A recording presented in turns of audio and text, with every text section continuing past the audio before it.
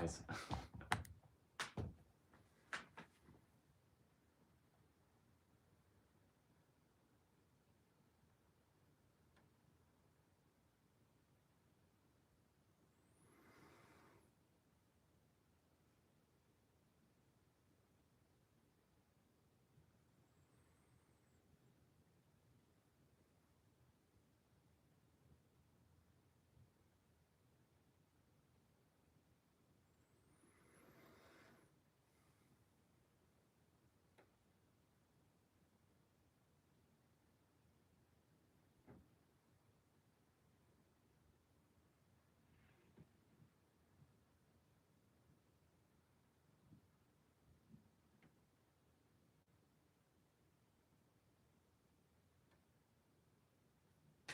Perfect. Let's see.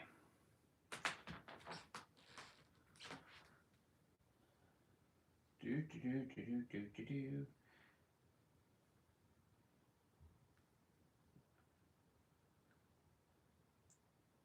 Test 1, 2, 3. No. It always does that. I plug it in.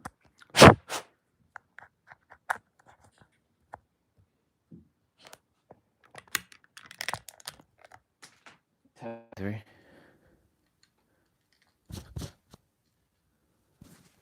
Test 1, 2, 3.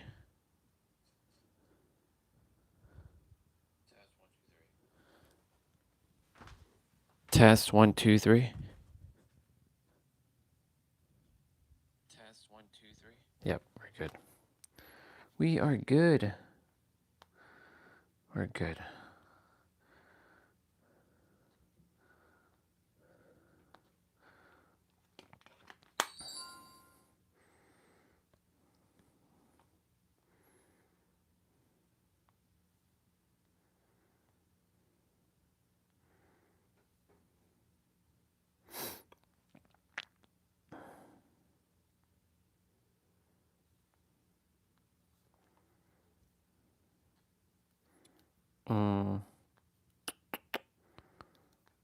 One sec.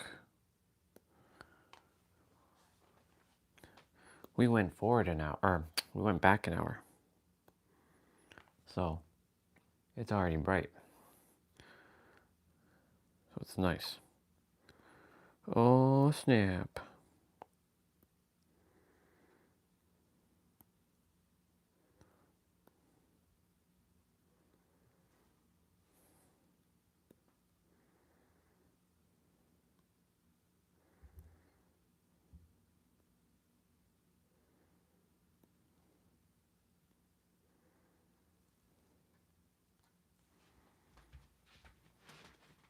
Perfect.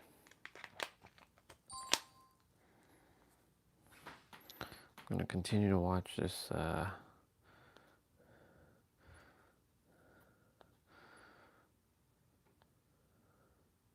listen. Misfortune and scarcity. Ironically, this strengthens those Okay, Google, turn off light. their materialization. We strengthen the frequencies of negativity to such a degree that their existence merges itself in what we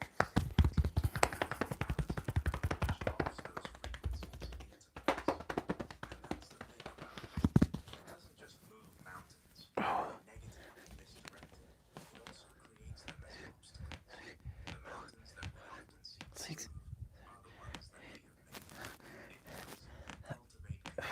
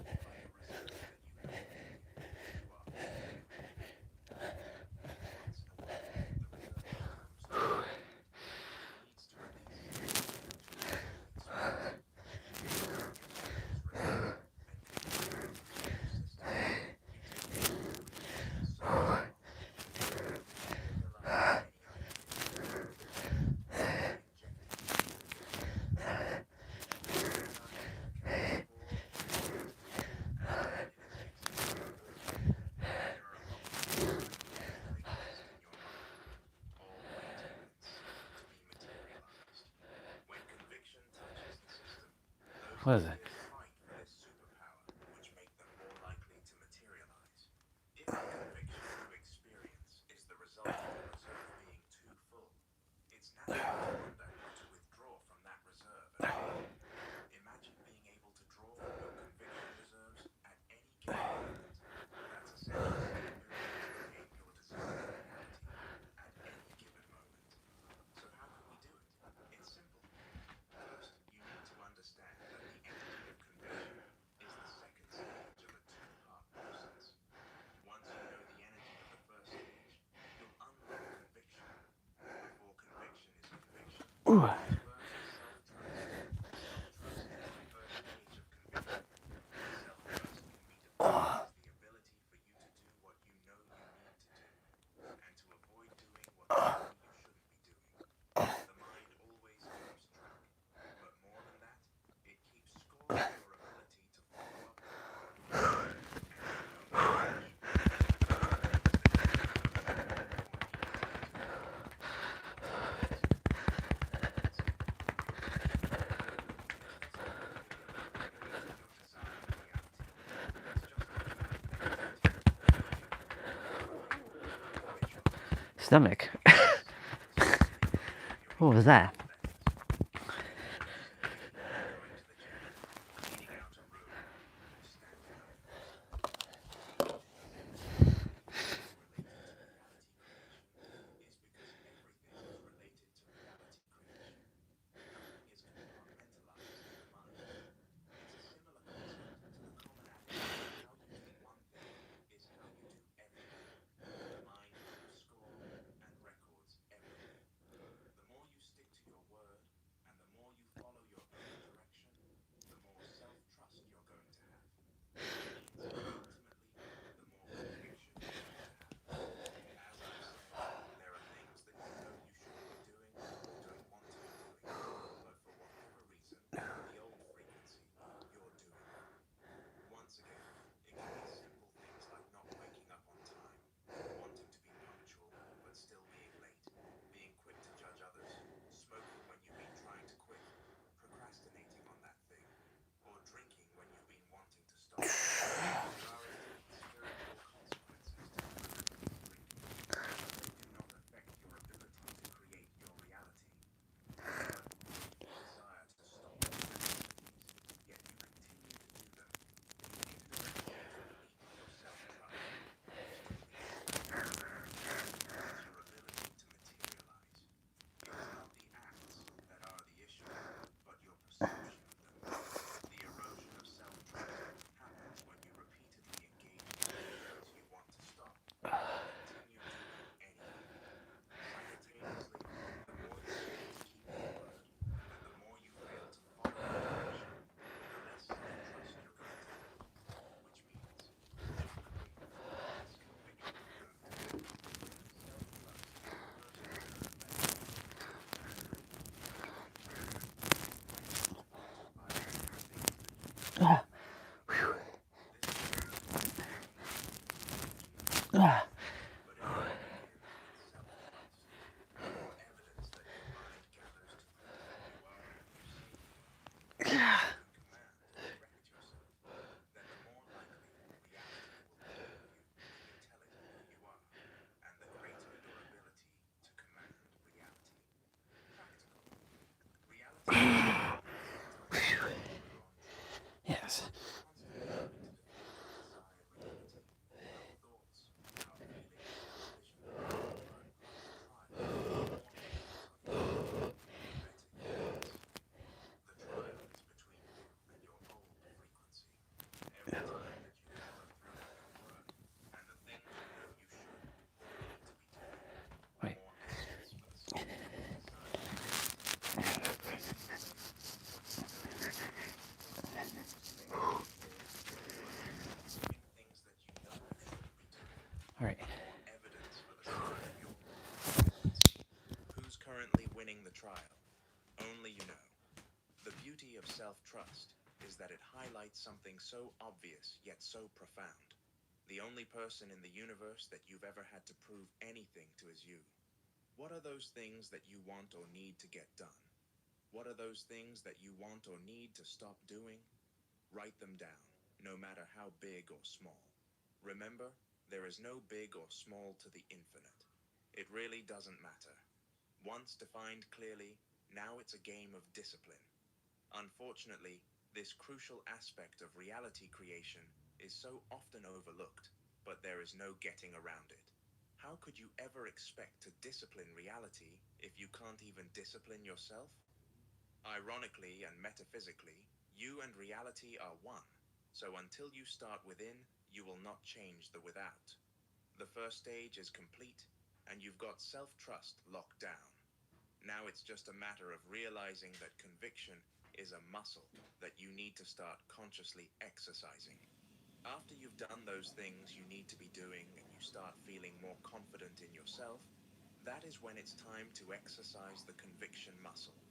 Just as with any muscle, the more you use it, the more conditioned it gets. Exercising the conviction muscle is easy. It's just a matter of you deciding that you know something is going to happen, instead of waiting for that feeling to randomly come. Sounds weird, but that is all there is to it. Simply you stating that you know something is going to happen. It's only weird because, for the most part, conviction has been unconscious to you. But now we are making it conscious. Almost like taking breathing off autopilot and making it conscious. Decide with great precision and unshakable confidence that you know whatever it is you want to manifest is already yours, and nothing can convince you otherwise.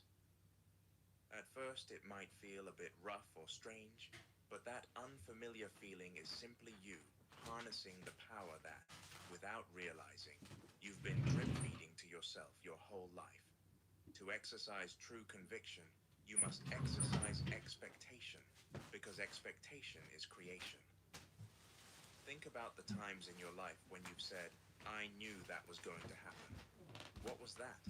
Did you become a prophet? Did you become a seer? Every time you knew and it happened, you weren't a prophet. You were a creator.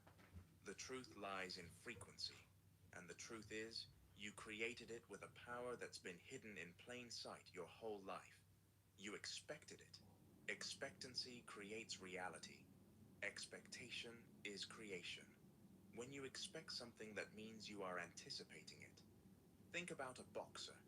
When he's in the ring, he must anticipate his opponent's punches. Anticipation is a form of preparation, and to expect is to prepare for the frequency that you are expecting. When you prepare for something, that means you know it's going to happen, and that's the key that will unlock your desired reality: knowing. Most people think that manifestation is believing, but as previously mentioned, that's why they will never manifest. Believing isn't enough.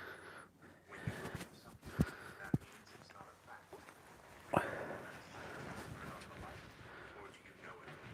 That's exactly what experience is. Okay, Knowing. we're gonna get rolling.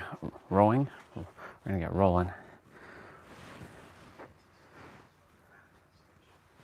Most live their lives using expectation to create the worst reality for themselves. Despite that, they are incapable of opening their arms to reality. How many times have you experienced your life Okay. it's most easy and normal to expect the worst. But why? It all comes down to programming, conditioning, and training. The world has trained you to expect the worst, so you create the worst. Most people expect the worst for two reasons. One, they've been sold the idea of it. Two, they've Love you. experienced it. Let's Proud look of at you. the first reason. Appreciate you. If you want to create Grateful your for you. desired reality, Thankful for you. then you can't live in Blessed the for world. you. If you live in the world, you Love will you so never much. manifest what you want. Love you. You must Love live you. in your world. Love you. You need Let's to have an quite amazing day, literally babe. create your own bubble and live in it.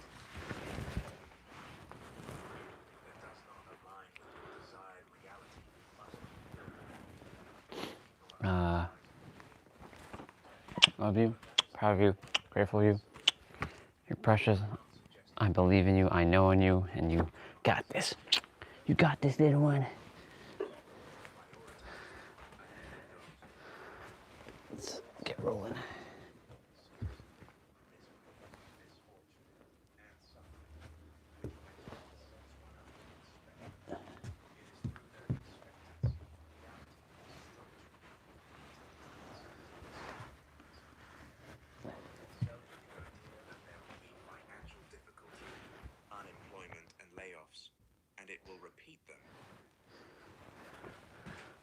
go. It was weird.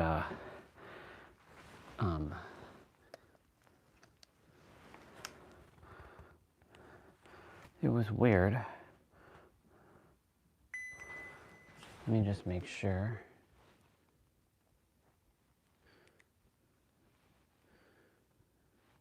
Test, test, test.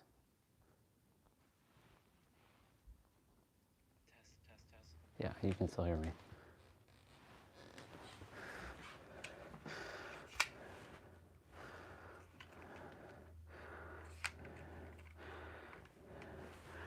All right. All right.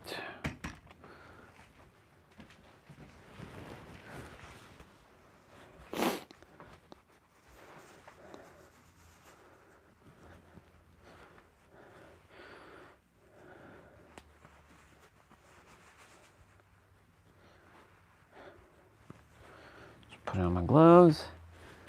And we are rolling.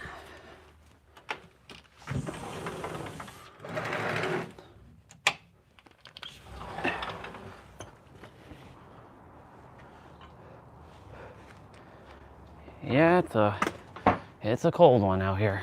All right.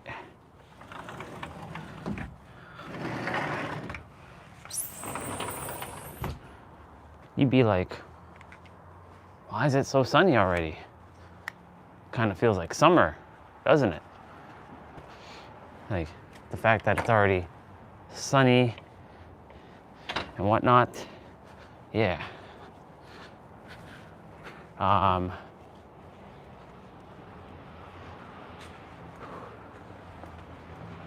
Got my watch on. We're rolling. Yeah, it's definitely bright. It's gonna be a sunny day today. Couple things. So Toronto did not win the World Series last night. They fought hard. They did their best, and in my opinion, they should be proud of themselves. They did great. You know, no one expected them to get to the World Series, much less get to 7. And the fact that they got to 7 and they didn't get steamrolled, like they actually had to play extra innings last night.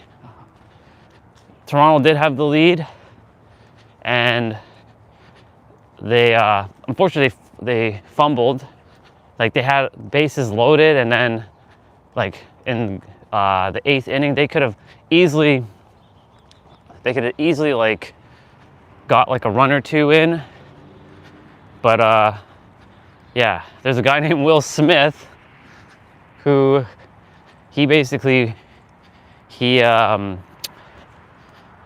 hit the game-winning home run, and they didn't win. So we'll be seeing unfortunately, a lot of people are sad.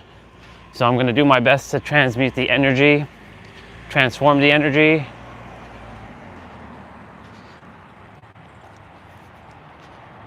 Today should have been actually transmutation, but it's okay. Doesn't matter the order. Transform, or transmute, transform, transcend. Shoot. I need to press the light. I'm not making it. It's all right. Yeah, so, you know, there's a lot of people who are probably upset, but you know, they did good. They did their best, and I'm proud of the Blue Jays. You know, they did their job, and they did very, very well.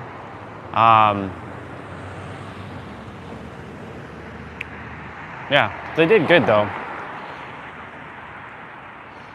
So congratulations, Blue Jays, for, you know, making it Game 7, beating the Dodgers like effortlessly in Game 1. Like, I'm just gonna cross.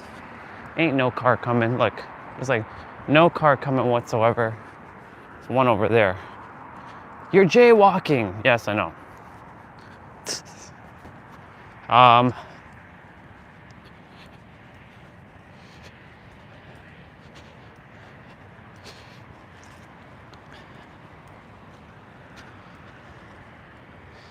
they did great, and I'm proud of them.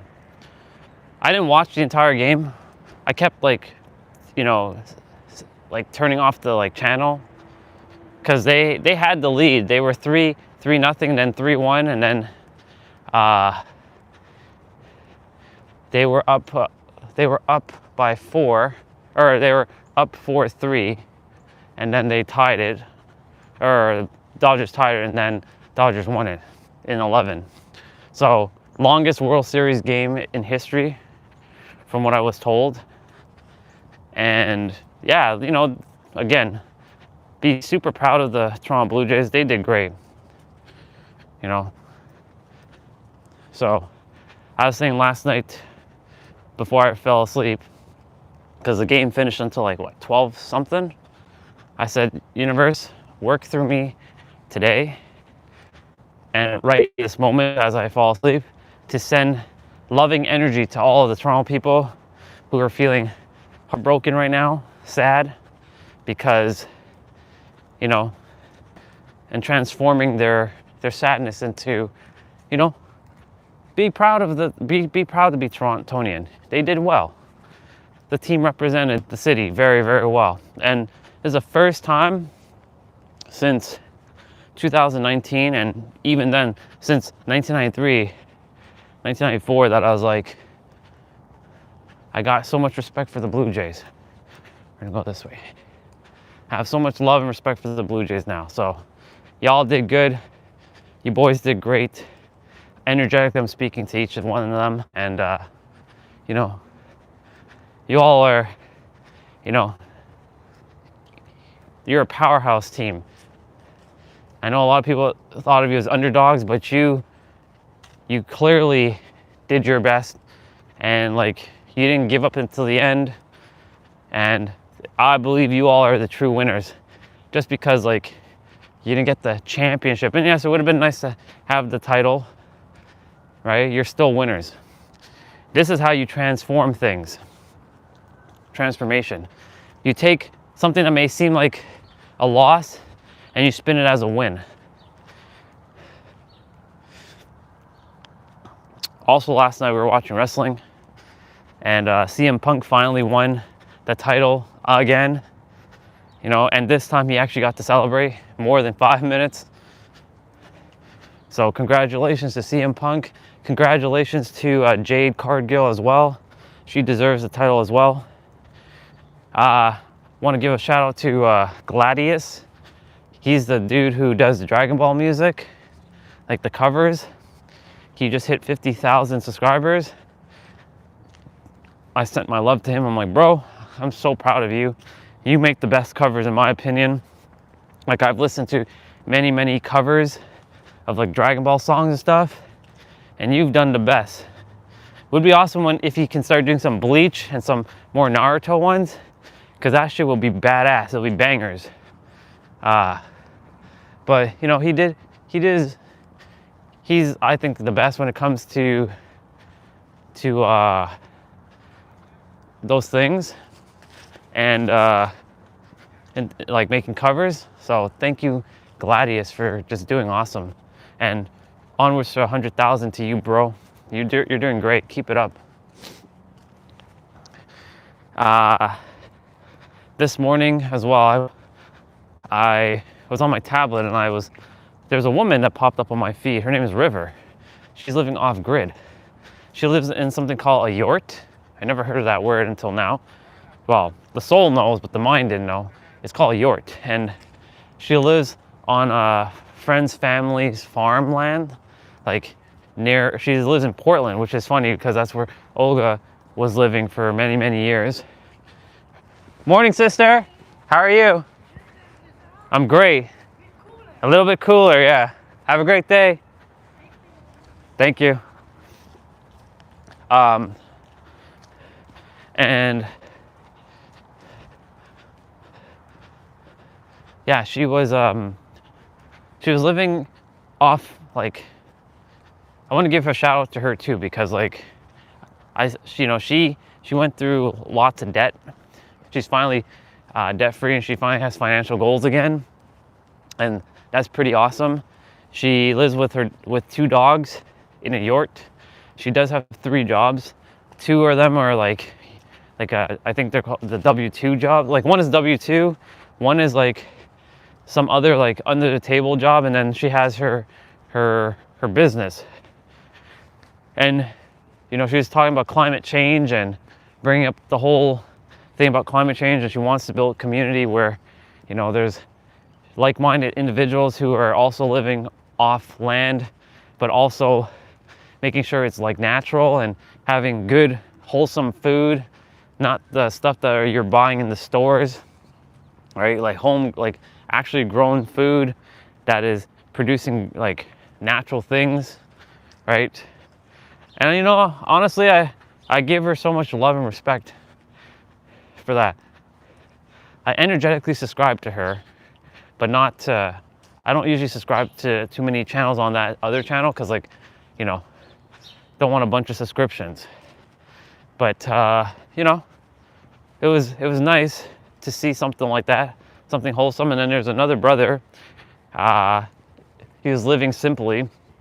He's like, he hates money. I'm like, that's not really a good perspective, but you know, I know where he's going. But he desired to just be at peace.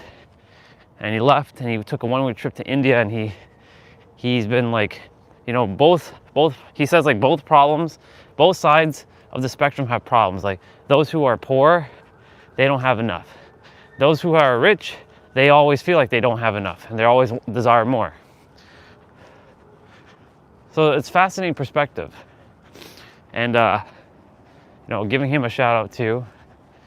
Because one of the things I want to do is like give shout outs to every version of me, because like, you know, they deserve it.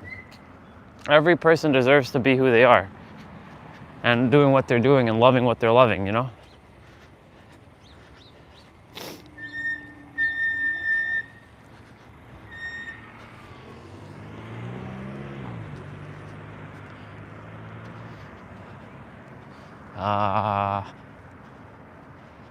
I will walk through that street.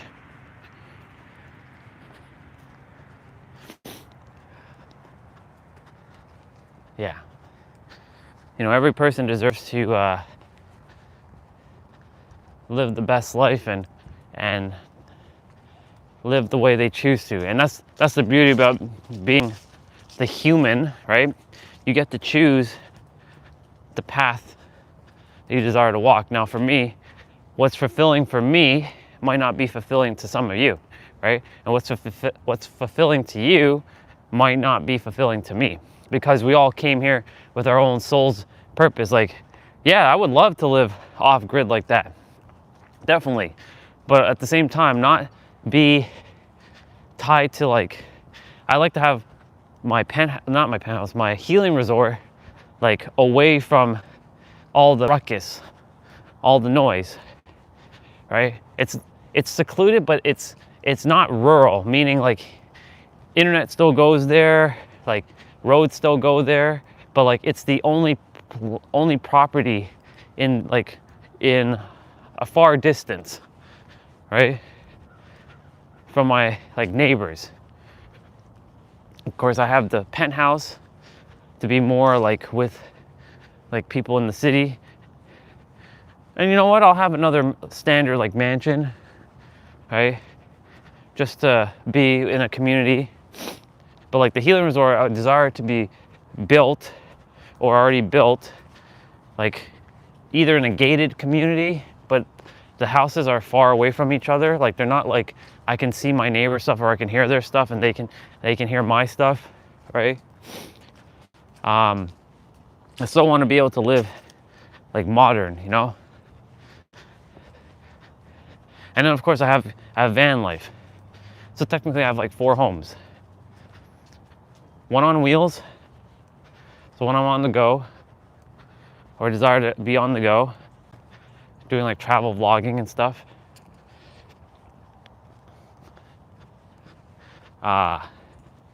One in San Diego City, the healing resort, and then Laguna Beach. The Laguna Beach one could technically be the healing resort, theoretically. But we'll see. I have the universe plan all that out. I mean, it's already done. I just got to walk the path. That's it. And figure out ways to, you know,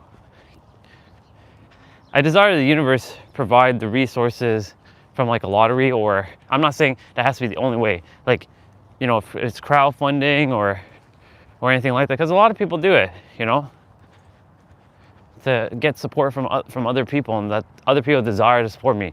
So that's the thing. Like, I'm not going to declare, but I am going to suggest, and I do make a mental declaration that like I get support with my projects, because there's a lot that I desire to do, and there's a lot of people that I came here to help. Because I didn't come here just to help just a handful. I came here to help like 1 billion plus people. And I'm doing it. And it's preparing me. The live streams have been preparing me to speak more effectively. I know I can build community. I'm very good at building community. Now, of course, I sabotaged because, like, you know, I desired, I didn't really sabotage actually, you know, because if I say I sabotage, then I sabotage. I was looking for those who were more in alignment. Thought a lot were, some were not. They didn't resonate, and it's okay. All is good. But you know, like it's been a beautiful journey. The ups, the downs, the highs, the lows. We should truly honor our darkness, because like it's in the darkness where you get to transmute and grow and stretch and expand and evolve and elevate yourself. So elevate, expand, and evolve to another version of yourself. That's why I shared yesterday, the universe sometimes has to break you to make you. Sometimes it has to isolate you to transform you.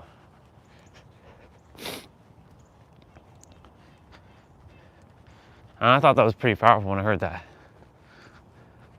House of Horrors, game over. Nice. I woke up with so much love this morning for the Toronto people, like, and for the city.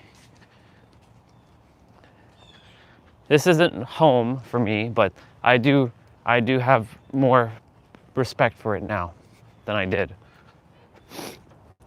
Here we go.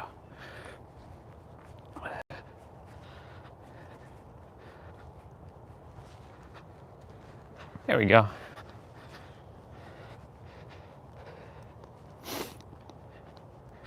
Not too shabby. Let me just make sure that I cover back my hands.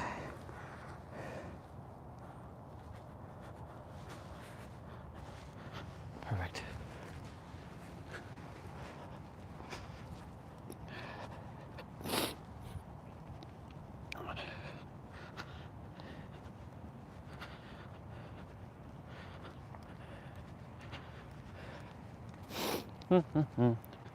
Yeah, so like, there's a yeah, and so like,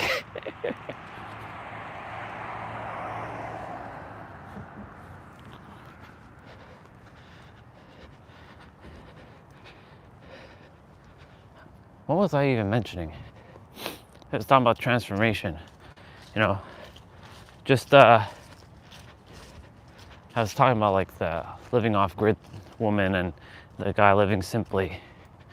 And then it brought up my dreams of San Diego. And it's not dreams, my reality and my inner world.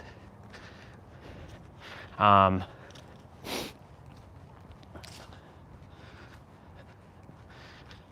know, it's, you know, in the last couple of days I've been talking about birth, death, and rebirth, right? And that you get to choose to be recreated anew, be rebirthed anew in every present moment. Because it's a choice, a decision, and a perspective.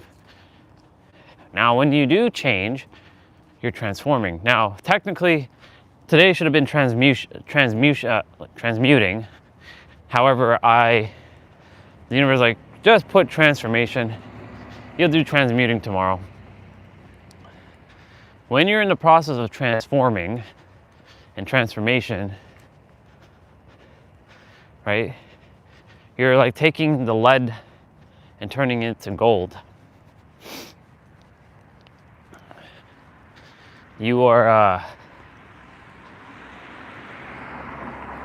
last night I was thinking, like, what's the difference between transformation, transmutation, and transfiguration? That's a word, by the way, transfiguration. So I was chatting with ChatGPT before I head off to bed. I was like, all right, ChatGPT, what's the difference between the three? Break it down to me as if I was a kid. She gave me a car analogy. So after she gave me the car analogy, I'm like, I use my Supra. I'm like, okay, so let me get this straight. So transmuting is like, if I remember correctly, transmuting from the car analogy, either I'm gonna mix it up. I know transfiguration is like the last of the three. But transformation, let's see. Good morning. So let's see. Transmutation is like taking the car and changing the paint. And maybe like adding like a spoiler to the car. Transformation is making the car, like changing the engine and making it perform faster. And then transfiguration is taking the Supra and changing it into an airplane kind of thing. This is interesting. Thank you, whoever is there. There's a woman on Facebook who posted something, and I misread it, and I thought it was for her, but it was actually not misread. It was actually perfectly aligned. She wrote an article about fragmentation to wholeness, right? Because she was a part of a Gene Key community, and I still have that Gene Key community part of that Facebook that I'm still tethered to. And she sent me an article that she wrote. I'm gonna read it when we get back. It's pretty powerful stuff. I don't have to concern myself with her. She knows what she's doing. She's good.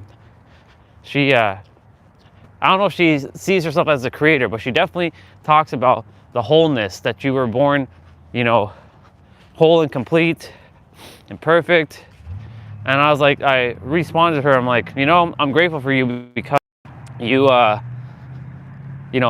don't usually post on like Gene Key stuff. I don't really entertain the Gene Keys anymore because it's a tool that I no longer require. I've superseded it. I surpassed it. It is no longer necessary for me to entertain Gene Keys. However, when I saw your comment to that other person's comment, I was thinking, is this you? Or is this what you're going through? Or is this just a response to like that person? So even though I made an assumption, of course, I thought it was her, it's actually not her. It's for the person that she was commenting under. But it's funny because after that comment, it was meant to happen. It was divinely orchestrated, because that's the inspiration I got today for calling it transformation, because it goes hand in hand with the whole like conversation we're having like in the last couple of days of death, birth, and rebirth. Let's go.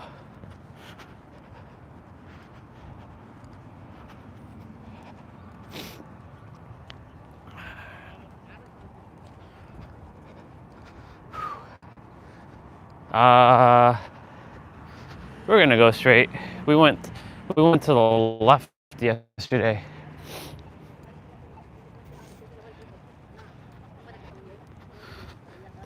And so So back to what I was saying. So, you know, when we're going through our rebirth process, awakening, we're transforming. We are transforming back to once we've came, and the journey is going to look vastly different for everybody. Everybody who had a spiritual awakening is attempting to get back to wholeness, is attempting to like get back all their soul fragments. Because every time you connect with another soul and, you know, betrayal happen or some problems happen, your soul gets, your soul fragments a bit. But the thing is, your soul's always been whole. It just feels like you're fragmented, right? And the moment that you just simply make a decision that you have completely said that I'm whole, you stop entertaining fragmentation. It's done. It's over. Now, again, I'm not saying that we're bypassing feelings and not acknowledging what's happened, but it's simply making sure that you know that you have the power in every present moment to be aware of the things that you choose to be aware of, and that you can alter your awareness and shift your healing. Of course, I remember sharing this, that like not everybody's at that level to do that, because, well, let me rephrase that. Not everybody's at the awareness level to do that, but everybody has the ability to do that. So everyone can easily, right now, they can snap their fingers and they can heal instantly. They don't have to entertain any more nonsense of like, I have to heal for 10 years and it's gonna take 10 years to heal. Nope, your healing is done. You've been healed from the moment you were born.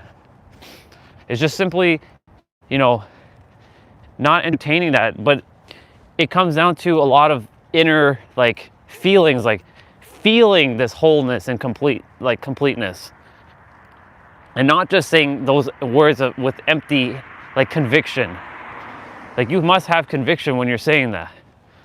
Like, I used to like say words and I didn't really have conviction behind the words. That's why I became a wordsmith in this reality, in this timeline, in this now line, to bring awareness to the power of each word and the power of language and the structure and the associations to words and everything in all languages, not just English, because, you know, every language has their own subset of rules.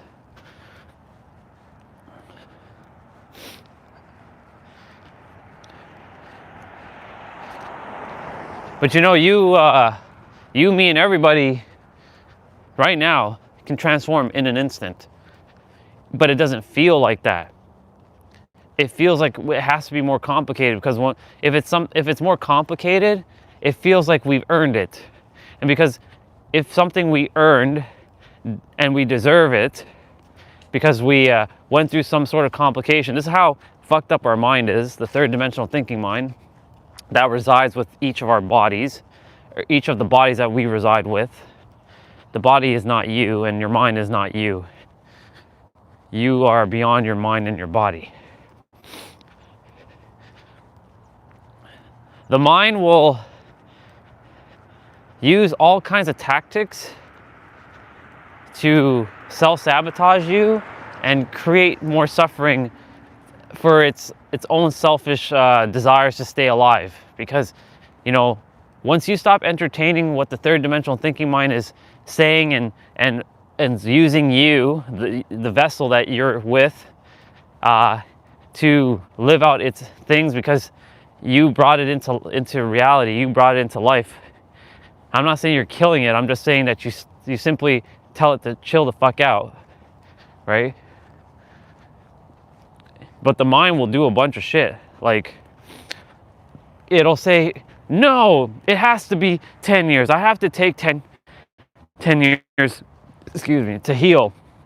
It's gonna take me 10 years. It's gonna take me years to heal.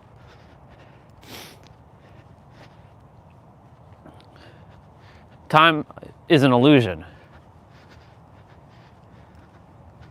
You can heal in an instant. There's a version of you that's fully healed right now.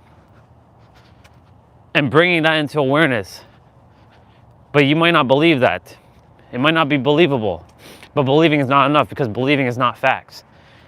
Believing has doubt. Even humanity's version of faith isn't enough either, because that's just trust, and trust still has doubt. Knowing is where you'd have to get to. You'd have to know if that's possible for you. But if you don't know it's possible for you, then it won't be possible for you.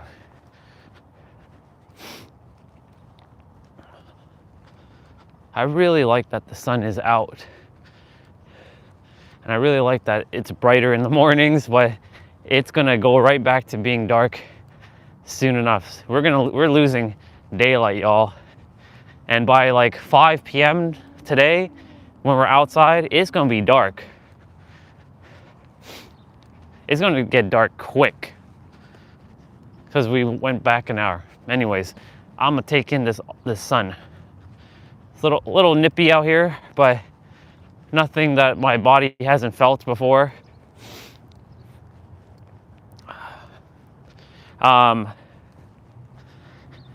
Your mind is the mind that's with you. I don't want to call it your mind. The mind doesn't belong to you. You don't even belong to you, because you are beyond even the word you. But we have to use something, because if we don't have something to call something, then we go chaotic. We're like, what do you call something then?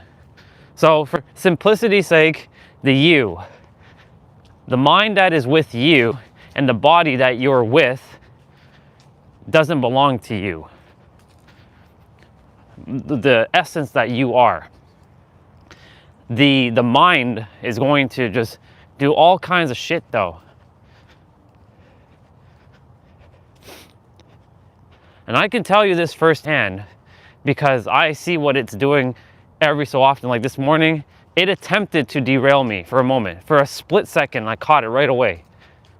I was sharp. I was like, it felt like your dreams are too far, like your goals are too far away. You'll never reach it. That was a micro moment, and I caught it right away. I'm like, I'm not even entertaining you. I'm transforming. Like, you can build this momentum within you that will never stop. We're gonna go this way.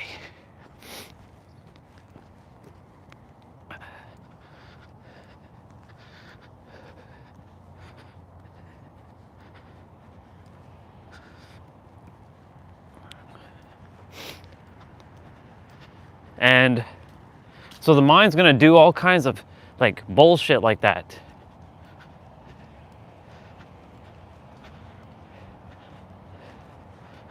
So like, for example, again, if you say, but I can't heal, Orion, I can't heal instantly. I know, because a year ago I couldn't do that too. It took a couple mirrors and then a lot of deep introspection on myself, on my part, that I felt the feeling that I'm like, wait a minute, why am I even entertaining this stuff? Because a lot of things that we entertain, we ultimately bring forth into our reality. We reveal it. And if you entertain it, then you're revealing it. And then if you're revealing it, it becomes true, because you solidify it as normal.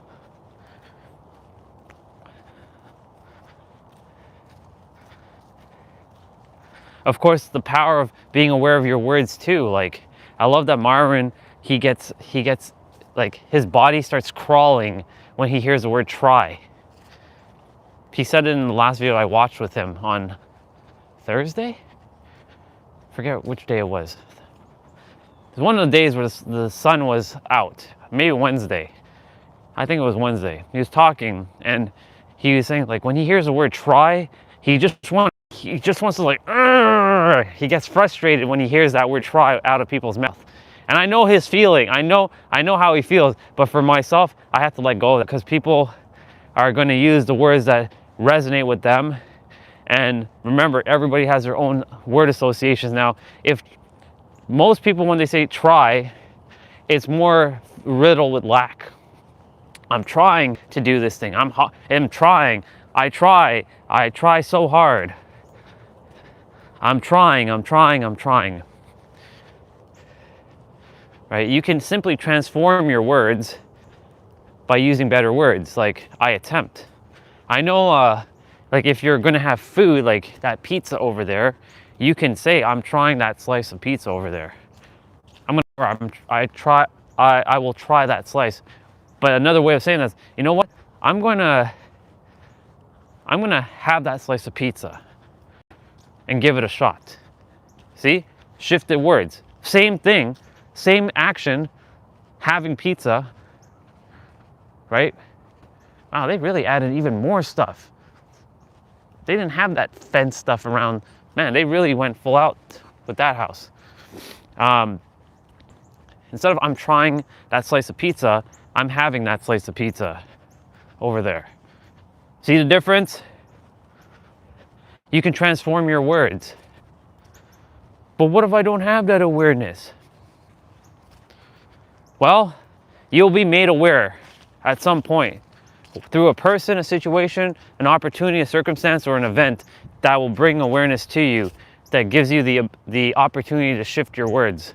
The universe has given me quite a few opportunities to shift my words. One was through Jessa. Love you very, very much, sis, for mirroring back a little bit of lack words that I was using. I was a wordsmith, but she was like, still, why are you saying want and try? Now, of course, I'm the one that came up with, when I say I mean, you know, from the library of all that is, it resides in each of us. There is technically no I, it's we. The I that I am, right? You know, instead of using the word want, I use desires. Instead of the word need, I use the words required. Instead of the word try, I use the word attempt. Right? Because like using the context of saying I'm attempting that slice of pizza doesn't make sense. It doesn't make like a phonetical and logical like sense, even though we're here to break the things that don't make sense to make sense, to make the things that seem nonsensical sensical.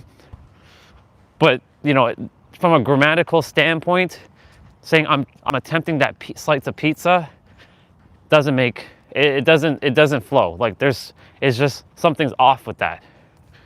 But again, doesn't mean that you can't use it. I'm attempting that slice of pizza over there. What? That doesn't make any sense. Yeah, because you can make your own rules. Remember, everybody's making their own damn rules with language. Like people are using the number 67 to call people hoes now. What? They're using a periodic table number because of some platonic solid or an isotope, which Jason said it wasn't an actual isotope. And I don't even know, to be honest. But like, people are using a number to describe somebody. What the fuck is that? Like, yes, we had the number 69, and we know what that is, right? We know what 69 is, but 67, really? What's next? What's next? 87? 92? Right? It's absolutely ridiculous, in my opinion, with these. But in any event, you know what I'm saying? Like, you know, nobody can really tell you, but if you're attempting to get your message across, you have to come off with helping people to understand the point of what you're saying. That's the whole reason why we all communicate. Communication is the number one way that we communicate, like that we voice what we're required to say to someone or express our feelings, right? We don't just use body language. There's a lot of nonverbals, yes, but we use our mouth as an instrument. Your voice is an instrument. It's the most powerful instrument that you have to you know, you can change the world with your voice. And by changing the world, you're changing your world, and then within your inner world, the world around you changes. Because it all starts within you.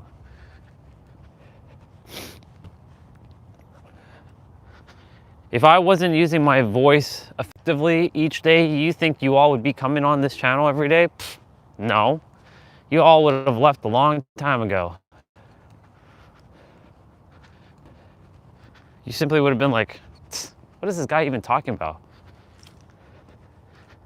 Like it wouldn't register with you.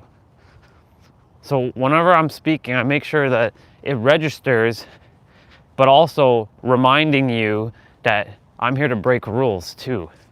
I didn't come here to live the status quo like every other human. I'm a rule breaker, I'm a trailblazer, I'm a trendsetter.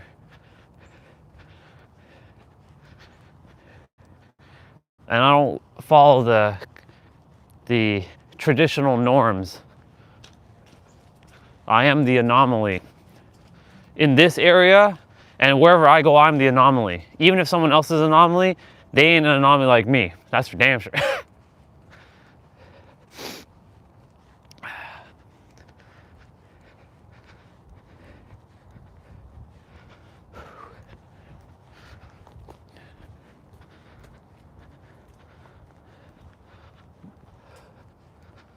My right hand is starting to get nippy. My left hand's all right. It's been in the pocket. It's okay, thumbs and index finger. You'll be all right. You faced the cold already countless times. Today's gonna be 11 degrees Celsius. That'll probably like pick up later in the morning. When we get back, we'll get straight to cardio. It's cardio day, by the way. So this one is a no excuse. Like, if you don't have weights, this one's a no excuse. And this one is only 30 minutes. And it's only 4% of your day. 4%. 4% of your day. If you don't desire to do it, and that's you know, your choice. That's why, like, you know, we'll see what happens come November 26th. Because we're getting closer to that date. Like, each day is inching closer. After the 25th, I have no idea what I'll be doing. Maybe just do my morning stuff, like my walks without the stream. But you know, I love talking and with my walks because like I can get a lot of things out. I can bring things into my awareness through my talking. So we'll see. I'm not saying I'm ending the stream. I'm just saying I don't know what's gonna happen. I'm kind of like walking moment by moment and allowing it to unfold the way it's supposed to unfold, and still taking action however I'm supposed to take action. And getting into alignment by staying in my inner world and just kind of feeling it out. Rah, rah, rah, rah.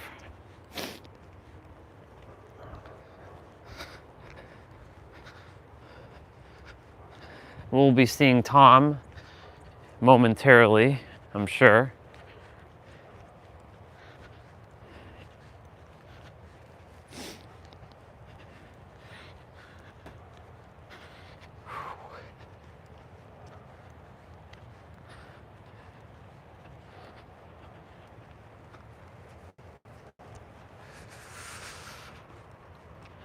It's nice.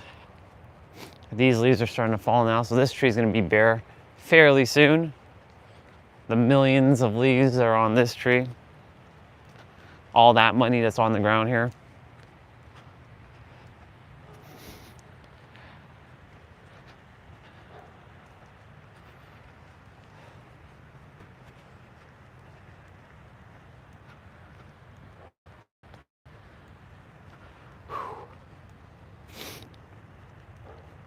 For the next like little while, the days will be, when we get out, it's gonna be sort of bright like how it was in the summertime. It's funny how the days have just gone by, and now we're in November. Like, see, this type of weather in November is, you know, this is to be expected.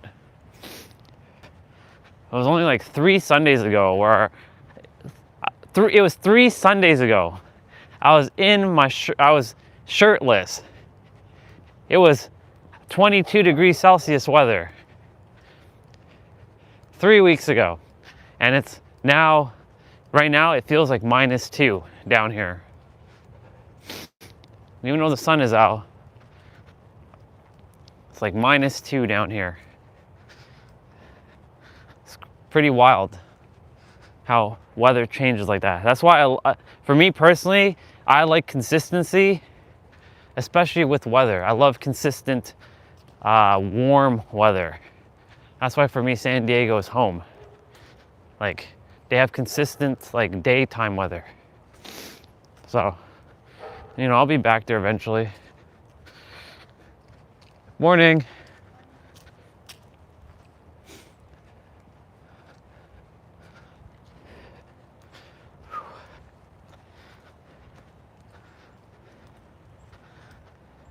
You can see my shadow. What's up? My hand's in my pocket.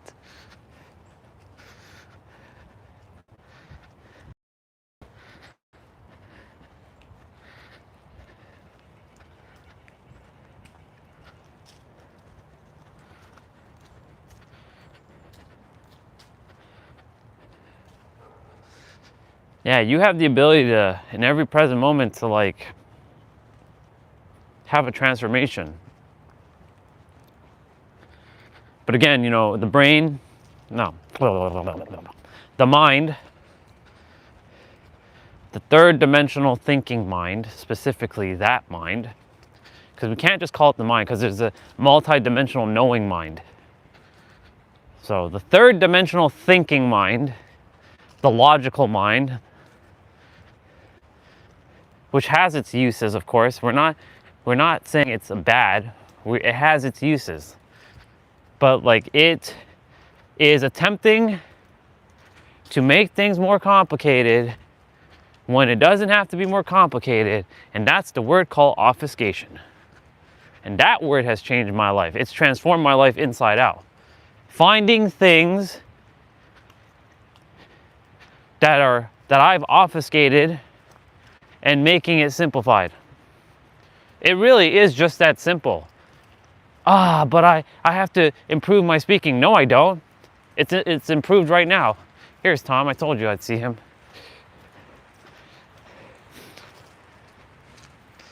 Well, they did their best. I'm still proud of them. You know, they did. There's nothing to be ashamed about. They did their best. No, they did really well. They did very well. I think they're still champions. They're champions regardless. Oh, yeah. So like, they should keep their head held up high. They went to 11 innings. Yeah. So like, they didn't just like, yeah, they could have technically won, but like, Yeah. you know, they did great. Yeah, they did really well. Yeah. So super proud of them. Yeah. Oh yeah. Yeah. We just let it slip away at the end there. Yeah, but it's okay. Yep. Morning. Yeah. Oh, have a good day. You too, brother. I'll see you again. Yeah, very chilly.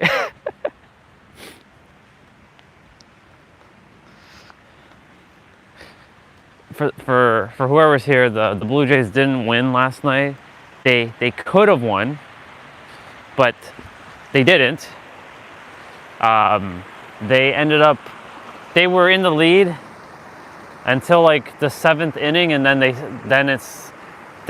they lost the lead in the 8th. They got back the lead in the 8th. Then they lost it in the top of the 9th. They got tied, and then in the 11th inning or the 10th inning or into the 11th, another home run was hit, and that was it. So that was a wrap. Anyways, back to what I was saying. So I'm proud of them. You know, they've given me newfound respect for Toronto. I mean, they're not who represent Toronto, but like, you know, I'm proud of them. I'm proud of the boys. They did good. you know, of course, my team also won LA Dodgers because like they represent California. They represented home. So like they won and I'm proud of them too. But like, you know, it was a Game 7 in the World Series, the longest World Series game recorded to date. It went down. It wasn't like a total massacre, like a one-sided, or was like it was like they did good. So I'm proud of the Blue Jays, and you know, those boys should be very proud of themselves.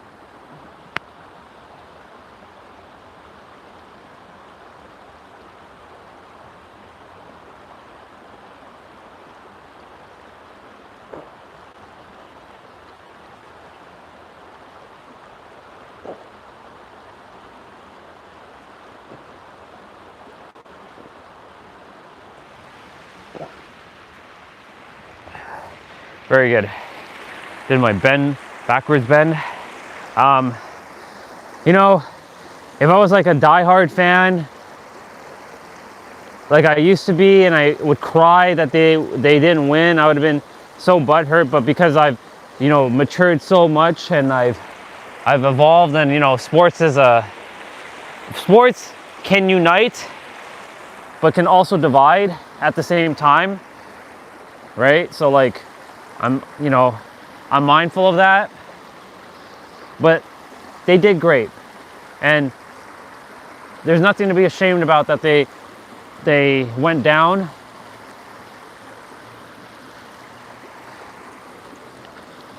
But it would have been sweet if they won, but you know, it's all good. They left me with some championship energy, because they're the ALCS champions.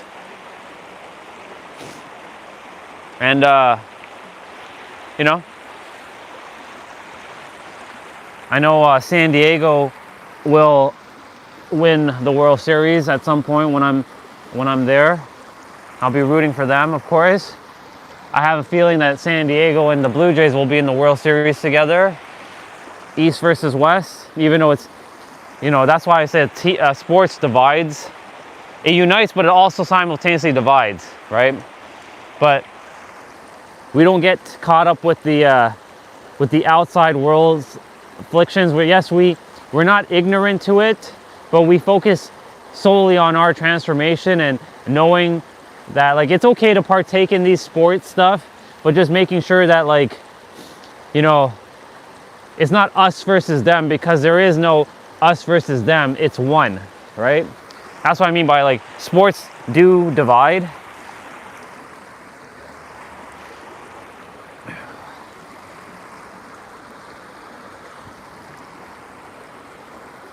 Opening up my hips right now.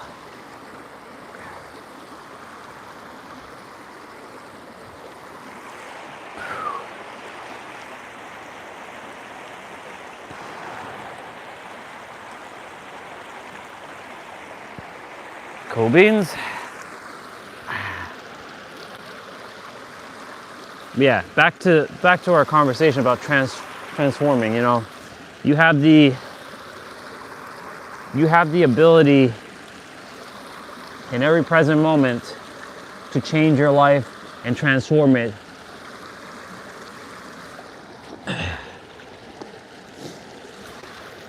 You have the ability to know that you can have whatever it is that you desire.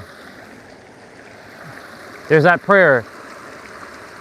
When you ask in prayer and believe that you receive it, know that it's already done, or whatever the Bible verse is. And I know the word believe is there, but it's know that you have received it, because it's already done within the inner world. But we've been all programmed that the outer world is the most important thing, that you're here to change your reality. No, you're here to actually return to the true version of you, the you before all the conditioning, the programming, or domestication and the programming, to make new choices, new decisions, and new perspectives. Well, new choices, make decisions, and have new perspectives.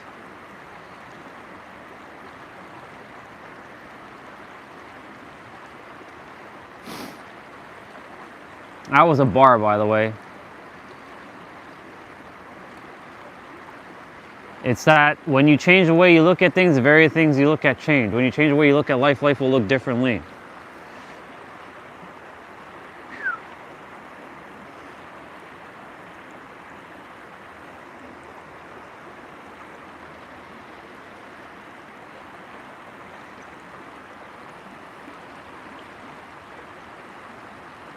I'm really grateful that I got to this awareness level.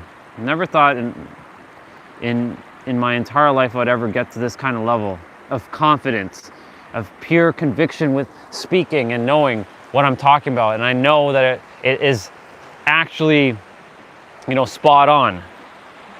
And it's working for me. And I know it works for others.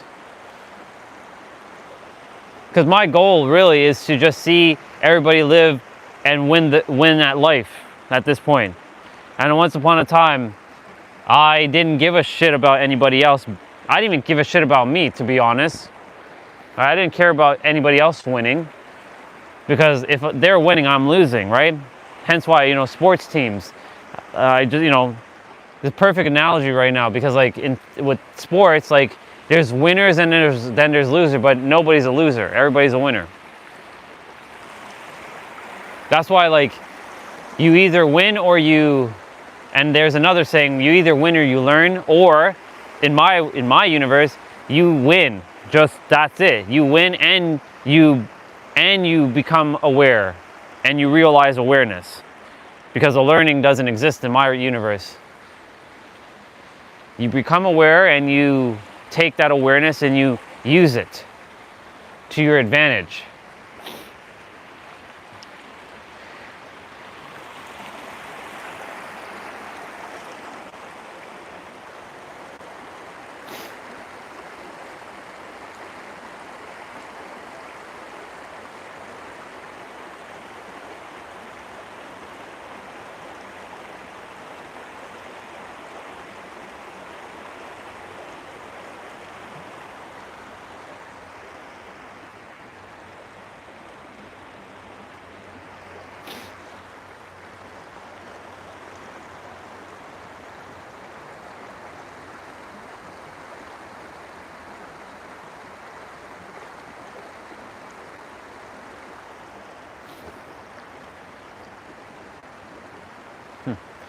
An idea just came through as I was just standing here. Because Nero's book is arriving tomorrow. Would have loved if it came today. Is to potentially hand it over to my mom and my sister and my brother and his fiance and have them read it. They pass it around and they read it. Now, of course, my sister has a bunch of schoolwork, so don't want to bog her down, but still. But will they be open to reading a book about metaphysics and frequency that they've never even heard of the term metaphysics? Who knows?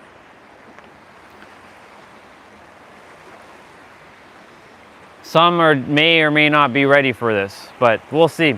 I'll let my intuition guide me on that.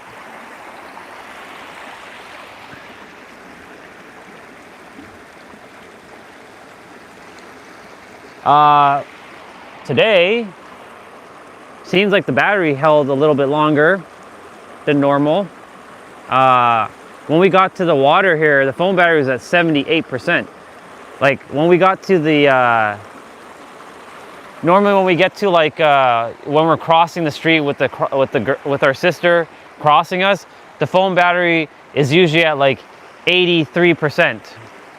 Today it was at 100%. So it's fascinating how the battery is operating. It's based on the cell connection. Maybe the cell connection is improving. I have no idea. Apparently, this is just random thoughts. The iPhone 18 will be the first phone that has true 5G satellite connection. That means anywhere on the earth you can be streaming. That's what I always desired. build the world's greatest fucking internet with the world's greatest live stream platform. It's like, build the world's greatest internet, take down all those damn companies. I mean, I don't want to say take down because they're human and they're one with me. So, you know, make prices lower for people to be able to have internet, because in this world, without the internet, it's a little bit challenging to operate, but you can live without that kind of stuff. And the world's greatest live stream platform that isn't YouTube, Twitch, or Zoom, or StreamYards. And like build such a solid like live stream platform. All right, y'all, we're gonna get rolling though. Thank you so much, Water, for having us and hosting us. I appreciate it. I love you. Thank you for being warm today. It is gonna get cold as soon as I get up there. Like, my hands aren't freezing down here, like they're all right. But the moment I start walking up there, it starts freezing, so it's weird. But becoming aware that, and realizing the awareness that water is a great conductor of heat, because there's no water up there, I now know why it's warmer to be by the water. I would think this would have been colder, but it's not. All right, Water, it's been real. I love you. I'll see you tomorrow. And yeah, help whoever comes by this water today with whatever insights. I leave it in your hands, Water. Bye, Water. I'll see you. Okay, hands, let's go. Yep, the temp just dropped by like 5 degrees here. Wild, absolutely wild. And it's not like the water isn't that far. I could definitely send some heat up here, but it's all good.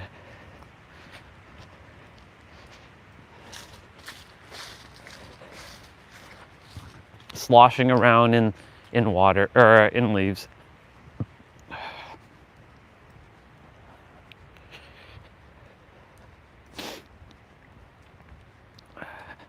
But yeah, you have the power to transform. And again, I go back to that part of the conversation where the mind, the third dimensional thinking mind, is going to do whatever it takes to stay alive, because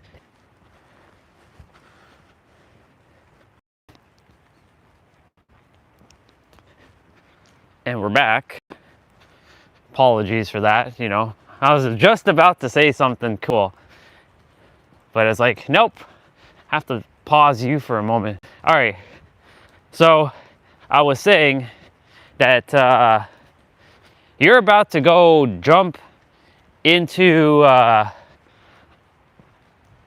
some cold ass water.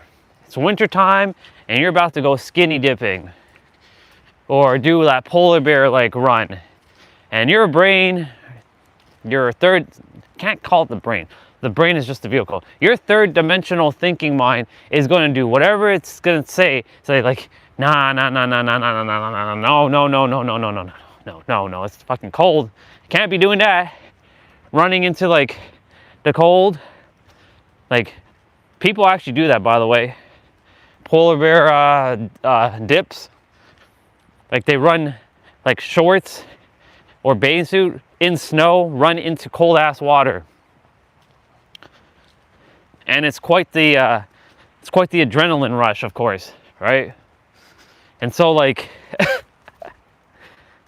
it's wild, but your mind is going to be like, no, don't do it, you're going to die, you're going to die. You're not going to die, but your body is going to freeze, because it's going to do its best to keep your host, your body, safe. Its primary role is to keep you safe. What if I told you, though, you're safe in every present moment? Would you believe that, or would you know that?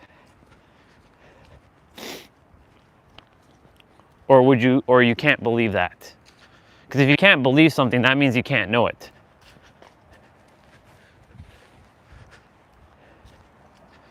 Right? So the mind, the third dimensional thinking mind, is going to do whatever it takes to keep you safe. It will derail you. It will cost you. It will at your own detriment. And the universe is working hand in hand with that third dimensional thinking mind and your subconscious mind, which is part of your third dimensional thinking mind.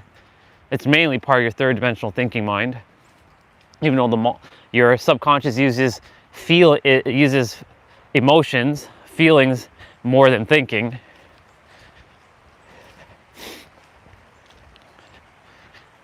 And it's going to keep you playing at the same level you're currently playing at. And the moment you start to lift your head up, guess what the universe is going to do? It's going to do its best to drive your ass back down. It's not because it hates you. It's a system that desires to keep balance. So in order for you to have a new change in your life, you have to maintain that same frequency for a long enough period to say to the universe, okay, this person is operating on this frequency now, and they are not going back. So I can only give them more of what they are operating at now. It is just that simple. Like, in my universe, it's abundance, it's love, it's opportunities, it's more awareness. Really, it's just awareness at this point. So the universe cannot give me unconsciousness and unawareness to things anymore, because I simply am now on this path, and I will not leave this path until I'm meant to have super awareness. Well, I already have I'm quecto sane. Well, I'm technically God sane. I have God level awareness. And so do all of you. But you have to be aware of that and embody that. Everybody, and there are times where I like to put myself above all of you in the physical, even though we're all equal. That's the third dimensional thinking mind, of course. And it's more of a boosting me up, but not dumbing you down, right? You all are at the same level I'm at, and I'm at the same level you're at. The only reason why people don't feel like we're at the same level is because they're not aware of it and they don't believe that's true. And remember, if you don't believe that's true, remember, practice love, y'all. If you don't believe that's true, remember, the subconscious mind, there are no truths in the reality except for what the subconscious mind entertains as true. So if that's not true to you, then guess what? Nobody's on the same level. In my universe, everybody's at the same awareness level in my inner world. Has that matched in the outer world? Well, I'm connecting with more conscious people who are more aware. So theoretically, yes. I'm also interacting with souls like this brother who's coming here, who are friendly and who are kind and not like having an angry looking face. Because in my old universe that I used to live in, I saw everybody as an enemy. Now I see everyone as one with me. That massive difference. Good morning, brother. How are you? Morning, I'm good. How are you? I'm great, brother. Enjoy your day. You too.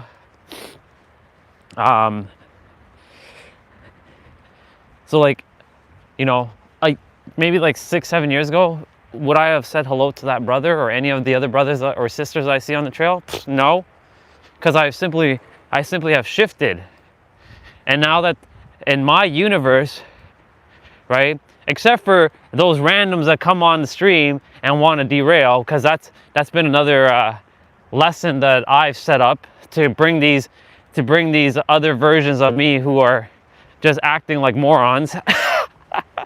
I made those who are acting like morons, they're not morons, that are acting like morons and idiots, to come on the stream to say, hey, I think you should wear a tighter shirt like that other Tom guy. I created them for my own purposes, to master myself, to see if I'm going to react to their bullshit. Or to the bullshit that they're spewing out.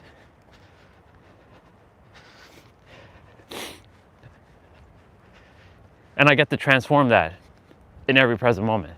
And I get to transmute that and then transfigure it to whatever I desire.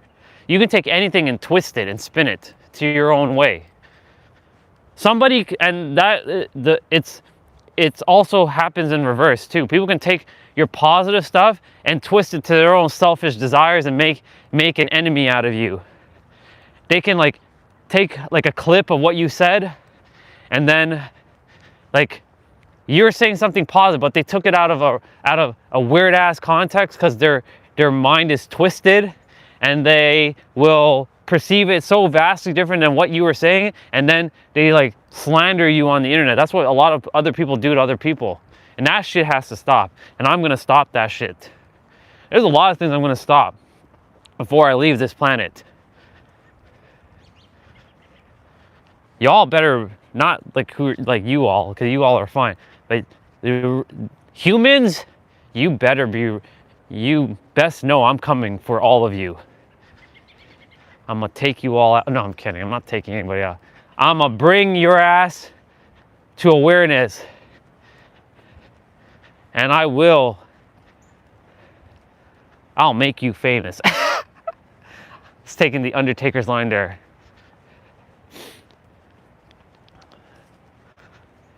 Or as DC Young Fly would say, bring that ass here, boy.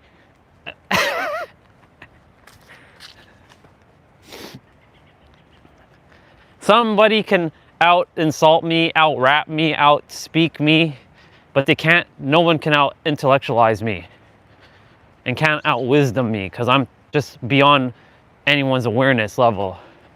I'm on a whole other level. Unless it's a sixth dimensional being who will come right in front of me. That's the only entities that are anything that are beyond the fifth. The sixth and the beyond, because you know, I'm currently a 99 dimensional being that's been thrusted into a third dimensional body, who has been nerfed by 96 levels of awareness. I'm at, or no, 99, 94 levels of awareness, because I'm fifth dimensional. I'm at fifth dimensional awareness. Technically, I know sixth and seventh awareness, but I can't comprehend it with this, the finite mind that was given to this body. It can't be perceived presently, but I'm aware of it. Nobody can be out aware me. Is that even a word? Sure, let's go with it. They can't out aware me. Holy mother, it is quite fresh here.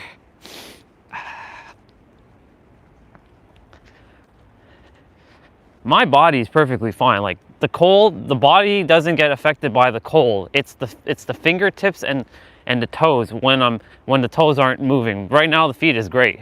Feet is hot as fuck right now. But the hands, specifically the fingers, them poor fingers, they getting frosted right now. Today I have laundry to do, and I have to wash my warm socks, so I have to wear some other socks.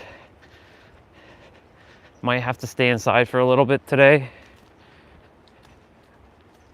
or I'll just find another way to have like some other socks on, and just because the only socks left that I have right now are these thinner socks, and I have to go. That's on my to buy list now, is some boxers and some socks, some like thicker socks. So I'm gonna go probably to Walmart one day this week and go check out some stuff to get.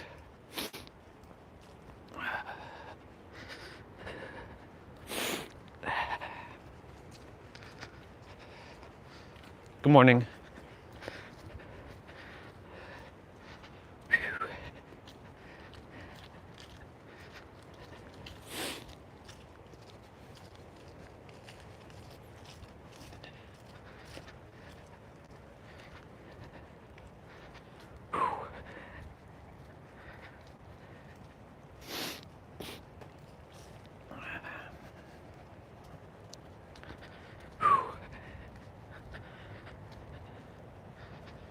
Yepers. I like that there's a lot of people who are still going strong in the fitness, in the cold. Proud of them, all of them.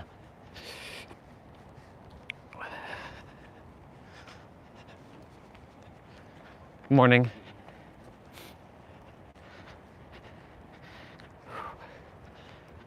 Ah, the sun. Definitely have to switch hands though, because the right hand is like getting absolutely decimated right now.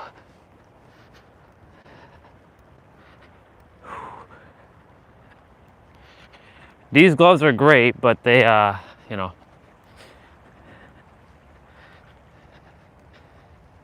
they, just like any other gloves, I have to have like electric gloves that keep my hands warm. I gotta look for some electric gloves.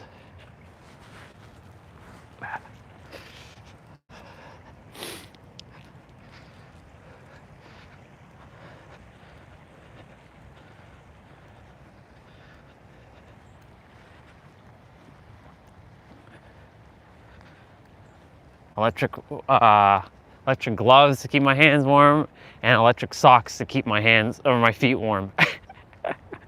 All like USB powered socks.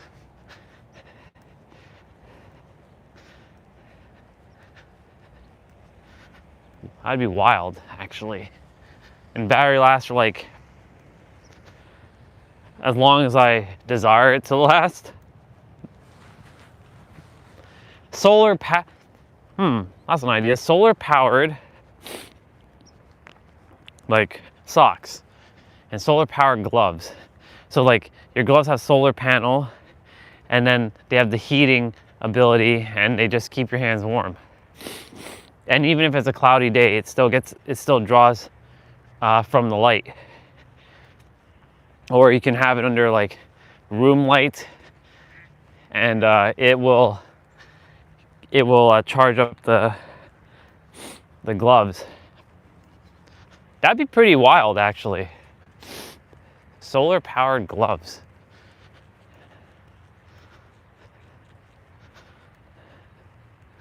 There's a Bubba over there, the Lone Wolf Bubba.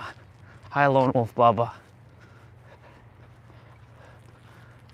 Squirrel eating in the tree. Ooh, tonight I'll be watching Gone in 60 Seconds. I know T-Bray's like, are you watching that movie? I'm like, yeah, I'm gonna watch the movie. Tonight, Gone in 60 Seconds will be watched. So, Gone in 60 Seconds will be watched. And what else? Play some Dead by Daylight. I have to finish the killer thing today. I must play as the killer.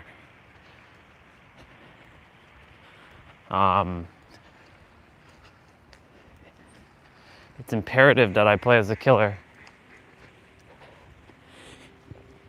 The other thing too, last night I actually used almost all of my iridescent shards. I spent I spent close to 200,000 iridescent shards. It was like 200,000 like dollars in costumes. not like actual money, but like their in-game currency. I bought quite a few things, and then I spent some physical money. I circulated some money because that's how it works. I circulate and it comes all back to me. I circulated some and I bought 3 outfits, 4 outfits, 4 outfits. I bought Ada's and I bought Attack on Titan ones. I bought Annie, I bought Hanji, and I bought Mikasa. I basically bought the chicks. I didn't buy the dudes.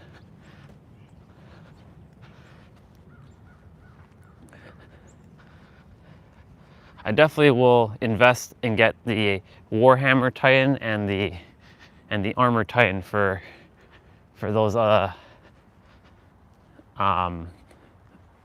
the Oni and the Spirit. All right, I'm gonna go hang here for a moment.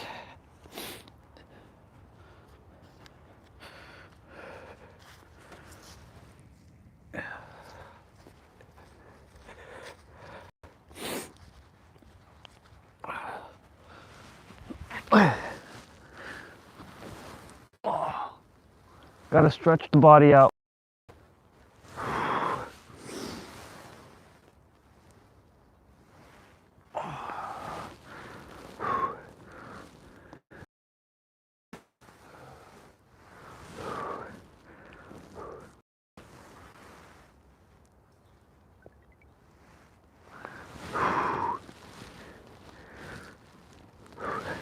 Very good.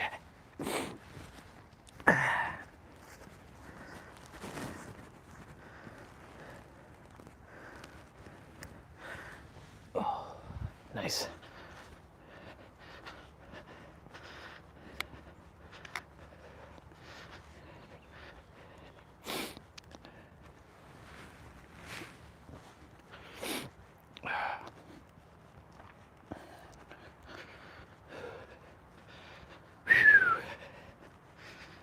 Let's go.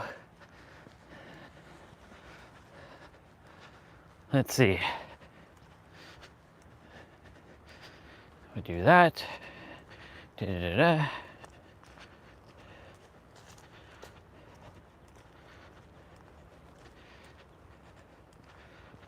Yep.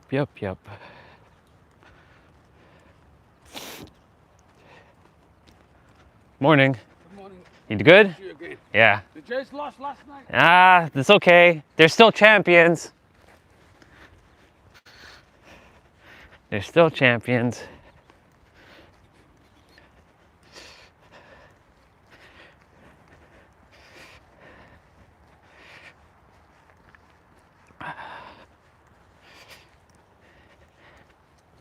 So like he would be one of those like not glitches in the system, but he would be part of the current regime. He's upset, and it's okay to be upset that the team lost, but you know, they're still champions in my book. And my perception of the Toronto team has shifted. Oh my God, if you all knew how much I loathed all the Toronto teams. You know, like, I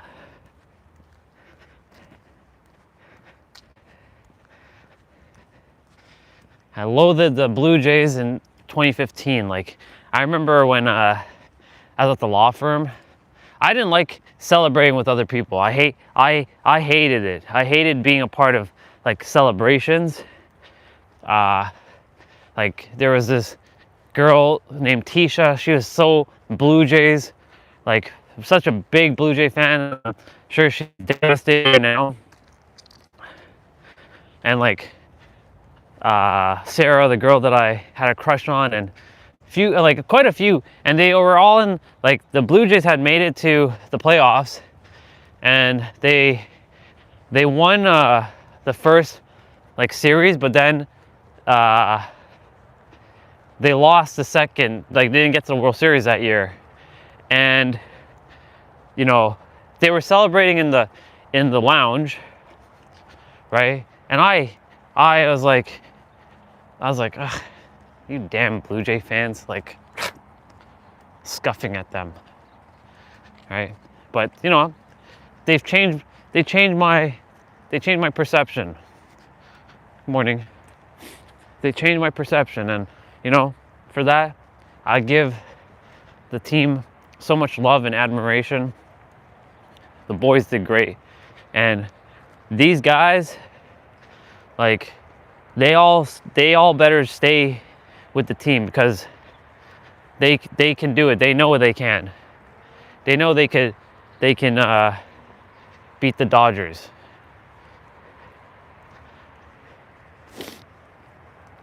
I see a year from now, they won the World Series.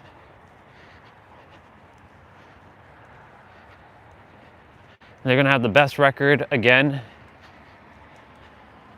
They're gonna play the best, and they're gonna be the best, and they're gonna steamroll next year. But it's time. The Maple Leafs, same thing. It's time for the Buds, as they're called, for them to bring home the Stanley Cup, or bring the Stanley Cup to back to Canada, because no Canadian team has won it yet. Well, the last Canadian team was 1993. That's why, like, 1993, I just made another connection. That's why 1993 was so potent, because, you know, back then I was proud to be Canadian. And the Montreal Canadiens, who then had to represent Canada, they beat the LA Kings. It's funny how it's always like, it's either it's like Canada versus, or Canada against like California generally. Like Toronto lost against LA Kings in the 1993 Western Conference final. It was weird how Toronto was considered part of the Western Conference, not the Eastern. They were then moved to the Eastern Conference. It was weird how it was situated back then. What was considered East and West.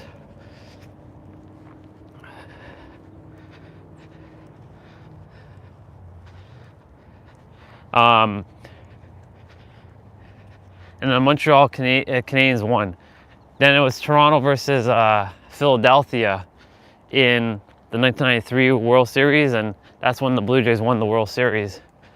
And then in 1992, the Blue Jays won against Atlanta Braves, back-to-back champions. They were the dynasty team. The Maple Leafs were also the team that they had in 1992 and 1993. Were also the dynasty teams. After 1993, that's when all hell just broke loose. Like 1994, the Blue Jays and the Maple Leafs were just utter disappointment. 1995, 1996, 1997, like the Blue Jays hadn't gone back to like any playoffs since like 2015 from 1993. That's crazy.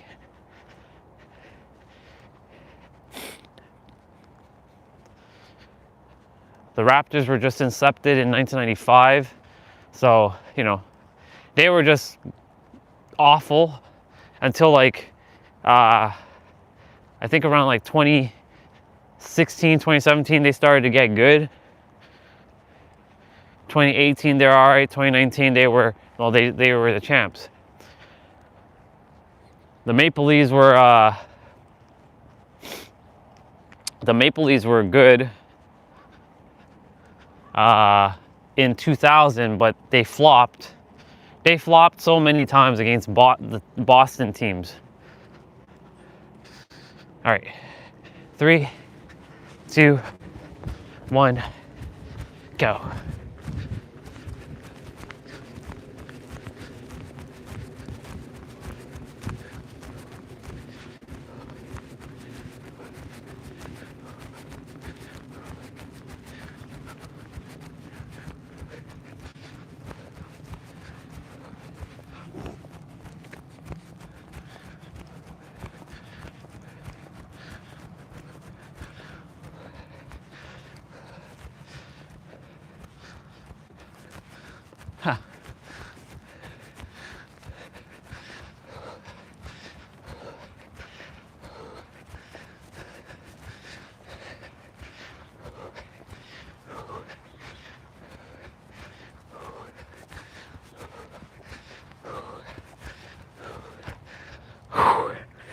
Let's go.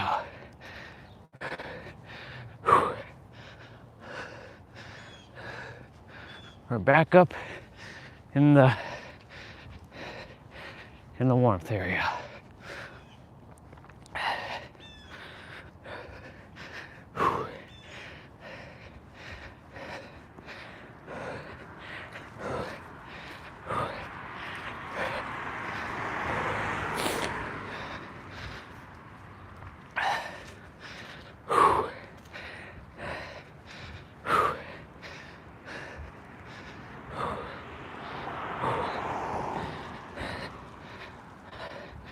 See,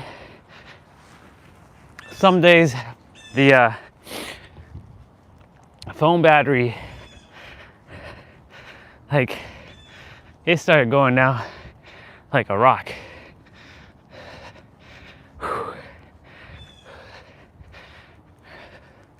Good morning.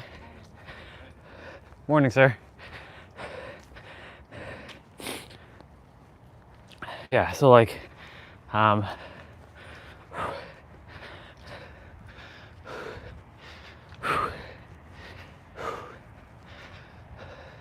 you know, it's one of those things like,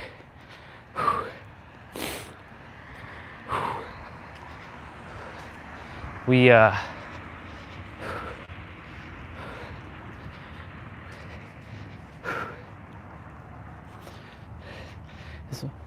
one of those things that the Blue Jays and the Maple Leafs, Raptors, over the years, you see the transformation of the team. And they've transformed my perception.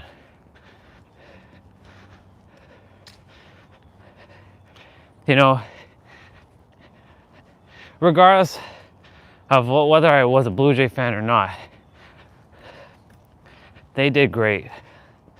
And I'm really proud of them. I really am. Like, so much love for that team. Like, I can feel the energy bursting through my heart right now.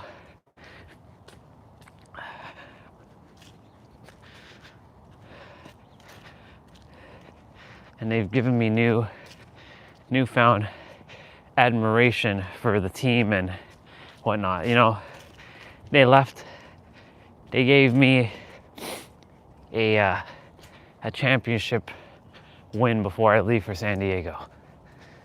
So in my book, wow, I'm still out of breath. Whew. In my book, they are the true champions. And it's wherever I go, that's where champions are. Because I myself am a champion. All of you are champions too.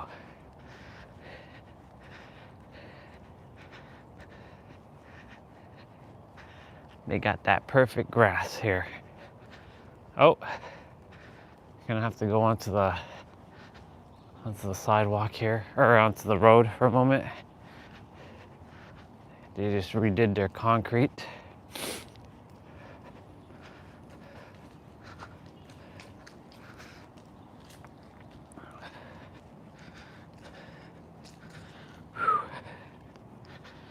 Yep.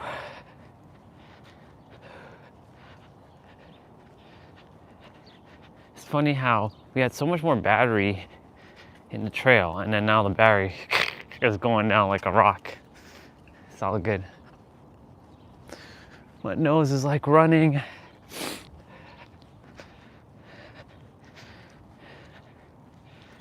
Cool.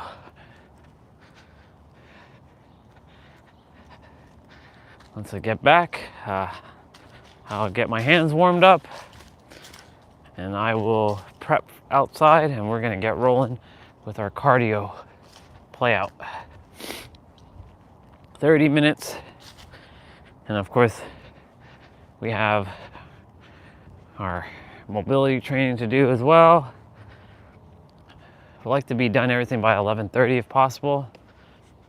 I wonder if Nero's gonna be releasing a video today, since he released one midweek last week. That's like a bonus for everybody.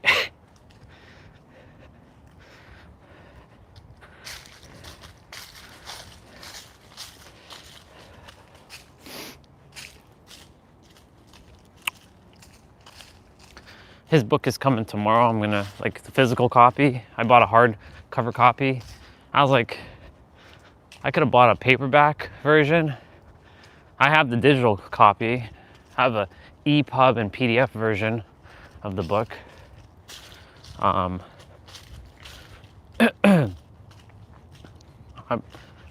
personally, I love my digital copies. It's just, you know, because I'm using the tablet for other things. Like, I bought the tablet literally for e-reader, and I have read 3 or 4 books since I bought the tablet, but because I've been live streaming and stuff, and I don't really have to really read another book again. Like, I bought his book just because I want to see the words. I hear the words he says in the audio, but like, there's something about having a physical book. Ooh, this grass is wet. So we are not walking on the grass over there. Unless I end up wanting like wet socks. It has like a summer vibe right here, but it's definitely not summer. I could tell you that. It'd be cold AF. The nerve of those people damaging that basketball net.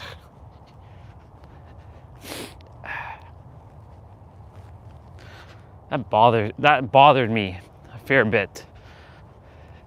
The collective hive mind, and like the kids' hive mind here is not to keep things good, to damage things.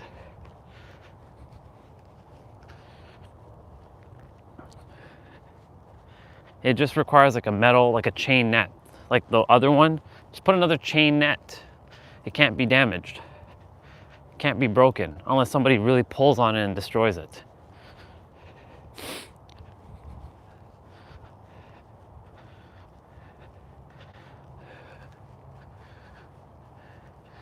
Energetically giving those trees fist bumps. Cool beans.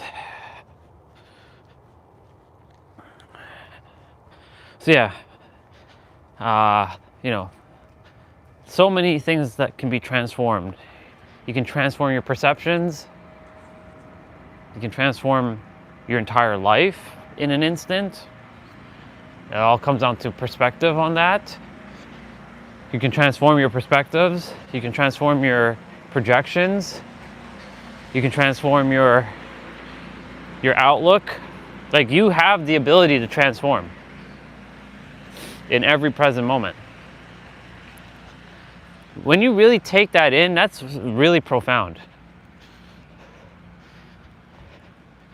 And of course, you have the ability to transfigurate or transfigure yourself, which we'll be talking about that, into something so profound that is so like who are you? Like, there are a bunch of souls who have not heard me in a couple of years. There are other souls who haven't seen me in many years, like in the physical. Now, of course, forget the outward appearance. My souls are nice, but you know, it's not really the look, it's the energy that I'm emitting, the awareness. Like, if I go back to,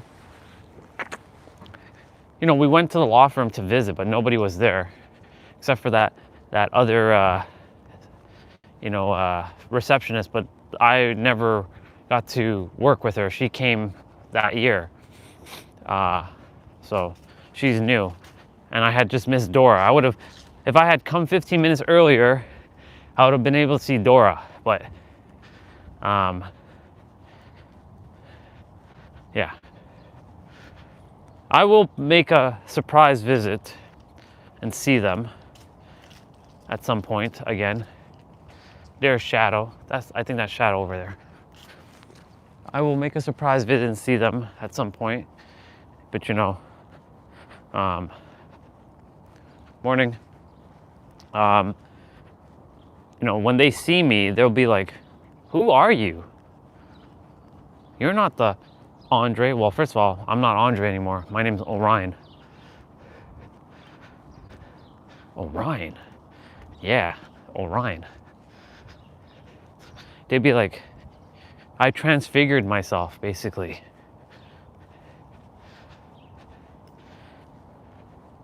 And I'll open up the chat GPT and have that conversation again between transform, transmute, and transmutation, transformation, and transfiguration.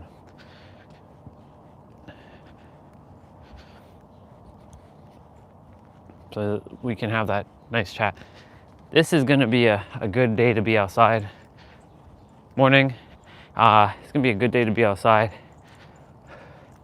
It's definitely warming up right now, which is good.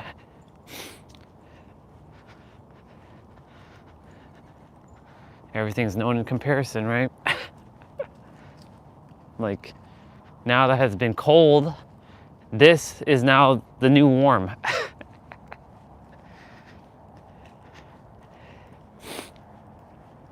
Right now it should be 10:26, but it's not, it's 9:26.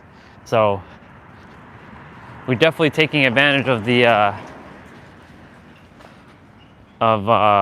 sun, because we'll have a little bit more sun to work with while we're outside. And I'm glad I switched positions from where we were doing it with the barbecue to this side. There's more room. The only concern is there's some bumps on that side. It's not smooth like where I was. So, always adjusting, always checking shit out and modifying stuff.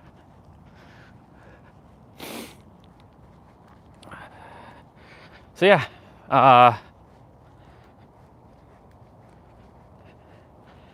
like you, me, everybody has the innate ability to transform. So when people say that person will never change, right? Well, if you tell somebody that they'll never change, or you're energetically saying that, their soul can hear that, and then it's feeding it to their mind, and their mind's gonna just take whatever, right?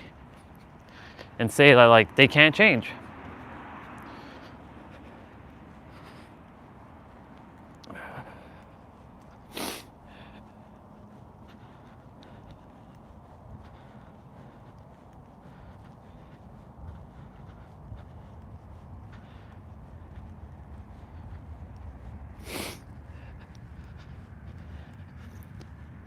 So like people can change.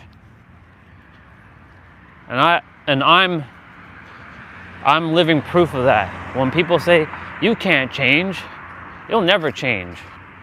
You're this, and like this person calling me a narcissist, this person calling me like you're mean, or you're stubborn, or this or this and that, and other people are telling you that you're this and you're this and you're this and you're this, right? You're this, you're this, you're this, and you're this. Yeah.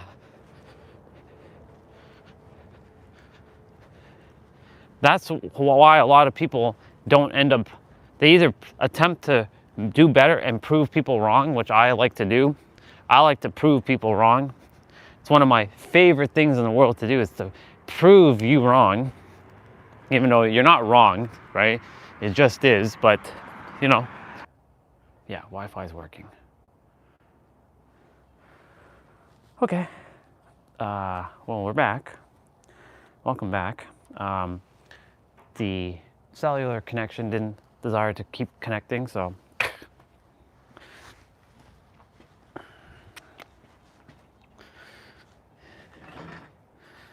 Ooh, wow, that chair got steamrolled with water.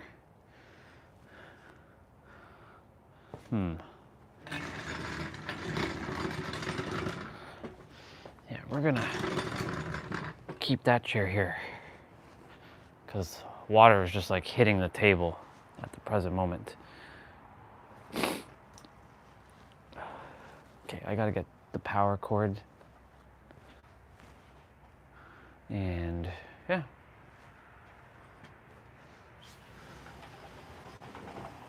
Okay, so that's something I'm gonna have to deal with, potentially. Drops of water.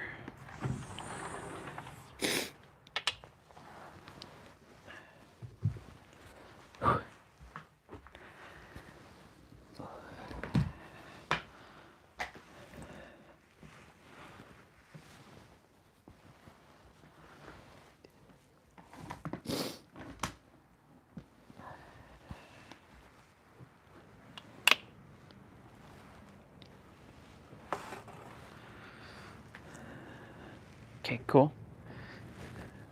Okay, cool. Welcome back, whoever's here. Just getting my stuff organized here. So I can plug it in.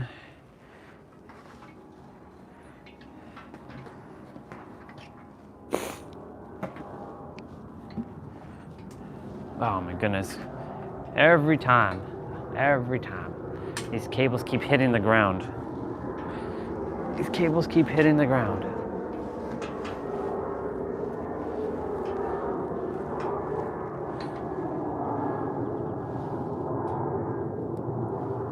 Nice.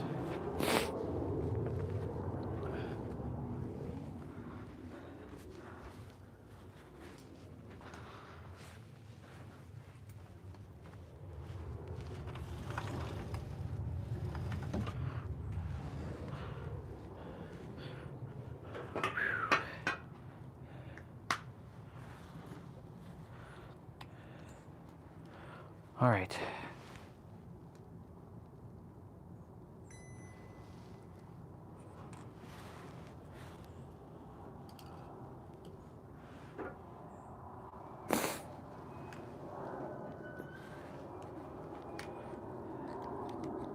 Not bad.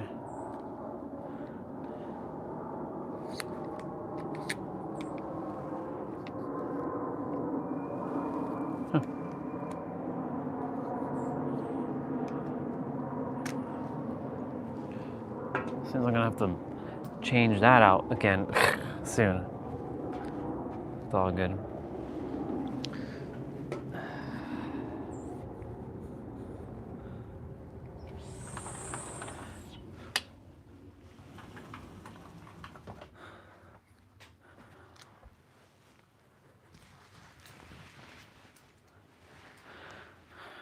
Or just have a black one for winter and a white one for summer.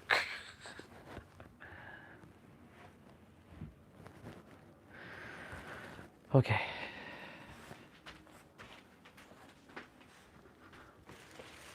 I'm gonna get changed.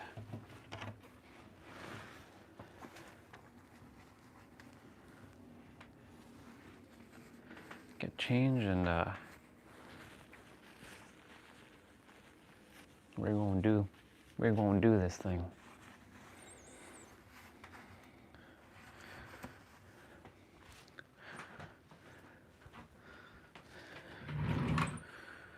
So this sock and these socks.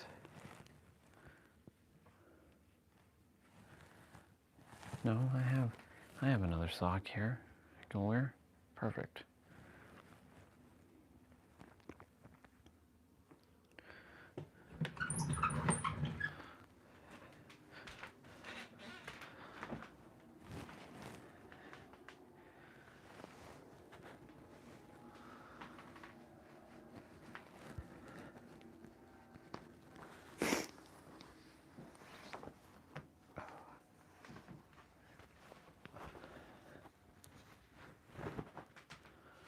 Oh, these have to go for wash.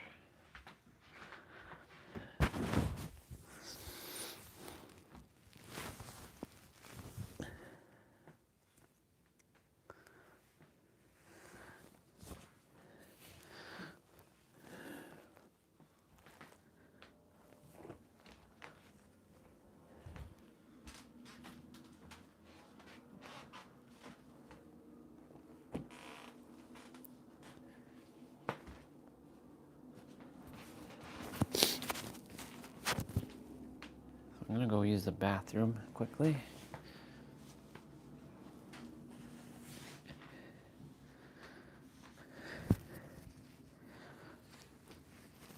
So I'll bring in Nero. I'll bring in the tablet.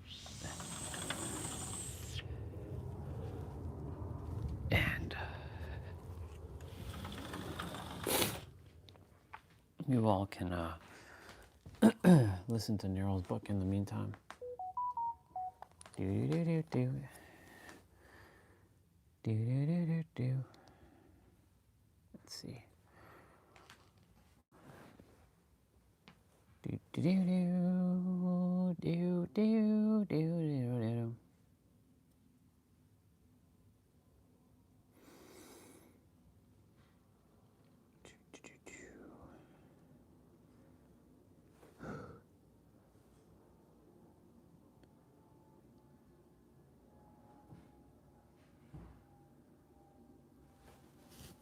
Ooh. Package being processed at carrier facility. It just arrived. So package left the shipper's facility. Package arrived at Amazon facility in Whitby, Ontario. And then 4:44 a.m. Whitby, Ontario. 7:44 a.m. Arrived in Etobicoke. Package being processed at carrier facility. So it might come today. But it's saying arriving tomorrow. What?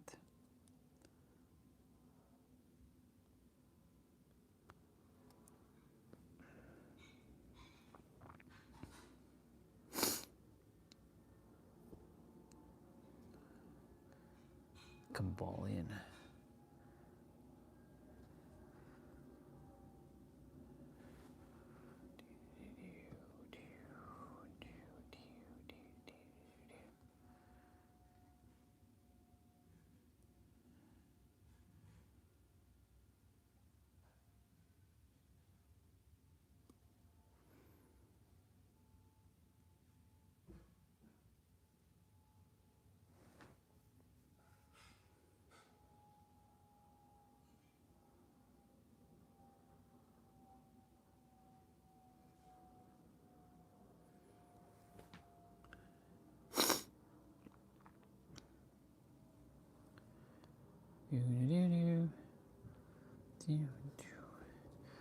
All right, let's see. Hands. Ooh.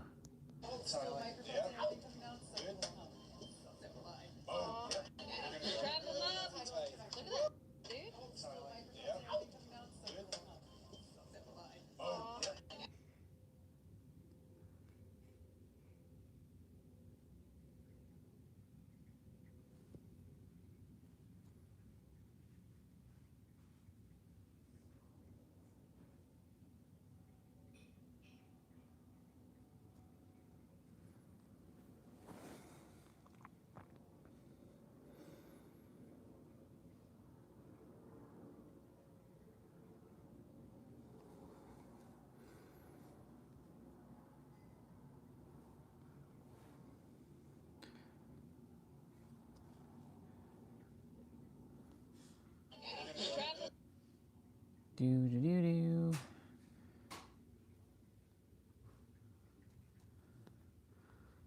I am uno momento, y'all. I'll be out there shortly.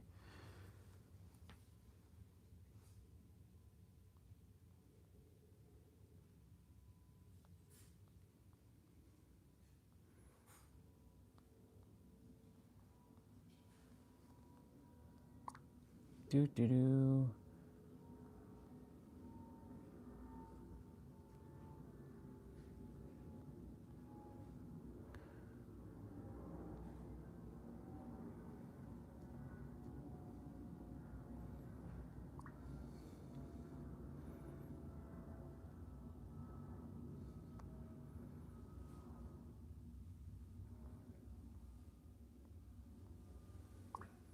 Okay.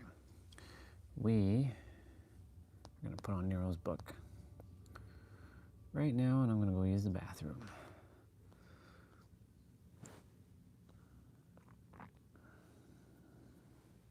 Until you expect it. Through training, chapter 14. There's no creation without conviction. Principle. When creating a new reality, there is no word more important than conviction. This word is so powerful that it unconsciously creates the desired reality of people who have never even studied reality creation. There are extremely successful people that will never use a single manifestation technique in their life, let alone read a book on reality creation, but somehow seem to manifest whatever it is they want. And it all comes down to that one word. Conviction is extreme, unwavering belief in the face of anything. Truthfully, it transcends belief into knowing. Think about it like a big, sturdy tree that stands tall even when the wind blows hard. It's when you believe in something so strongly that you just know it. And just like the tree, you stay firm and don't fall over, even if pushed in a different direction. Conviction is ultimately the fuel that powers your journey to the destination of your desired reality or an unwanted reality. Unfortunately, the importance of conviction has flown under the radar of the masses while being hidden in the plain sight of religious scriptures. And Jesus said unto them, Because of your unbelief, for verily I say unto you, if ye have faith as a grain of mustard seed, ye shall say unto this mountain, Remove hence to yonder place, and it shall remove, and nothing shall be impossible unto you. Matthew 17:20. It is indeed true that faith can and does move mountains, just not the version of faith by which most of the world are taught to live. In the modern world, when people speak of faith, they are truly referring to trust, and trust will never be enough to alter reality because it indirectly implies the potential for being wrong, which is the breeding ground for doubt. You trust that people won't betray you, but you only trust because you don't know. Yet knowing is true faith. That is the essence of conviction. Faith comes from the Latin word fides, which referred to a level of confidence that is basically conviction. It's not about believing. Belief is not strong enough to command the forces of nature, because like trust, the only reason we believe is because we don't know. Belief alone will never be enough to alter reality. You know your name. You know that when a light switch is flicked, it'll turn on. You know that when you turn the kettle on, it'll start to boil. You know these things to such a degree that any attempts to convince yourself otherwise would be dismissed. You don't believe, you know. True faith is knowing and realizing. This awakens the esoteric nature of a multitude of scriptures. Conviction is the basis of all creation. It empowers the All right, I'm frequency back. that you put out to the Just gonna check universe, some stuff before which we can go. either lead to your construction or destruction. More often than not, we are taught to have conviction in struggle, misery, misfortune, and scarcity. Ironically, this strengthens those frequencies, leading to the likelihood of their materialization. We strengthen the frequencies of negativity to such a degree that their existence merges itself into what we simply deem as reality, which locks those frequencies into place. And that's the thing about faith. It doesn't just move mountains. When negatively misdirected, it also creates them as obstacles. The mountains that we often seek to move are the ones that we have made. If you could simply cultivate conviction in your desired reality, already existing or being inevitable, then your desired reality would simply materialize. It is that simple. With a powerful degree of conviction, techniques wouldn't even be necessary. How many depend on a manifestation technique? There are millions and millions of videos of people claiming to have the secret technique, when the only secret technique is you. Specifically, your conviction. Without conviction, no technique works. Conviction is what activates the technique to shift you internally, which sets in motion the eventual reflection of that into reality. What you're able to materialize will always be proportional to the degree of conviction you have surrounding what it is you wish to materialize. The more conviction, the more likely what you want will manifest. Don't fall into the trap of glorifying conviction as something mystical or unattainable. There's no need to be in awe of it or wonder how to cultivate it. You've already experienced conviction at some point in your life. There have been moments in your life when you just knew something would happen, whether minor or major. An internal knowing so profound that nothing could convince you otherwise. Some everyday examples of our convictions. I knew I was going to see this person. I knew this would happen. I knew that they were going to do that. I knew that they were going to say that. I Oops. knew that I was going to get this. I knew I was going to get that role. I knew that person was going to be mine. I knew that person was going to leave me. I knew that person was going to cheat on me. I knew that I wasn't going to get the job. I knew they wouldn't like me. I knew I was going to win. I knew I was going to lose. That unshakable feeling which has come to you before may have felt random, like you didn't know where it came from. But here's the thing. If you did, then you'd be able to flick on conviction like a light switch. Anyone with complete conviction stands above their reality. Conviction is like some magical insight that randomly drops from the sky. We have no idea where, when, or why it came. I'll be back. But when it's there, we know it, we feel it, and nothing or no one can convince us otherwise. The deeper truth is that all conviction you've ever felt or experienced was created and then channeled by and through you. Think about conviction like a reserve that you have within you that you are unaware of. Every once in a while, the reserve becomes too full, and it needs to release some of its energy to create space. When that energy is released and conviction touches your system, you tap into a frequency so strong that you're able to materialize any idea held in the mind by injecting it with conviction. That idea can be for or against you, as stated in the examples earlier. There are a multitude of ideas that exist in your mind, all waiting and seeking to be materialized. When conviction touches the system, those ideas fight for this superpower, which make them more likely to materialize. If the conviction you experience is the result of the reserve being too full, it's natural to wonder how to withdraw from that reserve at will. Imagine being able to draw from your conviction reserves at any given moment. That's essentially the ability to create your desired reality at any given moment. So how can we do it? It's simple. First, you need to understand that the energy of conviction is the second stage of a two-part process. Once you know the energy of the first stage, you'll unlock conviction. Before conviction is conviction, it is first self-trust. Self-trust is the first stage of conviction. Self-trust can be defined as the ability for you to do what you know you need to do, and to avoid doing what you know you shouldn't be doing.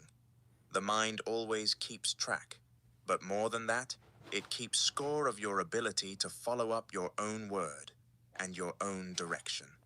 There are things that you know you should or need to be doing, but for whatever reason, the old frequency, you're not doing them. This doesn't have to be about creating your desired reality. It's just not about meditating, reading, affirming, or visualizing. It can be as simple as finally going through your emails or letters, updating your CV, going to the gym, cleaning out a room, or standing up for yourself. The reason it doesn't necessarily have to be related to reality creation is because everything is related to reality creation. Nothing is compartmentalized in the mind. It's a similar concept to the common adage that how you do one thing is how you do I want everything. to listen to something here Mind keeps quickly. score. It's Mel Robbins. One of the most challenging things about love is people get to choose who and how they love. And sometimes they don't choose you. And compatibility is the single most important aspect of being with somebody. You can be highly attracted to somebody and desire them. You can be committed to them, but not compatible. Yep. And if you're not compatible, then you're never going to make it. When you get to a point where you're hinting or you're hoping or you're wishing that the hookups are turning into something, or you want to move in but they won't, or you want to be introduced to your parents but they won't, or you want to put a label on it but they don't want to put labels on it, there's a big indication that you're not on the same page And so you got to say to yourself, I got to let them be honest with where they are. I got to let them walk out the door if they're going to. But I've gotten to a point where I know I want a commitment. And if I spend any more time with somebody who doesn't, I'm actually the problem.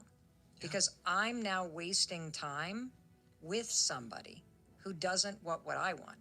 And I'm doing it hoping they change. That's a their mind. bar. And I think we've all been in that situation where you hang on and you insert yourself and you're always around hoping that they're going to commit to you. Nobody's committing to you when you're a convenience. And that's a really hard thing to admit to yourself. I'm not a priority, I'm a convenience. If they're texting you, that's nothing. People text you when they're bored. Oh yeah, If that's they a bar. want to see you, they're going to see you. And the question starts to become, why do you want to be with somebody who doesn't want to see you? Yeah. Why do you want to be with somebody who doesn't want to put a label on it? Yeah. Why do you want to be with somebody that's embarrassed by you around your friends? Why do you want to be with somebody that leaves first thing in the morning? Like sneaks out like a stray cat. Like, what the fuck is that? Yeah. And so when you go to set up the conversation, you're not going to focus on them, you're going to focus on you. And this is the power move. Mm-hmm. You basically say, I have loved spending time with you. This has been fantastic. I think you're an amazing person, and I just know myself. I only want to spend time and pour energy into a relationship with somebody that wants the same things that I want. And I've gotten to that point with you. And what I would like to do is do X. And if you don't see that and you don't want that, that's totally fine. But I want to have the conversation now because I really value my time and energy. And if this isn't going where I would like it to go, then I'm not going to continue putting time and energy into this, even though it's been great. Yeah. Now, when somebody says that, what do you think? I understand. Like, Yeah. hopefully everybody would, respect that. But you know what else you do? You go, oh, I'd like to be with a person like that. Yeah. You'd think, yeah. And if the person doesn't, thank God, let them walk out the door. Yeah. And I know it sucks to be back out there. I know it sucks to be single again. I know that you're like, Jesus, I just wasted another 9 months. Yeah. Yeah. But if you knew the love of your life was around the corner and this conversation brings you one step closer to them, wouldn't you have that conversation? Of course. Most people won't. Yeah. That's why you got to learn to let them. Yeah. Because the control is not in them. It's always with you.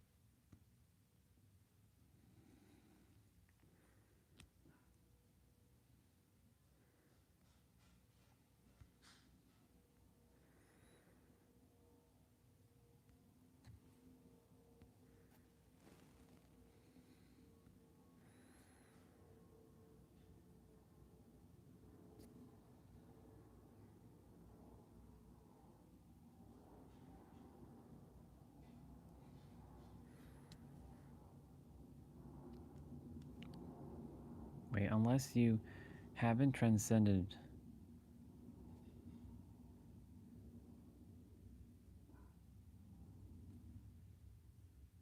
No, that's not what I desire to say.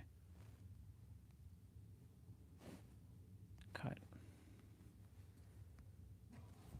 Delete.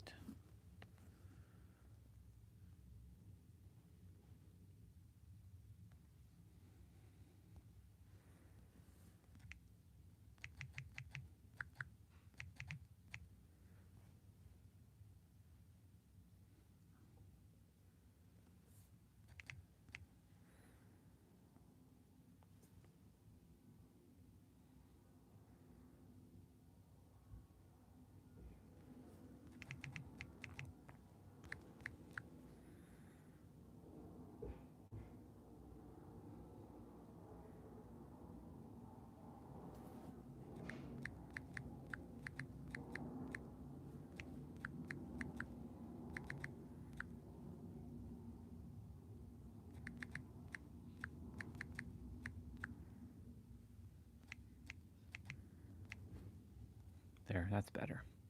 That's better. Okay.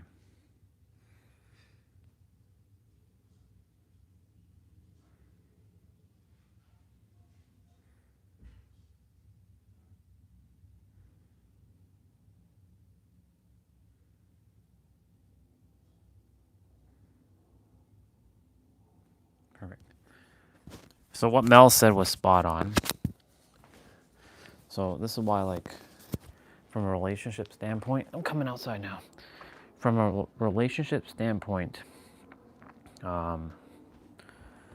she's spot on. You let them. Like, there's no point chasing after somebody who doesn't see the value in you. You simply let them. She wrote a book called Let Them. It's a really good book, by the way. I haven't fully read it. I've skimmed through it. Because, you know, I myself have broken past the illusion of this realm that this world has offered. So there was a comment that says there's probably a bunch of men right now who are waking up on a Sunday who have to hear this. I'm like, well, it actually goes both ways. What's up, bro? Yeah, they were up in the 8, bro. They were actually up. They actually had, I didn't know you were here. They were up in the 8. They had it, but you know, I'm proud of them. I'm super proud of them for you know, not going down without a fight and dragging it to the 11th. They could have won it though, but I'm proud of them because they've given me a new perception of Toronto. And you know, I used to hate the Blue Jays because they would never win, they would never get far, and I'm like, this is bullshit. Like, why? And then, because ever since 1993, they hadn't touched any championship. So the very fact that they made it to the World Series and they pushed it to 7, and this game went to 11 innings, they did a really good job. Like, I'm really proud of them. I'm really, really proud of the Blue Jays, and I can finally say that, you know, they've given me they transformed my perspective on Toronto, because like, it's because of them that I started hating the city. It's them and the Maple Leafs. I started hating the city because, they were the starting point, because I'm like, you know, back then I was a big sports guy, and you know, I would consider myself Canadian and Torontonian. I was proud, and then I'm like, how can I be proud of a team that keeps losing? And they always give you false hope, right? So like, it's not us versus them. Like, this is a, you know, this is why I don't really watch sports, because my perception has changed. I watch it for the excitement, but like, both of my teams won yesterday, both of them, because LA represents California, so they won, and I'm proud of LA, proud of the Dodgers. Now, of course, you know, a lot of the people were saying that Toronto was going to get swept. Like Toronto was going to get just absolutely decimated. Nope, they didn't get decimated. That's why, you know, for who they are and how they played, I am super proud of that team and super proud of those boys for putting up a good fight, and they did great. I'm really proud of them. So for that, they have my utmost respect, the 2025 Blue Jays. I don't know about their next season and all that, but I have respect for the city and the team. Now, the Maple Leafs have to do something similar, because it's the Maple Leafs that really started to piss me off with this city, because they kept losing and they keep losing and losing and losing, and I'm like, you gotta be fucking kidding me. Like 1967 is the last time they won the Stanley Cup. The Blue Jays at least won the World Series in 1992, 1993, so I got to feel the championship energy. And the Raptors won in 2019, so like, you know, Maple Leafs got to do something. So anyways, proud of the boys. They did great. I was talking, I don't know how long you've been here, but I was listening to Mel Robbins and she's talking about relationships before I start my play out. And yeah, like, you know, what she was saying about, you know, if someone doesn't want to put a label on a relationship, or they're like sneaking off and they are embarrassed to be around you, or they just like, they don't really want to see you, and like it feels like forced. Because I want to finish this train of thought before I start. Yeah, you let them. That's her book. It's called Let Them. And like, people can tell you, and you know, there's could be a lot of people on this stream, and when I start the other live, like the other channel at some point, that are going to tell me, you can't do that. You can't. That's impossible. That's impossible. That's impossible. That's because that's your limitations. I'm not saying you specifically. I'm saying just in general. That's your limitations, and don't be putting your limitations on me. And I'll let you to keep talking and saying your bullshit, and I will continue to talk what I have to talk and say what I have to say. Because I spent 20 years being stifled, and my mouth had to be shut, and I couldn't speak my truth. And I'm not gonna let anybody tell me otherwise. And anyone that desires to come and want to whoop my ass, bring it on. I'll get my stick and I'm gonna bash your faces in with my stick. Kidding. I'm not gonna do all that. Ain't got time for that nonsense. But yeah, you know, it's interesting. You know, Mel is still one of those humans that I'd still listen to, because, you know, she's, even though it's still third dimensional stuff, there's still things that I do respect about her that a lot of the other influencers are just putting on a facade, a mask, and it doesn't feel real. And by real, I mean not genuine, because everybody's technically real. Yeah. We're playing Dead by Daylight later. I'm going to watch Gone in 60 Seconds today, just so you know. So that movie is going to be watched today. Like after the live stream, I'll watch it. I will literally watch that movie. I will do nothing else but watch that. This has to be thrown out. Yeah. So, and how does this go with transformation? Because when you let somebody just talk, or they show them their actions or their frequency before they show their actions, and you know if a woman, for example, right, doesn't choose me and I'm chasing after her, and I have to, like, I'm not saying like this is how I see a relationship. There is no chasing.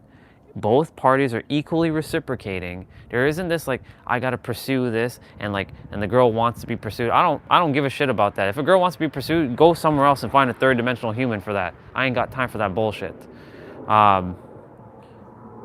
Two souls operating at the same energetic level, knowing that there's no pursuing. We put in effort, and reciprocation is important.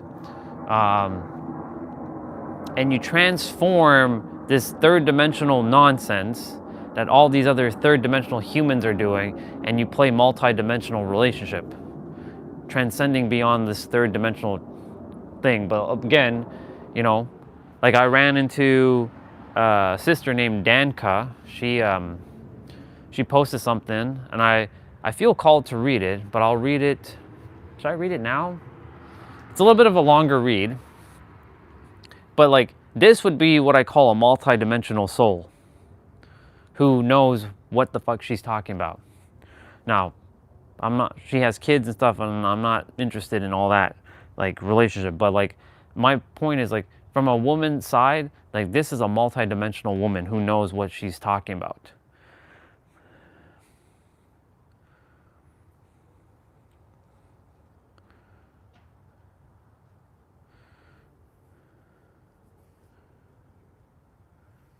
Oops. She writes, returning to wholeness in a fractured world. If the world feels heavy to you today, take a deep breath and keep reading. These words are offered as an anchor, a return to wholeness in fractured times. Disturbing headlines and chaotic feeds pull us into constant states of tension and unrest. And the more we become entangled in the chaos, the more disconnected we feel. Scattered, separated, and unaware of the steady pulse that has always been beneath it all. Meaning you're whole. And yet, the return to wholeness is not optional, it's essential. Wholeness is an anchor of our sanity, the quiet rhythm beneath the nose. Forgetting is part of the human story. We lose ourselves in survival, in reactions, in the clamor of the world. In the forgetting, we overlook the sacredness of our breath. We forget that love is our nature. We forget that the pulse within us is connected to the pulse of the cosmos itself.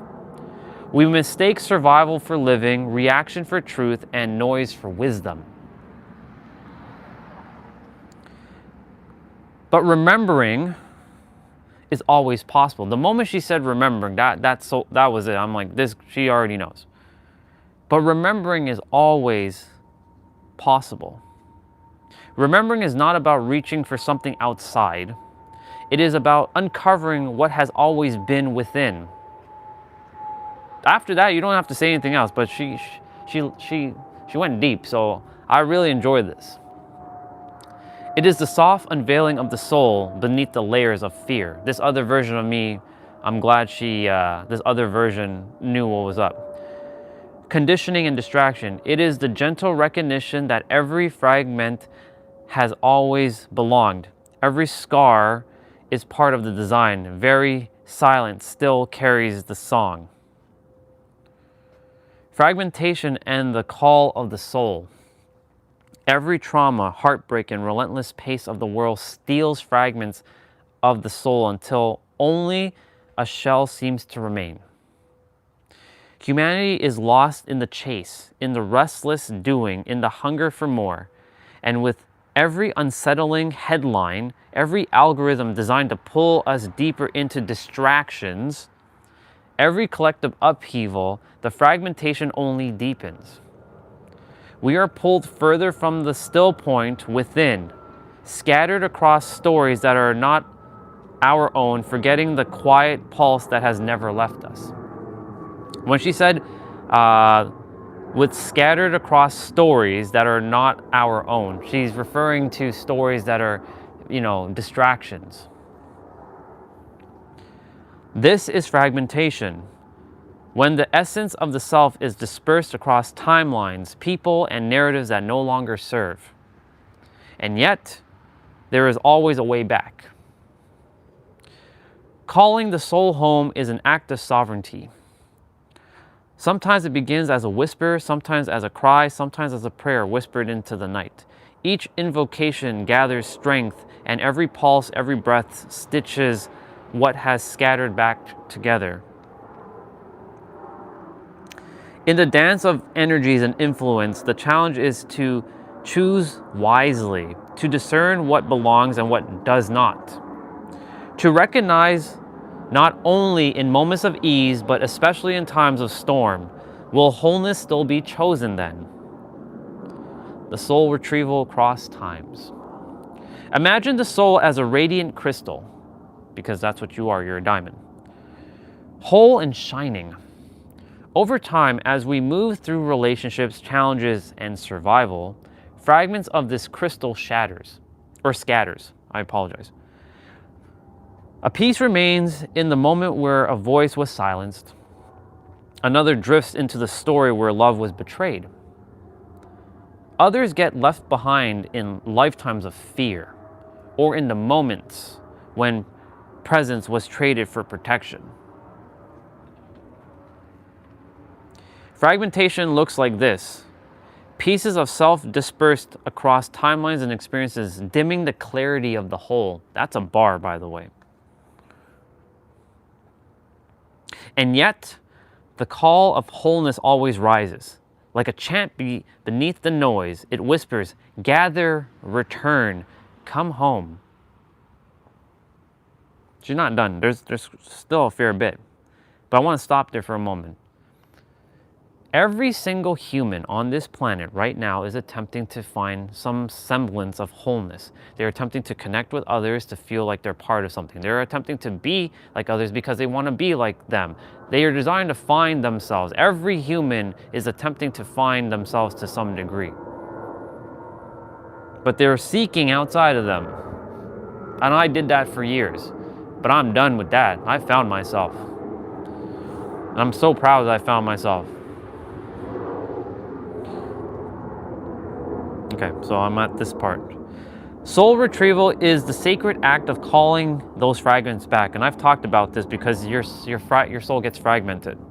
And then there's shards that go, and you can call them back. And I've done a soul retrieval of reclaiming what was lost and weaving it again into coherence. And here's another perspective. Technically, it's not lost. All you have to do is make a decision, snap, and all your soul fragments come right back. And in fact, they were never technically gone. They were always there. You just made the perception that they were gone, but they were never gone. They were always there. You just sort of fractured yourself, but now you can just make your crystal whole again, instantly.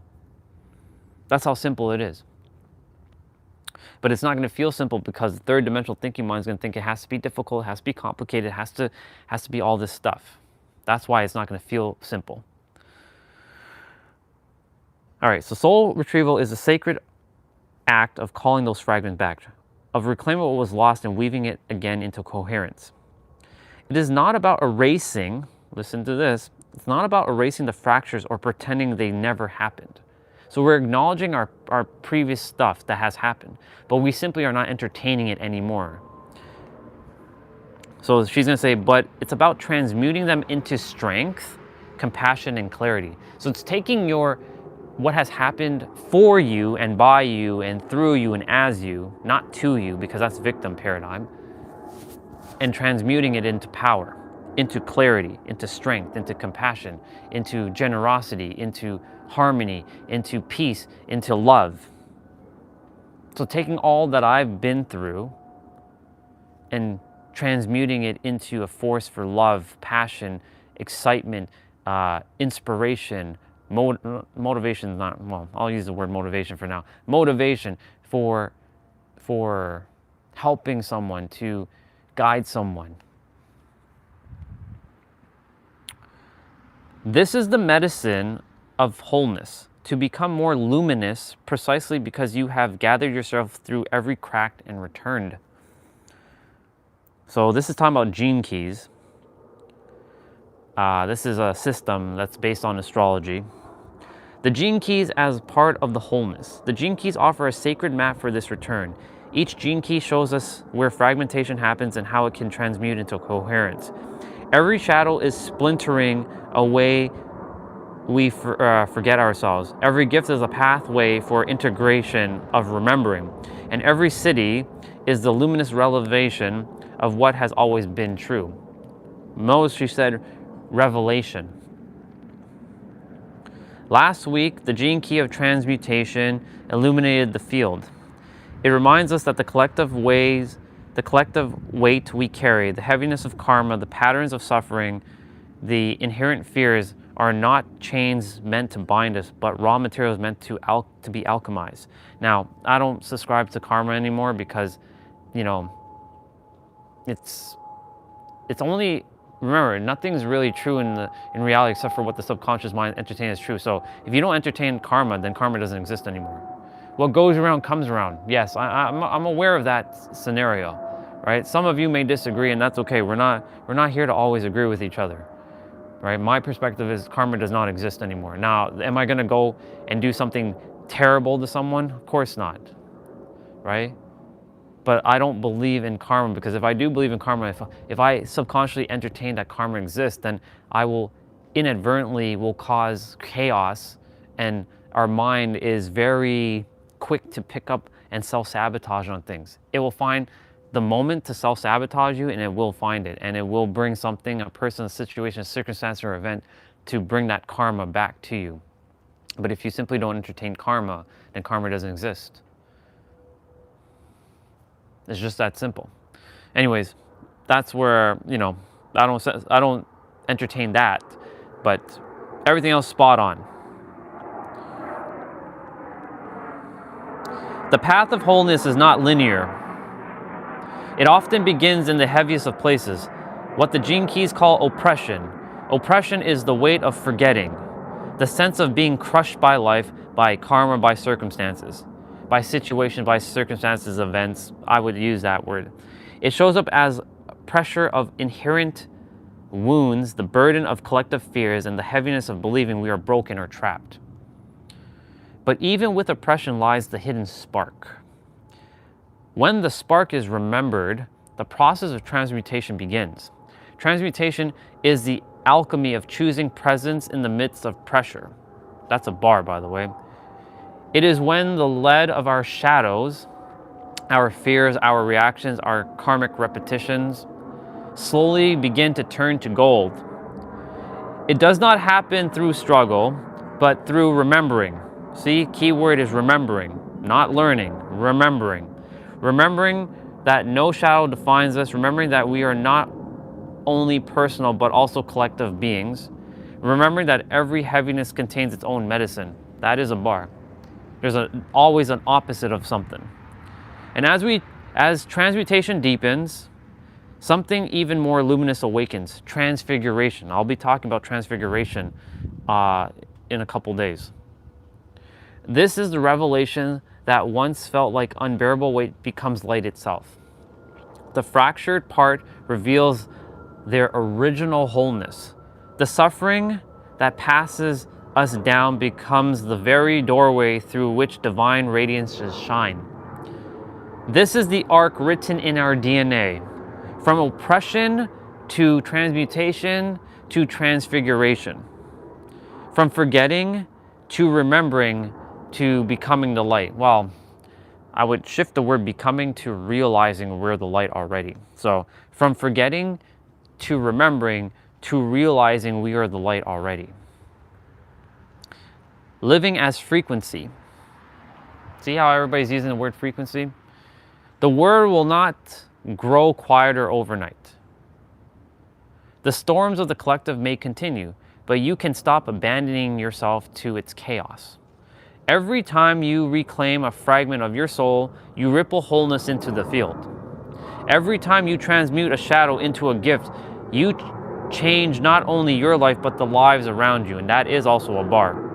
I was saying that when you start to change your life and transform your life inside, the world around you starts to change and transform. When you change the way you look at things, the very things you look at change, and that means your life around you starts to change. And that is very, very, I can tell you that from an actual physical standpoint. When I started to change my physical inwards, like my mental and my spiritual inwards, my physical changed outwards, and my outward world started to change physically. Your wholeness is not just for you. It is the medicine for your family, your community, your lineage. Technically, it's for everybody. It's not for just your family. It's for the collective, because I'm part of every family. I belong to every soul line because I'm one with everything. I'm part of the totality of all that is. This is where I add my own little twist to what she said. Begin now. Breathe. Call yourself home. Take one gene key and let it walk. Well, she's talking about gene keys here. Take one gene key and let it walk you back to the center of your being. You don't have to use gene keys for that. You can just breathe and just be back to yourself. You are whole. You always been whole. And from this wholeness, you become the frequency of healing this world that the world so desperately requires. If you, and this is part of the thing, if you feel called to explore the gene keys and their wisdom more deeply, you can begin blah, blah, blah, blah. And yeah. So basically her bar at the end here was, you are whole. You always been whole. And from this wholeness, you become the frequency of healing this world that so desperately requires. So I thought that was powerful. I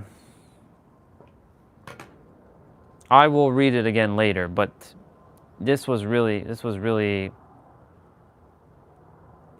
good. And I'm really proud of Danka.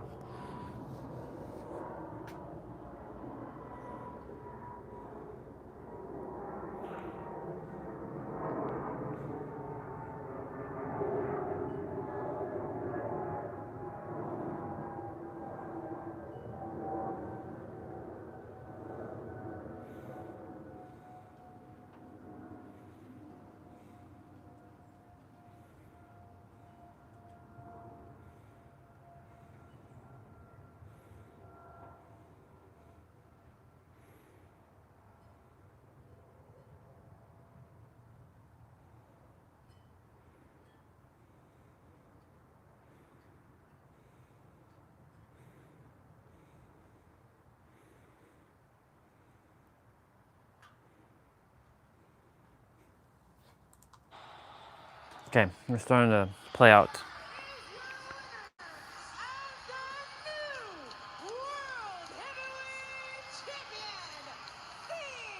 And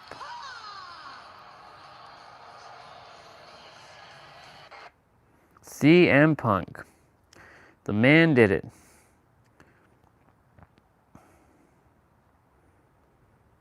Cardio.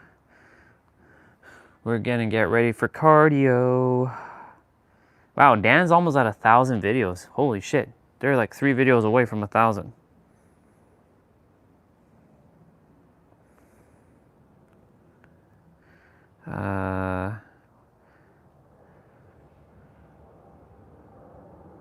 Which one do we desire to do today?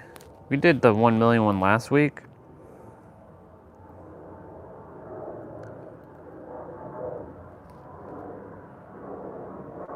Okay.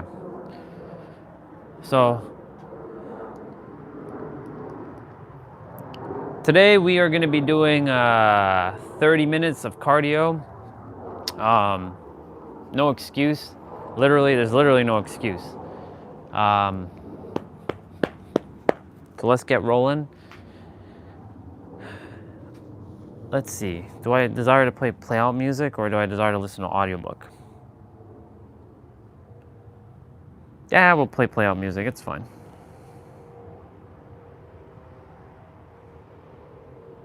Actually, I haven't done this one before.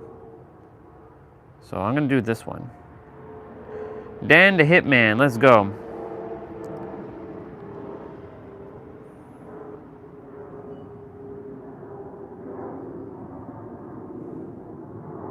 Oops. Oh well. Oh well.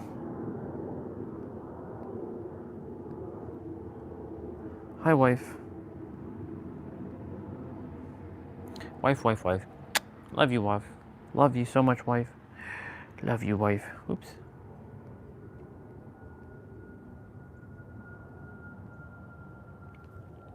Let's go. All right, let's go. Boo, boo, boo, boo. Cool beans.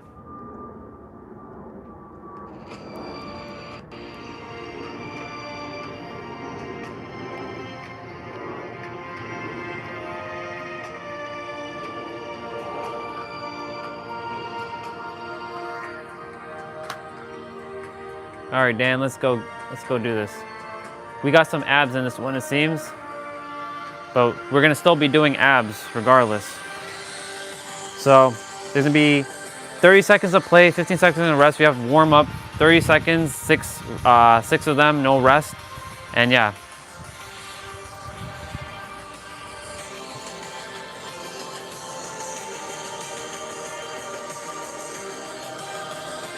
So this is our warm up.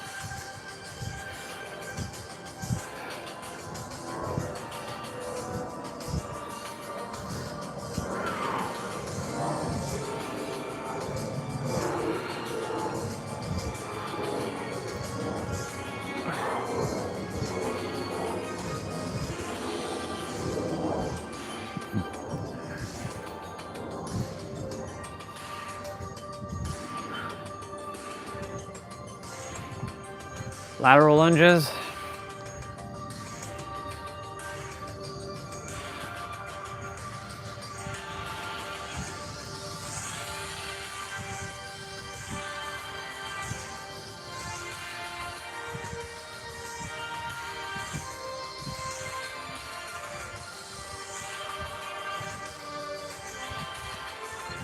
Okay, jog in place.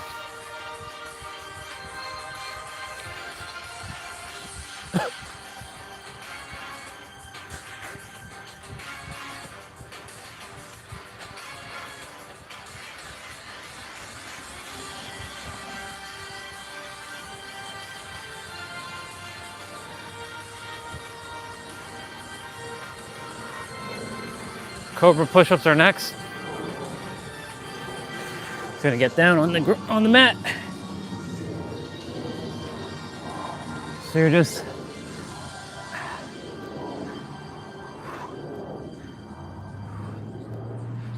don't underestimate Cobra push-ups, y'all.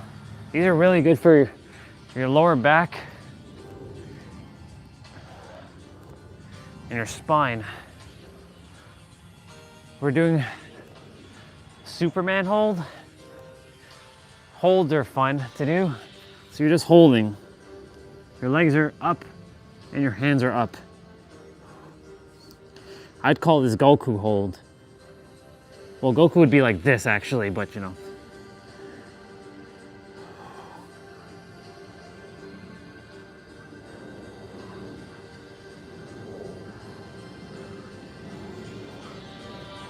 Oh, still a few seconds left.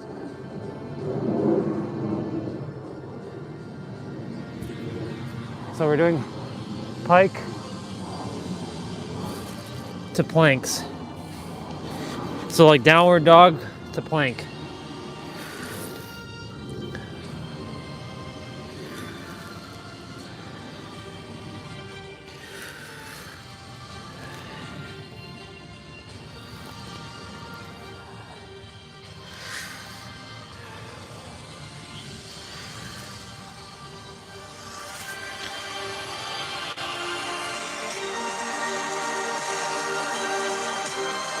Let me go get my gloves.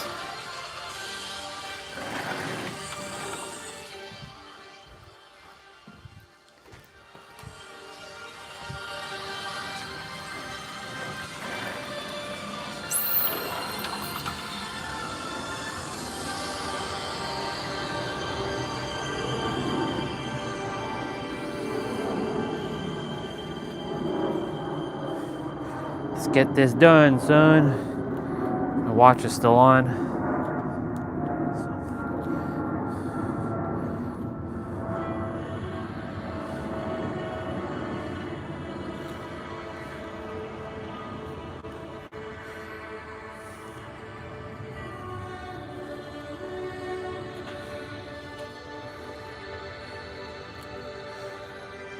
All right, we're doing pop squats. Remember to drink water in between, breathe through your nose, out through your mouth, and yeah, have fun. It's all about having fun, y'all. Make it yours.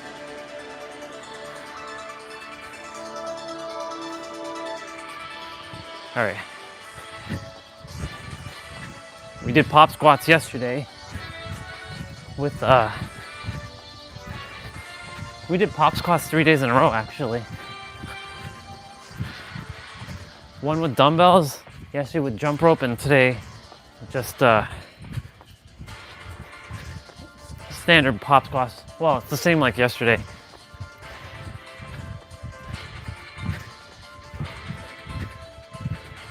Awesome. High knees are next.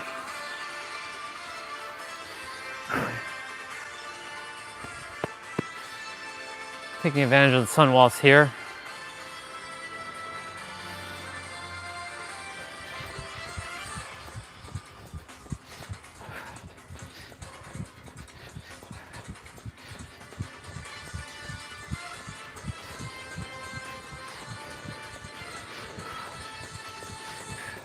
So it's going to be 15 seconds of rest, 30 seconds of play.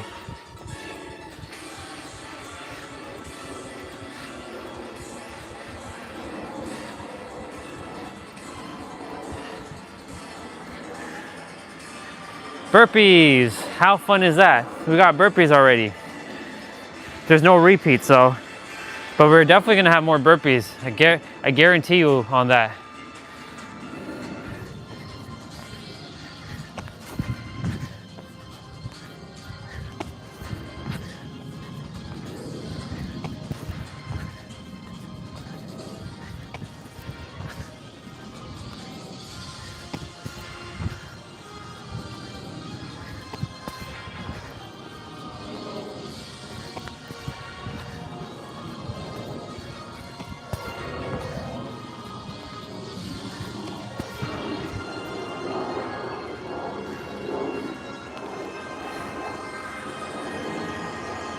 Shoulder taps.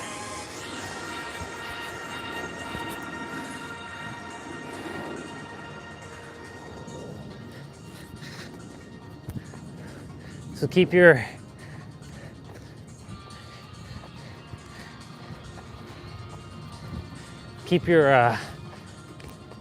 back stable here.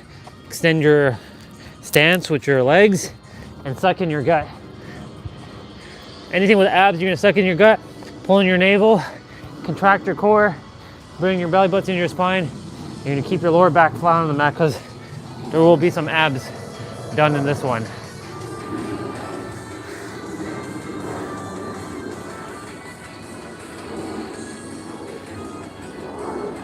Jumping jacks are next.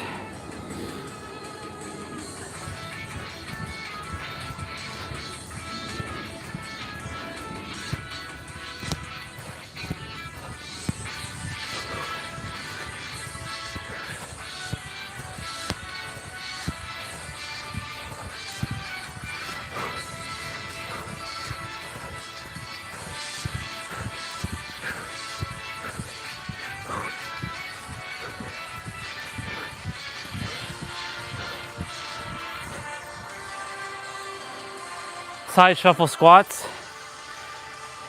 First time doing this one. It's kind of like in and out squats, but he's doing a shuffle in between. So, let's see.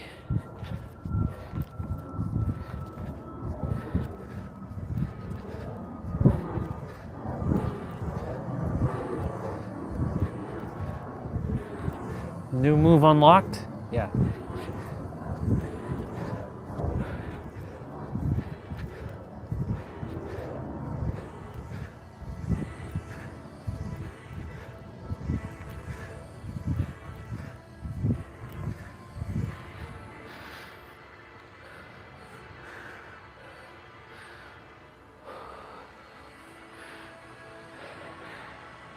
Step through lunge to the right.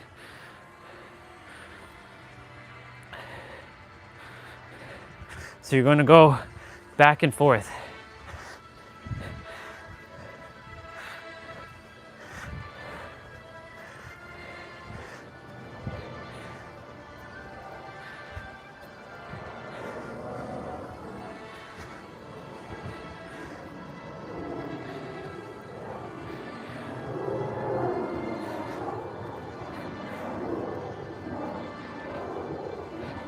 Okay, cool.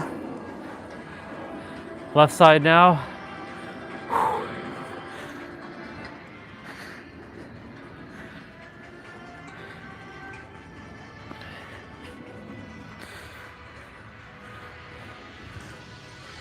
Oops.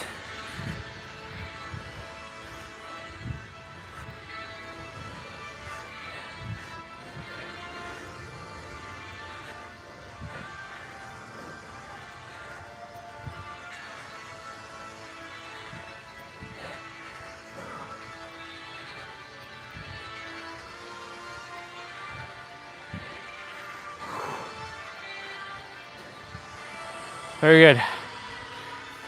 Plank toe touches. So, because this is abs, suck in your gut here. Pull it in. When you're in a plank toe touch, so you're bringing your hands to your opposite feet, your toes. So right hand, left toe, left hand, right toe.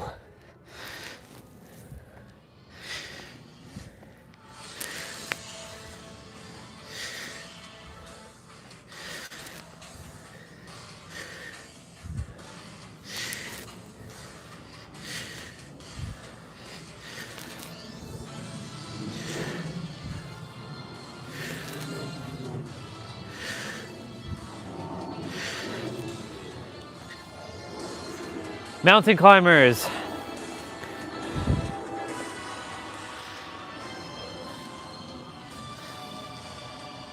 So you're gonna bring your knees towards your chest. So this is also still targeting abs.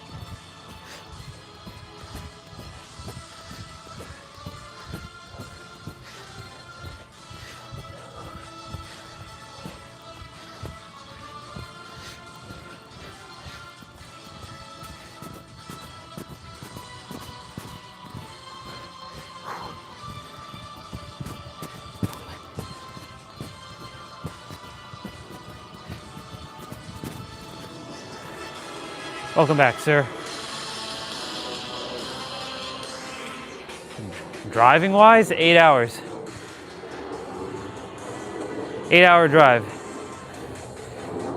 From like, if you're talking about like downtown Manhattan, 8 hours.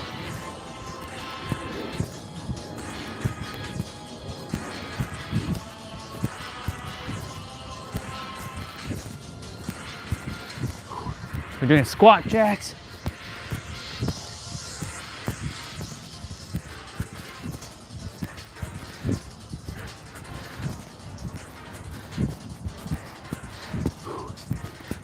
I might have to take off a layer just now. Damn.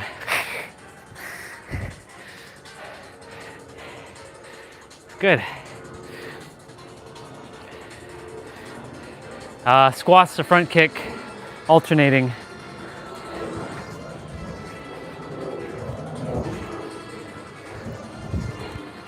You're actually touching your toe with your opposite hand.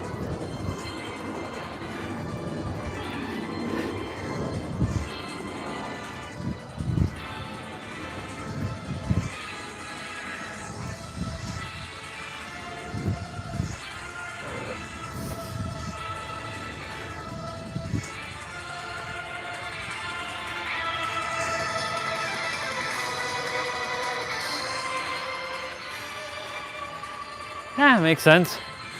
It's a nice day. I know it's probably warmer there right now to do it. Standing cross crunch. Chances are if it's sunny here, it's generally going to be sunny there.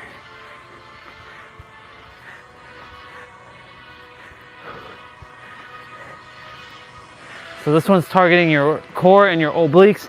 Obliques is the side ab muscles here, found closest to your rib cage. If you're twisting enough, you will feel it.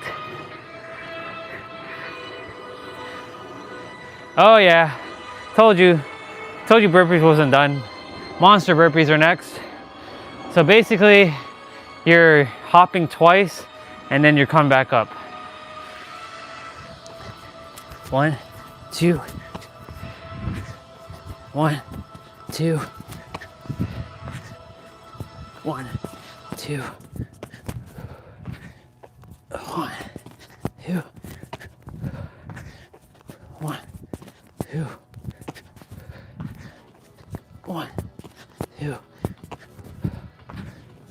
1, 2. Nice. Power jacks are next. So power jacks are like this. And then you're doing a jumping jack, and then you're doing a power jack. Well, power jack. So jumping jack, power jack. Jumping jack, power jack.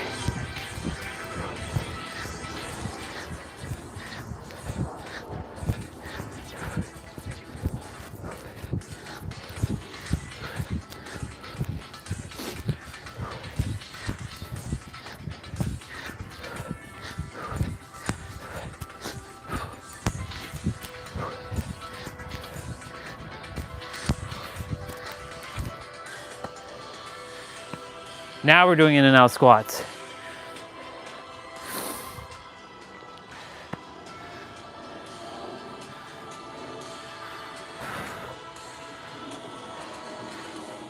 In, out, in, out, in, out, in, out. You got it.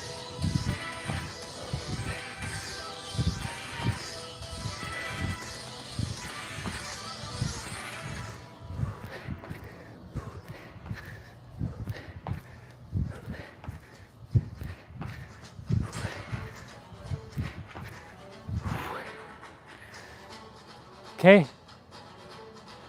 Superman push-ups or Superwoman push-ups. It's good.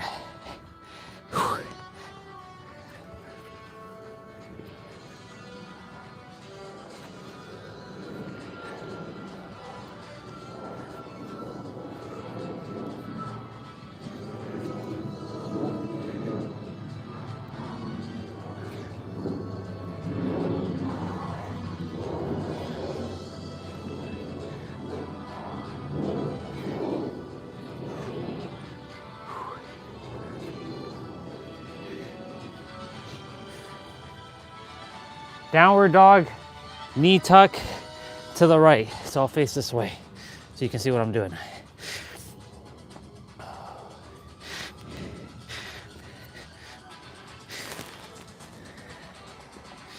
This is my right leg right here.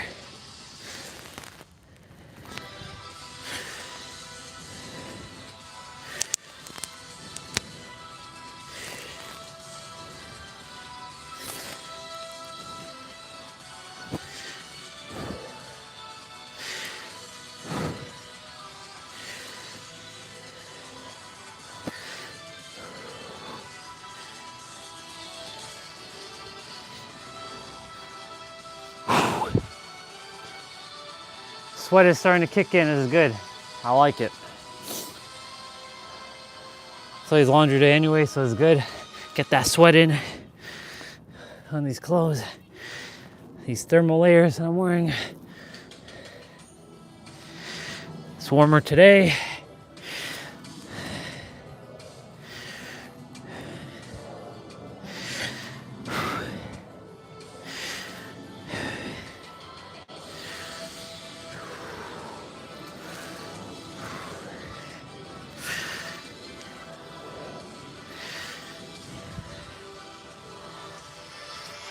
Squats to lunge. So you're doing a squat and then you're gonna do a lunge, alternating. So you're gonna bring your legs back. So squat, lunge, squat, lunge, squat, lunge, squat, lunge, squat, lunge. You get it.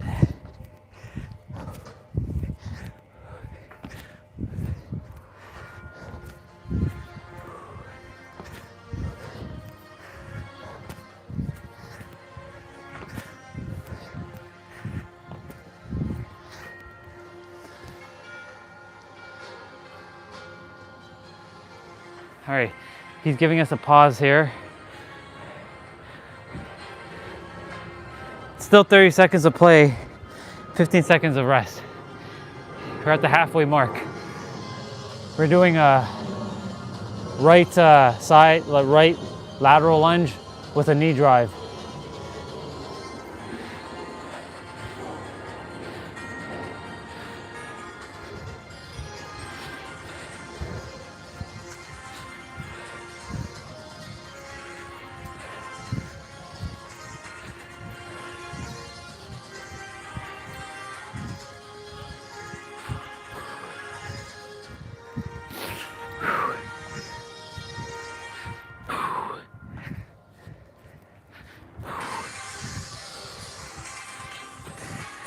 Other side.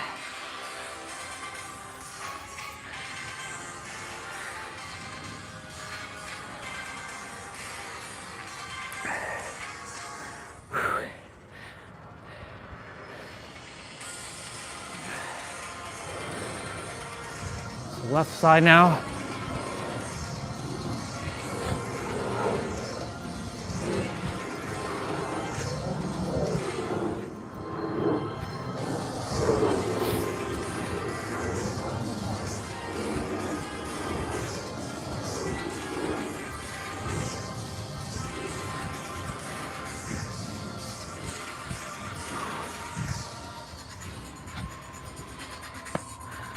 Go. Ooh, so 6 high knees and then mountain climber. And then 6 mountain climbers. All right, so 1, 2, 3, 4, 5, 6. 1, 2, 3, 4, 5, 6. 1, 2, 3, 4, 6. 1, 2, 3, 4, 5, 6. 1, 2, 4, 6. 1, 2, 4, 5, 6. 1, 2, 3, 4, 5, 6. 1, 2, 3, 4, 5, 6. All right, we're doing abs now. Sitting cross punches next. You're gonna keep your feet like this, and you're contracting your obliques, side ab muscles here, twisting.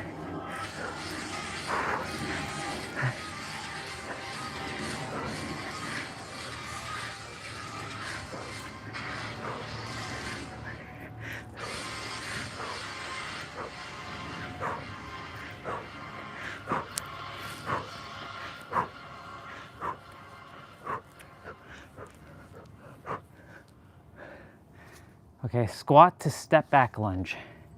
So, similar to kind of what we just did a moment ago with the squat. So you're gonna squat, go back, squat, go back. We kind of did this one already, so he said no repeat, but this one is technically a repeat.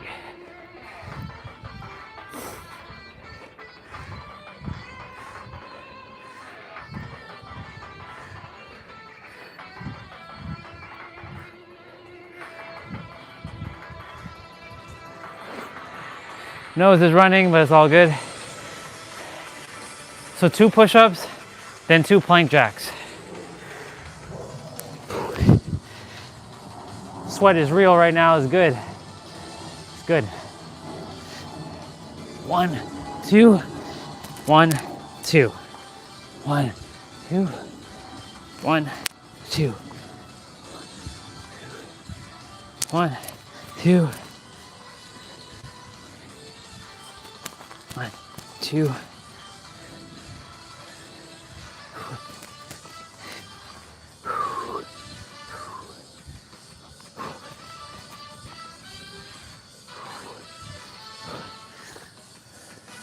Reverse plank marches. This is also known as reverse crabs. Your hands are going to be facing this way. Your fingers are pointing towards your feet. You're going to be like this and bring your knees to your face, but just make sure you don't hit your face, because I've done that quite a few times. Hence why I say that these things are also mental. You're training mind-body coordination.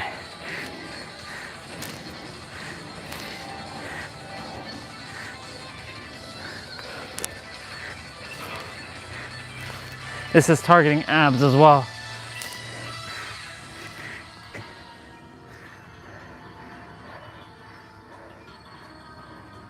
Okay, so we're doing low plank climbers.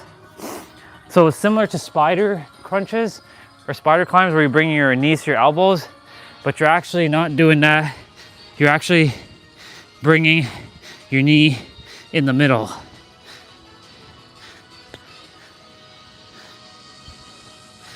don't do this one often. Climbers are like this.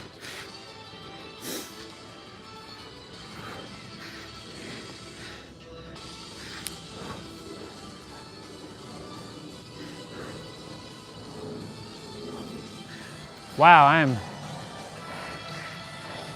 sweating buckets. Good sweat though.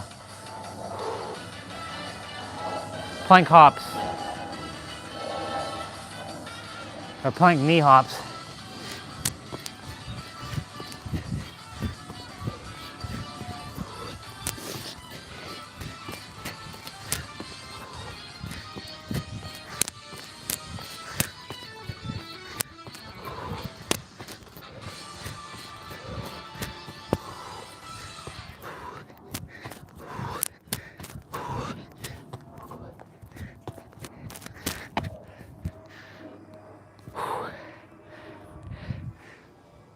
All right, so we're doing ghost roping now, but we're doing high step ghost rope. So you're gonna do kind of like run in place or high knees.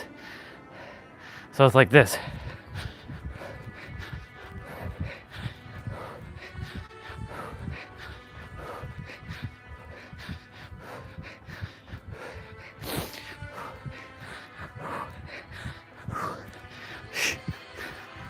Couldn't help myself there.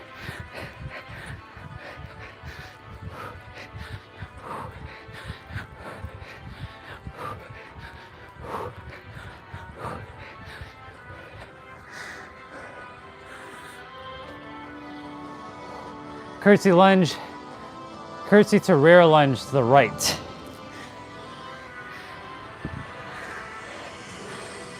So your right leg is moving here only.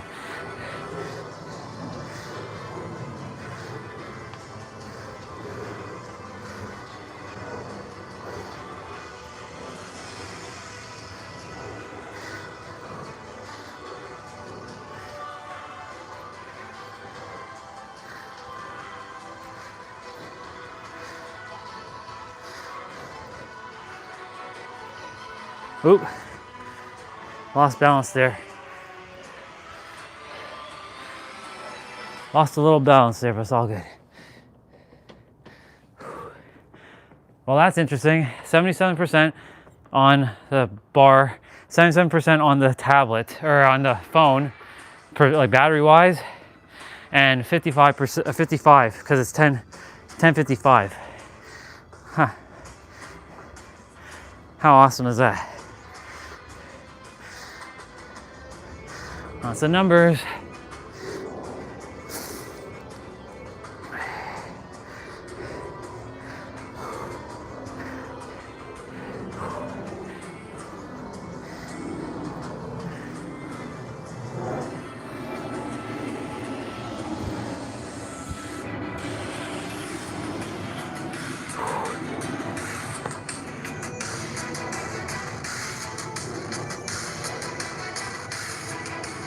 Oh, very nice. Half burpee jack. You're gonna do 2 jumping jacks.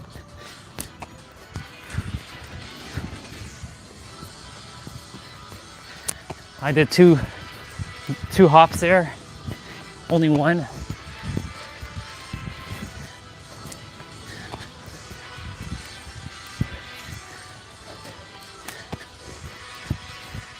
Now, if you had ridden 222 there, boy, that would have been quite something. Numbers are following me, it seems today. I mean, numbers are always my signal. Doing high spider planks climber or high plank spider climbers. So you're bringing your knee to your corresponding elbow.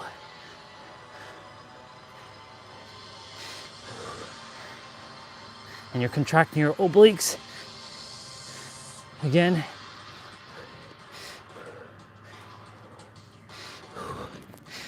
Wow. Twist squats.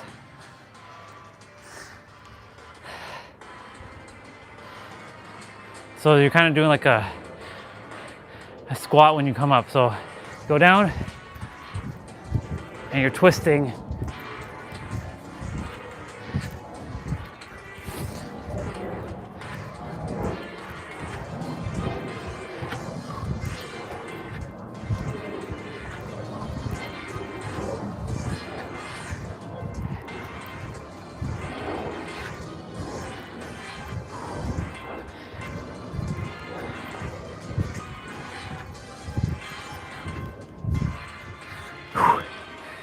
Push-ups, standard push-ups.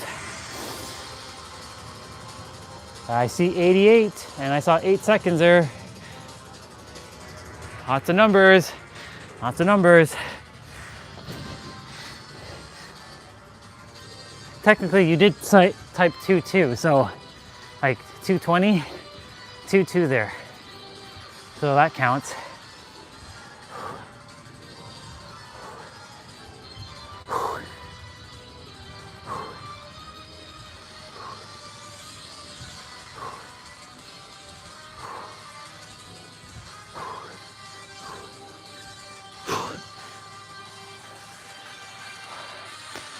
Oblique V-ups to the right.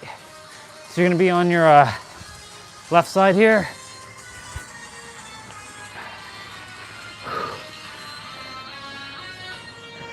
You're gonna bring your hands up like this.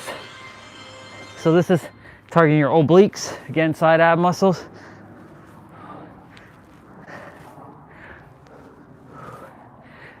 We're almost done, by the way, y'all.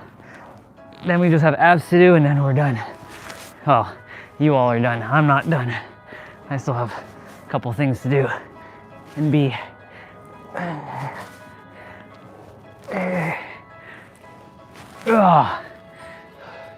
Other side.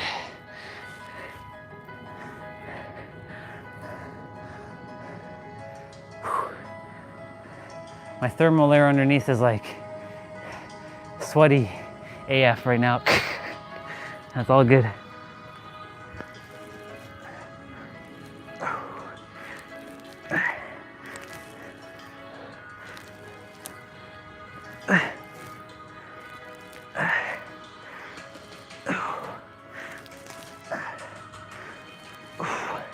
I'm sure we have a burpee or something coming up at the end.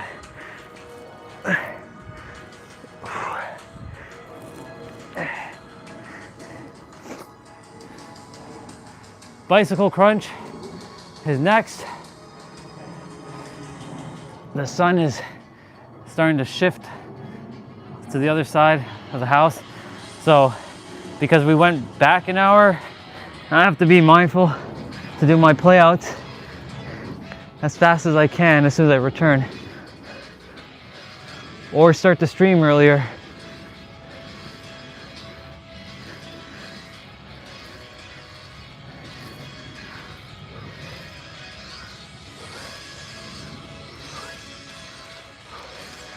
I got at least the main playout done in the sun, so that's good. Oh yeah, told you. 2 burpee push-ups, or two push-up burpees. Last one, let's go, y'all.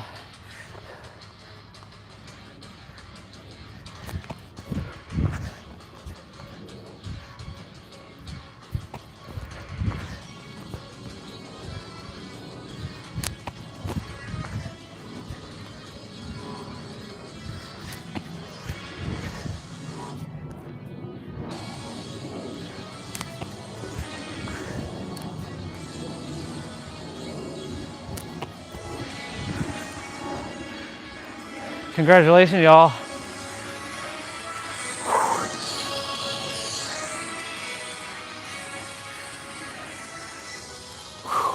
That was good. Right at 11:02? Yeah.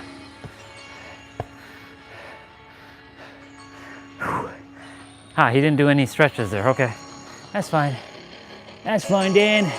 No problemo. Gotta find an ab exercise for him now.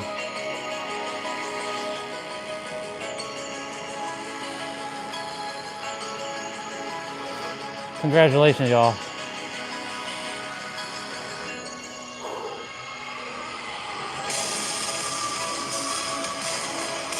We'll do intense abs. All right, give me a moment, y'all. Go ahead and do some arm circles.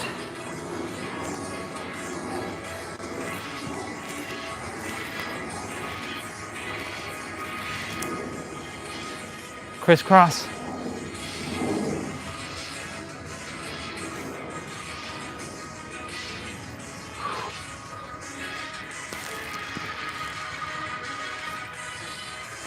And grab your elbows with your opposite hand. Give yourself a pat on the back. You can reach for the ground, or reach for your ankles, or your shins, or your Charlie horse. Totally up to you here.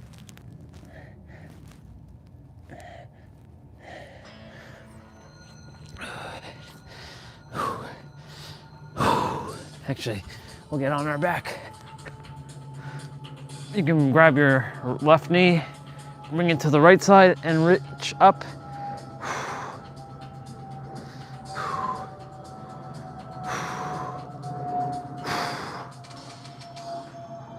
You can grab your right knee now, bring it to the left side, and reach up. Whoever wasn't here for me reading what I wrote, what I read from a sister named Danka, I'm going to, another version of me, I will read it again in a bit. It talks about transmutation and transfiguration, which goes hand in hand with transformation. Today was supposed to be transmutation day, but tomorrow will be transmutation day. It doesn't matter the order.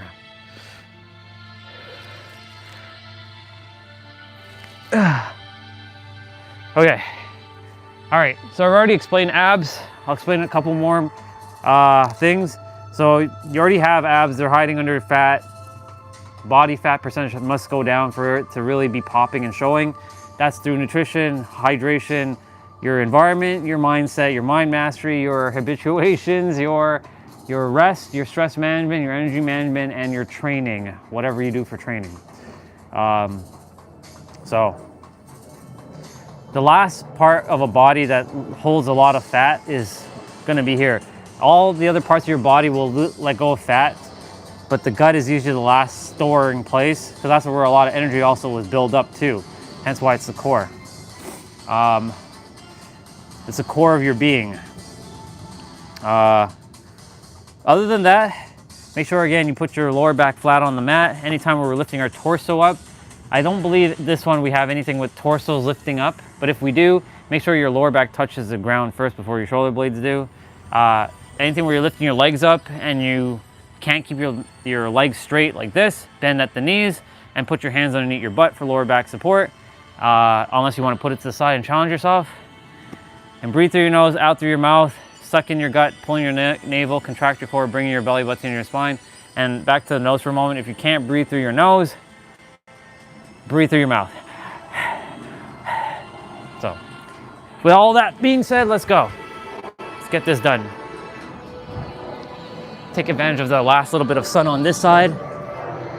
It's like creeping away. It's like going that way now.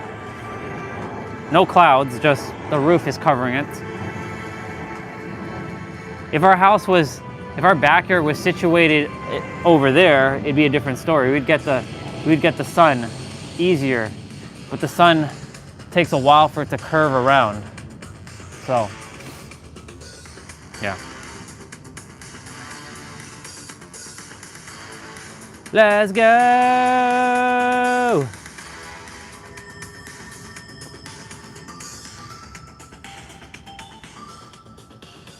I have to buy one more outfit in Dead by Daylight. One more. Well, technically 3 more, but I already went ham with the game last night, so. Bought so many outfits with iridescent shards. Because I'm like, they're there. It's like, I'm like, why are we holding on to this? We're not scarce. Come on. We're abundant. We'll get back those iridescent shards. In fact, we'll get back even more now. Like, I circulated it and it'll come right back. It didn't take that long to build, like maybe over a year, but like, you know. I'm like, why am I holding on to this? Soon I'll let go of my blood points too. it's just nice to see big numbers, you know? But you know, if you're not using currency in game, then what, that must be like a, you know, unless you have nothing to buy with it and there's nothing that interests you, right? Like, what's the point of holding on to it? You know? There's no point. So I was like, I took a screenshot of my blood points and my thing, so I have proof that I had like over 200,000. So I like having proof. And I'll be like, yep, we'll get this back. We'll get it all back. It's weird though that some costumes you can't buy with iridescent shards. You have to buy with Eric cells.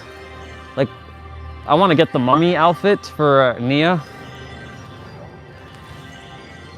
And I want to get Oni's, you know, the armor titan, and I want to get the Warhammer titan for Spirit. But I don't play killer that much, so they can wait, really.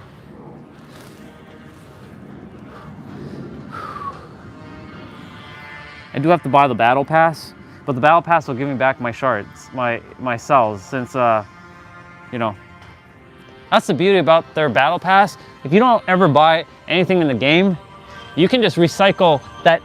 You invest one time and then you just like don't buy any costumes and you use iridescent shards, and like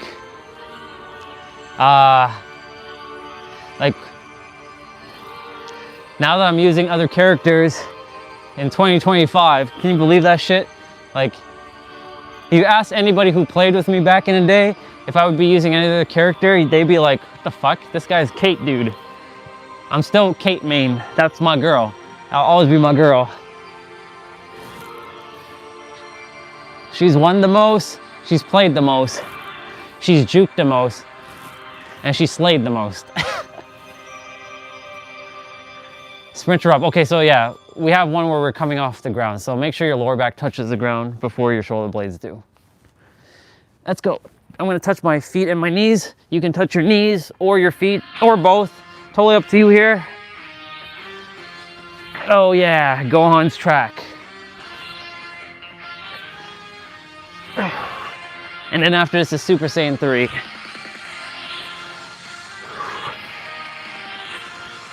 I said it before, I can never forgive you for what you've done. And he beats up on all the Cell Juniors. Oh my God, such an epic scene.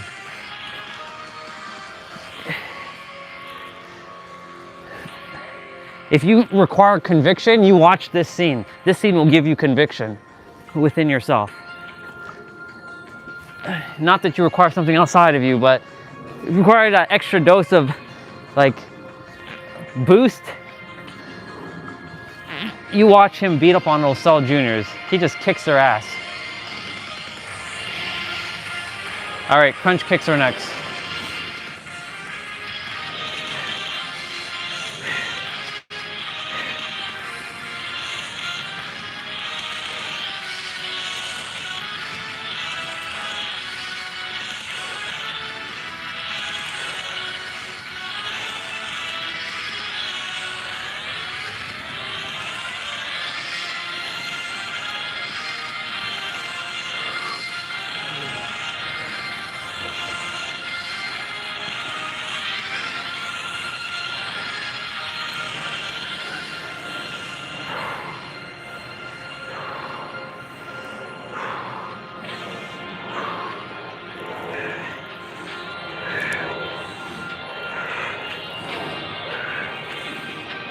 I changed my breathing pattern in the middle of that. I went from in to out to in. It's funny. Ugh. Oblique heel taps are next. This is your obliques. Reach for your heels. If you can't do this one like this, then keep your feet together and reach for your toes, between your toes and your heels. Rest of us, extend the leg out and squeeze that oblique.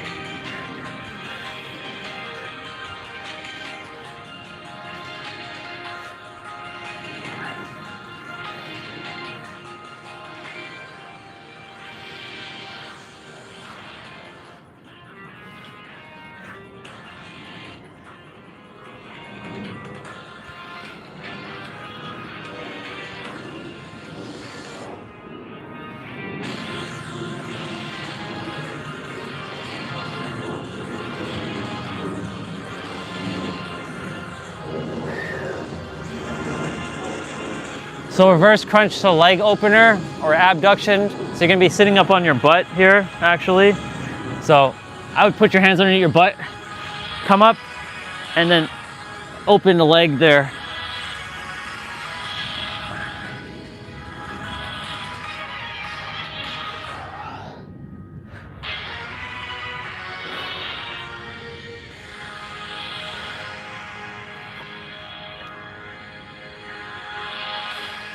Super Saiyan 3 is next.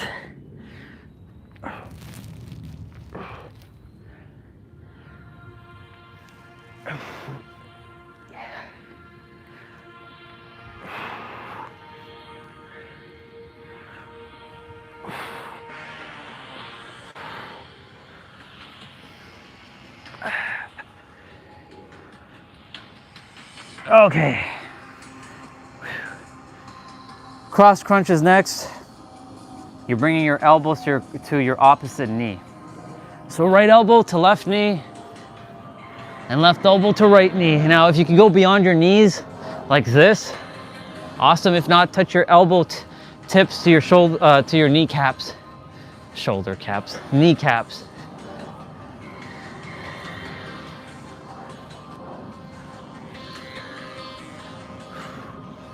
This is also targeting your core and your obliques.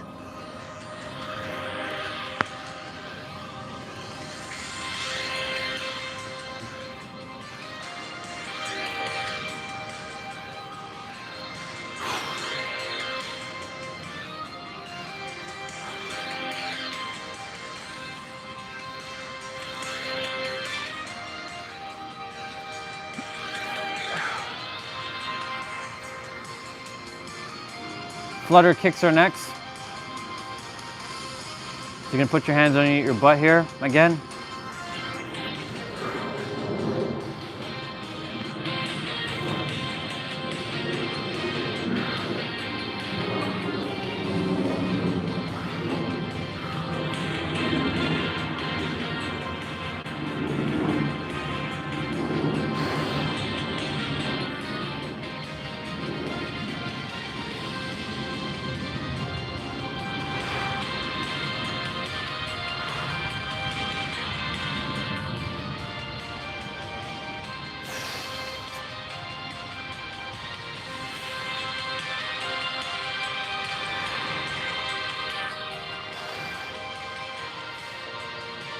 And of course, this one builds conviction too.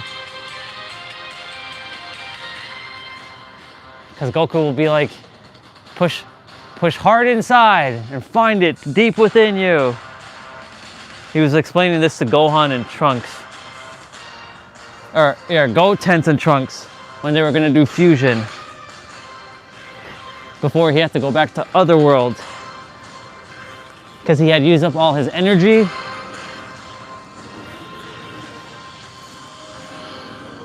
His time, he only had 24 hours on the planet because he died, but he used up more energy than he was supposed to. We're doing starfish crunch here.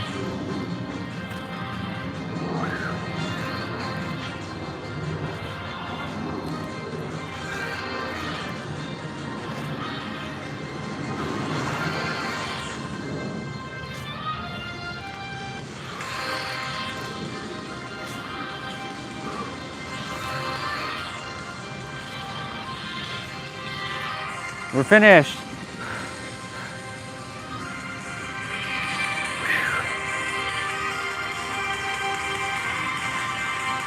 Very good.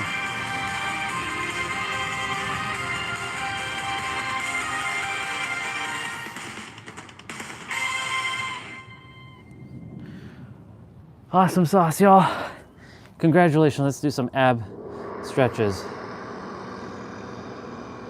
Hey, my book is actually arriving today. Nice. Outsmart Reality coming around 1:30 to 5:30.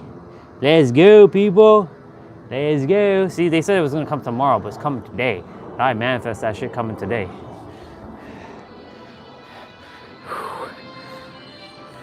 I wanted a physical copy, like I said. Two things. Circulating resources to that boy for doing a damn good job, because, like, you know, only a few people who really pushed me beyond challenged my perception of thinking. He is one.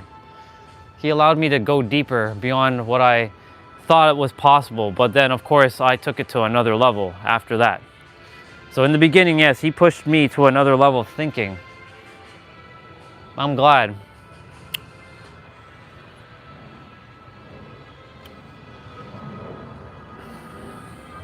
Okay, let me do some ab stretches. We got stuff to do though. Is that 11:11? Nope, 11:19. I thought it was like, oh my God, it's 11:11. Nah, it already passed. The soul saw it, but the mind didn't. It's okay.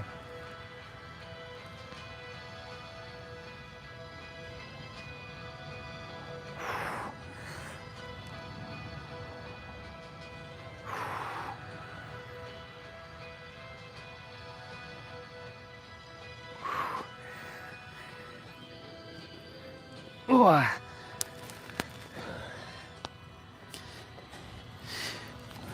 We still got our 55s to do, and then mobility training.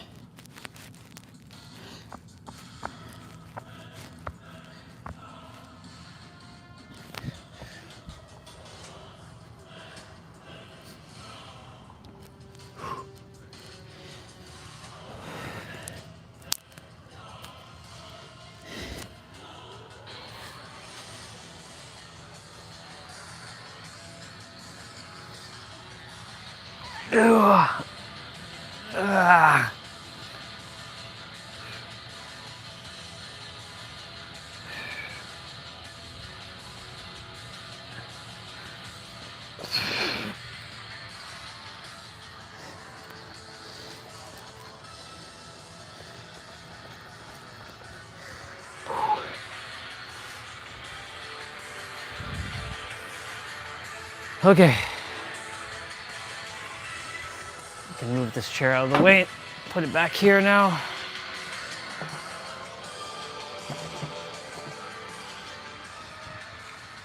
All right. Couple things.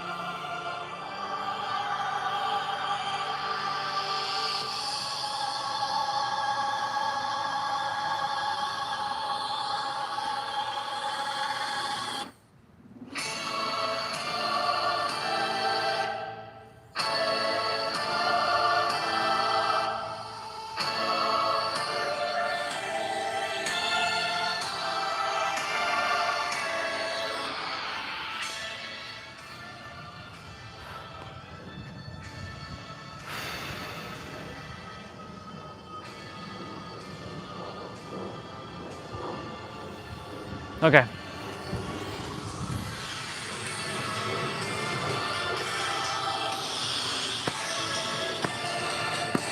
Oh wow, the phone battery's already at 91%. Damn, let's go.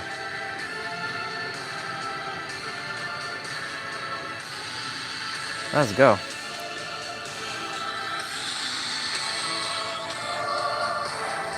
right, I'm gonna turn off some music. I'm gonna turn off the music after this track finishes.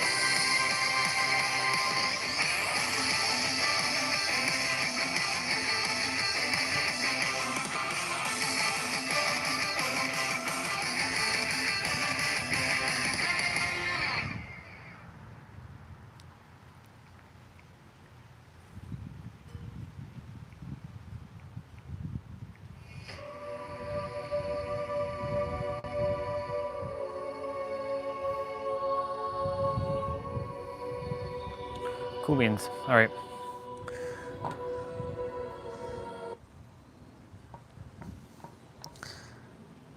You know what? I think I'm gonna watch Friends. That's what I'm gonna do. I'm gonna do that.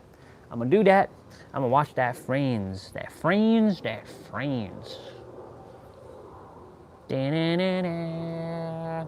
Da-na-na-na. Da-na-na-na. Okay, now this one's rare, this one is medium well. Now go, go, go! Hey, Kitty! Hey! Hey, hamster! Down! Good!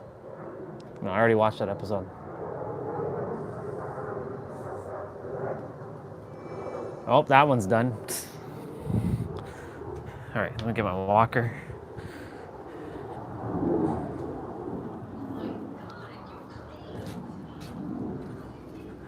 No, no, he didn't. He hired a maid.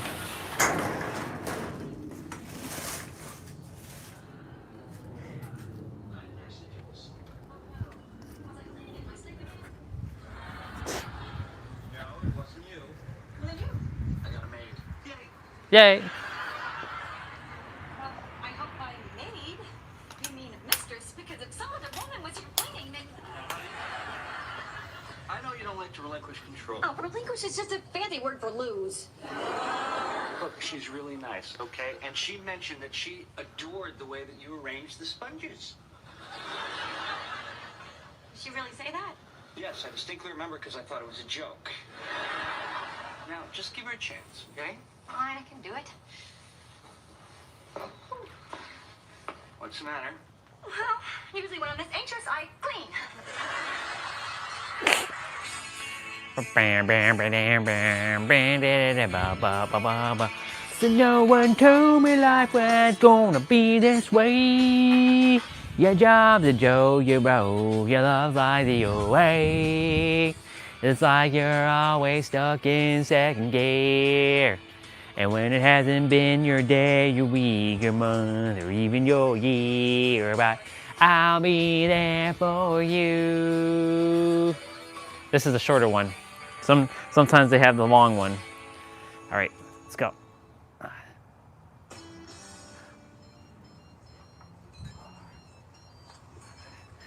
Sex on this man. It's just so annoying. Everywhere you go. I think it's coming from your bag.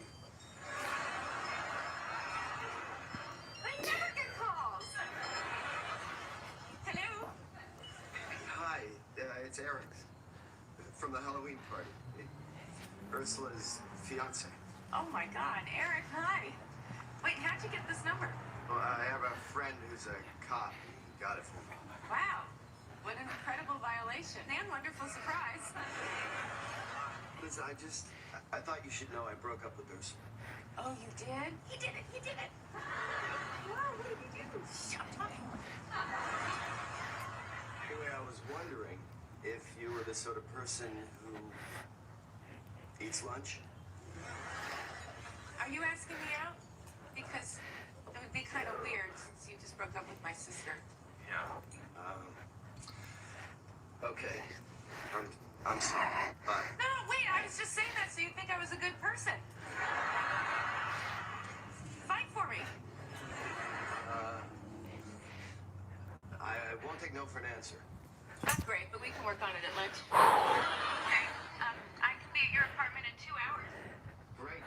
But how do you know where I live? I've got friends too. Okay, bye. Oh my God, I'm going out with Eric. Oh, this day is really going to be so much better than I thought it was going to be. Oh, Ross, I can't make lunch. So apparently I'm available for lunch.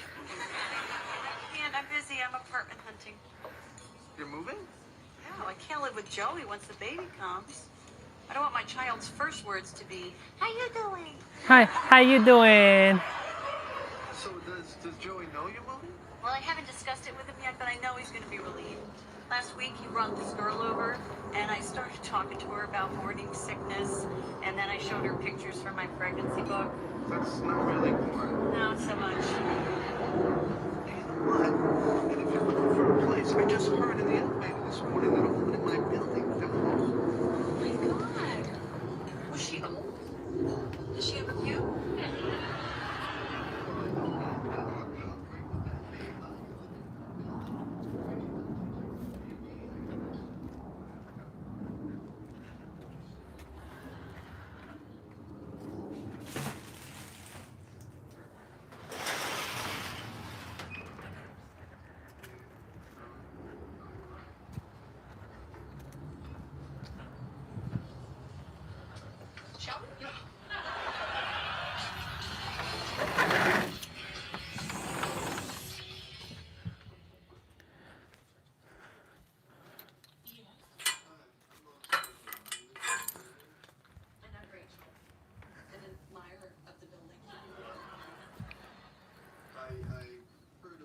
Mrs. Verhoeven passing away, and I'm so sorry for your loss. She didn't pass away. What? Our mother's still alive. Oh, thank God! It looked like we woke her this morning, but she's a tough old bird. Are you close with her? Of course. Yeah, she and I talk all the time. The love. You speak Dutch. Sehr verehrte Vrienden van mijn moeder en ontmoeten. You know, I would, but it's just painful. So she's really not dead? No, she's hanging in there. Do you think, could you tell me, is she hanging in a one bedroom or a two?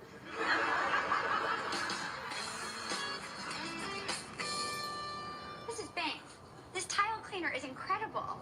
Where did you get it? Oh, well, I make it myself. It's 2 parts ammonia and 1 part lemon juice. And the secret ingredient is... You know what? We just met. Okay. I'm gonna go get the clothes from the laundry room now, and when I come back, I'll stay behind the refrigerator. I love you. I'll be back in a minute. Okay. See, I told you. She stole my jeans. What? I have been looking for them all week, and she is wearing them. So she stole your pants and then she came back and wore them in front of you? Don't you see? It's the perfect crime. She must have been planning this for years. I will prove it to you, okay? About a week ago, I was wearing those jeans and I dropped a pen in my lap and it left an ink stain on the crotch. Now, when she comes back, I will find it and show you that stain. Honey, isn't it possible that the company that sold the jeans made more than just the one pair? I guess. So, shouldn't we give her the benefit of the doubt before we go snooping around her crotch? Fine. I'm just glad I didn't give her my secret ingredient. Out of curiosity, what is your secret ingredient? Yeah.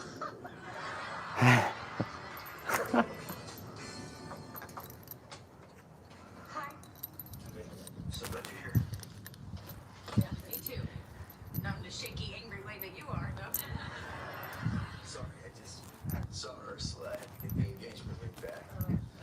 Just seeing her brought it all back. All the lies, the way she used me. I get so angry just looking at her face. Yeah. I'm sorry, it's just when I look at you, I see her. When I see her, I get a little bit angry.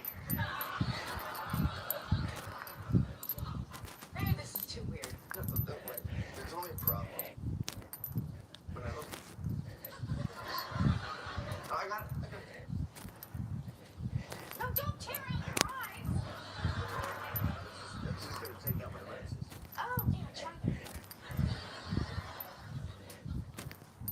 So, is that better? Not really. You're blurry, but you still look like Ursula. You're Blursula. Okay, wait. Maybe if I just don't look at you for a while. Yeah, that's not happening. See, it works. I'm not angry at all anymore. This is a great date. Look, Eric, turn around. Look, I like you, but it shouldn't be this hard, you know? This is our first date, you know? First dates are supposed to be about excitement and electricity, and you just touched my hand. Did you mean to touch my hand? And, you know, first kisses. Second kisses. Thanks for the coffee. Or, bedankt voor de koffie, dokter. Je spreekt Nederlands. Dat is te gek. Heb je familie daar? Yeah, we're done. Ezel. Hazel. Hazel. Hey, Ross. Listen, you want to go see that new IMAX movie on tide pools? Really? No. But I got Nick's tickets for you, me, and Chandler. Sweet. All right, well, finish your coffee. Let's go. Okay, I just have to stop by my place first. To take the game, you do this every time, Ross. You're not going to be on TV. No, I have to see if this apartment became available. Are you switching apartments? That's not for me, it's for Rachel. But Rachel has an apartment. Yeah, but when the baby comes, she's going to want to move. She is? Yeah. I mean, you don't expect her to live there with a baby, did you? I guess I didn't really think about it. Hazel. Hey, Gunther, you're an Hazel. I have sex med Azels.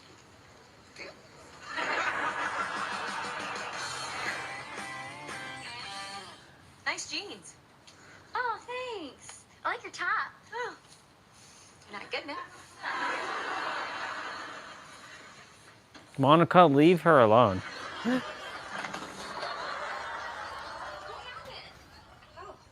fell asleep.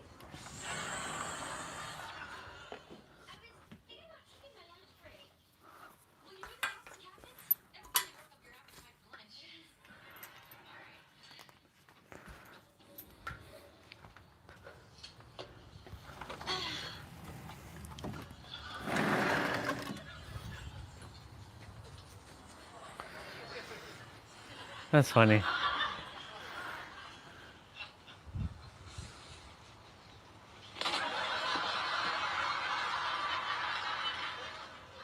Hello? What's going on? I'm sorry, I've never had a maid before. Is this not okay?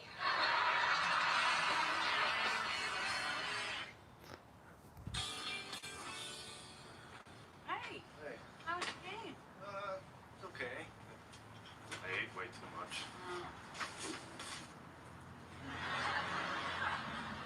So, I was talking to Ross. He ate too much and he has pizza. Oh yeah, hopefully across the street. Certain Dutch people would just let go. I was kind of hoping you'd stay. But Joey, I have to go. There's no room for a baby here. No room. It's a baby. It's like this big. You can put it over here. Or we can put it right here. Oh, it's cute, right? Or we can put it over here. You wouldn't even notice it. Where's the baby? Oh, Honey, it's not just a matter of where you put it. I mean, a baby changes everything. They cry all the time. I mean, imagine bringing home some girl and trying to score when there's a screaming baby around. I could use a challenge. It's getting pretty easy. It's so sweet that you want me to stay, but I can't do that to you. I mean, it would disrupt your entire life. I love living with you so much. I wish things didn't have to change. I know. You know, I blame Ross for this. I do too, a little bit. I'm gonna miss you. You're the hottest roommate I ever had.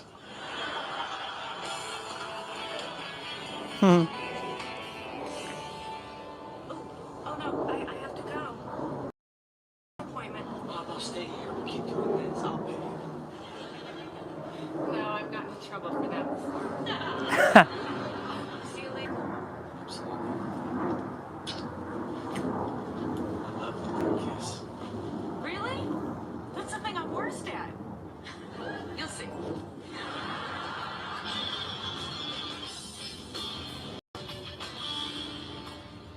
Okay. Doing my push-ups. Because I put my head between your legs. To see your pants? They're my pants. Are you sure? You see the stain? No, Hey, I Dad. was just getting into position and then everything went dark. But she doesn't steal it from us, okay? Will you let this go?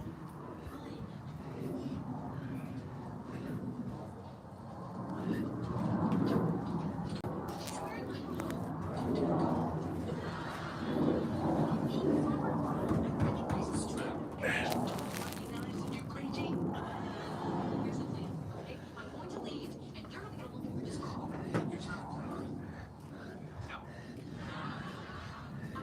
Don't you think so attracted to her? Look, did you not hear where my head was? Come on, we're a team. We're in this together. I fear the jury will see it the same way. You do this for me? Come on, I catch you in women's breasts all the time. You see that? Do you see this? Alright, yes. I get your point. But if it's not her bra, it's just the clean department. Ugh. Now it's mine because on the right cup, the lacy part, there's a very noticeable rip. You need new clothes.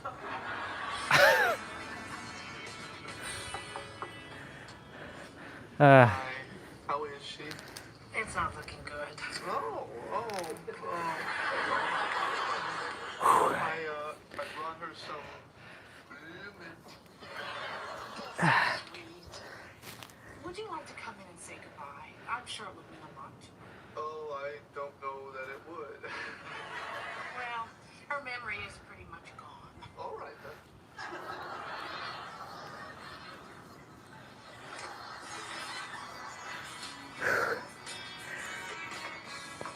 Hey! Welcome back. You pick up from where we left off? Oh, I don't know. I'm still pretty tired out from this afternoon. Why? The sex. What sex? Our sex. We didn't have sex. Well, if I didn't have sex with you, I had sex with somebody that looked an awful lot like. Ew, ew, No. ew, ew, ew. You had sex with Ursula? A little bit. A little. She walked in, I thought she was you, and I kissed her, and You didn't notice she was wearing different clothes? I was just so excited to see you. Aw. Ew, ew, ew! Oh, you know what? This is too weird. No, it's not. I don't want to lose you. It's like I was saying to Ursula when I was making love to her, and I thought she was you. Yeah, it's too weird. So I guess this is it. Yeah. Maybe it's for the best. You smell just like her. Yeah, so do you.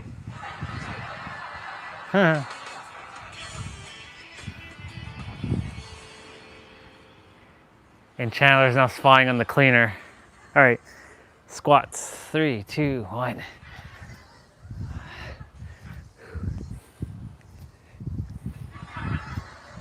What are you doing? I'm leaving. This is where I am. Okay. Bring it on me. What? Yes, it's flown into your blouse. You better undo your buttons lest it sting you. I think I know what's going on here. You do? Look, I know it must be hard that your wife is a lesbian, Haha. but it's wrong. You're married. I totally understand. Just see your bra.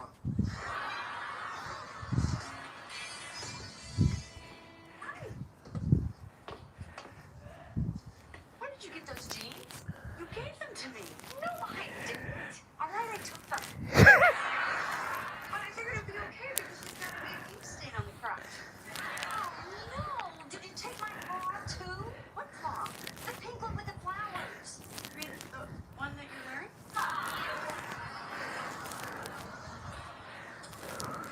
I quit. Sounds about right.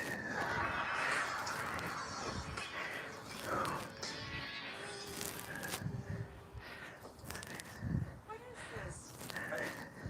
This is just to get the idea.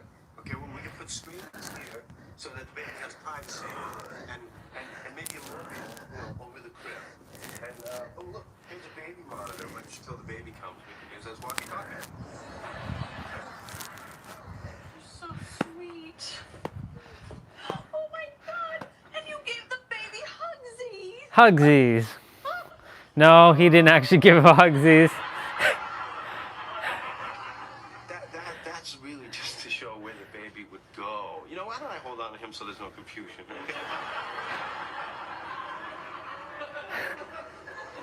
But Joey, the baby is gonna be crying. It's gonna be loud. I'm loud. It's gonna be up all night. I'm up all night. It's gonna poop. Hello? What about all the women you want to bring home? Look, if I'm bringing home a woman who can't stand being around a baby, then maybe I don't want to be with that woman. Bar.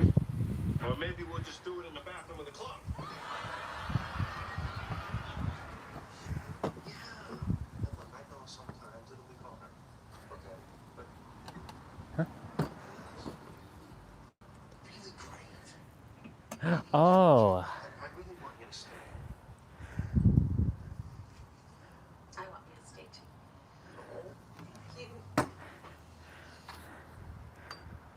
Oh, Joey, look at this crab. It's so cute. I know. I found it on the street. Are you serious? This is in such good condition.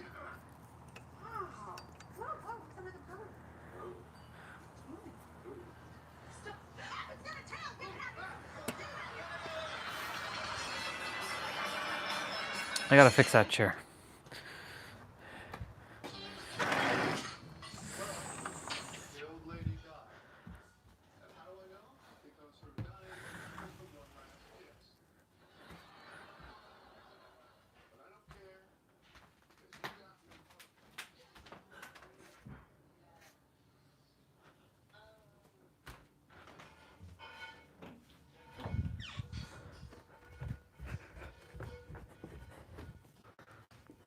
All right. So what downstairs? Get my tools. My tools. My tools.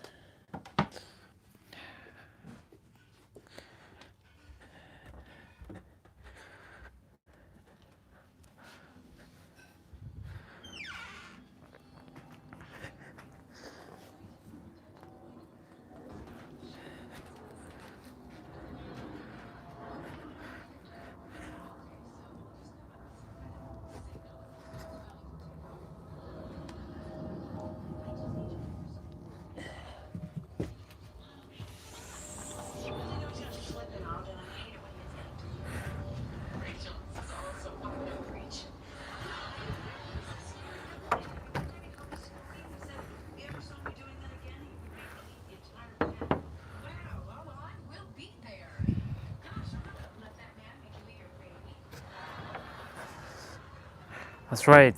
This is the episode where Rachel tells her dad. I know it. No, you don't. No, you don't. Oh my God! Monica, he's the stripper from your bachelorette party. Her what? Your secret bachelorette party.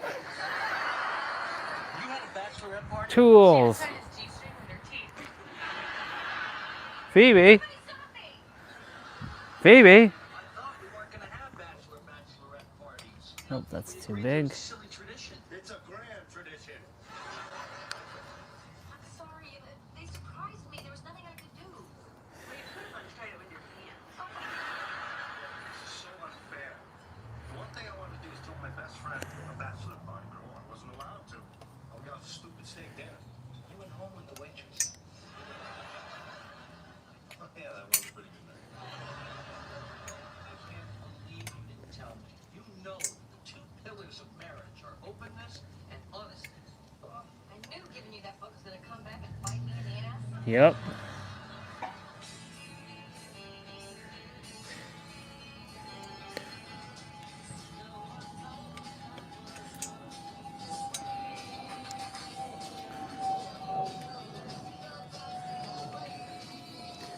It's a weird angle for this one.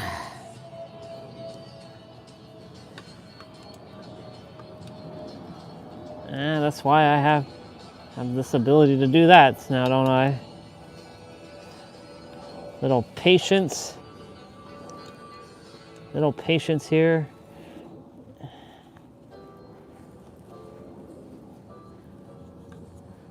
How about I order everyone the rocket chicken? Oh, I don't even eat. It's chicken. I don't eat that either.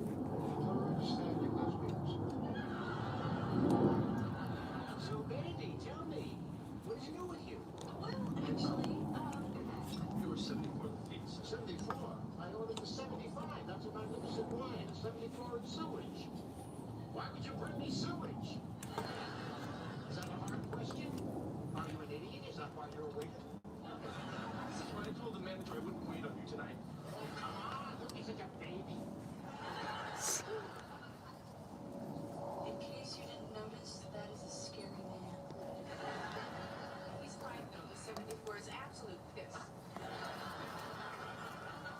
This was such a huge mistake. I can't tell him, Phoebe. I can't. Are you sure? No, it's okay. This is what's gonna happen. I'm gonna wait a couple of years, and then the That'll happen here. we'll tell him. Once we can get mad at the baby. Hey, that is the baby's problem. Oh, everything okay with the waiter? I have no idea. I went to the bathroom. So, sweetie, you still have to tell me what is new with you? Good. I got TiVo. What's TiVo? It's slang for pregnant.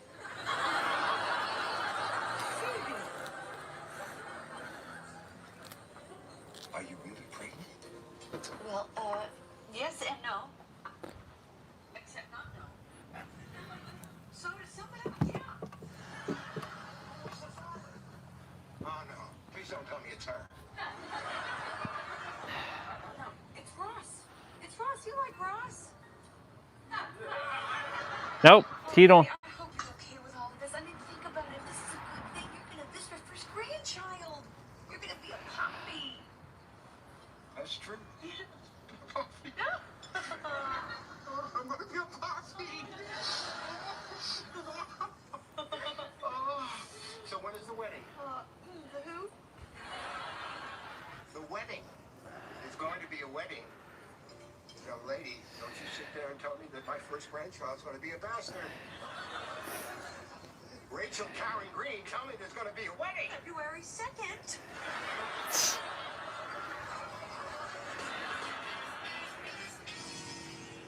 So it was really cool seeing you lecture today. Oh, Mona. Although it seemed like you were falling asleep there.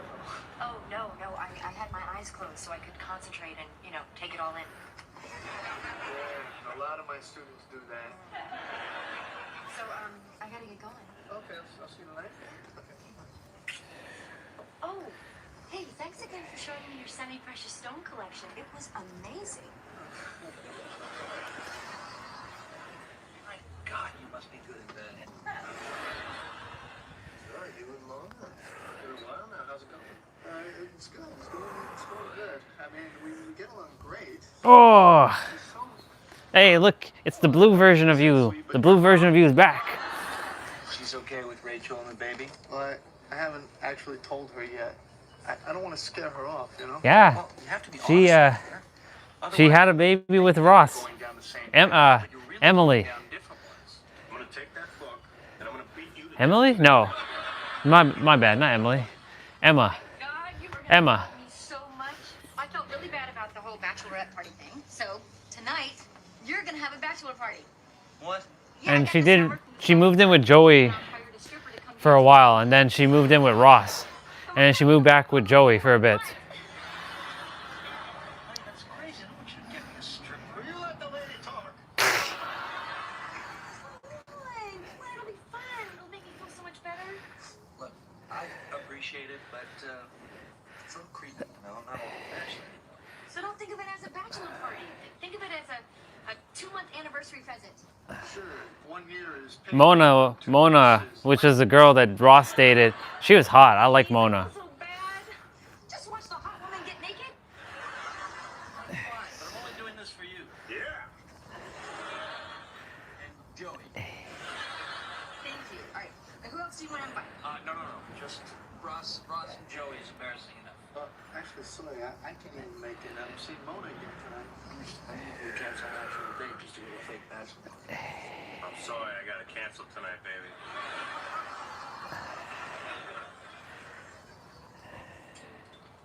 I'm sorry I won't be able to make it to your imaginary wedding, but I'm really busy that day. I already have a unicorn baptism and a leprechaun bar mitzvah.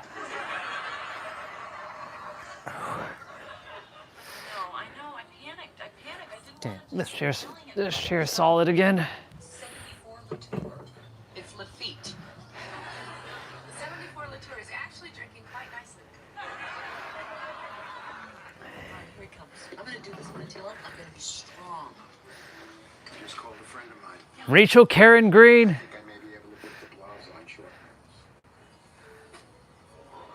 notice. Really? There's a bee here? What? What are you doing here, Bubba? Haven't seen a Bubba in a while. I need to talk to you. Please, sit down. What is it, sweetie? There's not gonna be a wedding. What? They're not getting married. I'm sorry, Daddy. I don't believe this. I don't believe this. Stay calm. How do you expect me to stay calm? This is unacceptable, Rachel. And I want to know why. He's gonna. Because that punk Ross won't marry you? That's it. Is that it? Yes, it says I'm damaged goods. Oh, and he's gonna go to Ross's house, and then Mona's gonna be there, and all hell's gonna break loose because Mona doesn't know that Rachel's having his baby. So, you nervous about getting married? What are you doing? Look, let's pretend it's a real bachelor party. Okay, you know, before your wedding. It'll be more fun. All right. I can't believe tomorrow's the big day. How's it feel knowing you're never gonna be with another woman again? Huh? Knowing you have to wake up to the same face every day until you finally have the sweet release of death. You're right. This is more fun. That's our okay, done.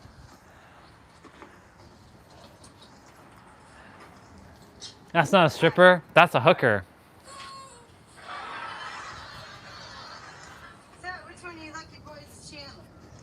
That's me. That's me. Joey Tribbiani. Big fan.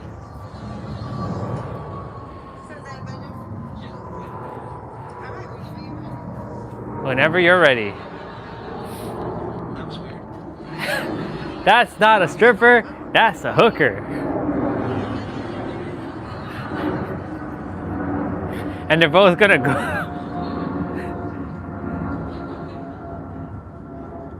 So she's that's one naked hooker.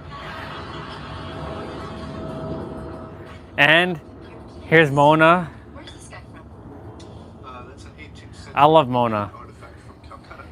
Oh, wow. Her. So, That's Mona. you're more than just She hot. dinosaurs. I like hot. I like her. So much more. She hot. She fire. Oh my god. Oh my god, I'm so sorry. Forget it, from Pier 1. I like girls with like that shorter hair too. Like that, like around there. They're looking nice. And here comes Rachel's dad. About to ruin everything. Think you can knock up my daughter and then not marry her? Basic. Kill you! You know, this is actually not a great time for me.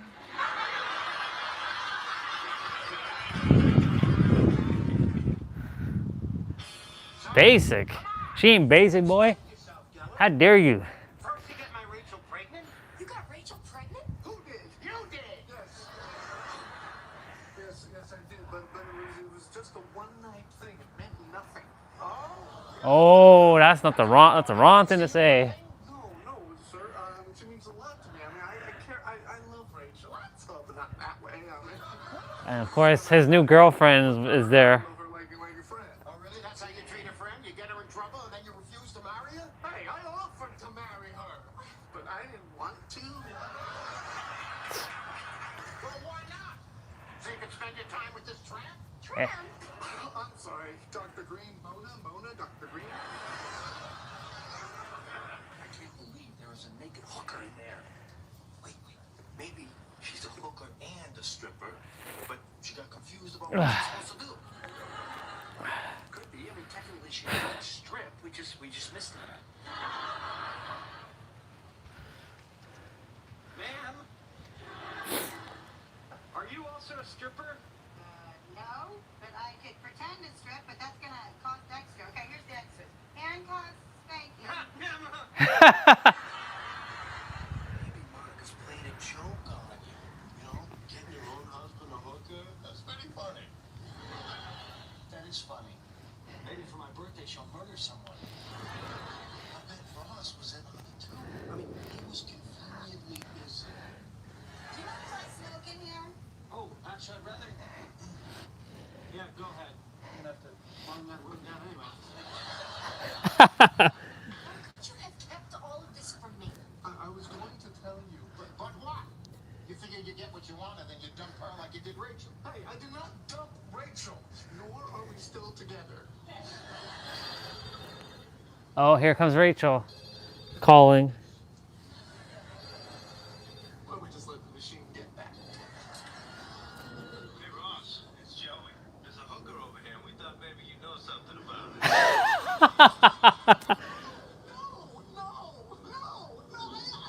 I need to Poor Ross.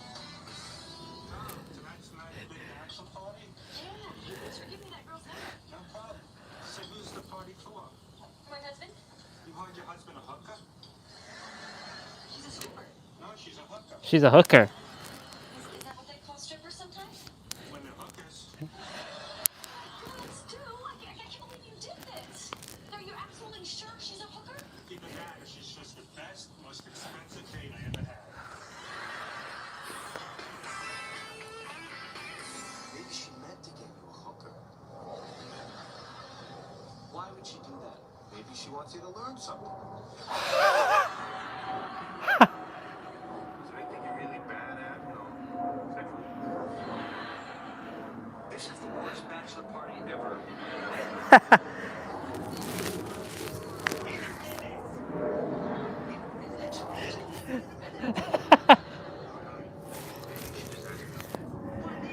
Hey, it's your bachelor party. Just want a huge drop. I don't want you to. You do it. All right, rock, paper, scissors, who has to tell them where to leave?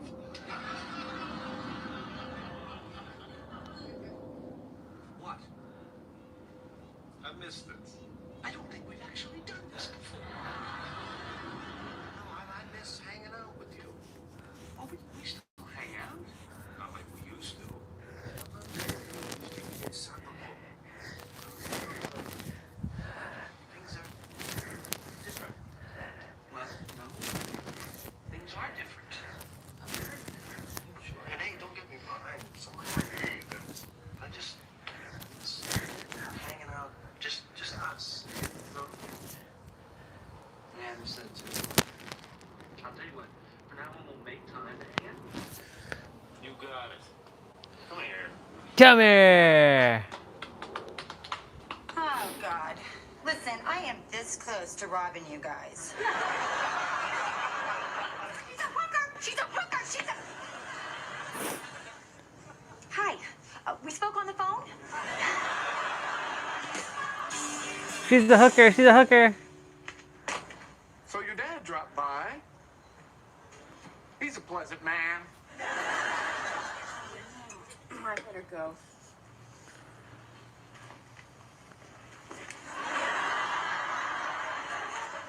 Just over here. I don't want to miss the fight. Ross, I'm so sorry. Okay, I promise I will straighten this out with him tomorrow in person or via email. I don't care about your dad. I care about Mona. She was there, and now she's totally freaked out. Oh, okay, I'll fix that too. What's her email address? Rachel. All right, I promise I'll fix this. I swear I'll talk to her. Okay. Okay. Thank you. That's it? You call that a fight? Come on! We were on a break. Now we weren't. What happened to you two?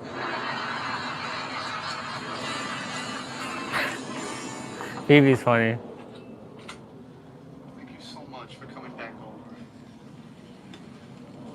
Oh, good. You're here. Yeah, and I was worried that it was going to be uncomfortable. No, Mona, just to hear me out. First of all, I'm so sorry about my father yelling at you. But I heard that you totally held your own. You're gonna have to tell me how you did that. Focus. Okay. But okay, yes, Ross and I used to date. And yes, we are gonna have a baby. But we are definitely not getting back together. How can I be sure of that? Oh, because we drove each other crazy.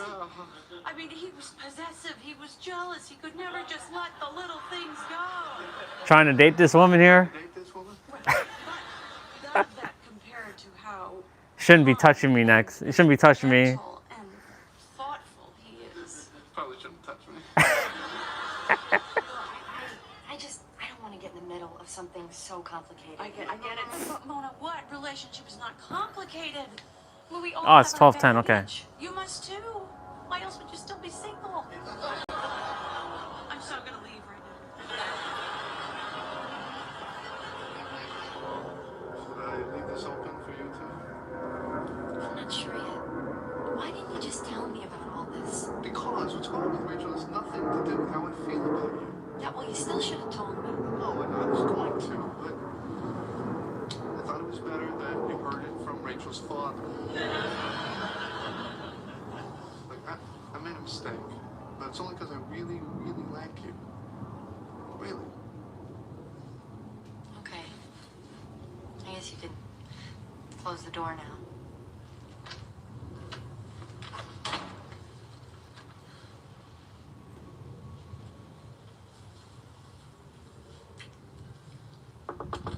Forgot my purse. You guys made up. He's a good kisser, isn't he? I'm going.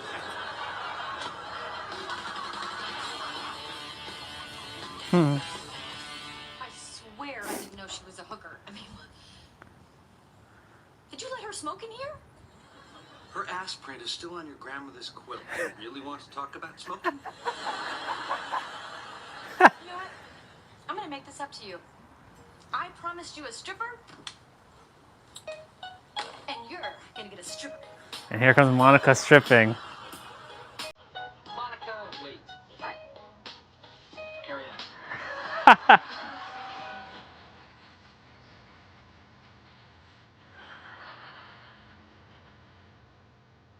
She's having a hard time taking off the thing.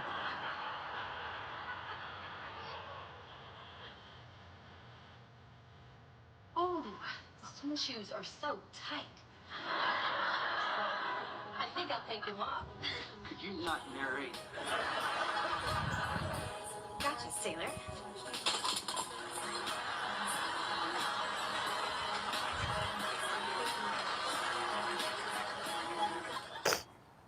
That's funny.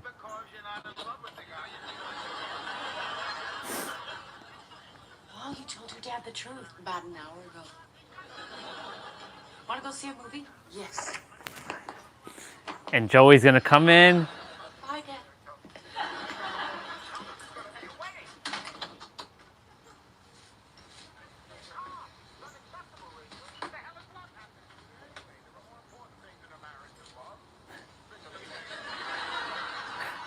Joey just came out.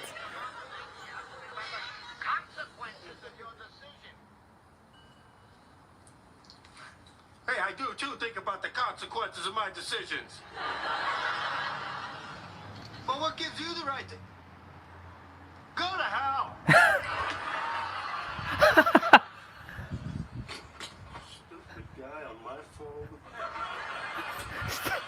Stupid guy on my phone. Yep.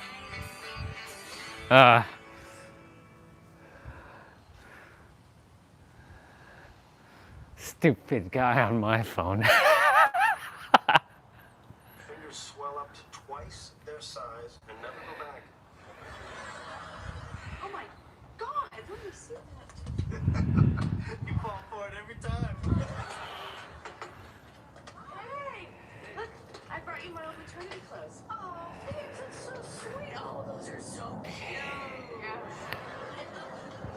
See how they expand as the baby grows? And then after the baby's born, they're great for shoplifting villains.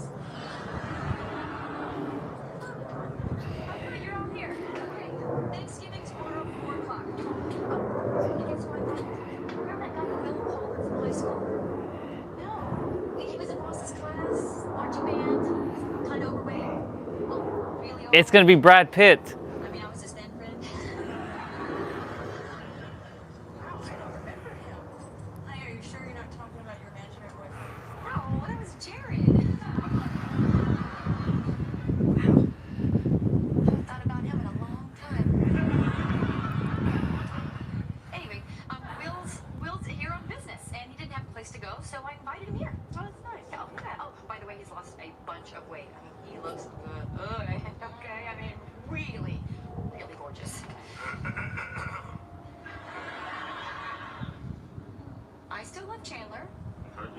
once in a while. Okay, also, just so you know, I'm not gonna make a turkey this year. What? Well, Phoebe doesn't eat turkey. Maybe.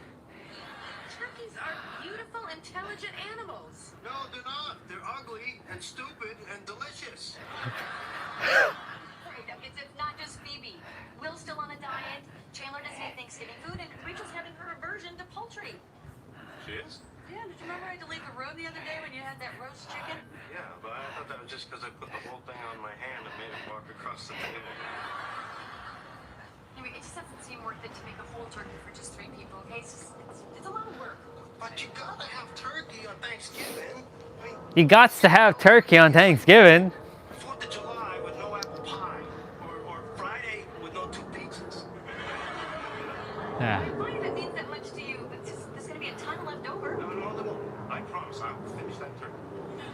Right, you're telling me you can eat almost an entire turkey in one sitting? That's right. Because I'm a Tribbiani.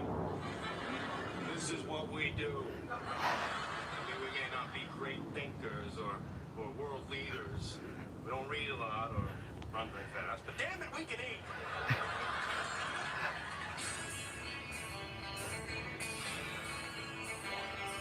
That's right. American Thanksgiving's coming up at the end of the month. And then that Black Friday. American Thanksgiving coming up, y'all.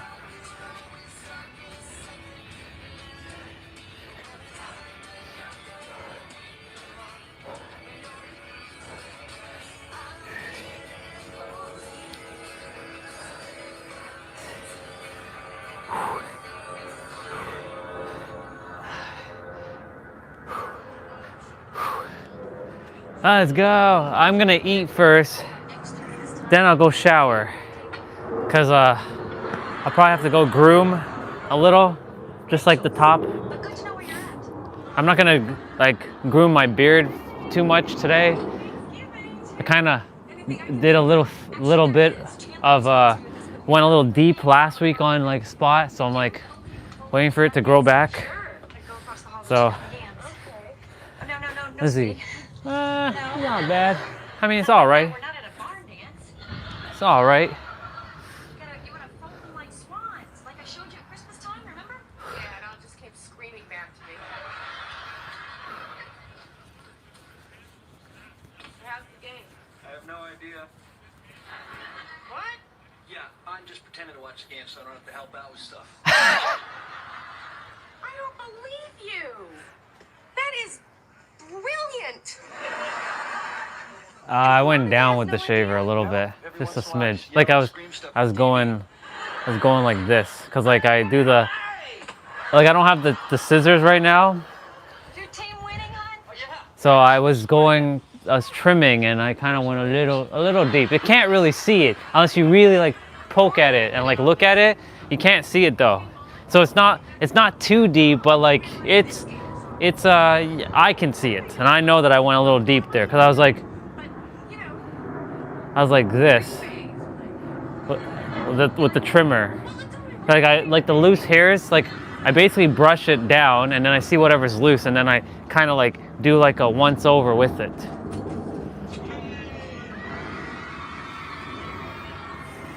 Yeah. Oh yeah, I also have to like put on laundry. Yeah. Got laundry too as well. Pounds. Yeah, I'm gonna be in one of the Subway sandwich commercials. It's no fat, it's no sugar, it's no dairy. It's no good. Yeah, I never go upwards ever. I always go down. Chandler, this is Will. Oh, hey, I'd shake your hand, but I'm really into the game. Plus, I think it'd be better for my ego if we didn't stand right next to each other. This is Phoebe. Chandler was funny there. It's better if I stand not next to you. Better for my ego. Give me a hand? It's Brad Pitt. I'm watching the game, but I'm not deaf. I can tell you a lot of things. Ross has come great. I love Ross. Good, and Rachel's clean too. He doesn't like Rachel.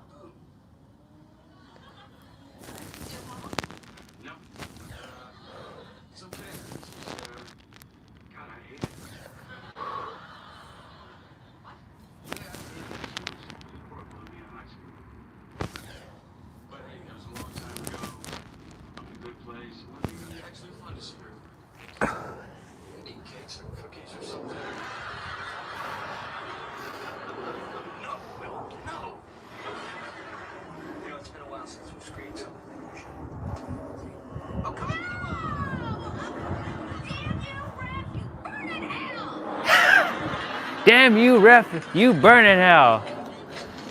Hey, what are you doing? You gotta save room. You've got almost an entire turkey to eat. Let me explain to you how the human body works. I have to warm up my stomach first. Eating chips is like stretching. Okay. That's fair. That's fair. I actually know what you're talking about. And I'm here to tell you something, friend. You can eat and eat and eat, but nothing will ever fill that void. Who the hell is this guy? Who the hell is this guy? Will from high school. How you doing? Will, hey, you came. Man, you look incredible. Yeah. Stuff. That stuff? It's good to see you, man. Yeah, you too. Man, so what are you up to? I'm a commodities broker. Really? Yeah, that sounds interesting. Yeah, it's not. Yeah. But I'm rich and thin. Well, man, I don't think I've seen you since Lance Davidson's graduation party. That was such a fun night. Yeah, it would have been good if we had gotten in, but still, real fun. I'll leave the mic here. I'll be right back. Back then, remember how the dinosaurs would work? Yeah. So what do you do now? So how long are you in town? Hi. Hey, sweetie. Oh, good. Rachel Green. Rachel Green. Oh, that's right. Are you gonna be okay? Oh, I'll be fine. It's just, God, I hate her, Ross. I hate her. Will, high school was a long time ago. Look at her standing there with those yams. My two greatest enemies, Ross. Rachel Green and complex carbohydrates. Oh my God, Monica, who is that? That's Will from high school. Oh, I do not remember him. Wow, he's really got that sexy smoldering thing going on.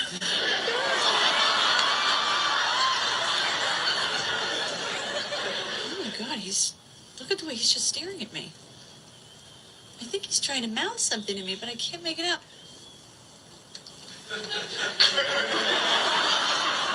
Okay, dinner's ready. Yeah, solid effort. Solid effort. Oh, so who won? Green Bay. Detroit. Well, the Lions technically won, but it was a moral victory for the Green Bay Mermen. Hi, Will, right? Right. Right. Hi, I'm Rachel Green. Oh, I remember you. Really? Aren't you sweet? I gotta tell you though, I'm having the hardest time placing you. Oh, hang on. I think I remember you. Did we fool around at Lance Davis's graduation party? You are unbelievable. Thank you. Rachel, why don't you sit here, and Will, you sit way over there.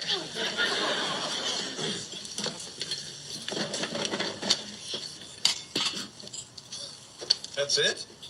Even if nobody helps me, I can eat that, no problem. At least give me a challenge. This is Chandler's chicken. This is the turkey.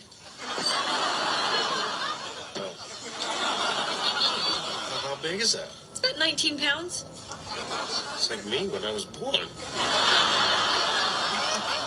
All right, who would like some yams? Will? Oh, you'd like that, wouldn't you? What?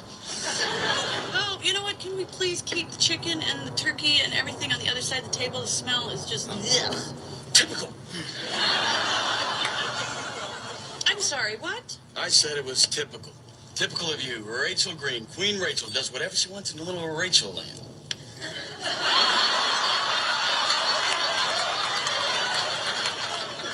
Seriously, who is this guy? I'm sorry. Do you have a problem with me? I don't know. Do I? Do I? I think you do. Apparently you were a little mean to him in high school. A little mean. You made my life miserable. I had no idea. I'm sorry. Well, you should be. Screw it. Bring on the yams. Well, but you've worked so hard. Yams! Okay. Will, I just just want to say that I'm real sorry for whatever I did to you in high school. Oh, it wasn't just me. We had a club. You had a club? That's right. The I Hate Rachel Green Club. Oh, my God. So what, you all just joined together to hate me? Who else was in this club? Me and Ross.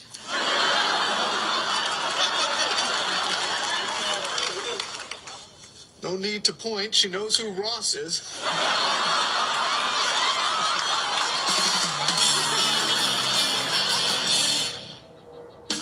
So you were in an I Hate Rachel club? Yes, he was. No. So who else was in this club? Actually, there was also that exchange student from Thailand, but I don't think he knew what it was. So, Ross, we went out for 2 years, and you never told me you were in an I Hate Rachel club. You went out with her? We had a pact. I was in high school. It's not like it was binding forever. Then why did it have the word eternity in it? Okay, Monica, did you know about this? I swear I didn't. Hey, is that why you guys used to go up to your bedroom and lock the door? Yeah. A little relieved, I gotta say. Look, Rich, I'm sorry, okay? I was a stupid kid, okay? The only reason I joined... Co-founded the club was that I was insanely in love with you. Obviously, I didn't handle it very well. But if you think about it, the I Hate Rachel Club was really the I Love Rachel Club. Except that it was really the I Hate Rachel Club. Okay, so what, you guys would just, like, get together and, like, just say mean things about me? Oh, we did a little more than that. No.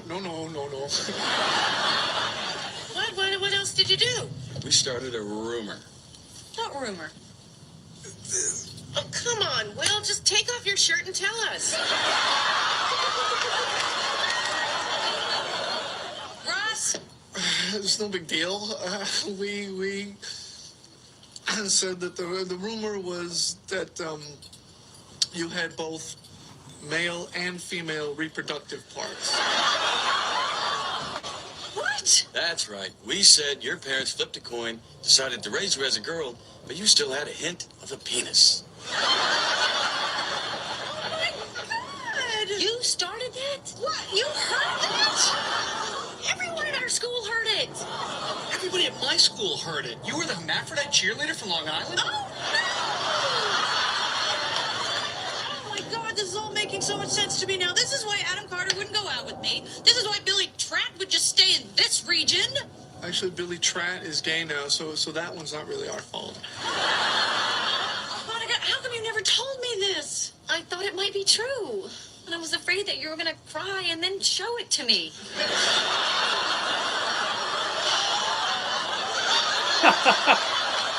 Joey's like staring. Joey, stop staring. There's nothing there. It's not true. I'm afraid I'm gonna need proof. Oh.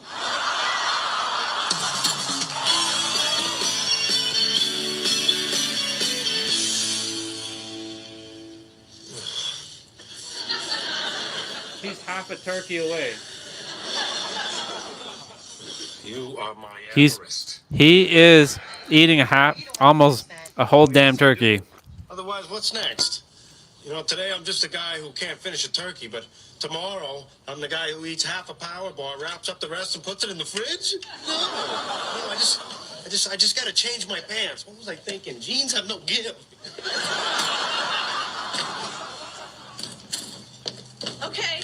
Okay. Listen to what Sean McMahon wrote in my yearbook senior year. Dear Rach, you're such a great person. Not girl, person. Rich, I think you're reading a little too much into it. Dear Rach, you're a great person. Sorry about your teeny weenie.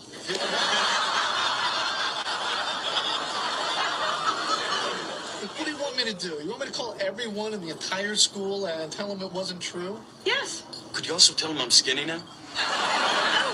Me too. Look, I'm not calling anybody, okay? It was like 1,000,000 years ago. I don't care how long ago it was. You told people that I was half and half. You know what? I just want to point out, I never did anything to hurt you in high school.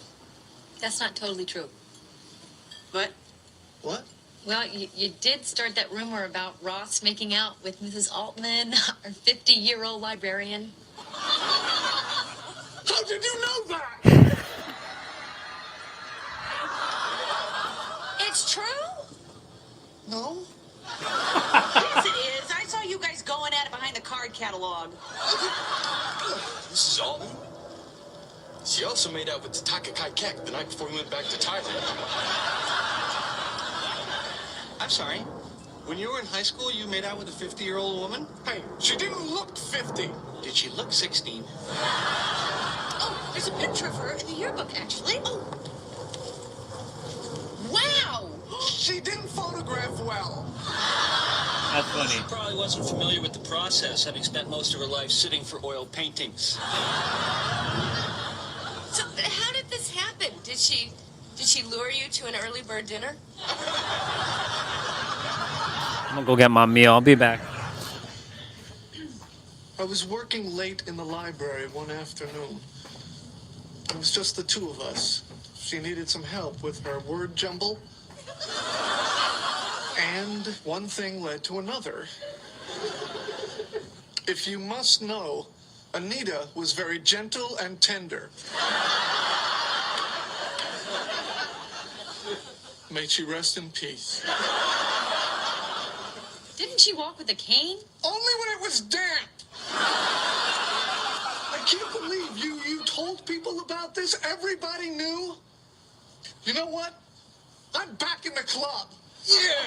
I want to join. I'm sorry, but I never got to be in a club. I didn't go to high school. But 3 of us would meet behind a dumpster to learn French. Bonjour. You're fine. You guys are gonna have your stupid little club, but I would just like to say that what you did to me is way worse than what I did to you. You gave me a teeny weeny. Yeah. All right, listen. You're just being silly. Rachel, even with that rumor, you're one of the most popular girls in school. I mean, everyone wanted to be like you. One girl wanted to be like you so much she stuffed her pants with a Tootsie Roll. And Ross, if it weren't for Rachel's rumor, I mean, no one in high school would even know who you were. She put you on the map. As a romancer of the elderly. Hey, Mrs. Alden was the kind of woman you could tell she used to be pretty. The eyes did still sparkle. Hey, guys, this stuff is just so way in the past. You've been through so much since then. And right now, you've got so much more important stuff going on in your lives. Can't you just let this go? She's right. Yeah, I mean, we are having a baby together. Hold on. You got her pregnant? Yeah. Are you getting married? No. So you knocked her up, but you're not gonna marry her.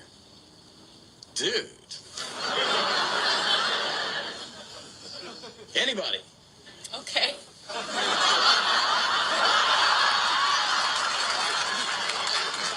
Exactly how I imagined it would be. All right, where's that turkey?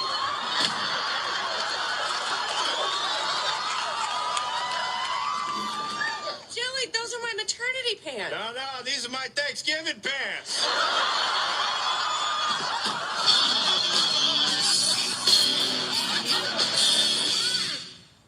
Well, that's it. I'm done. Whew.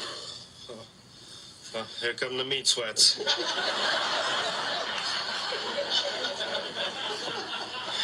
Well, Joey, we're all very proud of you. Yes, I believe we can expect a call from the president any moment now. Is there anything we can do for you? No, just nobody press on my stomach. You can keep those pants, by the way. What do you got there? Is that pie? Yeah, you want some? Just cut me a little sliver. A little bigger. A little bigger. What are you afraid you're gonna run out? Cut me a real piece.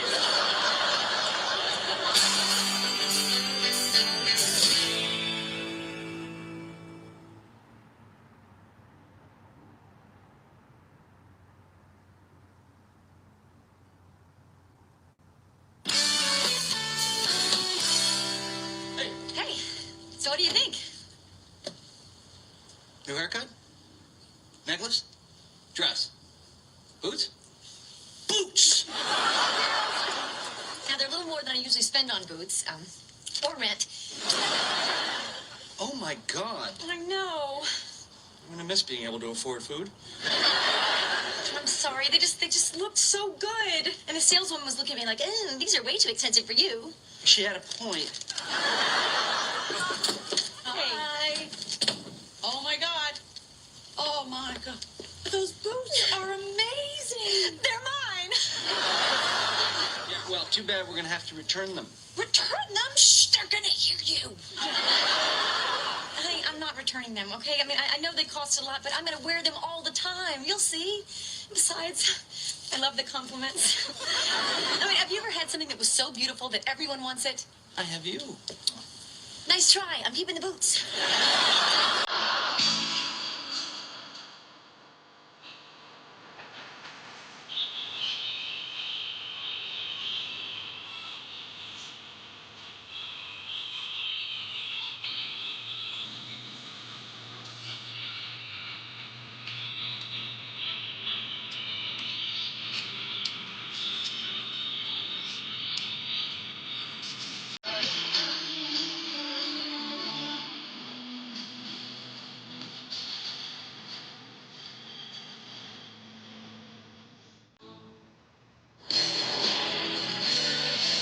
That's right. I love you.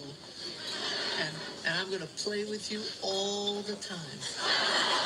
How can you let him talk to your crotch like that? He's talking to the baby. Oh, okay. Okay, because when he said, I can't wait to hear your first words, I thought, there's a trick.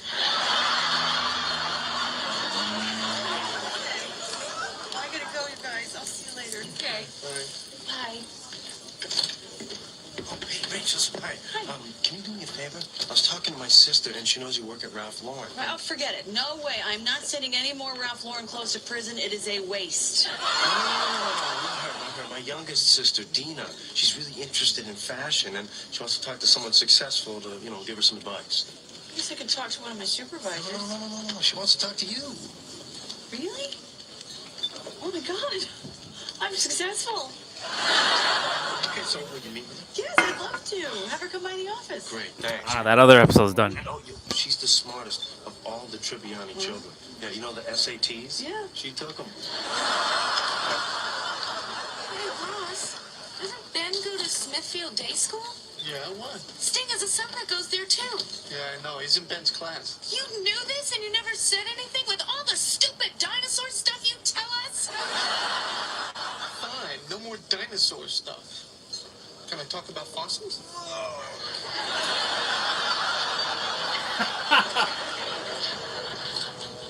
Sting's son, 7 years old, and there's a picture.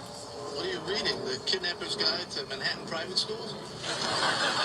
No, it's New York Magazine. It's an article about the best schools in the city. So, how well do you know Sting? I actually haven't even met him. Yeah, that's too bad. I really want to go to his concert Friday night, but it's totally sold out. I know. Why don't you meet him and get tickets? If you get 2, I'll take you. Well, actually, I'm picking Ben up tomorrow. Maybe he'll be there. There you go. Oh, you're so lucky. You might actually get to meet Sting tomorrow. That's why you have kids.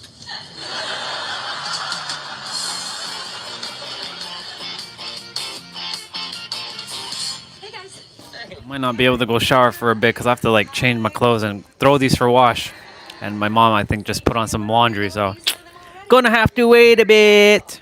See, you wear them with dresses, with skirts, with pants. You wear them with shorts, the street corner, and earn the money to pay for them. Wow, they're beautiful. They hurt so much. What? The guy who made these hates feet and wants to see them die.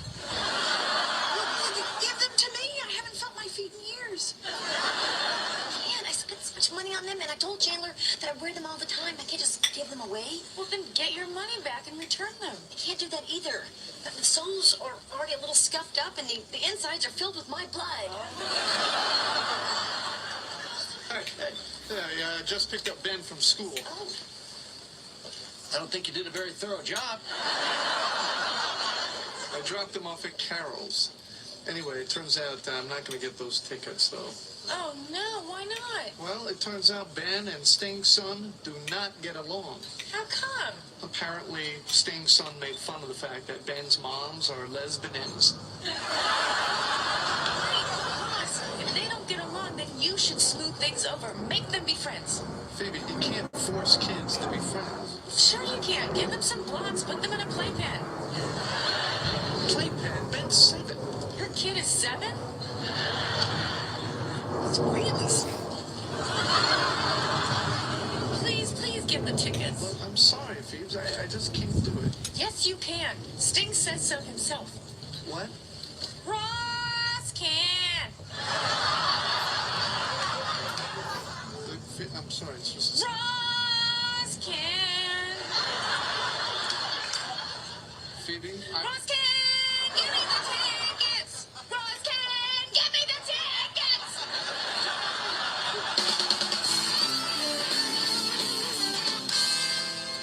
There she is, future fashion superstar. Oh, Joey, I'm hardly... My little sister Dina. Hi, Dina. Nice to meet you. And Dina is pregnant as well. And Joey has no idea. This is so exciting for her. Well, I'll let you two fascists get down to business.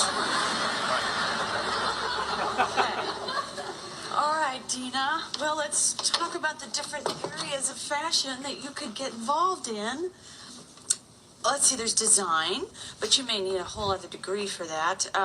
There's sales, which is great because you get to travel. I don't care about fashion. I'm pregnant. And I know you are too, so you gotta help me. And there's marketing.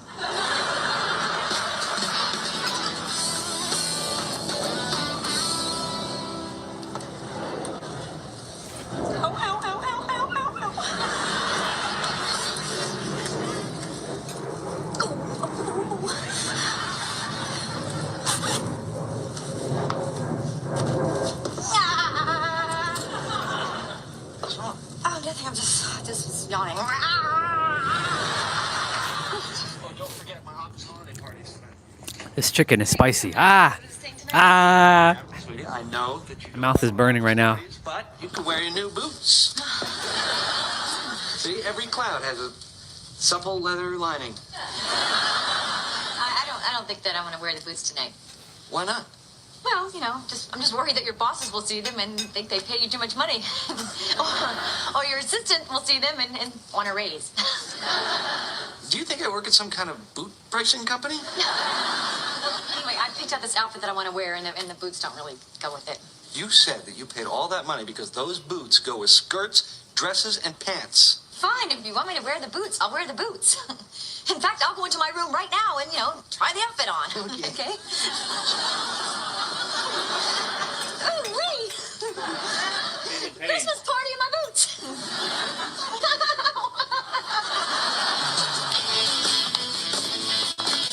I can't go in there.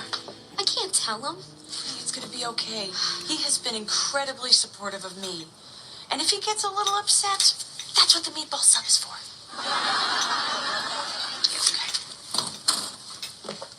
Hey! It's my fashion girls. What's wrong? Hey, why don't you sit down? Dina has something that she wants to tell you. Oh. What's going on? Is it Mom? Is she sick? Is it Dad's heart? Is that a sandwich?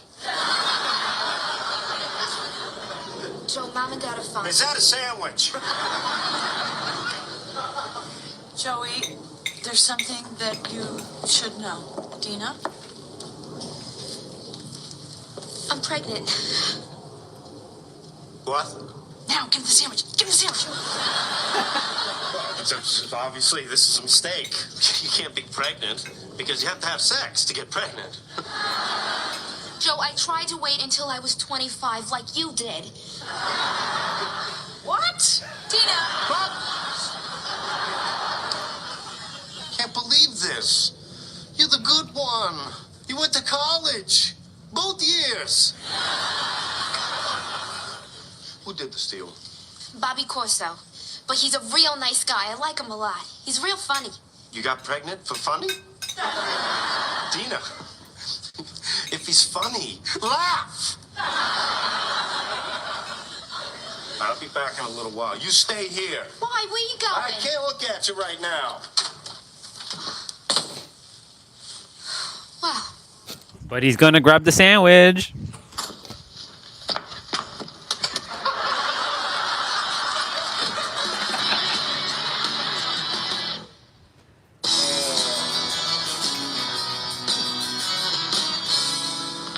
Oh, there you are, Ben. Aunt Phoebe, what are you doing here? Well, I heard you're having a problem with one of the boys in your class, and so I thought I would just come down here and sit you both down, have a little talk, and make it all okay. Now, the boy's name is Sting's son. Jack? I hate him. He's a jerk. Now, Ben, sometimes people may seem like jerks on the outside, but they have famous fathers. I have to go. My friend Doug is waiting for me over there. Him you're friends with.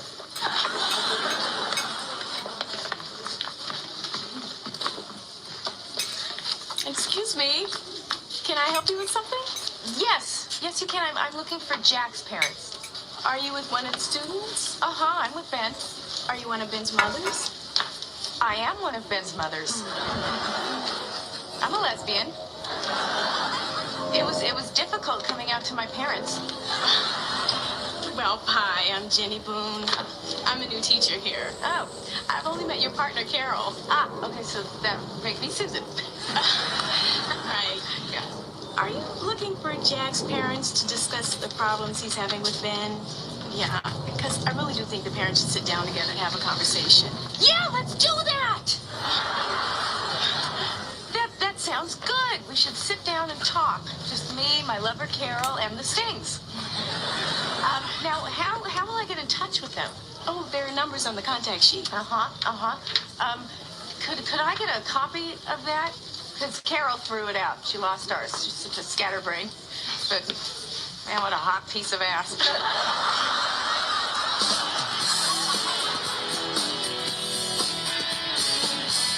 You know, that party wasn't bad. Yeah, I didn't know there'd be dancing. That was a fun surprise. Yeah, I'll see you in the cabs. Maybe we should just walk. No, we can't walk. Hey, it's like 15 blocks to Subway. Let's go. Hey, do you think that we can get to the subway right there if we climb down through that manhole cover? What's going on? I can't walk, okay? Okay, these boots were a huge mistake. What? Okay, you were right, all right? I never should have bought them. They're killing me, one toe at a time. I was right. This is what it feels like to be right.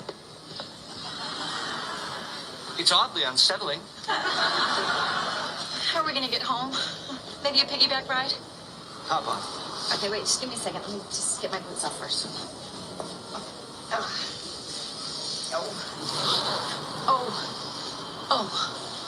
Oh, God.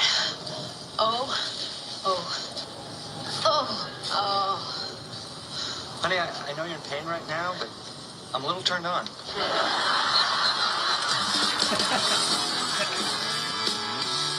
Do you ever worry that you'll be walking and your baby will just, like, slip out? What college was that, Dina? Oh, my God. Bobby.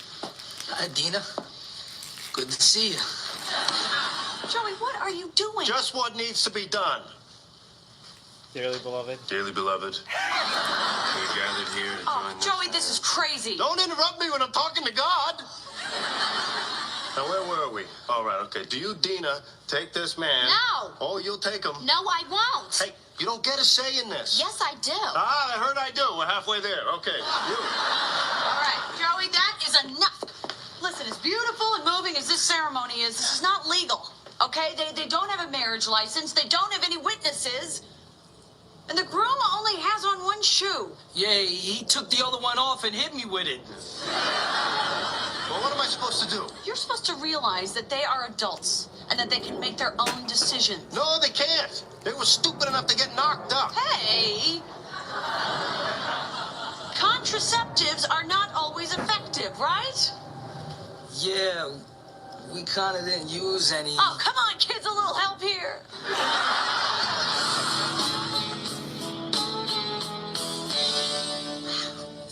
This is incredible. Sting's pen that he gave to Phoebe.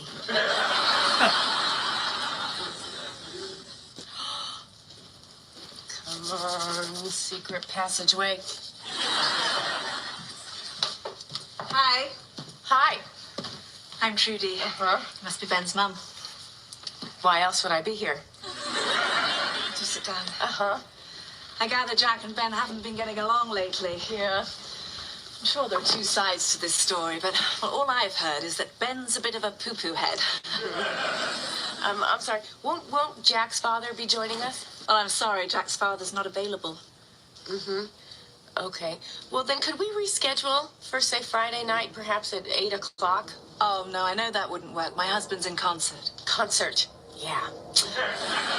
That just put us in quite a pickle. Because, you see, I'm very busy before and after the concert. And he's obviously busy during. So, I guess you and I should talk about Jack and Ben right now. Unless, okay, I would be willing to go to the concert. All the while thinking about the children, of course. Are you here for tickets? Oh, thank you. 4 would be great. Not giving concert tickets to someone who used their son like this. Oh, then you're in luck. Ben's not my son. Look, I've just pressed a button triggering a silent alarm. Any minute now, the police will be here. The police here? A reunion?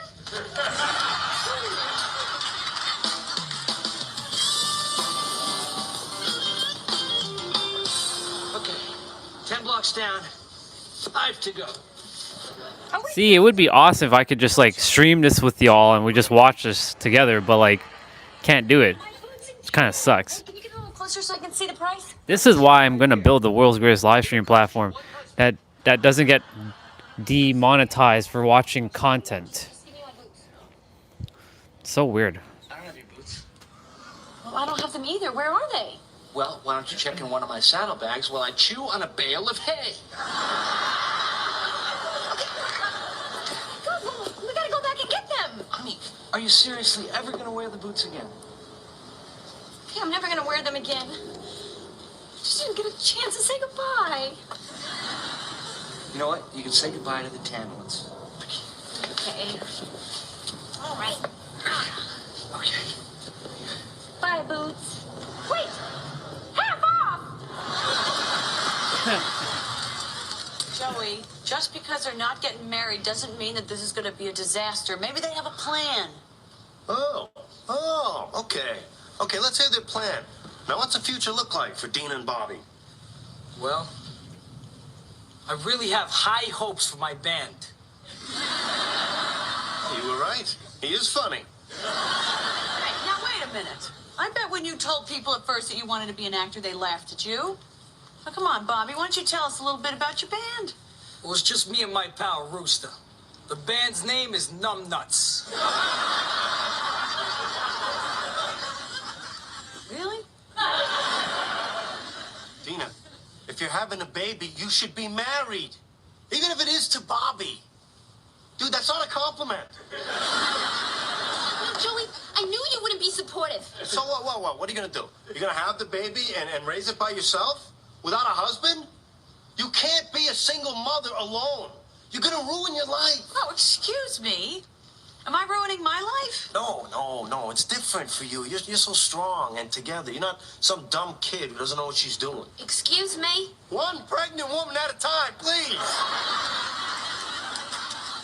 I just want you to be okay. So forcing her to marry Bobby is going to make that happen? Maybe. Yeah. So, what kind of music does Numb Nuts? Oh, forget it. I can't. Joey, I am scared to death about this. But I really think I can do it. I'm just gonna need some help. And Bobby's gonna be here the whole time. You bet I am. And to answer your earlier question, we're straight up gangster rap.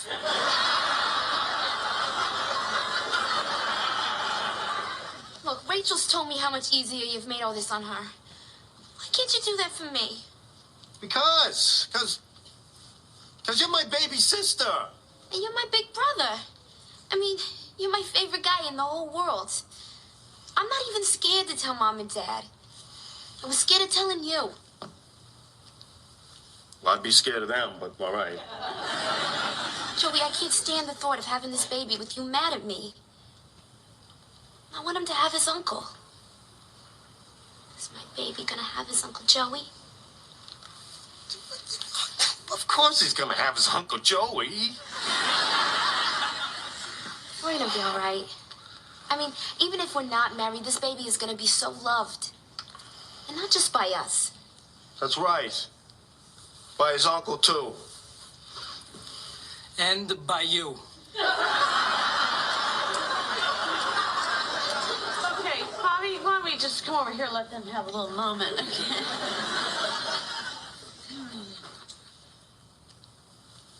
Come here. No, seriously, what's wrong with you?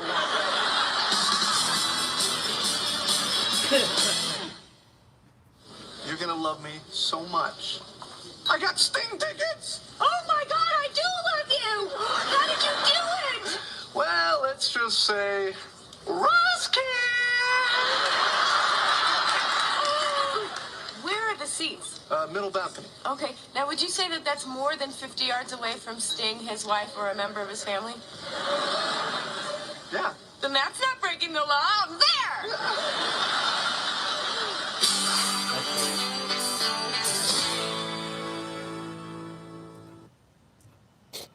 Okay, let me go check to see if actually laundry's on.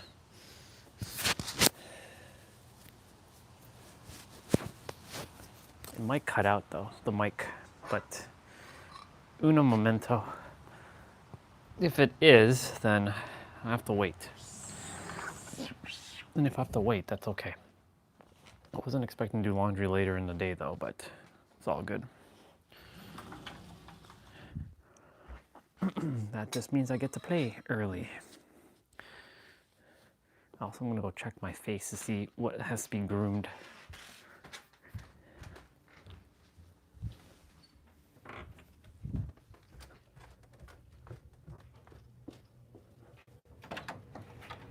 Oh yeah, laundry is on. Damn. Okay, that's fine. That's fine.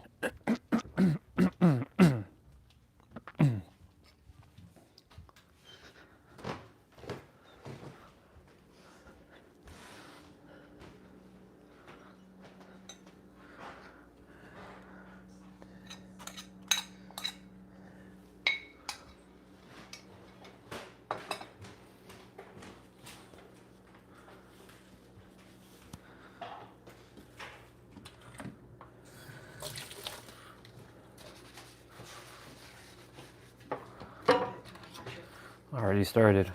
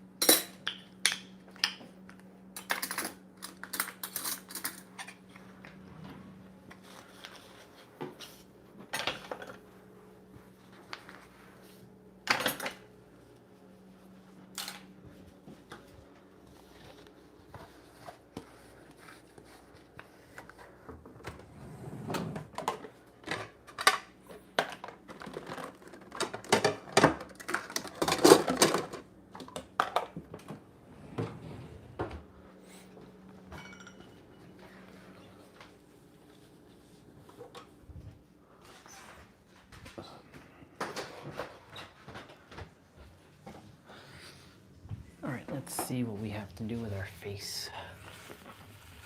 Let's see. I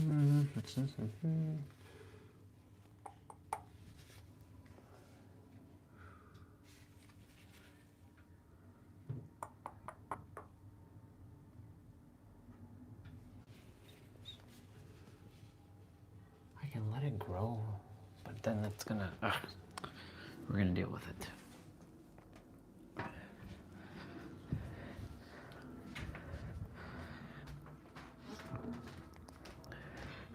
We're gonna deal with our face quickly. Just a little bit of trimming. I'll bring the trimmer outside and the mirror. Mirror, mirror on the wall. Who's the most fierce of them all? I am. I am the most fierce of them all. All right. Let's see. Okay, perfect. Just making sure that the mirror that I am bringing out can see properly. Okay. Back to, I'm going to listen to Nero's chapter in his book. Which chapter are we on? Chapter 13. Chapter 12. Chapter 12. The perception. Projection loop. Principle. What you stare into is I staring back at you should and actually move the eventually will microphone. become you. The way you look at reality is the way reality will look back at you.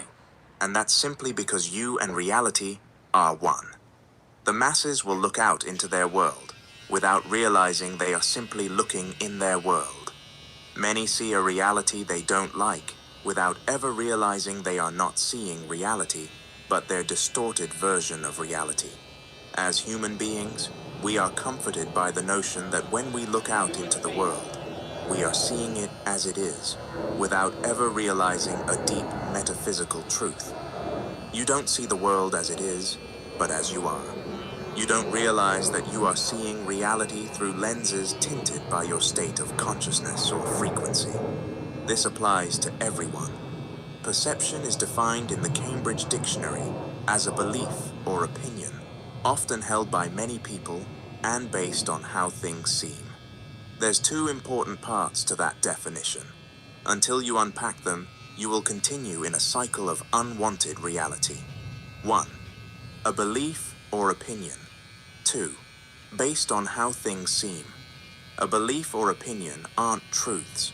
They're ideas that mask themselves as truths. However, once accepted by the subconscious mind, they begin to become truths by materializing all around us in our realities.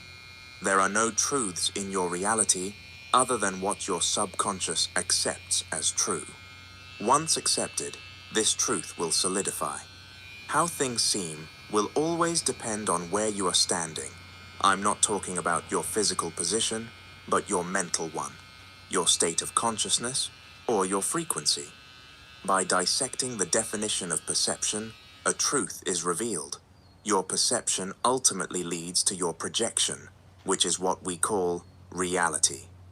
Most people will never realize that the way they are choosing to perceive something is intricately connected to the reality that their mind projects.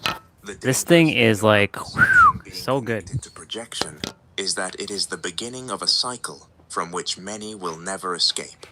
The perception-projection loop. Unaware that the way they see reality is the way it sees them, most people take a dim view of reality, which can only lead to them projecting the worst. The most unfortunate part about this is that once they experience the worst, unaware that it's closely related to how they are seeing reality, they champion that experience as truth, further reinforcing and solidifying that reality, perception. Perception drugs you with an artificial ego boost. All humans love being right, sometimes even if it leads to our own destruction.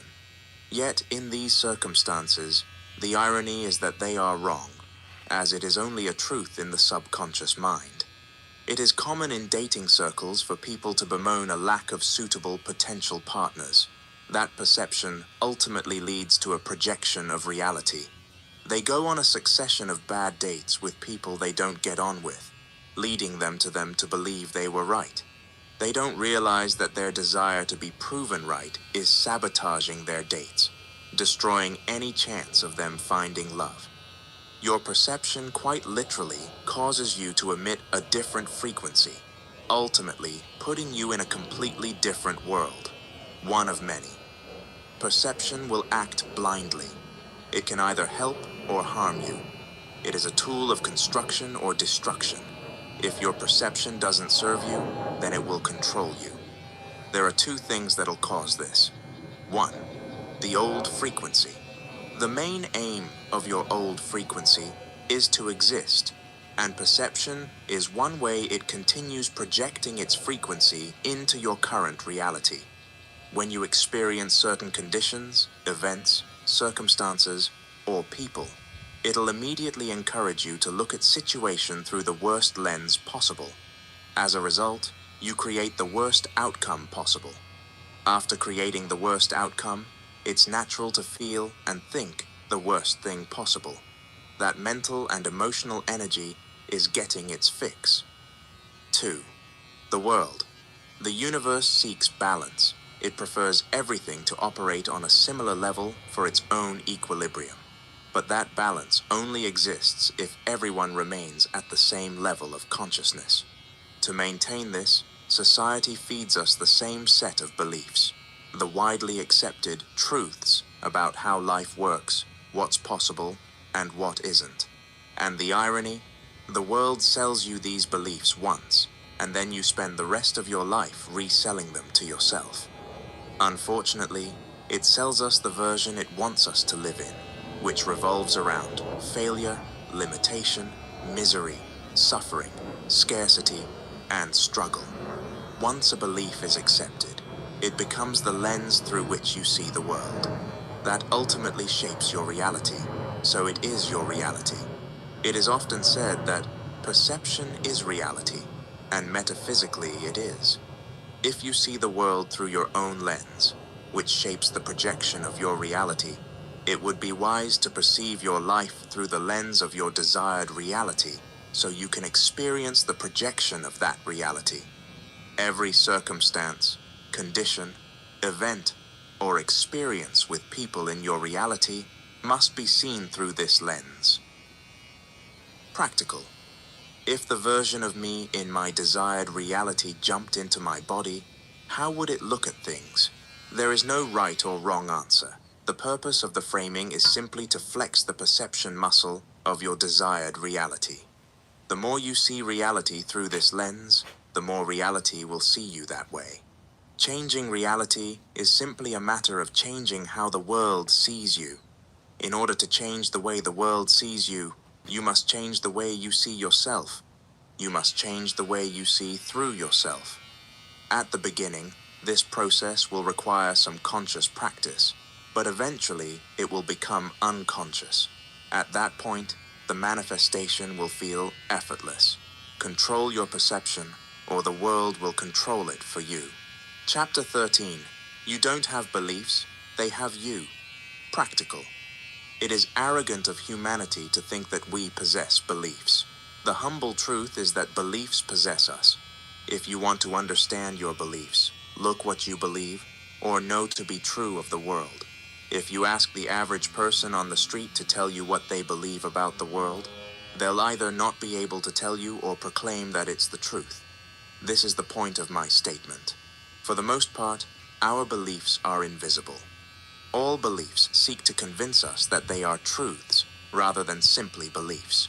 In reality, there are no truths other than what the subconscious mind accepts as true, because what it does believe to be true will be projected and experienced in reality. As humans, what we regard as truth is simply what we've experienced, and what we've experienced is nothing more than the materialization of our frequency. Foundationally, a belief is simply an idea based upon the potential of an infinite number of realities, not an actuality. All beliefs are living entities. As living entities, all beliefs want energy. Once you see that beliefs operate like entities, it all makes sense. Since there are an infinite number of potential realities, there are an infinite number of beliefs. And all those beliefs are fighting for our attention, because that is what brings them into existence. Beliefs want the energy to materialize further through seeking emotion combined with conviction. Beliefs don't serve you. They serve themselves. They will attempt to convince you that they are truths, but they are simply ideas pretending to be truths. The unfortunate thing is that when a belief has reached truth status, it has accumulated so much energy that attempting to remove it will almost feel like insanity and stupidity, because it's the truth. This is its inbuilt defense mechanism. Typically, beliefs are defined as thoughts that you keep thinking, but that's insufficient because you can keep thinking something all day and it won't materialize. Anything that materializes in reality first existed in the subconscious mind, and the entry requirement to the subconscious mind is emotion. Hence why, for simplicity, I define a belief as a singular thought or a multitude of thoughts that have emotion and conviction behind them. You will always find emotion lurking around a belief. If emotion begins to surface when you attack a belief, you've hit the jackpot. Since emotion solidifies belief, it is also what holds the belief in the subconscious mind. As a protective mechanism, the belief will release emotion when it feels threatened, so we feel discomfort, then decide to leave it alone. Observe when someone's view on the world is questioned and they begin to feel upset, angry, or disrespected. That's the belief, not them. In the realm of psychology, this phenomenon is called cognitive dissonance, and that is when one's belief has merged into one's identity to such a degree that when the belief is attacked, the same areas of the brain responsible for identity light up as if being attacked.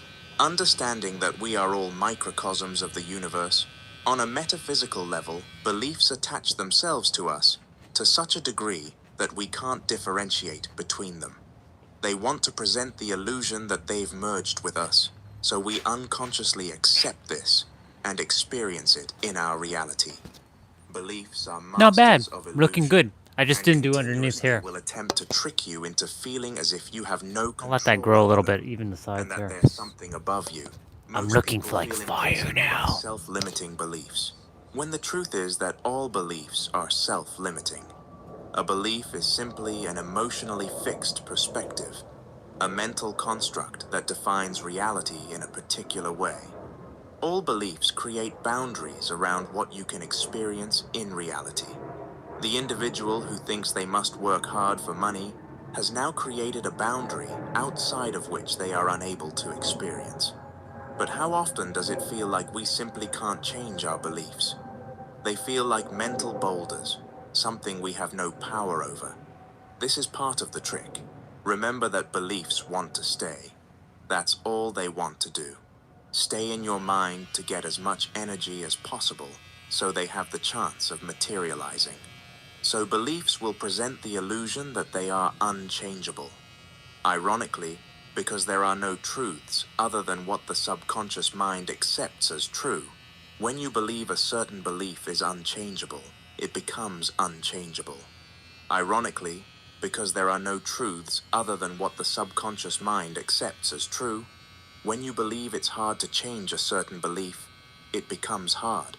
Ironically, because there are no truths other than what the subconscious mind accepts as true, when you believe a certain belief is the absolute truth, it becomes the absolute truth. Beliefs sell you this illusion that they are unmovable, and the moment you buy into that belief, sold to you by the con artist itself, then reality will be unmovable. Not because it is, but because you have decided it is so. More important than what you believe you need to change in reality is your beliefs about beliefs. How can you change your beliefs on money if you don't think you can change your beliefs on beliefs? How can you change your beliefs on relationships if you don't think you can change your beliefs on beliefs? How can you change your beliefs on people if you don't think you can change your beliefs on beliefs? How can you change your beliefs on success if you don't think you can change your beliefs on beliefs? I can assure you, it'll be hard to change to your beliefs so long as you think it's hard.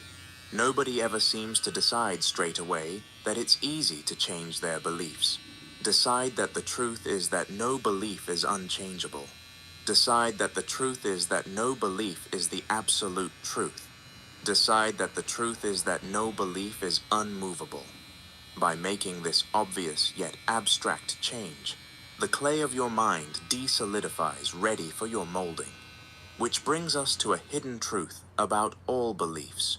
They are simply choices that at some point, whether conscious or unconscious, right or wrong, forced or accepted, we make. Changing a belief is simply making the conscious decision to believe something else. There's nothing more to it than that. It is just a decision, but it doesn't feel so simple, does it? It feels as though that's not enough. It feels as though it's more complicated. It feels as though it should be more profound. Notice the key word there, feels. Remember, I was talking about this earlier. protect themselves with emotion. Why should changing your beliefs be complex? Why isn't that simple decision to believe something else enough? Why does it have to be more complicated? Why should it feel groundbreaking? Where did you get the idea that has to be complex, complicated, and groundbreaking? Your acceptance of those ideas is the only thing maintaining those ideas. The ego thrives on intellectual superiority, finding validation in complexity. Solving something intricate feels satisfying. Cracking a difficult problem feels like genius. And uncovering a groundbreaking revelation brings euphoria. This is why the mind is drawn to complexity. It feeds the ego's desire to feel special and accomplished. What do you want? Do you want intellectual superiority or your desired reality? Assuming you pick the latter, then accept that all it takes to change a belief is simply making the conscious decision to believe something else. The something else you believe in has to reflect your desired reality. The beliefs that you currently have are producing your current reality. So to experience to a new reality, you must begin to adopt beliefs you've never had. All beliefs have two origin points: experience and adoption. First, experience. The moment we experience something in reality, our mind internalizes that experience as truth, and it is. But we fail to realize that it is only because it was first a truth in the mind. The physical plane, or what we call reality, is nothing more than a delayed creation of our consciousness, or a reflection of the mental plane, which is our mind. We think we gain our beliefs from reality, but reality is gained from our beliefs. We experience the effect, never taking into consideration the cause of the effect, and the cause is always intertwined with deciding to accept our beliefs. I'll give an example to illustrate how this typically goes. Somebody goes through an unpleasant encounter with someone else, and then decides that the entire gender or race of that someone else is one way, and only one way. That decision is made, a belief is formed, and that belief wants to stay. So it'll isolate that somebody into only experiencing realities where that gender or race is that one way, while keeping everybody else out of their reality. Then that person proudly proclaims to have found the truth, without realizing they missed a couple of things. The unpleasant encounter that took place is nothing more than an effect, meaning they could have had some unconscious fears, worries, beliefs, experiences of others, or preconceived notions of that gender or race that were simply projected into their reality. Or there was simply a reshuffle of reality in which they experienced one of many infinite realities that could have been an anomaly, but through their acceptance of it, they indicated it to be true, which made it actual, so it is now their reality. This type of belief thrives from reminding you of your experience, since truth and experience are one to the ego, merging and deepening its place in your mind. Second adoption. The moment others experience something in reality, they experience it as truth, and it is, but only to them, until they come and give us the truth that we unfortunately accept, so it also becomes our truth. As social creatures, naturally we interact with others, without the awareness that consciousness is contagious. Beliefs are like a virus. They seek to spread themselves around, infiltrating everyone, making them metaphysically contagious. Why? They want to materialize into reality. If not in this person, then maybe the next person. We may live on one planet, but we don't live in the same world. That's the thing about beliefs. They wish to bring everybody under their umbrella, hence why they want to spread. Whether it's religiously, politically, socio-economically, or even which sports team to follow, each person seeks to spread their beliefs and get more people under the umbrella. That's the macro view. On a micro level, whether consciously or unconsciously, we adopt the beliefs of those around us, friends and family, and those beliefs become invisible to a degree that they are undetectable. To revert to the example of the unpleasant encounter, what if the person involved is a friend or family member who then shares their story with you? You may react with shock, dismay, sadness, or anger as you empathize and share their pain. The more you think about it, the more upset you become. And without even realizing it, you adopt their experience as yours. Then, you have your unpleasant experience with a person who is the same archetype, and you tell your friend or family member, solidifying what you both now hold to be true about that gender or race. Without realizing, you unfortunately missed the real truth, which is that truth wasn't yours until you accepted it through the emotion and conviction you invested into it. Why would we believe something to be true in reality if we haven't experienced it? Simple. We adopted it from those around us. Don't make the mistake of believing you have been above adopting the beliefs of others. That type of arrogance is coming from the belief itself, which wants to make sure it sticks around so stays invisible through that type of thinking. This type of belief thrives from reminding you of others' experiences, since truth and experience are one to the ego, merging and deepening its place in your mind. Always remember, your beliefs are either adopted or experienced, or both. Before you begin adopting new beliefs, you must make the conscious decision that you will no longer believe the things you currently believe. Practical. To enter a new reality, you must have a set of new beliefs. Any old beliefs will negatively corrupt the frequency of your desired reality and will maintain the old reality. For example, you can't believe all rich people are evil devil worshippers and expect to be rich. You can't believe that you must work hard for money and expect to get money without working hard for it. You can't believe there are no good men anymore and expect to be in a relationship with a good man. You can't believe there are no opportunities for people like you. I am pretty much done. Your beliefs I must got it align, looking good. contribute to, and support your desired reality. The beliefs must reflect your specific desired reality.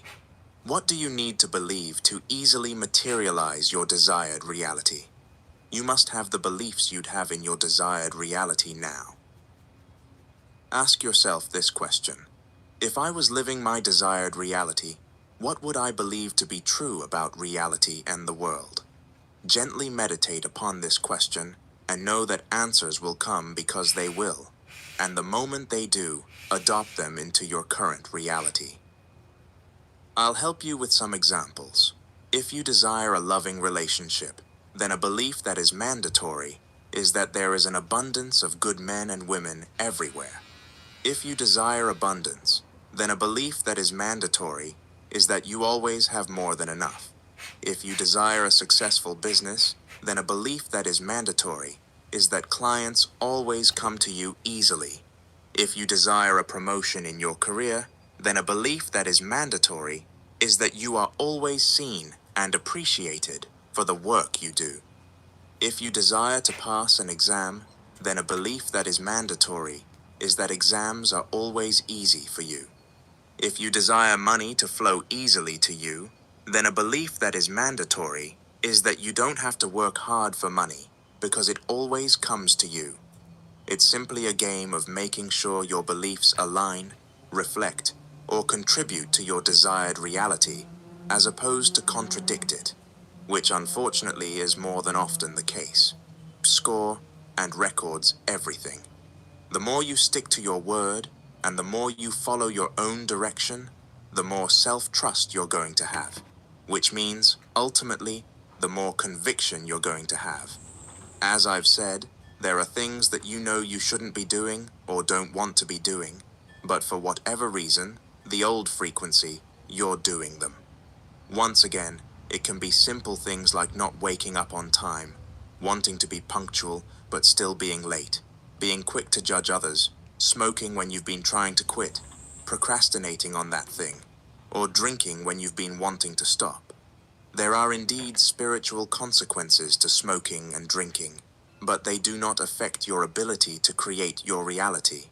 However, if you desire to stop these activities, yet you continue to do them, you indirectly deplete your self-trust, which depletes your conviction, which depletes your ability to materialize.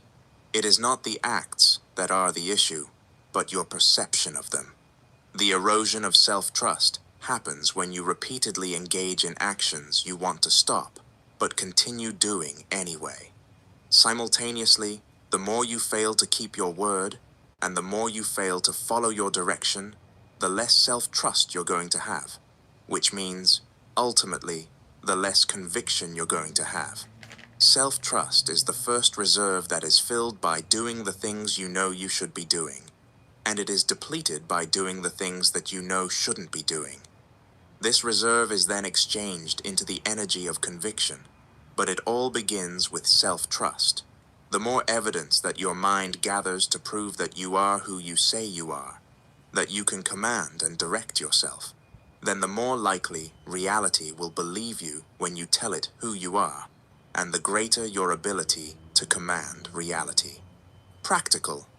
Reality creation can sometimes feel like we're on trial, like we're constantly having to defend our desired reality, our thoughts, our feelings, and our vision. But like a trial, the more evidence on your side, the better your case. The trial is between you and your old frequency. Every time that you follow through on your word and the things you know you should or need to be doing, the more evidence for the side of your desired reality. The more you fail to do what you know you should or need to be doing, or even worse, doing things that you know you shouldn't be doing, the more evidence for the side of your old frequency. Who's currently winning the trial? Only you know. The beauty of self-trust is that it highlights something so obvious yet so profound. The only person in the universe that you've ever had to prove anything to is you. What are those things that you want or need to get done? What are those things that you want or need to stop doing? Write them down, no matter how big or small. Remember, there is no big or small to the infinite. It really doesn't matter. Once defined clearly, now it's a game of discipline. Unfortunately, this crucial aspect of reality creation is so often overlooked, but there is no getting around it. How could you ever expect to discipline reality if you can't even discipline yourself? Ironically and metaphysically, you and reality are one, so until you start within, you will not change the without. The first stage is complete, and you've got self-trust locked down. Now it's just a matter of realizing that conviction is a muscle that you need to start consciously exercising. After you've done those things you need to be doing and you start feeling more confident in yourself, that is when it's time to exercise the conviction muscle. Just as with any muscle, the more you use it, the more conditioned it gets. Exercising the conviction muscle is easy. It's just a matter of you deciding that you know something is going to happen instead of waiting for that feeling to randomly come. Sounds weird, but that is all there is to it. Simply you stating that you know something is going to happen. It's only weird because, for the most part, conviction has been unconscious to you. But now we are making it conscious. Almost like taking breathing off autopilot and making it conscious. Decide with great precision and unshakable confidence that you know whatever it is you want to manifest is already yours, and nothing can convince you otherwise. At first, it might feel a bit rough or strange, but that unfamiliar feeling is simply you harnessing the power that, without realizing, you've been drip-feeding to yourself your whole life. To exercise true conviction, you must exercise expectation, because expectation is creation. Think about the times in your life when you've said, "I knew that was going to happen." What was that? Did you become a prophet? Did you become a seer? Every time you knew, and it happened, you weren't a prophet. You were a creator. The truth lies in frequency, and the truth is, you created it with a power that's been hidden in plain sight your whole life. You expected it. Expectancy creates reality. Expectation is creation. When you expect something, that means you are anticipating it. Think about a boxer. When he's in the ring, he must anticipate his opponent's punches. Anticipation is a form of preparation, and to expect is to prepare for the frequency that you are expecting. When you prepare for something, that means you know it's going to happen, and that's the key that will unlock your desired reality: knowing. Most people think that manifestation is believing, but as previously mentioned, that's why they will never manifest. Believing isn't enough. When you believe something, that means it's not a fact. Do you believe that a switch will turn on the light, or do you know it will? That's exactly what expectancy taps into: knowing, confidence, and conviction. Those are the infinity stones of manifestation. Most live their lives using expectation to create the worst realities for themselves, never realizing that through their expectation, they are indirectly preparing, opening their arms to their old frequency. How many times do you expect the worst in life? Isn't it weird that you expect the worst more than you expect the best? Why? It's almost easier and normal to expect the worst. But why? It all comes down to programming, conditioning, and training. The world has trained you to expect the worst, so you create the worst. Most people expect the worst for two reasons. 1. They've been sold the idea of it. 2. They've experienced it. Let's look at the first reason. If you want to create your desired reality, then you can't live in the world. If you live in the world, you will never manifest what you want. You must live in your world. You need to quite literally create your own bubble and live in it. Be consumed by it. Anything that does not align with your desired reality must be filtered out. People are criticized for being tone deaf, but that is nothing more than an isolated mind. I'm not suggesting you act as if the issues of the world do not exist, just to recognize your own issues and prioritize them ahead of those of the world. The world sells limitation, scarcity, misery, misfortune. All right, I'm gonna go shower. Which, when bought, sets one up to expect them. It is through I'm gonna go shower and have to do laundry after, so I'll be back. For example, the world will sell you the idea that there will be financial difficulty, unemployment, and layoffs, and it will repeat them until you expect it. Through training you to expect it, they energetically prepare you to create it. You get what you expect. Now let's look at the second reason. Whenever we go through the worst, to protect our heart, we normalize it to avoid the pain of being disappointed or frustrated again. We normalize the worst without realizing it as a defense mechanism. When you normalize the worst, you expect the worst, so you create the worst. The universe will not seek to alter your perspective. It will simply reflect what you expect, regardless of whether you deserve it or not, unfortunately. To the universe, What you expect is what you are asking for. It's hard to conceptualize that you may expect the worst, but it's likely you do. To gauge whether you expect the worst, determine what you find normal. Do you find it normal to suffer financially? Then you are expecting it. Do you find it normal for people to let you down? Then you are expecting it. Do you find it normal to be overlooked at work? Then you are expecting it. Do you find it normal to unemployed? Then you are expecting it. Do you find it normal for your business to stagnate? Then you are expecting it. Whatever you find normal is what you are unconsciously, indirectly expecting. And anything that you find normal will find you. Your desired reality must become normal to you before it can become normal to the world. To normalize your desired reality simply requires neutralization. The moment you become neutral to your desired reality, you collapse the space between you and it. Neutralization is simply a matter of relinquishing the external reliance of your desired reality by giving it to yourself internally to such a degree you are good with or without it. Think about expectation like ordering at a restaurant. If you want steak, but you ask for fish, what are they going to bring out? The direction you look in is eventually where you will find yourself. A powerful example of faith-based expectancy is found in the biblical story of Elisha and the 3 kings. During this time, King Jehoram of Israel, King Jehoshaphat of Judah, and the king of Edom found themselves in a desperate situation.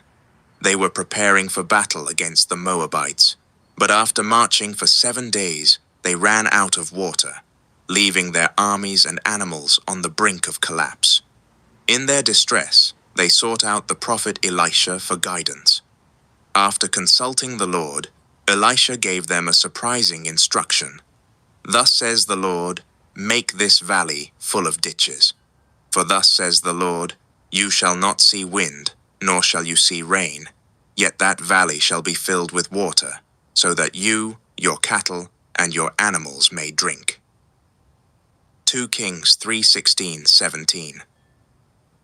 Think about this. There was no visible sign of water, yet Elisha told them to prepare for it anyway. Their act of digging ditches was an expression of faith, taking action before seeing evidence.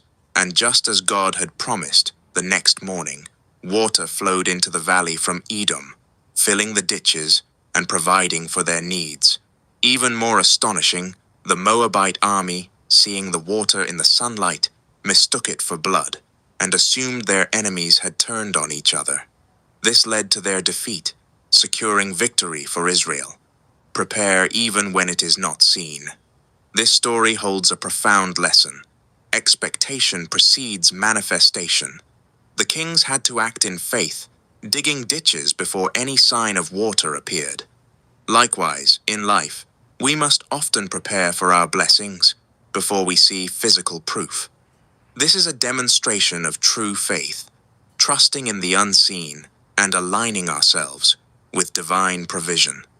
Your current reality may feel like a desert, dry, barren, and hopeless. But just as Elisha instructed the kings to prepare, you too must act in faith, expecting the best, even when appearances suggest otherwise. Dig your ditches. Act as if your breakthrough is already on the way. Release past disappointments. Cross the bridge from fear to faith. Climb the mountain, seek solitude, and elevate your mind above worldly concerns. Believe it is already done, not by forcing reality to change, but by trusting in the divine timing of provision. Just as Elisha spoke God's promise, and the kings acted accordingly, we are called to trust in the unseen, act in alignment, and prepare to receive what is already on its way. Remember, you get what you expect. Your life may be currently seem like a desert, but you must elevate yourself if you want to be above the world. You must expect the best, because in doing so, you prepare for your desired reality to rain down on you. You just need to cross the bridge of past resentment, frustration, and disappointment. Every time you try to expect the best, It is past experiences that hold you back and cause fear within you. Fear of disappointment again. You need to be willing to put your heart out there again, while detaching from the necessity of seeing the external world change. But this time with full conviction that your desired reality will materialize no matter what physical appearances say. There will be instances your desire does not unfold as intended. If you have truly manifested, the physical will be irrelevant. True manifestation is about internally shifting to such a degree. You are no longer emotionally dependent on seeing reality change. To be able to stand in an unwanted reality, in a wanted frequency, is the beginning of freedom from the slavery of reality. Chapter 15. The Law of Emotion. Principle. There is a piece of flesh in the body. If it becomes good, reformed, the whole body becomes good, but if it gets spoilt, the whole body gets spoilt. And that is the heart. Sahih al-Bukhari. If someone or something can control your emotion, they or it can control your whole reality. This is not an exaggeration. Ancient wisdom has always stated that he who makes you mad is your master. This is true not just for the physical, but also the metaphysical. When it comes to manifestation, there seems to be this hyperfixation on thoughts alone, as being the sole contributor to your reality, but a simple reverse engineering of reality reveals otherwise. If I can control your emotion, I can control your energy in motion. If I can control your energy in motion, I can control your vibration. If I can control your vibration, I can control your frequency. And if I can control your frequency, I can control your reality. The idea of controlling emotions seems beyond us, and that's because we have been sold the lie that our emotions are out of our control. Ironically, this belief leads to a frequency where it appears they are, which ultimately leads to a reality that appears out of your control. It is a paradox that many desire to control their reality, but claim they have no control over their emotions. So long as emotions are out of your control, all attempts at controlling your reality will always appear out of your control. Emotions only appear to be out of your control because that's how reality also appears. Things happen to you as you go through life, cementing the idea that they are outside your control. You will never get to your desired reality while maintaining the belief that emotions are out of your control. Emotion is the largest shareholder of your frequency. Its domino effect ripples throughout reality. Your old frequency will attempt to convince you of the lie that your emotions are out of your control. As it throws adversity at you, you will feel as though you have no choice other than to submit and simply accept the frequency of this adversity. A side effect of this is emotional turbulence. Unfortunately, this internal turbulence leads to external turbulence. Emotions themselves also act as glue, sticking you to a frequency and indirectly a state of reality. Negative emotions will always glue you to negative conditions, circumstances, events, and even people. Positive emotions will always glue you to the positive conditions, circumstances, events, and even people. If you experience adversity, and as a result, experience negative emotions, if not transmuted, those negative emotions will glue you to that adversity, which does nothing more than solidify and strengthen it in your life. If emotions are the largest shareholder of your frequency, that means your base emotional state, which we call an attitude, is the central unfolding point of your reality. Attitude is defined as a settled way of thinking or feeling about something. Your attitude is the emotional baseline that, through repetition, has become ingrained in your identity. A simple thought experiment that takes a couple of seconds can prove to you that you have always been in your control of your emotions. Close your eyes and relax. When you feel calm, imagine the person that matters to you the most. See them and allow the love to appear. Then imagine the idea of being at that person's grave. Those negative or uncomfortable feelings you just felt were conjured by you. That was you doing it consciously. Most of the time you do it unconsciously, so you don't realize that whether consciously or unconsciously, it is still in your control. The moment you awaken to the truth that you control your emotions, you'll have the entirety of reality in the palm of your hands. Detach from the idea that they are above you and out of your control, because indirectly, this is a confession that reality is out of your control. Without emotion, nothing works. It is the true language of the subconscious mind, and the moment you speak it, you will be understood by the universe. Imagine you only speak Spanish, and you encounter someone who only speaks Mandarin. You can spend as much time and effort speaking as you want, but there will be little progression. That's not to say it will all be in vain. There may be instances of understanding, but it is not ideal, nor is it optimal. All miscommunication leads to confusion. How many miscommunicate with the universe? When the universe understands you, the materialization of your desired reality is inevitable. But when it doesn't, the materialization of your desired reality is a struggle. Sometimes it can feel like you've done everything you possibly can on your journey to manifesting your desired reality, but still, nothing. You may have tried multiple manifestation techniques such as affirmations, vision boards, scripting, visualizations, or subliminals, but still, nothing. Even though you've done the most, you're still getting the least. If you fall into this category, it's because you're not speaking the language of the universe. The secret to the most powerful and efficient language of the universe lays in the first organ that God gives you when you incarnate on this physical plane, the heart. Emotion is the true language of the subconscious mind. It is the gateway to everything you're trying to manifest. The subconscious mind operates without logic, reason, or rationale. It is inherently illogical, much like emotion itself. Emotions don't follow a structured, rational framework. They simply arise and flow. This shared, irrational nature creates a direct parallel between the two, as both function beyond the realm of conscious reasoning and instead shape reality through feeling and impression rather than analysis. To control emotion is to control the subconscious. Think of emotion like the vibrational language through which manifestation occurs, as what is deeply felt becomes frequency, which then materializes into reality. Those who run the world don't require physical force.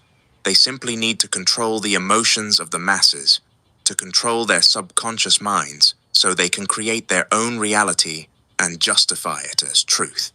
Now remember, the reality that you are currently experiencing is the result of the frequency you are tuned into. Think about it like a radio station. Each frequency emits a different sound, and reality is no different. Always remember, realities are nothing more than the reflection of their frequency. Emotion is equal to frequency, and frequency is equal to your reality. Emotions play the largest role in what you experience in reality. The heart and emotions are the key. Most people make the mistake of not injecting emotion into their thoughts, intended to materialize their desired reality. Affirmations without emotion are dead. Visualization without emotion is dead. Vision boards without emotion are dead. Positive thinking without emotion is dead. It is the missing key which will unlock everything that you have been doing. It is what supercharges the frequency of a specific thought, making it more likely to materialize in reality. Since emotion is the language of the subconscious mind, it is the language of God. In the teachings of the Bible, the Quran, and ancient Egypt, Kemet, the heart has always been the gateway to eternal life and the consciousness of the infinite intelligence. The heart is revered in nearly all ancient scriptures and spiritual traditions, yet its deeper esoteric significance is often overshadowed or overlooked in favor of intellectual understanding. For as he thinketh in his heart, so is he. Eat and drink, saith he to thee, but his heart is not with thee. Proverbs 23:7. The verse does not state, for as he thinketh, so is he, but in his heart, illustrating that thoughts nurtured with emotion lead to one's frequency. Not all thoughts are made equal. It is not thought alone that leads to creation of one's reality, but the thoughts that are backed by the heart, by emotion. Keep thy heart with all diligence, for out of it are the issues of life. Proverbs 4:23. This verse illustrates that the heart must be protected, for the issues that we experience in reality stem from it, and with a metaphysical understanding it all makes sense. The heart produces emotion. Emotion is energy in motion. When energy that is in motion gains momentum, it becomes vibration. When vibration continues to gain momentum, it becomes frequency. Frequency is nothing more than immaterialized reality. The suffering that we often experience can be traced to our hearts, and so ultimately, our frequency. Many suffer adversity and let reality hurt or distort their hearts naturally, but unfortunately, this leads to a distorted reality. Everything is a reference to everything you can experience in reality. The origin of reality is your frequency, and a large percentage of your frequency is derived from the heart. It has been stated that the heart produces an electromagnetic field that is 60 to 100 times larger than that of the brain, highlighting the power of the heart. In ancient Egypt, Kemet, it was believed that the heart recorded all the good and bad deeds of a person's life and was needed for judgment in the afterlife. Practical. Your emotional state nourishes and allows your mental state, which can take place either positively or negatively. The emotional state that you occupy must be reflective of your desired reality, meaning that you must feel how you'd feel in your desired reality, now. Emotion is not just euphoria, joy, excitement, or happiness. It can refer to serenity, calm, bliss, accomplishment, or satisfaction. It isn't necessarily overwhelmingly intense, although it can be. It must simply be as close as possible to how you'd feel in your desired reality. One way to access the emotional state that you would have in your desired reality is to exist in the mental state that you would have in your desired reality. The other technique, prescribed earlier, is when you internally, intensely, and vividly experience your desired reality to generate the emotion you would feel. The more you do this, the more emotion you'll generate internally. It should be noted that the more you experience your desired reality internally, the less you'll desire it externally, since the emotions eventually burn out like fuel. This is perfect. People often conclude, after learning the power of emotions, that they must ignore negative ones, as they will ruin everything. The truth of reality is that adversity is inescapable. There will be instances in which reality presents an emotionally stimulating experience that is negative. There's nothing wrong with feeling negative emotions. The real issue isn't the emotions themselves. It's the lack of awareness around what they are, what they signify, and how to transmute them.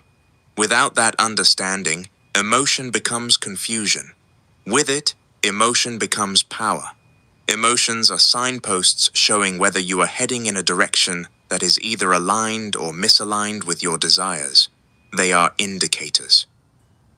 It is common for vehicles to display a flashing symbol on the dashboard when something is wrong.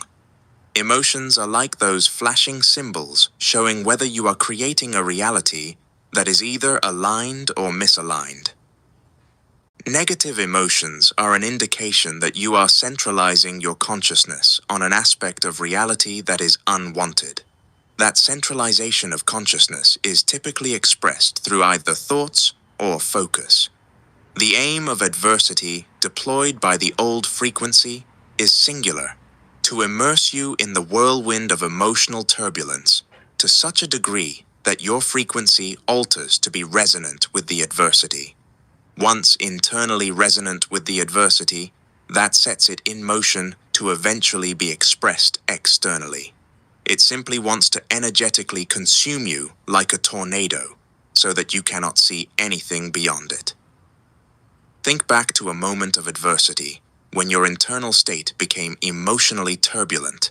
It's as if your perception narrows, clarity fades, and it feels like nothing else matters. The emotional intensity clouds your awareness, making it difficult to see beyond the immediate experience. How often in anger or fury do many claim to see red? A human expression that is deep with esoteric meaning. It illustrates how emotions lead to the alteration of frequency, and frequency is expressed in humans as our awareness, like a lens. When emotional turbulence is introduced within, the lens is smudged. Anytime you find yourself in a negative emotional state, it's a clear sign that the mind is focused consciously or unconsciously on something undesired, whether it's a past event, a current circumstance, or a potential future outcome. The only true way to move through negative emotions is by engaging in a conscious process that And I'm done. distorting the emotional energy, a process I'm done. emotional alchemy. Every unwanted reality or adversity holds within it a hidden energetic polarity that, if uncovered, can begin fueling the materialization of your desired reality. It's rarely obvious, but often subtle, concealed beneath emotional noise and mental resistance. But it's always there. No adversity exists without its counterpart, an embedded seed that reflects the very reality you're trying to create. Emotional alchemy is the key to uncovering it. The process of emotional alchemy can be applied to all negative emotion that arises throughout life. Looking 1. good. Relax, sit or lie down in a quiet space, and allow your body to fully relax. 2. Bring it to mind. Gently bring the adversity, whether it's a situation, person, or event, into your awareness. 3. Feel fully. Let yourself experience the full depth of the negative emotion without resistance or avoidance. Stay present with it. 4. Stay until it shifts. Remain with the emotion until it begins to soften or dissolve. This may take 20, 30, 60 minutes, or even longer. There's no rush. The key is to stay with the feeling until its intensity naturally begins to fade. 5. Reach neutrality. Eventually, the emotional charge will fade, and you'll arrive at a neutral state. 6. Extract the seed. From this place of neutrality, revisit the adversity and search for the hidden seed within it, some perspective or insight that supports your desired reality. 7. Feel the shift. Focus on that new perspective and allow yourself to feel the positive emotions it brings. Immerse yourself in the uplifted state. 8. One of the Integrate. most challenging things Once about you love feel is the people get to emotional choose shift, who and how they love. return to your And day, sometimes they don't choose keeping you. your focus on the And positive compatibility seed. If your is mind the drifts back to the single negative, most important gently aspect redirect it. of being with somebody. You Emotional can alchemy be is a highly highly attracted to adaptable somebody and technique desire them. that can be applied You across a can wide be range of challenging committed circumstances. to them, Whether you're facing but an not empty compatible. bank account, an eviction And if you're not notice, compatible, disappointing results, then you're never going to make it. difficult people, or When high you get stress to a point where you're situations, hinting or you're this process hoping or can be you're wishing that the extrapolated to hookups any are turning into adversity that something, or stimulates you negativity want to move within. in but they won't, or you Emotional want to alchemy be introduced to your allows parents you but to they won't, alter or you want to put a vibration label on it and but they don't want to therefore put labels on it, frequency there's a through a big, switch in concentration. big indication about that you're changing the not on the same emotional page. charge And rather so than you being got to say to consumed yourself, I by got it. to let them True danger be arises. honest with where they are. I got to let them walk out the door if they're going to, but I've gotten to a point where I know I love I this. want. I love this thing from Mel. It's beautiful. Beautifully articulated. Oh yeah, how you make demons every day without realizing. Nero released his video. We'll be watching that shortly. Let me see how long it is. Actually, before I do that, where is the...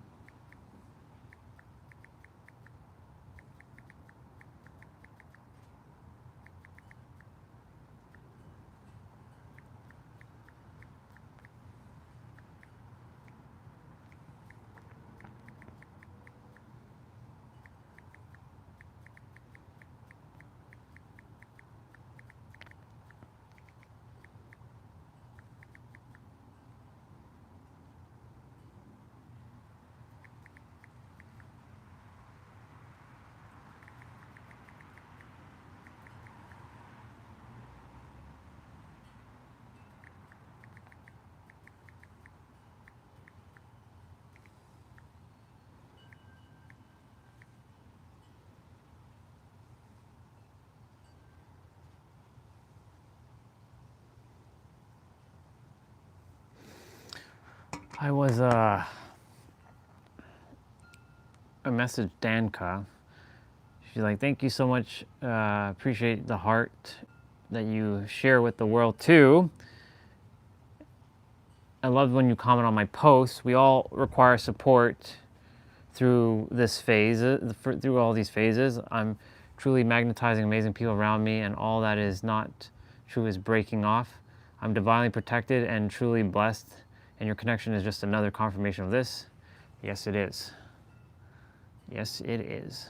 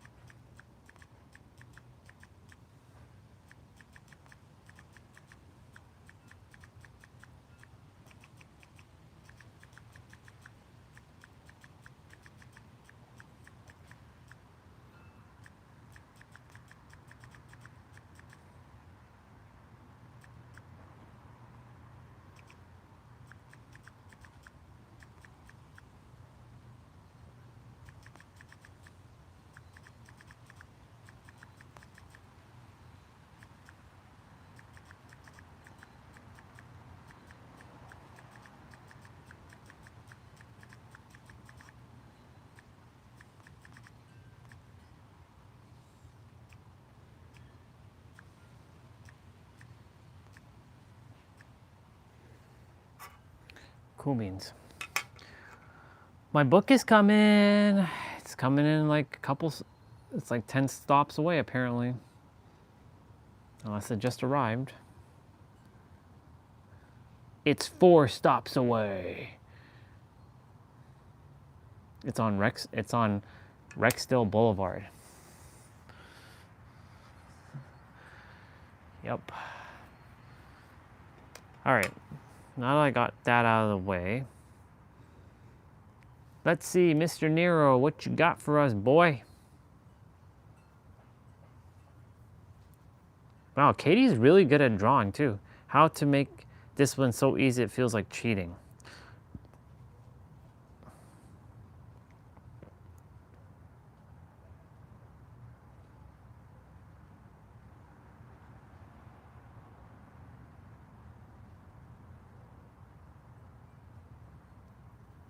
Seems like a Sunday is like when everybody drops their video. What you think you see isn't actually there. It's true. That's Katie, I'll put you in bar. I'll watch you at some point. The most powerful men in history know something about you that you don't even know yourself. Behind the closed doors of the 33rd degree of Freemasonry, specific rituals manipulate the magnetism that governs your life. Manly P. Hall, an initiate of the innermost circle, documented the secret. Every single thought you have creates measurable magnetic waves. The air you breathe carries solar magnetism, invisible particles that obey the same ancient symbols Egyptian priests used to bend reality. Entire generations have magnetized failure because it's not in the power structure's interest for the masses to know the occult mathematics. The personal magnetic field you inherited was already programmed before you were born. While you doubt, they apply. While you question, they manifest. The difference? They know the exact rituals that transform attention into matter. And you walk blindfolded, but I can reveal the protocol to you. The most powerful men in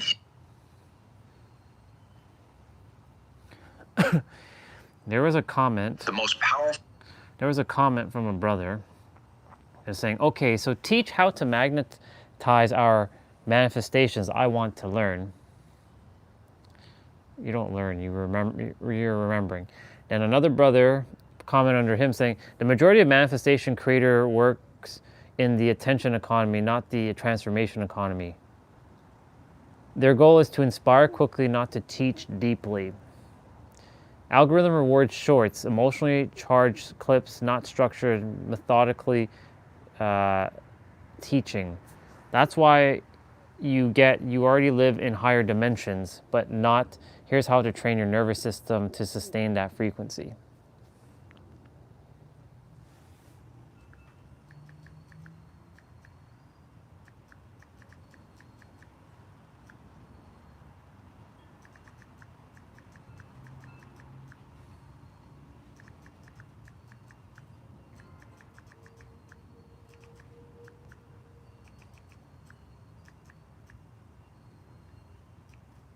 Nah, he's good. I'll leave him. That's a good comment. I don't have to help him with that. He's good. Men in history know something about More you people that are you becoming aware. Oh shit, what the hell? Whoa. Gladius with another banger, huh?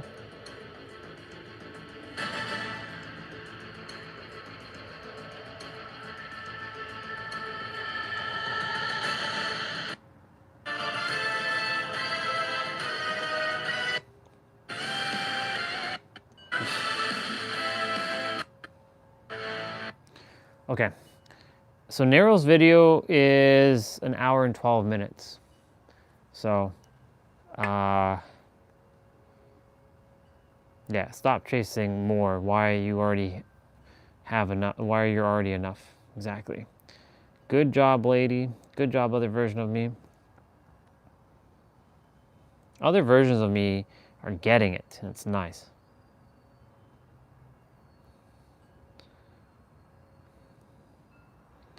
Your nervous system is blocking wealth and abundance. Yes, yes, Sadaf. Yes, it is. Once you're safe and you're secure within, nothing will stop you. Nothing can stop you. So I'm waiting to do my laundry, but I think I'll play the video so you all can watch this video. I'm gonna watch it again. I'm gonna watch Nero's video again, but let's see what our boy has for us. Our brother. Our brother.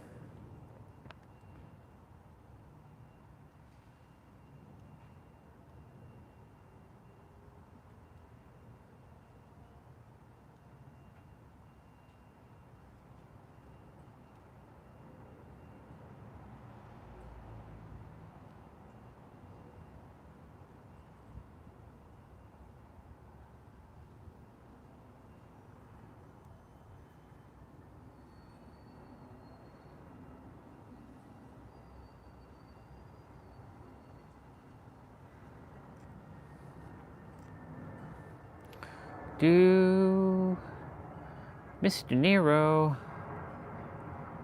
All right, y'all.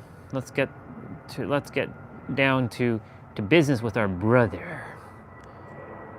The book should be here shortly. I'm actually gonna wait for the book. What's up, bro? Yeah, but you know there's still winners, bro. I didn't see you there. I'm not a huge baseball fan myself anymore either, but I'm proud of the boys. I'm proud of them because, you know, they didn't get steamrolled. It wasn't like they didn't belong there.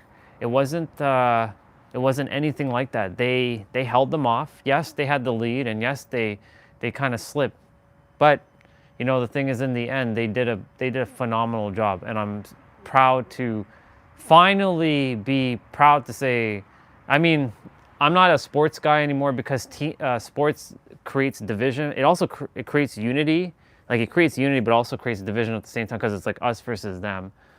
But they did great, and I'm proud of them. I'm super proud of their tenacity and their resilience, right? Like, they could have got steamrolled because a lot of people were predicting that Toronto was going to get completely stomped and swept, but they didn't. They went one damn game where they went in. I didn't watch it, but they went one game where it was 18 fucking innings. 18 innings. That's crazy, right? Then they went to this game, which was 11 innings. It's the longest World Series in history, apparently. Yeah. So I'm proud of them, and they've given me a championship energy of like the ALCS, and they're champions in my book. They are the true champions.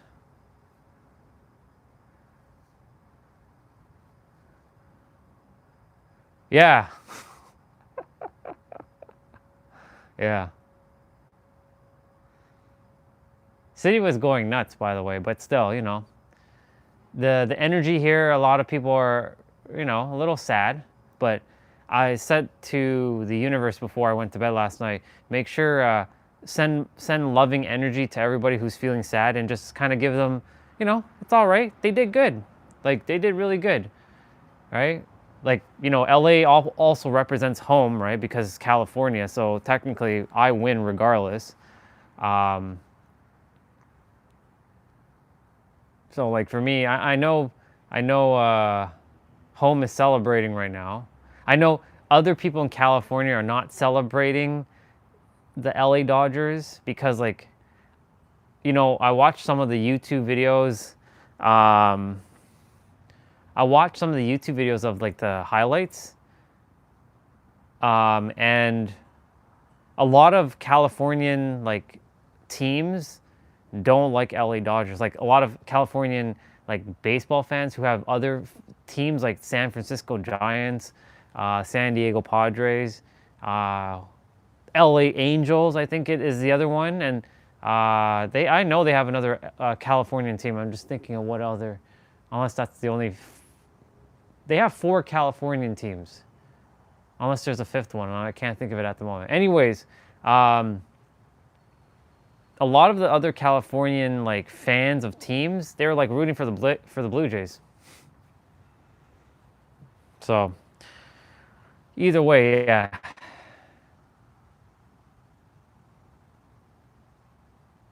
Right, exactly. Which makes sense.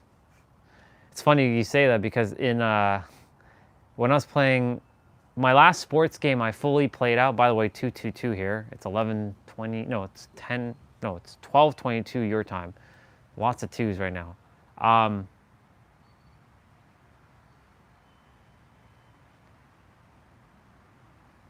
When I was playing my last sports game, which was actually funny enough, bro, NHL 99. Like I actually had it on the N64. I bought all the top players, the hockey players from, like I traded all the great players into the Maple Leafs, and so they were the Super Leafs, and like they steamrolled over every team in the game. Like I just absolutely massacred everybody, like all the teams, because like bought all the best players at the time in NHL 99. Like I traded this person, that person. Like it was wild. Like I scored a 100-goal game at one time. Pretty sick. But yeah. Yeah, if they had a player cap, if they had a player cap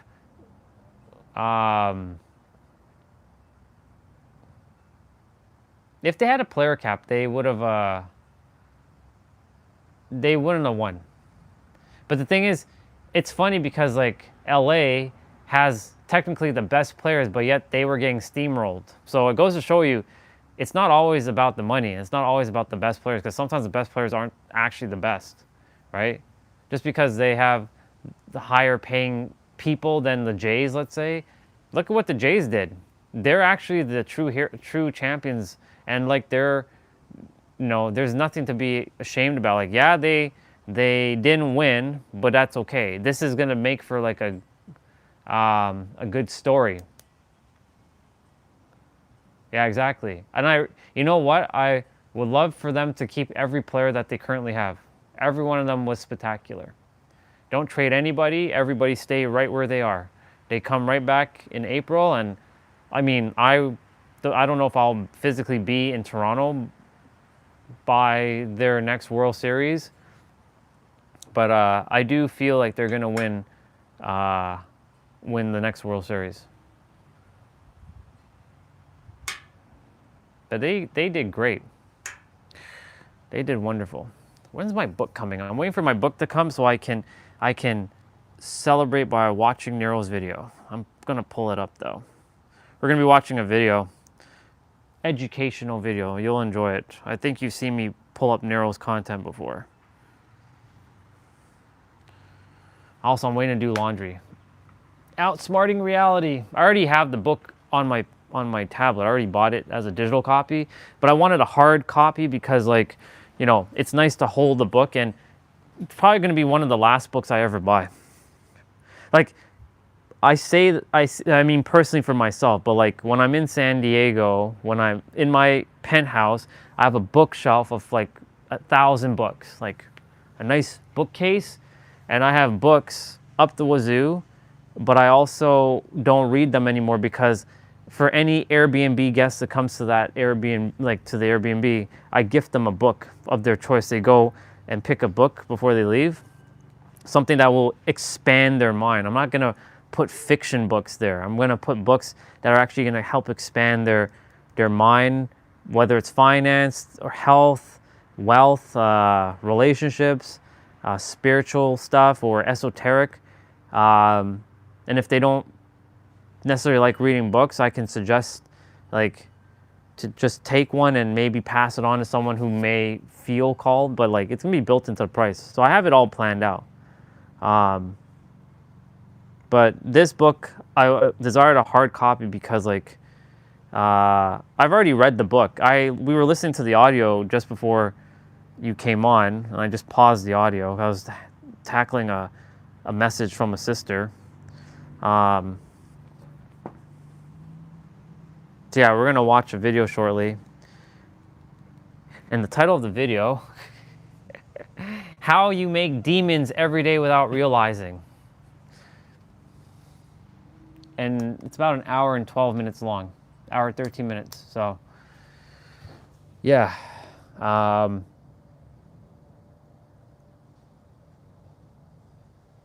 it's gonna be a good video, I can feel. I was also gonna play Dead by Daylight shortly too, but I like to expand my minds on Sundays, you know, prepare my vessel. I think my book just arrived.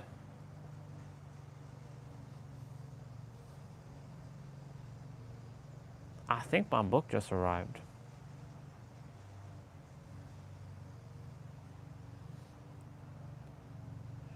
Yep, it just arrived. It just arrived. Yeah, man, we're really in November. We're on the final stretch of the 1 year live stream, by the way. Let me go, I'm gonna go check.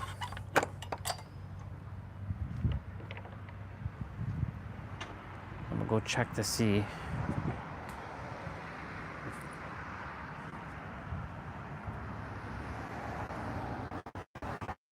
They dropped it, all right.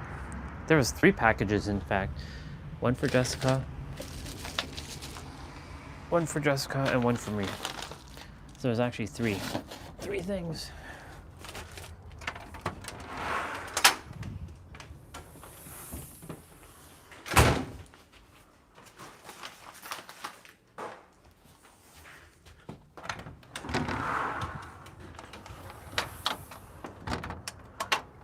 My book wasn't supposed to come till tomorrow, but it came already, so got it.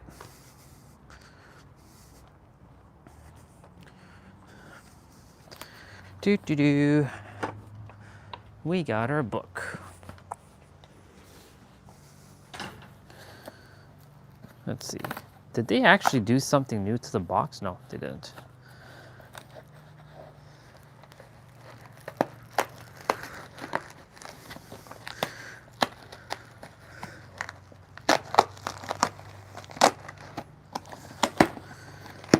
Yes, sir. Ooh, hard copy books. I love hard copy books. I love paperbacks, but hard copy books. Yeah. Outsmarting Reality by Neuro Knowledge. Boom, baby. We got the book.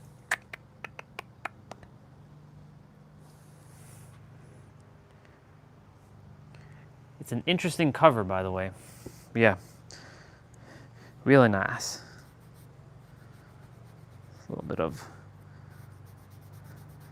bit of paper dirt there, but it's okay. Oh yeah, it looks good. It's a really good book. I'm gonna be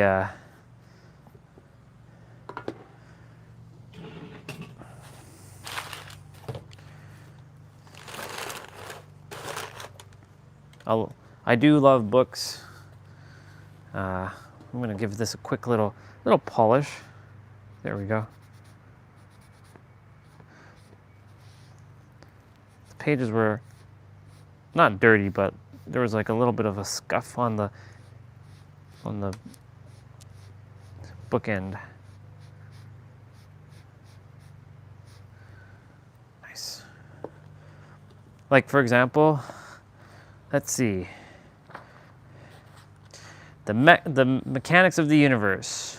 Principle: the universe does not want you to change, and it's all because of the 2 M's. People rarely break out of their cycles. Those who grew up in certain sets of circumstances typically spend their lives in similar or literally the same circumstances, whether that's financial, romantic, or professional. The first M is magnify. See, like reading the book with the physical print is is cool because like I don't have to, like the tablet's awesome and I can make notes on my tablet. I don't plan to make notes in my book. I don't ever write in my books. I don't like that. Personally, I don't like writing in my books. I like to keep my books nice and tasty. Yep. Outsmart Reality is a no-fluff, grounded yet profound guide for those ready to take conscious control of their lives, bridging ancient esoteric wisdom with modern understanding of the mind. This book unveils the unseen mechanics of reality creation. Whether you're a seasoned spiritual seeker or just beginning to explore the power of manifestation, Outsmart Reality offers a clear and practical tools to align your thoughts, emotions, and energy with life you truly desire. This isn't about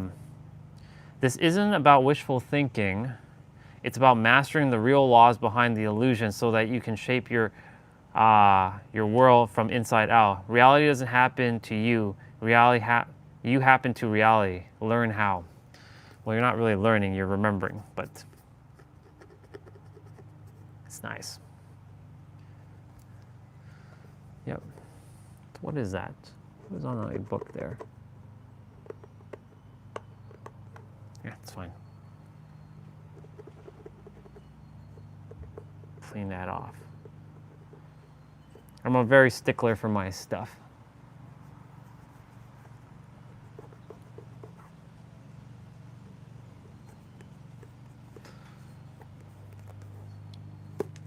I would recommend, if you're going to ever get a book, this book is probably the last book you probably have to read on anything to bring forth in your reality.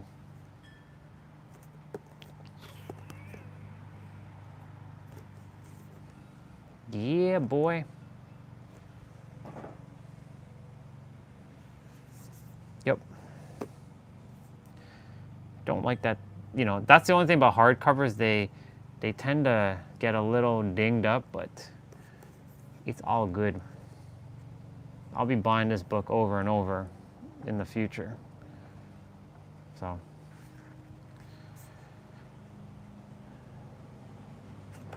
Cool. Now with that being said, let's watch the video.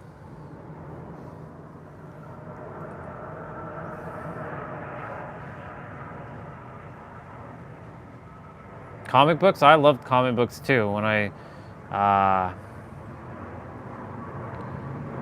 loved comic books growing up too. X-Men specifically.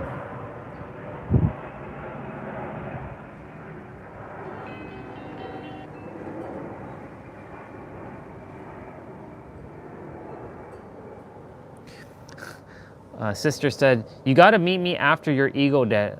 I won't make sense before." That's a bar. I love that. I actually friggin' love that.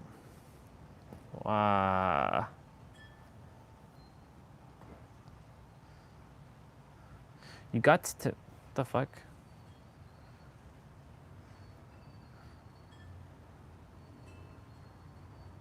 And...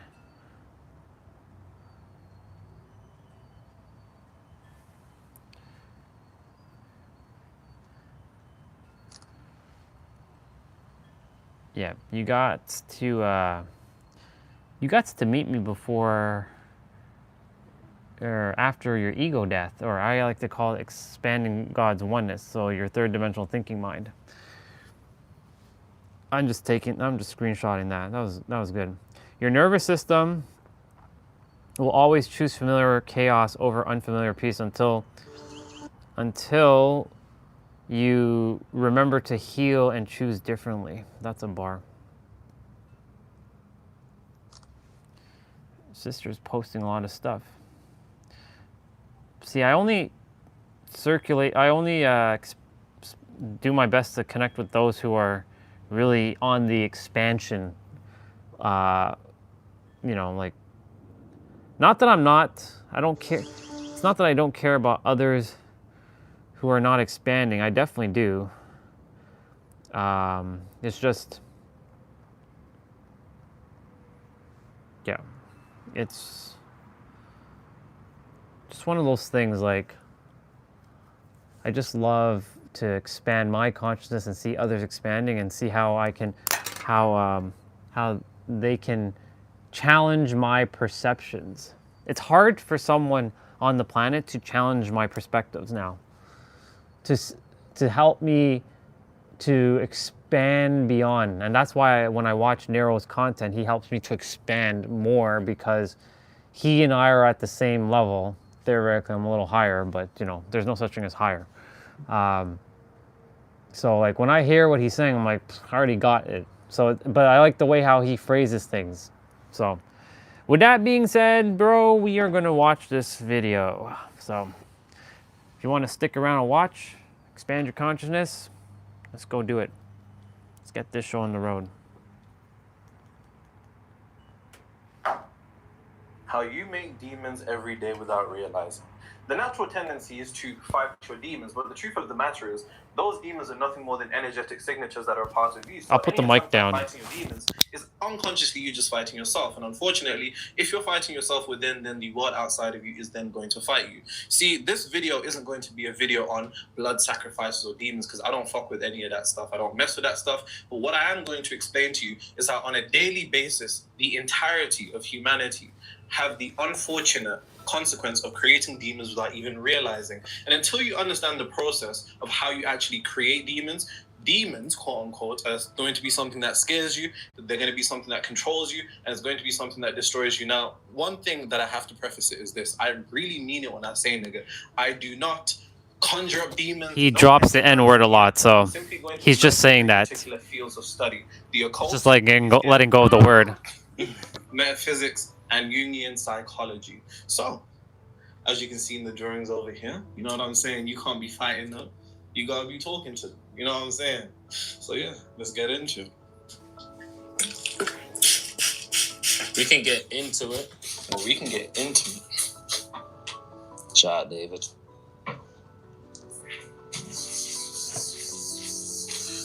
Go, girl. It's your birthday. Open wide. Know you thirsty. Say say we don't buy no drinks at the bar. They love singing as well, in between him cleaning the board.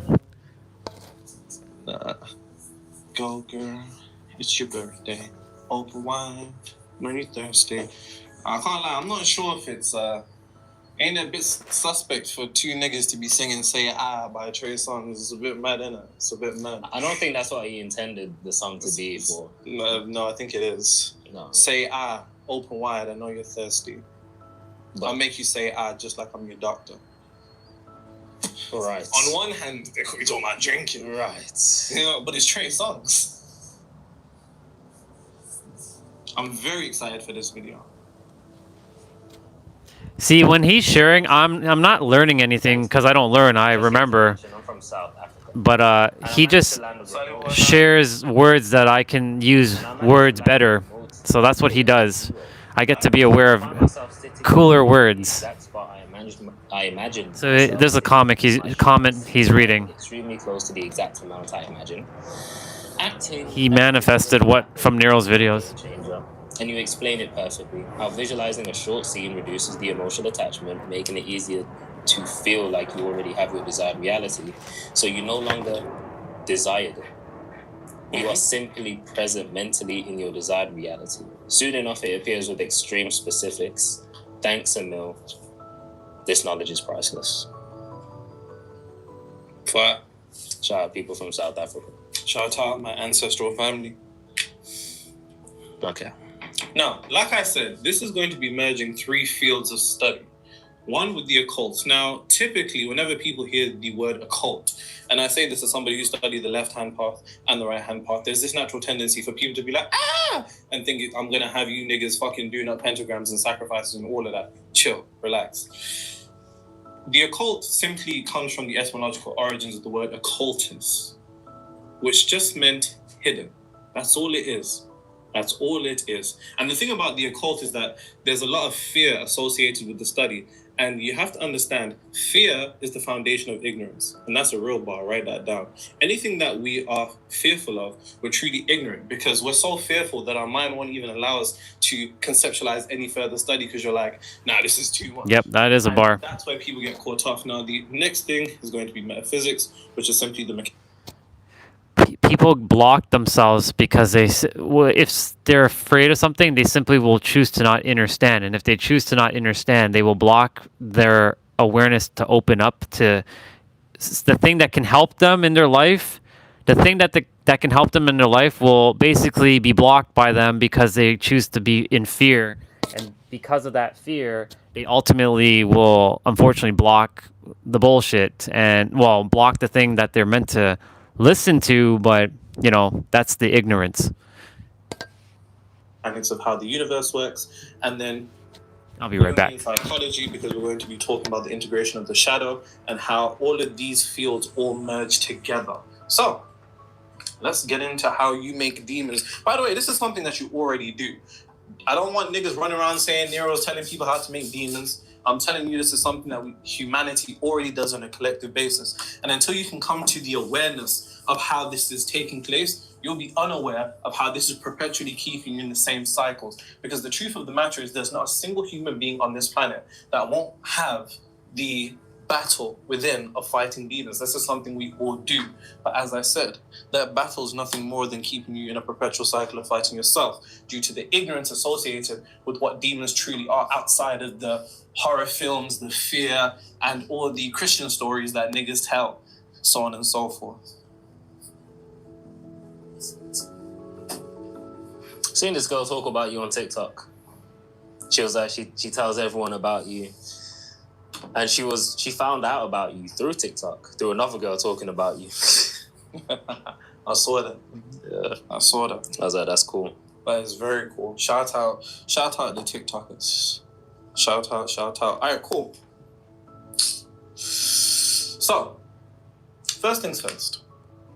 A foundation that we have to understand, and this all goes back to Hermeticism. A lot of what we conceptualize as spirituality or books on the mechanics of the universe all derive from a similar source, which is Hermeticism, 4th century BCE. Hermeticism, the foundational law of the Hermetic universal principles. The foundation, the first law of the universe is mental. The universe is all mental. The all is mind, mind is all. And unfortunately, most people are short-sighted in what this statement actually means. A lot of people merely conceptualize the universe as being this third dimensional realm, this physical plane to which we inhabit. But the truth of the matter is, the universe is conceptualized as 3 planes of existence: physical, mental, and spiritual. So the statement that the universe being mental doesn't just extend to physical reality, because physical reality is nothing more than a materialization of our state of consciousness, also known as your self-concept, also known as your frequency, also known as your imagination. All interchangeable terms to the same thing. This guy's the author of the book that I just got. Just so you know. To the spiritual plane. See, a lot of people simply focus on the idea that only the physical plane is mental. And I say that to say the world in which you live in is nothing more than frozen imagination. And that's a real bar, write that down. And I want you to conceptualize it in the same manner that we conceptualize steam and ice. Steam and ice are both the same energy. Their only difference is their rate of vibration. Matter and imagination, frequency, state of consciousness, can be equated to steam. You can't really grasp it to any particular degree. But when it's tangible and it's altered its rate of vibration, it becomes matter to which we can touch, and it's what the world is made up out of. The universe being mental also extends to the spiritual plane. The spiritual plane is a mental creation predominantly. Because if we're talking about demons, and this also extrapolates further to gods, angels, demons, and entities, because these things all have the same basis. The only difference between them is the rate of vibration, and that's what ultimately separates them. But the spiritual plane in of itself has basis in being a mental creation. It is the mental self-concept, frequency, state of consciousness, which also has an effect on the spiritual plane, which leads to a particular form of creation. So the first thing that you have to understand is any particular spiritual entity, and as I said, that can extend to demons, that can extend to gods, that can extend to angels, and so on and so forth. Any spiritual entity has basis in first being a mental creation. And this is why humanity creates them every day without realizing. Because we're so unaware of what's taking place in our state of consciousness, our self-concept and our frequency. But then we attempt to be aware of what's going on in our world. If you're unaware of what's going on within, when things outside of you are taking place, it's almost going to be like you're walking down the street and you get punched in your face. You're going to be confused as to what the fuck is going on. And you don't know what the fuck is going on outside of you because you don't know what's going on inside of you. And the basis of everything is a mental creation. This is important that we start with the foundations. The wood must be laid down. Pause. So now we can really get started. As within, as without. Don't know what's going on inside of you, you will not know what's going on outside of you.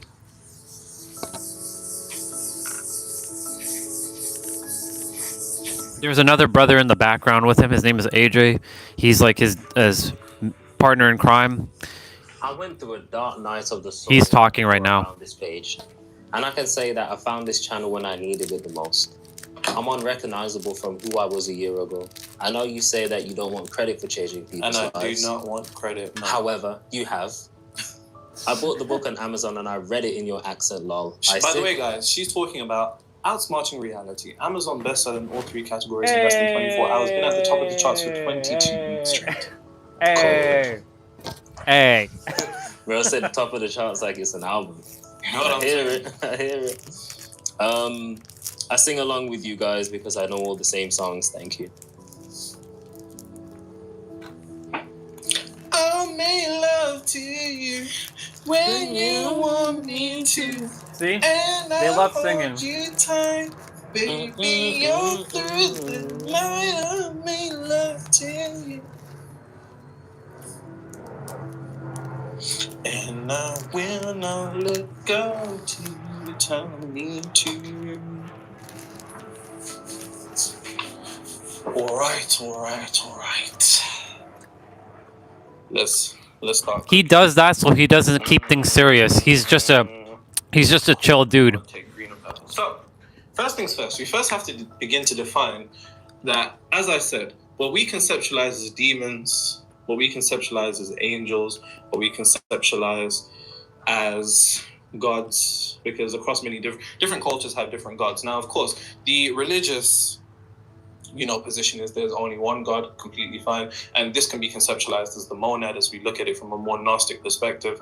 But then, if we want to also conceptualize and be respectful of other people's cultures, across many different cultures, a multitude of different gods. And if you ask these people about their encounters with it, they'll tell you. Now, the religious notion is to say they're just talking to demons, which is a very simplistic and ignorant way of looking at things. But you have to begin to understand that demons, angels, and gods are first entities.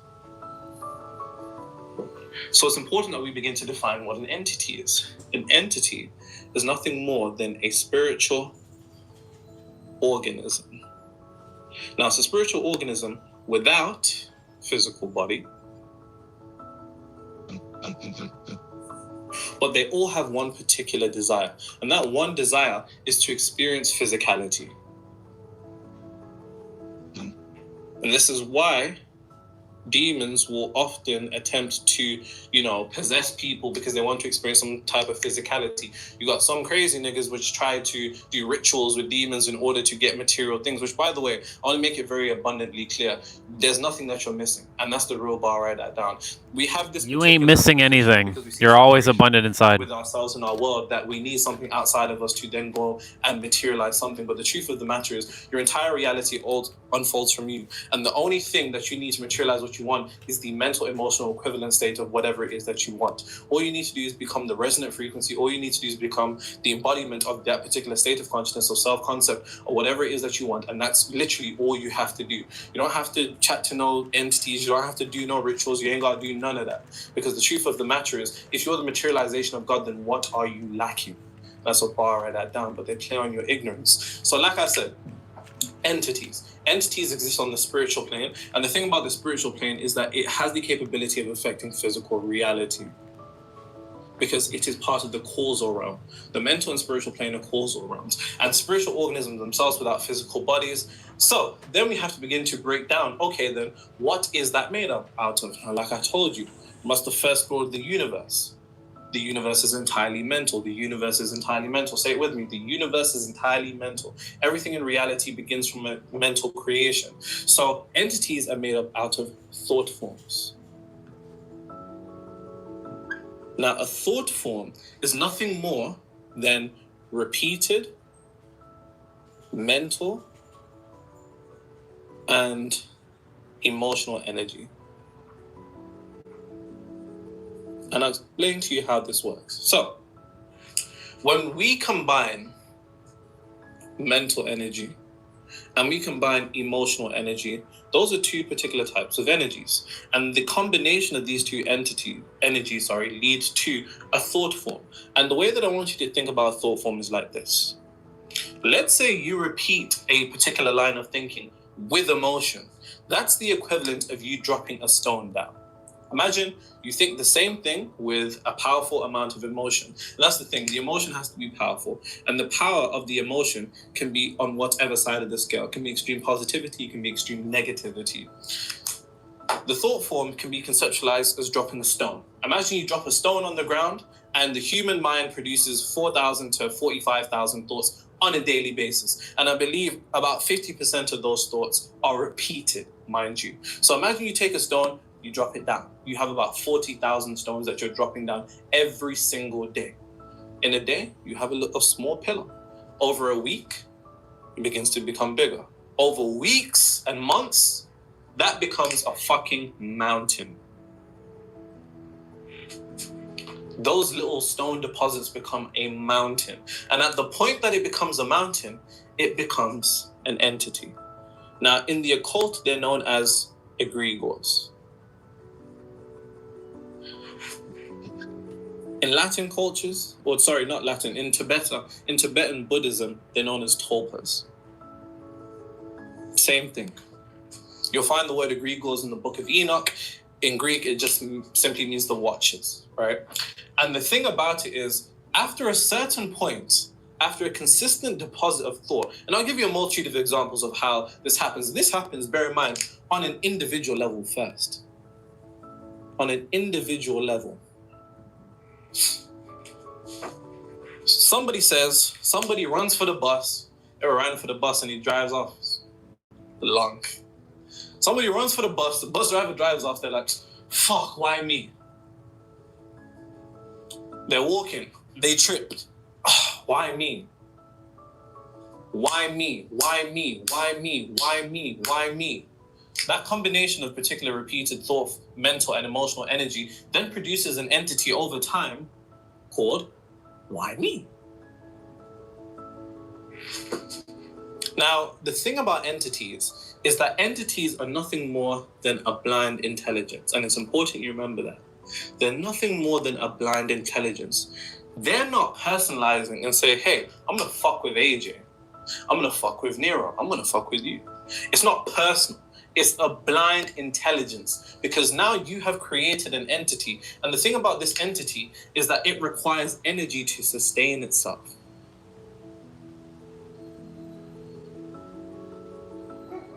It requires energy to sustain itself. And the energy required to sustain it is the very same energy of which it was created from. So in the why me, somebody says, why me in frustration?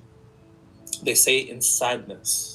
They've now created this entity from these mental and emotional energies. So now the only type of energy that can sustain this entity is the very energy to which it was born from, which is sadness and frustration. So now this entity follows you around like a Shinigami in Death Note. It just literally follows you around like this without even realizing on the spiritual plane of existence, which is nothing more than another state of existence on a completely different vibratory rate than the physical plane. It's just following you around. And whenever it gets hungry, it will fuck up your reality in order to get it. Quite literally fuck up your reality. It will make you trip. It will Get you to go to the bus stop just as the bus driver is driving off, so you can consistently say, why me, why me, why me, why me? And people do this. People do this in more ways than, and bear in mind, this is something that you unconsciously do on a daily basis. People often say, oh, man, I'm just not good at maths. I'm just not good at maths. They do a maths test. I'm back. I'm just not good at maths. I'm not good at maths. The egregores. I'm not good at maths. I'm not good at maths. What you tell yourself is what you're going to get. It will reinforce itself by materializing itself. Because the thing about entities is that the one thing that they love is mental real estate. And if they can get mental real estate, they can own your world. And that's a bar. Write that down. Yes, they can. That's why you got to be mindful of every thought you're thinking. And they can own your world. Quite literally. A lot of people do this, and most people do this, you know, in more negative ways than positive. You know, some niggas will be like, I can't lie, you know, I'm not, you know, I'm ugly, you know what I mean? I'm ugly. Mental, emotional, leads to the physical materialization within your state. I used to do that. You're now ugly, so now you go and try to chat to a girl, and she's like, get away from me. And this is really real. This is really real. And this can be extrapolated across a multitude of different fields. And people also do this in a positive sense too. So for example, the individual that expresses themselves as a lucky individual. I'm a lucky person. Things always work out for me. I'm a lucky person. I'm a lucky person. I'm a lucky person. I'm a lucky person. I'm a lucky person. They then give birth to an entity based upon that mental and emotional energy, based upon the thought form. It works both ways. That thought form over a multitude of weeks then becomes quite literally the equivalent of a mountain. At that point, it begins to gain an intelligence and it gains an existence. Then it seeks to sustain itself off the energy it was created from, which is probably being happy and surprised, which then makes a lucky person experience the physical phenomenon of which we call luck. And it's important that you begin to understand how this works on an individual level. Because all of these things are nothing more than entities. They are nothing more than entities.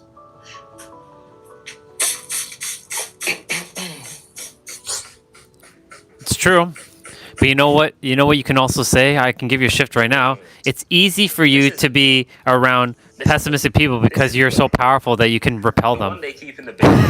I just gave you a different way of saying that. The backup version they plug in when the real It won't. disappears into another Hold on. dimension. Or So it can only rub. So here's what he was just saying, and I can just tell you from my experience. If you say that you don't want it to rub off, because you're giving that thought form an idea that I don't want it to rub off, that means the opposite of it's not rubbing off is that you're subconsciously desiring that it does rub on to you, even though you don't want it to rub off, because ultimately, because you're focusing on, I don't want it to rub off on me, it will rub off onto you. Because what you focus on, even though you're not focusing on that primarily, if you do put attention on that, it will grow and it will rub off on you one way or another. And that's why people will be mirrors, and they will literally mirror back that pessimistic energy. So what you can say, instead of saying it's hard, it's actually easy for me to be around pessimistic people, or you just say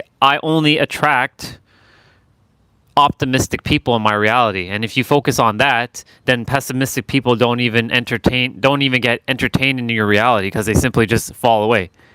That's how dumb easy this is. But it's to get your mind to the third dimensional mind to get on that transient, that perspective, right? Because that's what he's saying. If you're creating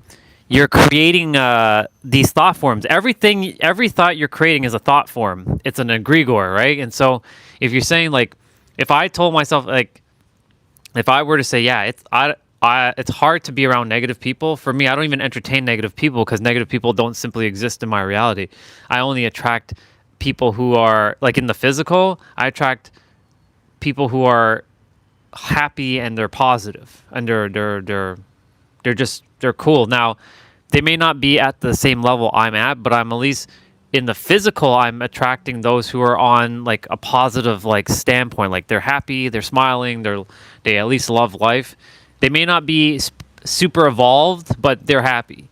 But in the digital, in the the virtual world, I'm magnetizing souls like yourself who are evolving or is in the process of evolving or have evolved or is at the same, like, you're all at the same level as me. It's just you all have to just tap into that same perspective that you all are at the same level as me. That's like when people watch his content, they think that they're behind him. So like the reason why I watch his content is, one, I like hanging out with the dude. It makes it feel like when I'm watching his video, me and him are hanging out. We're having like bro time. You know what I'm saying? I'm not really picking up anything new that's like, oh, I didn't know that.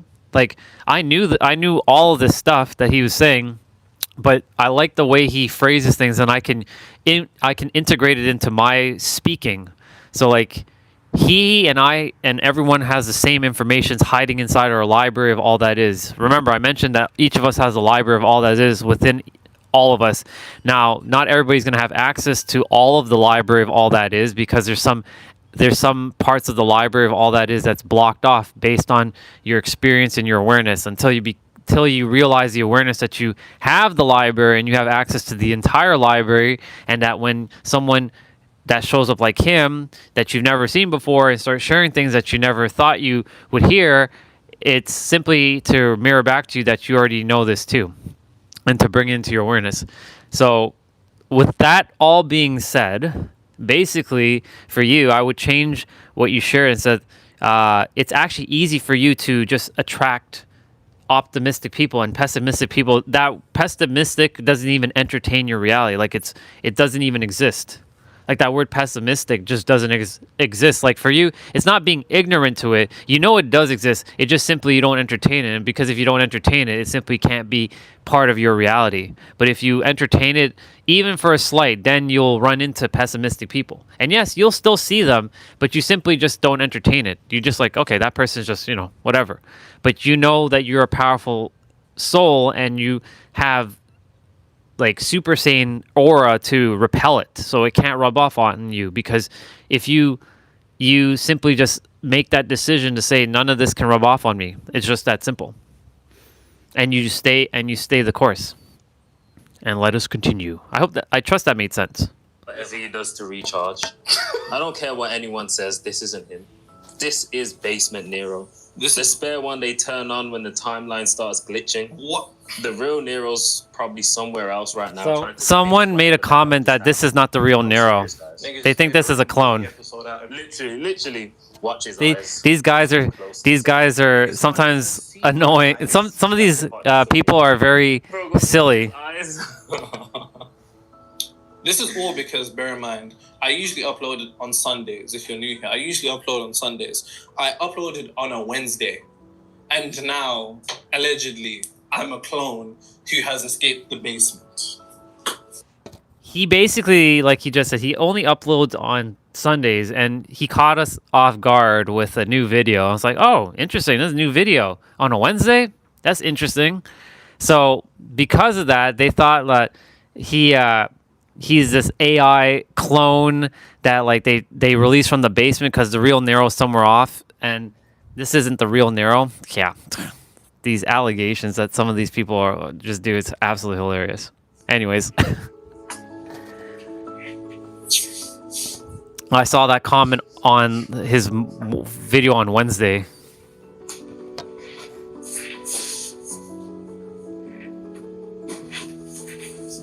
What do you think of the Dave album? I think it was amazing. And he's real right now because of two things. One, he mentioned the comment from Wednesday, because I saw the comment, because the comment didn't exist when the video started, because I saw the video, but the comment didn't exist. And then later that evening, the comment showed up, and then he posted on his Instagram stories, and I'm like, what the fuck? And I went back to the video and I saw the comment. So the fact that he just mentioned the comment on this video, which was on Wednesday, this past Wednesday, goes to show you, yeah, he ain't some AI clone bot. These humans, honestly. I think the songs that were really good were really good. Like, for me personally... So what he does in between cleaning the boards is like chat with AJ, and they sing and they talk about some random stuff. They do their best not to keep serious, because when they make this thing their personality, it's like vanity. Big fan of it. Marvelous. It's It growing was on me. marvelous. And you don't want to get good, you want to. Yeah. Nah, he killed it. For me, that was quite literal poetry. There was too many bars on that. Like, how can I love myself? I'm made from two people that hate each other. Like, Ooh, that's a so bar. deep. He said, how can I explain that I don't want to heal because my identity is pain? What? That's a bar. Nah. How can He's a literal pure. how can I love myself when the two people I'm formed from hate each other? Wow, that's a bar. That's deep. Say, like, let's try and Damn. minimize it to 2. That's I think a rapper named Dave that they're talking about. Like, life ain't even all that for real life. You know what I mean? I'll go with green.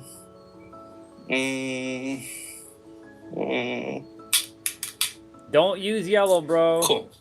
Now, the most. I have no idea what song they were talking about, to be honest. I have no idea. Just deleted. But there's a UK rapper named Dave that they talk about a lot. Require energy. That energy is the basis of their existence. Make sure you're taking notes and leave them in the comments, by the way. It is the basis of their existence. Yep. It is quite literally what they feed.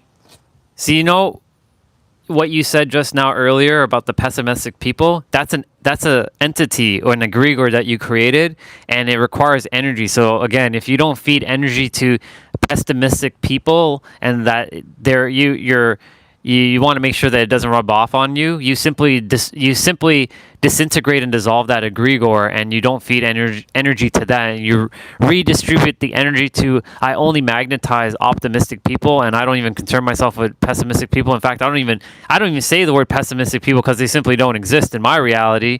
Then you simply redirect energy, and now you're creating another egregore that's in a positive way. You see what I'm saying? That's how the mind works, bro. It's very sneaky.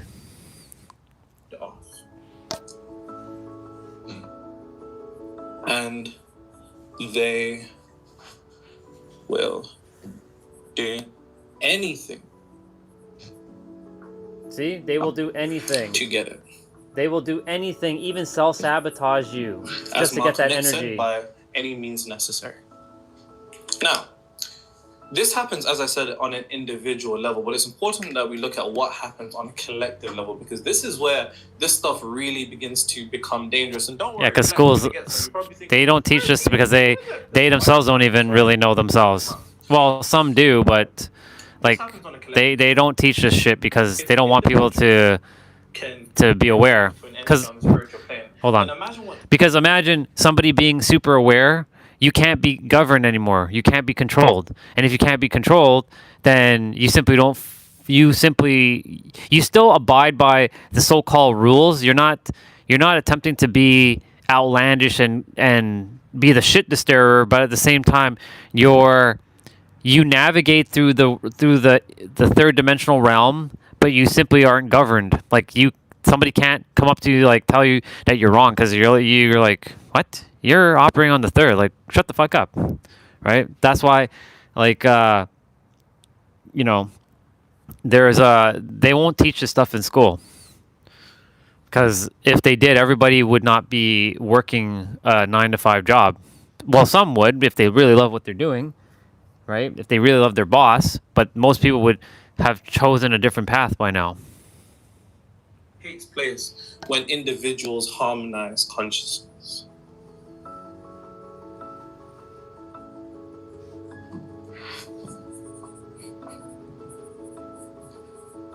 Imagine what takes place when individuals harmonize consciousness.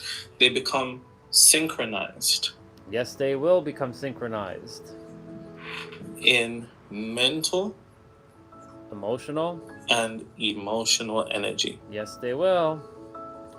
And we have real life examples of this. Real life examples of this, of what takes place. Think about it like this. Let me back up my Nicasso, artistic skills real quick for you guys. I'll do this for free, guys. It's all right, bro. Stick person. As you can see, so cool. So, collective of individuals. They all synchronize in the same lines of thinking and the same lines of emotion. This gives birth to an entity. Egregore. Now, this entity right here has one purpose. What's the main purpose of an entity, AJ? To be birthed. Take form. The main purpose of an entity is to feed off energy. It requires its energy. It is the basis for its existence. So upon having You're not a listening, couple boy. of people, it is going to attempt. Over here, you have an individuals that may not be connected. We draw some girls. See, guys, inclusive. And as you can see, let's say these girls over here, these lovely ladies over here, they're not within the particular paradigm of this entity. It's not something that they adhere to. Right, it's not something that they adhere to. This entity seeking energy, it is going to get those already within its umbrella to attempt to recruit people into its particular ideology. Yep. So then these lovely ladies end up joining, and then the process continues. And they feed the energy. The process continues. The process continues. The process continues. The process continues. And ladies and gentlemen, this is how the world has been formed and how the world is in its current affairs of a state. And that's why there's a lot of people right now who are looking for community and feeling disconnected from the collective, because the collective right now, there's like at most maybe there's not even 1 billion souls awakened on the planet. There's not.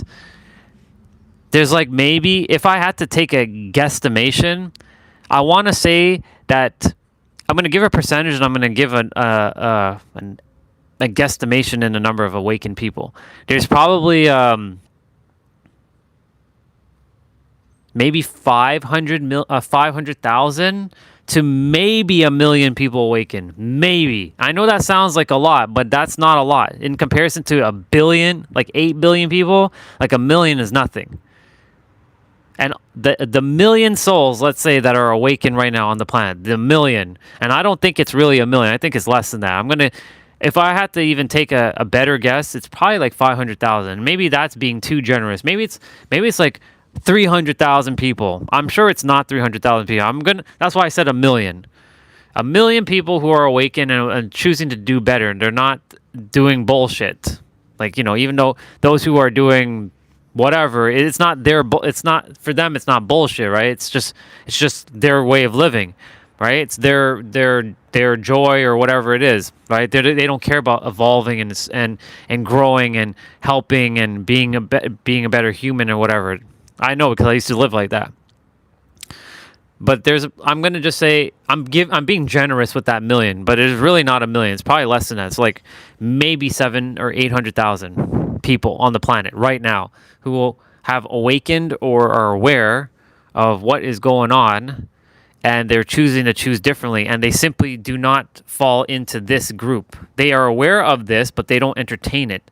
And these girls, unfortunately, they're not aware of it, so they got caught up in it. So they buy into it. Like, everybody that's sharing something is technically sharing an idea. Same what I'm doing. I'm sharing an idea too, right? I'm not attempting to recruit anyone into some cult, right? I'm not here for that. I'm here to just do one thing. Bring awareness, and then you choose to see if it makes sense to you. At least you now are aware of it. If you choose to be ignorant of it, then that's your choice. I can't help you there. But if you choose to at least hear it out and maybe see if it makes sense in your life, and it can help you to change your life, and I know it can, then that's a new collective idea that's actually in the positive. This one's more on like the negative. So it works both ways. And then it has no more desires than to collectively bring as many people under its sphere of influence as possible, so it has the capability of sustaining itself with their energy. Now, like I said, this happens on a collective level. On a collective level, this happens. Remember, when individuals begin to harmonize their consciousness or synchronize their mental and emotional energy, it gives birth to a collective entity. It's actually the collective entity in of itself that is officially known as an egregore. And the thing is, we have real life examples of this. You can see this as brands. Yep, We brands can have see it. this as music artists. Yep. We can see this as politics. Yep. We can see this as religions. Governments. And the thing about this entity is that once it begins to dominate based upon its requirement of mental and emotional energy, it brings people within its ideology. And those within its ideology are considered as friends. And those who aren't, or those who oppose it, are enemies. Considered as enemies. Yep. And this is very fucking clear throughout all of this. Oh, yeah. People that fuck with Nike heavy, they're like, nah, Nike is the one, fuck Adidas, da. Same thing. He's saying Nike and Adidas. Right wing, left wing. They say it differently over there. Conservatives, Labour, same thing. Religions, same thing. Seeks to bring people under its collective sphere of influence in order to capitalize upon the mental and emotional energy of those particular people. Because remember, all entities seek to experience physical existence because based upon the way that they vibrate and the frequency that they're on, our world is much more dense and it wants to experience physicality by any means necessary. In traditional examples, you have people who will even, give up their body for possession of demons because those demons just want to experience physicality. But on a more subtle level, the physicality that it gets to experience is by dominating one's mind, because when it dominates one's mind, then it has a capability of producing itself in reality. Because remember, there are no truths in the reality you experience other than what the subconscious mind accepts as true. And if within one subconscious mind that, this ideology, this religion, this music artist is the best, this, brand is the best, upon being that, it dominates. Remember, if an entity has the capability of putting mental real estate down in your subconscious mind, then it owns your world. Yep. Because then it will materialize that as truth, and you'll be like, my religion is the truth. This political ideology is the correct. This artist is the best. These brands are the best. And it gets people to either join it or it separates people from it. Now you're probably thinking, what does this have to do with demons? Relax, zip up your pants. It's okay. Let me show you now. That means whatever people say or whatever information you take in can literally... Go on, cook. It can literally change you. So like if I start saying to you every day, now you're bad luck, man, this shit keeps happening to me because of you, da. And then you start believing, shit, maybe I am bad luck. Every time I'm with so-and-so, this happens. Or last week I was with this person and this happened. AJ's becoming aware. He's realizing it himself. Precisely. Yeah. If you think about people that might have, a lucky bracelet or some lucky socks, they've just poured their energy into something physical. That's what happens on a spiritual plane level of existence already. And this happens more often than you think. How many of the disagreements and arguments and the wars and the conflicts that people have are because of what they actually want as opposed to what they're being driven to do? Exactly. A lot of people are under those control of those egregores. That's why. Oh, I have to pause for a moment. That's the reason why, when you're thinking a thought, you're like, why am I thinking this thought? Like, there was a time when I was in the trail, and for some dumb reason, I wanted to kick someone off their bike. I'm like, what the fuck? Why am I thinking that right now? Like, where did that thought come from? Like, I saw like that person, I want to kick them off their bike. I'm like, what the fuck? Why am I thinking? I was walking in the trail. It was during the summertime. I'm like, why am I thinking this thought right now? Where did this come from? I wasn't even in the dark night I saw. It just came out of nowhere. I'm like, well, I don't want to feel like kicking that person off their bike. And I realized that's not me. Like, that's not me. That person on the bike is me, but the thought wasn't me. Because somewhere in the collective hive mind in this area, there's people who actually desire to kick people off their bike. Because, there are people who have their own, agendas in this area, right? They're not the most, they're like gangbangers, right? Because they're part of their own, a gang is their own collective hive mind itself, right? And so I was like, why am I, yeah, exactly, intrusive thoughts, spot on. That's what I was about to get to that, but yeah, essentially, that's not you. And that's what these egregore shit is. That's what that shit is. It's basically, you know, these guys are being fed by this thing. It's being channeled back down, and then they're like, oh, this is true, this is true, this is true. And then it's getting more energy, and then those girls get it, and then it keeps passing it on. And that's what happens with politics, religion, and all the other stuff. I'm here to bring awareness, like how he's bringing awareness to his audience. I'm here to bring awareness to the people I'm supposed to bring awareness to, so that y'all bring awareness to the other people that you're supposed to bring awareness. And you can say that we're doing the same thing, but in reverse.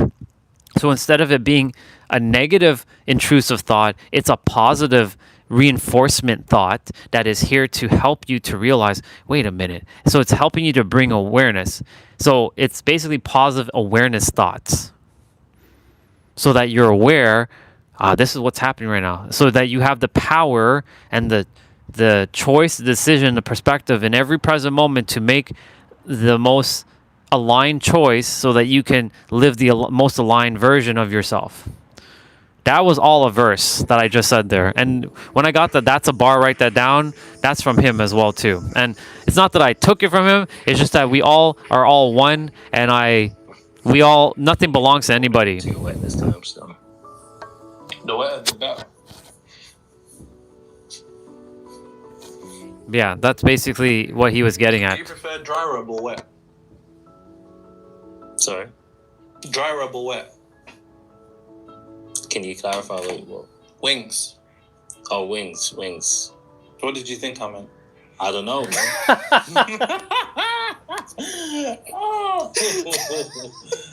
I prefer. You're a sick guy. You're a sick man. you knew what you were doing. Niggas like you. Niggas like you. I wish you lot could have saw his face in that moment. Yo, that is funny. Mine is absolutely in hell. You knew what you were doing. Yo, Nero, I just want to say thank you. Yo. Your videos have been huge and reminded me of my core principles to manifest my dreams over the past year. Independently, spirituality without the ability to create your reality is sheer vanity. I'm merely showing you this because this also puts you in a position to know how to deal with the low vibrational aspects of you, so then you can continue to move towards your desired reality in a manner that's easy. Independently, I did 2 million streams across all platforms in 12 months on my music. And it's only going up faster every single day. I now got a loyal fan base that will only grow more with time. And more wealth is entering my life on the daily. Your videos and your book really helped. I'm forever thankful. Keep up the good work. Hell yeah, let's go. Cool. Let's go. That's hard. Gotta celebrate. What else you got? What else I got? Yeah? What do you mean by that? Comments, bro. I'm keeping my pants zipped up, bro. What? I got served some papers last week. I owe some money. Long. Must be to the tax man. Anyway. Long. I genuinely visualized myself at peace and felt like everything was going to be okay. I got a promotion at work and now can afford to pay my bill. I manifested my ex back into my life. Why would you do that, bro? No, you don't know. You don't know what happened. Let him get his gal back. Is that a guy or a girl? Let him get whatever back. You don't know these days. Let him get whatever back. I truly believe in my ability to change my reality now. But manifested, the fact that this person called them an ex, I don't know, man. I don't know. Should have just said I manifested the girl of my dreams back. You know what I'm trying to say? Like, ex sounds like... Should have just left it in the past. Let them get their ex back, man. Let them get their ex back. So, now that you understand what takes place, bear in mind, one thing that I also forgot to put on that scale, that side of politics, religion and whatnot, is also gods. Like I said, across many different traditions, people give worship to, these particular figures. And more often than not, humanity ends up creating these entities that they begin to worship, because those entities, based upon being created out of worship, then demand worship. It's this kind of very, symbiotic relationship. I believe it was a film. Is it called The Titans? Something. One of those films about Titans. Anyways, it said that, the gods are dying because humans are no longer worshipping them. Which is the idea you know, from a more occult perspective, especially when we're looking at egregores and thought forms and tulpas and whatnot. In other traditions, they're also known as servitors. But humanity worshipping these entities creates these entities into existence. Then when these entities are in existence, based upon people worshipping them, they create them, and now they have an existence to which now they must have all these people underneath that they must adhere to, either by blessing them, by punishing them and whatnot, and anything which stems from the mental creation of us. Now, the thing about demons, oh, what the hell? What happened? Too wet. Don't know what happened there. Maybe it's wet, bro. Gotta be careful, it might slip. Man said dry rubble wet. Oh, man. The thing about demons is that demons are nothing more than entities in of themselves. Now you understand what entities are. Entities are what? Thought forms. What are thought forms made out of? Energy. Mental and emotional energy. Demons are nothing more than entities that are created from a lower vibration. Now, when I say lower vibration, I'm not talking about eating meat, nigga, and listening to Future. I'm not talking about that. I'm talking about it from the point of the scale of consciousness by Dr. David Hawkins, which are all of these emotions such as apathy, shame, guilt, grief, sadness, humiliation. Yep, that's a. And I believe anger is towards, you know, more neutral because it can be justified in some instances, such as injustice and whatnot. But these energies in of themselves, these emotions, are the basis of demons. So demons are nothing more than entities created from your apathy, those moments in life where you're like, fuck this, man, I don't give a fuck anymore. I'm done with this shit. Oh, that has happened to me many times. Shame. And I believe shame is the lowest. And it's because if you think about what shame is... Yeah, shame is the lowest. Which is a rejection of love. And love is towards the top of the end of the scale. I'll get AJ, put it up on the screen.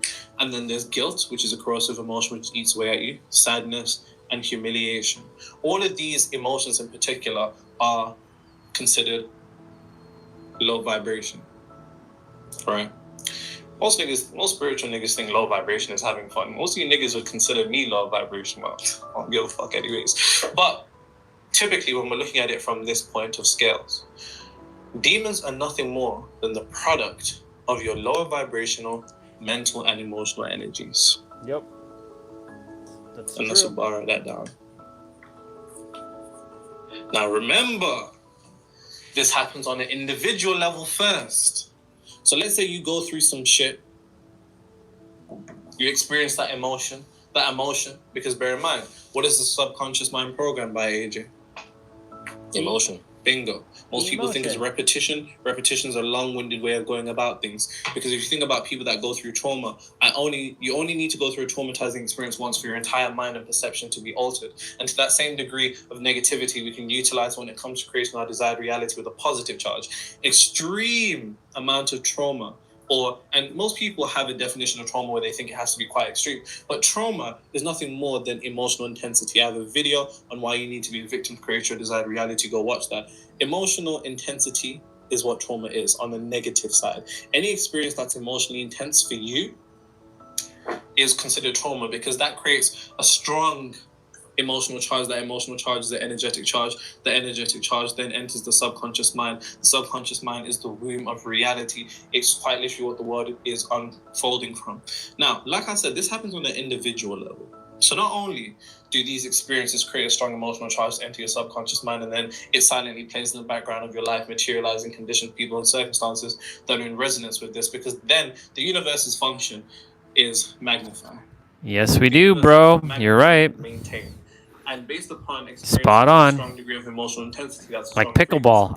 wants to maintain that, and then you end up in a perpetual cycle where you're caught up in Good to see you, dude. realizing. But demons in of themselves are entities created from thought forms of mental and emotional energy that are considered lower vibrational, which is apathy, shame, guilt, sadness, and humiliation. So any time that you've experienced any one of these, is actually where the entrance point begins for demons. And bear in mind, what is the number one objective of a entity, AJ? To take physical Feed off your energy. form. Bingo. Feeding off your energy. Well, So the feeding off your experiences energy to that get you go into through physical is form. actually the feeding source of this particular entity in and of itself. And this happens on an individual level. But remember, when individuals are harmonized and their consciousness is synchronized,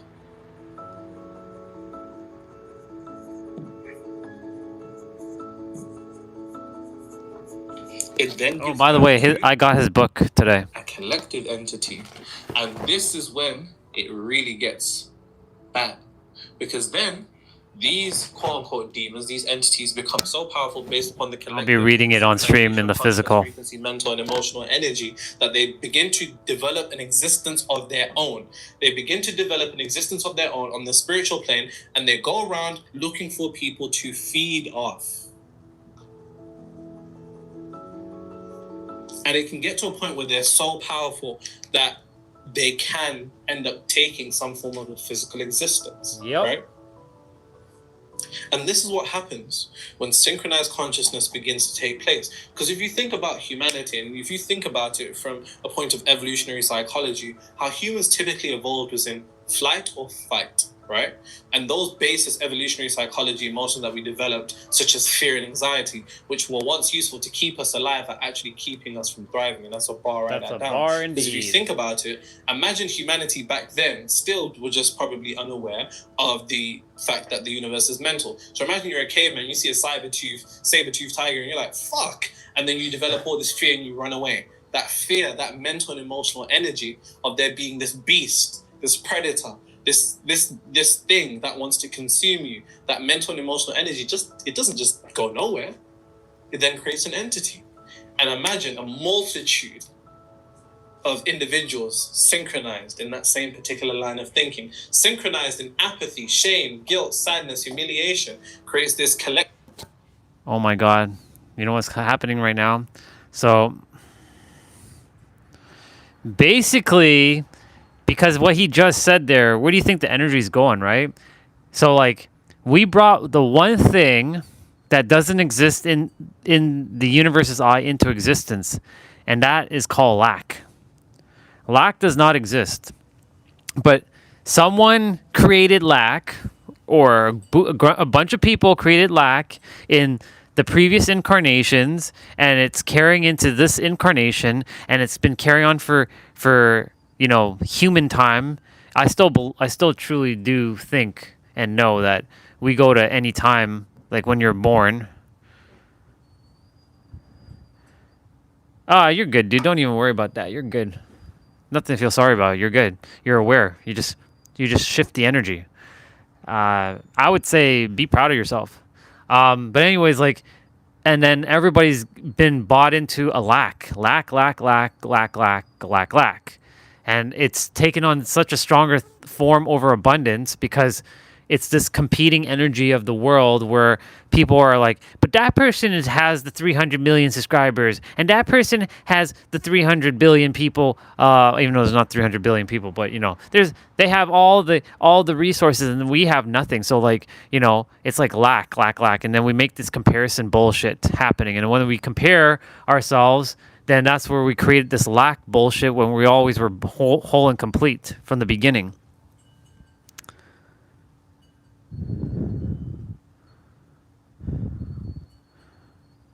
Right. Yeah. I got you. Okay.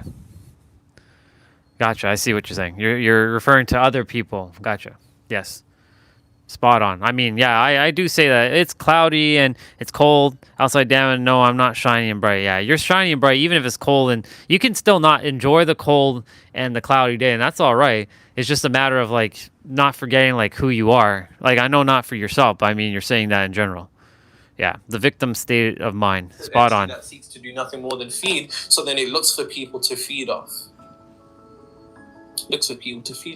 That's why when you That's why lack is being feed off of everybody to some degree, and we gotta undo that. And this is conceptualized when Jesus was in the desert fasting. You know what I'm saying?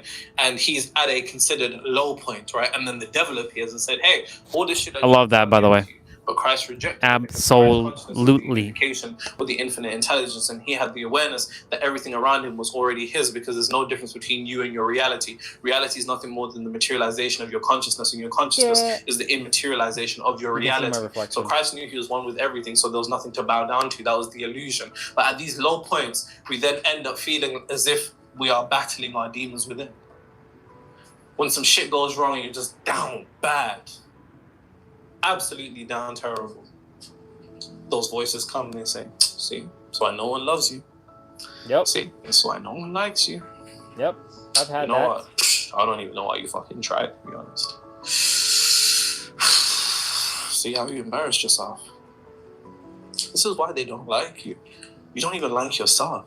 Yep. You don't even love yourself. You know you can't do that. You work for somebody else, but that doesn't work for you. And all this. That's a big one right there. Because this is nothing more That's than a. it attempting to Oh my god. Oh my god. I got to keep pausing. What he just said there, that's also one that I bought into for a hot minute. That you see, it only works out for some people, but it never works out for you. That's a big one for me, because that I bought into that collective thought form, because like that is out there, and then because I've been around and like, you know, the immediate environment, they're not the most you know, optimistic bunch. They're, you know, the thing is, it's like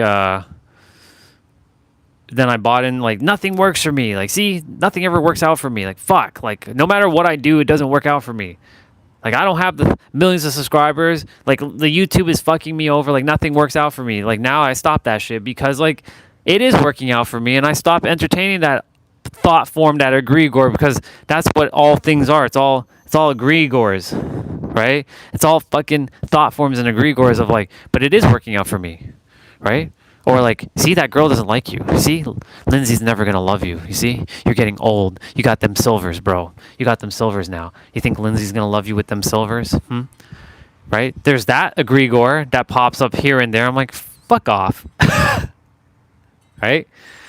Well, I don't say it like that, but, you know, I say, like, chill out, relax. We're good. Like, we're whole and complete. Like, if Lindsay's loving me for my looks, then I don't desire to be a part of that relationship. Personally, I would rather be loved for. I would rather be hated for who I am than be loved for who I'm not. Right?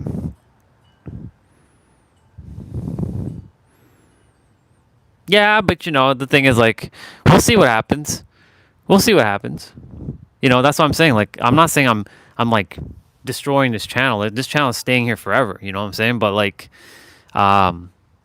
we'll see what happens. But you know what I'm saying? Like, that's what I'm saying. That thought form of, like, you see, it never works out for you. Like, someone else that doesn't even have to try, right? They only can do like even like 30 minutes, and then they can get like 10,000 people to watch their thing, and you're going for 12 hours, and you're talking about higher level consciousness things that actually can help people change their life, and you're only getting like 25 views, right? So like, you know, when the physical aspect like that happens, right? Then it's like then the thought from, like, see, it fucking doesn't work out for me. Like, see, like, I put 12 hours in. Lindsay Sterling, in my inner world, she's my wife. In the outer world, she's not my wife yet. In the physical, she's not my wife yet, but she's my wife. But you know, like, my point to I'm saying is that, like, you know, it is working out for me. Look at the expansion I've had during this live stream. No amount of subscribers or money can ever bring what I have attained. And by attain, I mean realize and became aware of again, and remembered what I forgot. Like, it's priceless. Like, the fact that I can be at peace with less, it's just awesome. Yeah, so like, there's a bunch of thought forms that you have to, like, be careful, like all of us, or be very vigilant. But at the same time, you don't even have to be vigilant. You just know when you see it, please, right? You just, like, it's not you. You just simply just snap your finger. You'd be like, nope, that's not me. Like, that thought doesn't belong to me. That's not who I am, right? It is working out for me. It always works out for me. I always have abundance. I always get the girl. I'm always lucky. I'm always prospering. I only attract like great people into my life. That's it. That's how simple it is. All right, I'm gonna continue. Oops. Emotional reaction. Let me explain one.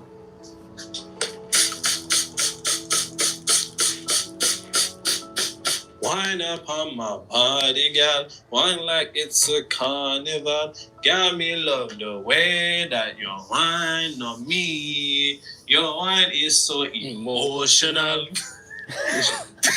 I have to see the wine that he saw. I have to see the wine that he saw, Olga, because for a guy to describe a wine as emotional.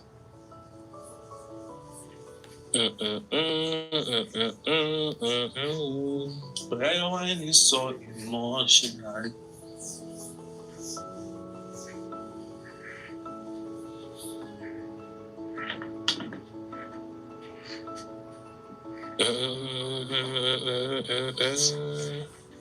You're a party animal.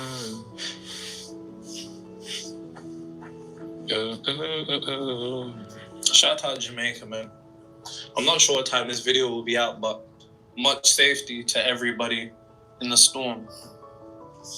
What I like about the Jamaicans that I've seen is that they're turning, you know what I'm saying? I'm seeing them making jokes out of it, but that just goes to show the beauty of the people. That, you know what I'm saying? We can take adversity and make it something that is, you know what I'm saying? Hey. I need to try Jamaican KFC.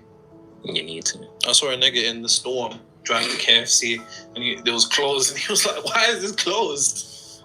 Why is it closed? What do you think?" You know what I'm saying? No, but like, think about how good the KFC has to be for bro to drive in a storm.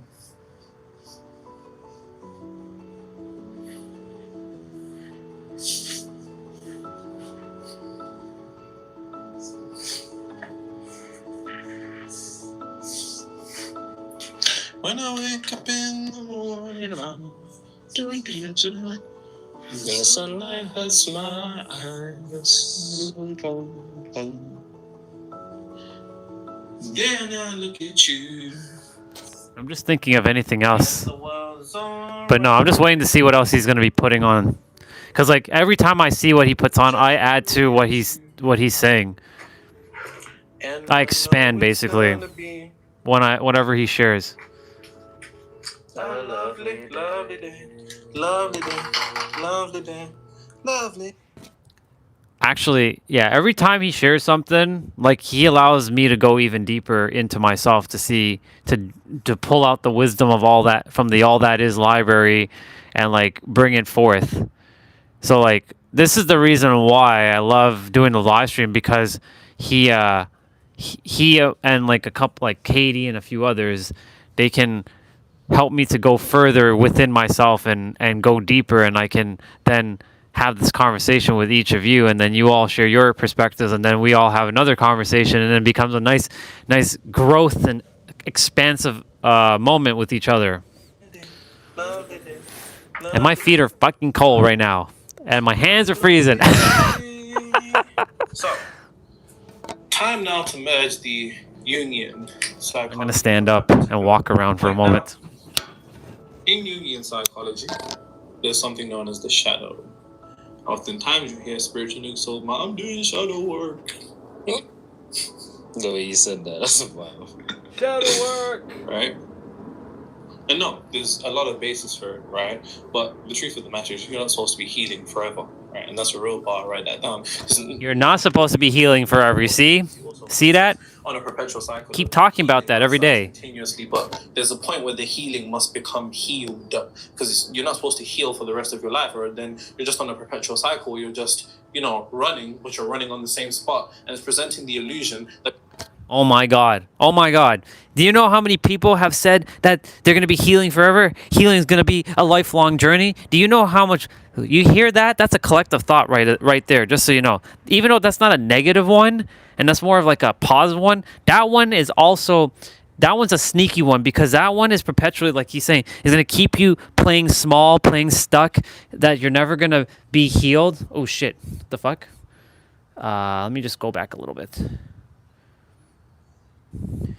And it's funny because he just mentioned that, and I've talked about this because like you are healed. I keep mentioning this in the last like week or two now that you're done healing. It's done. It's finished. You're done. Like when you're on this channel, you are done healing. Now, of course, if you found this channel, right, that means you're in the top 0.00001% of evolution because you simply are healed. Because you didn't find me by accident. Now, you may not think that that's possible. You might think, no, but I have to keep learning. I have to keep healing. No, you don't. You don't have to keep learning. Shit, you're done. Right? You're done. All you have to do is just be more aware. And that's it. That's all that has to happen. Just be more aware. So yeah, like what he's about to say about the healing and the shadow work stuff, like I'm all for shadow work. Don't get me wrong. Like to expose stuff and bring it into your awareness. But the people who keep saying, but I'm going to have to heal for like 10 fucking years. No, you do not have to heal for 10 years. You can heal in one damn second. If you choose that perspective, you can heal in an instant. But there are people who are on their phase, and it's going to take a little bit of mental processing for them to get to that level, to then realize that it was really just that dumb easy to just let go in an instant. That's why, like, for me, I don't desire for people to really be, like, if you're coming and hanging out with me, cool. And you're not coming to gain wisdom because you already have it, right? Like, I don't want to be anybody's crutch either. Like, Nero said that in one of his videos. I, too, myself, do not desire for anyone to be, like, using me as a crutch.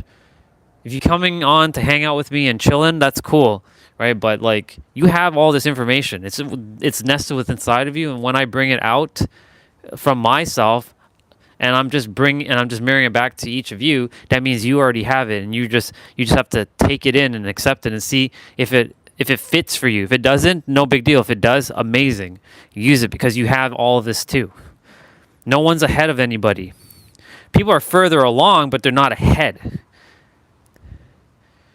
Further means further along. Well, let me rephrase the words. People are further along the journey, but they're not above you. They're not better than you in the journey. That's what I really wanted to say. Psychology. There's something known as the shadow. Oftentimes you hear spiritual niggas talk about, I'm doing shadow work. The way you said that, that's wild. Right? And no, there's a lot of basis for it, right? But the truth of the matter is you're not supposed to be healing forever, right? And that's a real bar, write that down. Because naturally what begins to happen is that the old frequency also puts us on a perpetual cycle of healing ourselves continuously. But there's a point where the healing must become healed. Because you're not supposed to heal for the rest of your life, or then you're just on a perpetual cycle. You're just, running, but you're running on the same spot. And it's presenting the illusion that you're actually having something to solve, but you're not actually solving anything. It's just the fact that you're kind of like a firefighter. You're used to putting out fires. You're used to solving problems. And the truth of the matter is some of us are so used to solving problems that if we had no problems to solve, we would have no identity. That's a bar. That's a real bar. Write that down. That's when a bar. You think about that. That's a bar. When your purpose is pain, you'll keep yourself in pain just so you can have an existence. Yep. Purpose is pain. Purpose is pain. Oh, you like that? You're just nodding his head. From a point of Jungian psychology, the shadow is known as the repressed version of you. Right? It's the version of you that grew up and you threw a tantrum as a kid and you saw your parents' disdain or disapproval. So then as a child, you're kind of like, oh, they didn't really like that. Okay, let me not do that now. Let me just, be like this. Let me be like this. It's the product of societal and parental, or whoever raised you, disapproval and disdain. Right? So when you acted a certain way, when you expressed anger and they said, don't do that, you're like, okay, let me not express my anger. They don't like that. When you were crying for some sweets, they weren't trying to give you the sweets, then they're like, stop this at once. And you're like, okay, let me do this. And they then you slapped grew you, up, then you went out and they into the beat world, you. and then you expressed your emotions. And then they said, I don't really like that. I don't really like that. Then you said, okay, let me be like this then. Let me be like this then. You That created doesn't form. just You disappear, created identities. by the way. Just because it's behind the scenes doesn't mean it's not on the stage. And that's a real bar. Write that down. That's a Because bar. the truth of the matter is, that repressed version of you, based upon all the emotions that I express, because typically it's those emotions, right? It's those emotions of apathy, it's those ones of shame. Just because it's behind the scenes doesn't mean it's It's not. those ones of guilt. Hold on. Just because it's sadness. Wait. Humiliation. I'm gonna have to I have to see that one again. That was a real bar. These emotions were produced. More often than not, you didn't really express it. More often than not, and if you did express it, there's more that you probably didn't express for the mere fact of social pleasantries. Because you don't want to be the you don't want to be the Debbie Downer. You know what I'm saying? You don't want to be the moody Margaret. You don't want to put other people. You don't want to make anyone feel bad. So then you're just like okay. Even though I went through this extremely emotionally intense experience, and emotional intensity is trauma, which means my subconscious mind was altered, to which now my reality is going to materialize conditions, people, circumstances, and events that reflect or, the vibratory resonance with that particular situation that I went through. I'm just going to put that stuff to the back of my head, right? I'm going to put that stuff to the back of my head, and then you end up creating the shadow. The shadow is the materialization of all of this stuff right here. And the thing about the shadow is that it is repressed, but that doesn't mean it isn't there. It just means it's been pushed out, but it's still there. And because you're unconscious of it, and because typically what our shadow is made up out of is the most emotionally intense experiences of our lives, that emotional intensity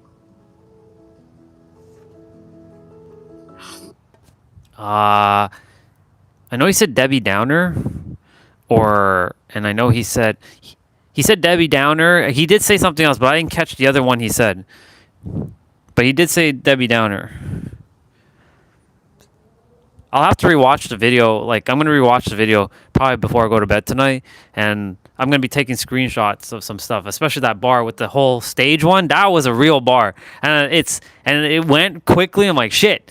But I don't really feel called to rewind at the present moment, but like, it was a really good bar. So I'm definitely going to rewatch this one. But I'll let you know if what he said, something about Margaret.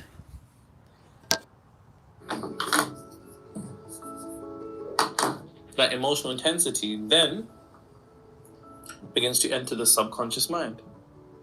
Oh, his pen is running out. He's dying. No, it's not. It's just the board's wet. And when it enters the subconscious mind, you're unaware of the frequency that you're silently emitting in the background of your life. You're unaware of how your trauma is actually affecting you, the experiences that you went through, because you want to avoid being traumatized so bad. You want to avoid being a victim so bad that you're actually going to make yourself unaware of how your subconscious mind is still materializing experiences that reflect that particular degree of trauma. And then here's where it gets dangerous. That's a bar. Because if the shadow is the amalgamation of the repression of your apathy, shame, guilt, those instances, combine that with the mental side of it. What's the first law of the universe, AJ? The laws, the universe is mental. Yeah, Then, universe is mental. On the spiritual plane, your shadow now exists. And this is what I conceptualize as the old frequency.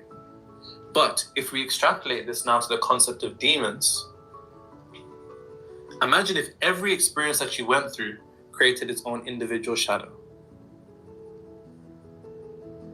Its own individual shadow for that circumstance, based upon the apathy, the shame, the guilt, the sadness, the humiliation. This, ladies and gentlemen, is what we call demons. Yep. They're nothing more than the experiences that you went through that produced a large degree of emotional intensity of shame, guilt, apathy, sadness, and humiliation. But for the longest time, I've thought to myself, why is there so much fear associated with demons, right? Why is there so much fear associated with this? Because me personally, when I started being religious, there were some things that I just had to get answers to, right? That's how I ended up studying most of this stuff, right? That's why I studied, egregores, demons, and whatnot, because it just had to make sense to me. Because I'm like, why isn't this? This doesn't make sense. And for the longest time, like, why is this such a scary thing? And there's two reasons I concluded as to why, you know, they're meant to be scary things. Even probably when I say the word demons, there's probably an aspect of you that's slightly a bit uncomfortable, right? There's probably, you know, an aspect of you that's a bit like, I don't know if I should really trust this guy. You know what I mean? He's wearing shades indoors, he's talking about demons and that. Bro's every red flag. And they're still this far into the video. Yeah, you're cooked. You're finished. That's funny. You're only cooked if you say you're cooked, and you're not. You don't know yourself. That's a bar.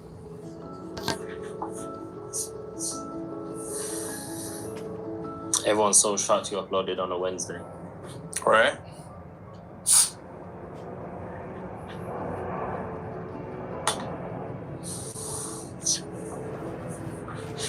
Last October, I was recovering from suicide attempts. Wow. And I just had found your channel. This October, I'm at my best. Just landed my first ever job as a national news presenter. Congratulations. Yo, shout man out on the knees and that. Shout out on the knees and that. Congratulations. Whilst being an A-level student, you and AJ really helped me find myself and get back on my feet again. Thank you for doing what you do. What a nice message. I'm glad you're okay. Me too. That's lovely. That's it. Real talk though. Shout man out on the knees and imagine we just see a clip. BBC News. Yo, that's funny. Oh. I like the views. So, like I said, I had to conceptualize the idea of, you know, because hopefully what I've just broken down to you about entities, demons, low vibrational energies, then those combining bridge, bear in mind, thought forms dropping stones every day. They form mountains on an individual level. That's what, you know, begins to follow us. Your shadows just, you know, also conceptualized, you know, as a demon in of itself. But then what are these experiences? Individual experiences then produce a multitude of demons, synchronized consciousness, collective demons, go around looking for people to feed off on the spiritual plane, yada, yada, yada. I had to think to myself, why is there so much fear behind them? What is it? Why is there so much fear about demons? And two reasons. And I said this at the start of the video. Fear maintains ignorance. Because the natural default instinct that fear stimulates is to run. So most people are kept in ignorance based upon their fear. And the truth of the matter is, most of us have a fear of ourselves, hence why we're ignorant of ourselves. Bar. That's a real bar, write that down. When I say you have a fear of yourself, I don't mean you walk in the mirror, you're like, ah! I mean it in a sense of most of us are actually afraid of being in a particular degree of solitude by ourselves, right? Most of us are afraid of who we are when no one's around. Not me. Most of us are afraid. I've been with myself for 20 plus years by myself. Own thoughts based upon all the experiences that we know we're repressing and the mask that we put on when we go outside for social pleasantries and we smile and we're like, oh, you know, thank you. But then in the back of your head, you really went through some crazy shit. But, you know, you don't have the time for that. You don't want to be a victim for that. So most of the time, you know, we just stay in ignorance of ourselves. And the truth of the matter is, you know, one of the most famous proverbs, you know, Greek proverbs, which actually derive from ancient Kemet, is know thyself and thou shalt know all. But if you don't know yourself, then you don't know all. And all also, you know, is intertwined within the Hermetic, you know, conceptualization of God. If you know yourself, you know God, right? It's what Rumi said. Rumi said, you know, I searched for God and I only found myself. I searched for myself and I found God, right? And the second thing is that fear is faith in ignorance. What? Fear is faith in reverse. If faith can move mountains and fear is faith in reverse, then fear can make mountains. And that's what I write that down. And the mountains that it ends up making are mountains on the spiritual planes, which we conceptualize as entities, right? It can make mountains. And the fear of demons actually does nothing more than empower the lower vibrational aspect of you, because this is what they feed off. They feed off that lower vibrational energy. So if you're afraid of it, everybody that's afraid of a demon, it's funny, religious people, you know, they pray against them, but they're terrified of them, right? They're so terrified of the word even, to such a point that it shows the amount of power that has over them. And part of the power that's maintained is the understanding that fear is faith in reverse. If faith can move mountains, as said Christ in the Bible, esoterically, it's the idea of being able to transmute reality, the difficult circumstances, what mountains represent. It can also make mountains. We can end up creating mountains in our reality, so situations of adversity based upon our fear, which is faith in reverse, faith in ignorance. And that is the basis of the law of vibrational energies that they feed off. Now, one of the things that I said earlier that AJ clapped me for, pause. Clapped? Like, you know, what would you say we did? Like handshake? We? Okay, fine. What purpose is pain? Exactly, that exactly. Purpose is pain, thank you. I completely forgot.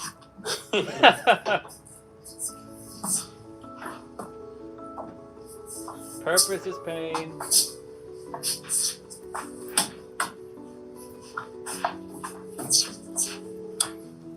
He was saying if someone was, if their purpose is pain, then they'll basically stay in pain just so that they have a purpose. Otherwise, they'll have no identity. That's a bar. We can individualize the emotions, apathy, shame, guilt, grief, and whatnot. But quite simply, it's pain. Demons feed off your pain. And the pain is the result Battery's at 15%? of the emotional experiences that you've been through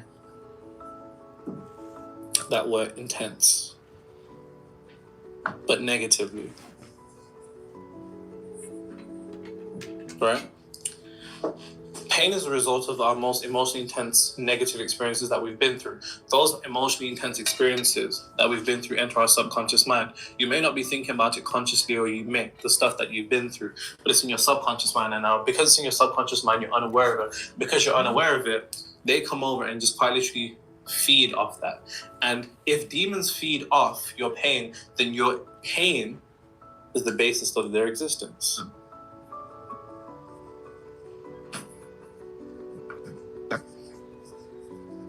If you had no pain, there'd be nothing to feed off.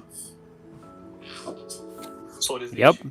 Is it the demons or the pain that you have that they're feeding off? Remember, they're blind intelligence. They're just here doing what they do, you know, based upon what they're created from, so on and so forth. Your pain is the basis of their existence, but you're unaware of your pain. And because you're unaware of your pain, you're unaware of how you are quite literally a feeding source for them. You're like a watering hole that they come in. Pause. What? Why are you laughing? That's crazy, bro. Why are you laughing? That's crazy. Your pain is the basis of their existence. And I say all of that to say, until you have the capability of alchemizing your pain into power, you're going to continue to suffer. Because if you've ever seen, and I don't know if we believe this, guys, but if you ever see niggas in church casting demons out of people, whether they're real or not, right? And most of them are fake. You know, I've seen some shit. I remember one time, I'll never forget this. So we must have went to a church camp, me and my cousins. Me, MK King. I thought about them straight away. Me, MK King, went to a church camp. And bear in mind, this is when I was in my religious bag. A lot of you niggas actually don't know that I was extremely religious. Like, debate with people on the street religious. Like, evangelist, like, it was serious. You know what I'm saying? Because people's tendency is like, oh, you know, you just didn't know God. That's why you're not religious. And, you know, your faith wasn't strong enough. And, and you didn't read the Bible enough. And, you know, you didn't try it. Like, stop. So at this particular church event, we got driven there by one of the members in the church. He was a cool guy, really cool guy, really cool guy. So eventually now we get to the event and we're in the hall and there's a bunch of other people. Niggas at church, they're just looking for things, innit? But we're locked in. So then the pastor starts singing, break every chain, there is power in the name of Jesus. And then he comes out. Bear in mind, there's probably like 200 kids here, like 200 like teenagers. The pastor's on, and he's walking. He's like, you know, I feel some things in the crowd. I feel some things in the crowd. We're like, what? Us man look at each other, we're like, yo, what's going on here? And then he's like, I feel some things. And then people start trying to run out. And there's ushers. He's like, close the doors, close the doors, close the doors. They're closing the doors. They're pushing people down. People are trying to run out. I'm like, what the fuck is going on here? What the hell's going on? And he's like, I feel some things in the crowd. Next thing you know, Hey, sister. like, what is going on here? People just I bought Nero's book, by the way, in the physical. Hey, got his physical book. bear in mind, Hard copy. that drove us there then starts tweaking like he's possessed. As in inside the church. But like, we look at each other like, ain't this nigga our driver?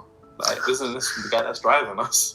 Like, you might want to catch train. I desired a physical copy just so that, like, when I'm not on my tablet, I can just, like, look at it. What's going on there? So, I say all of that to say, I don't know if that shit is real. Most of it is fake because, one, I'm African. I'll tell you niggas that for free. I know Africans. And I'm friends with actually quite a few pastors, actually. But that's besides the point. That's besides the point. I say all of that to say,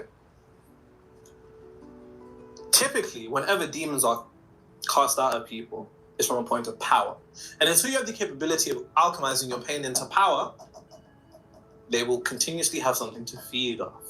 And this is where we alchemize demons, ladies and gentlemen. Seeing you drive a tweak out. Long day.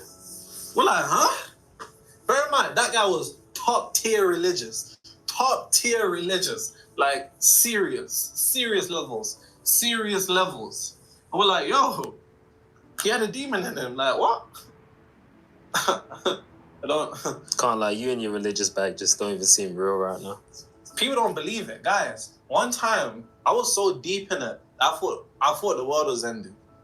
And I cried tears. You were one of them rapture niggas. I was one of them rapture niggas. You damn right. You're bloody right. I was literally one of them. And that's so hard for people. The raptures.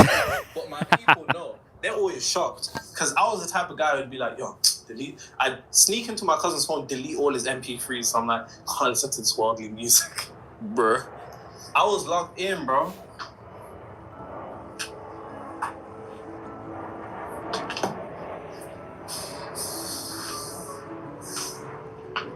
A lovely day.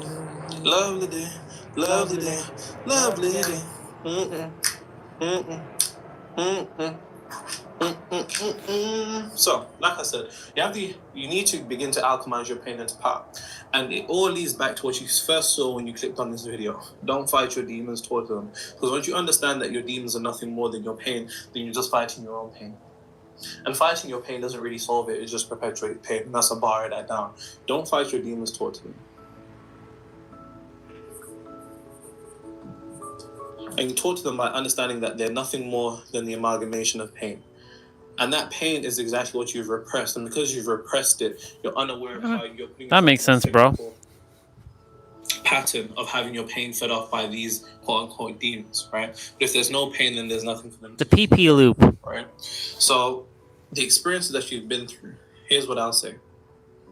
The first thing you need to do is actually sit down alone or lay down and actually just allow yourself to immerse yourself into your pain.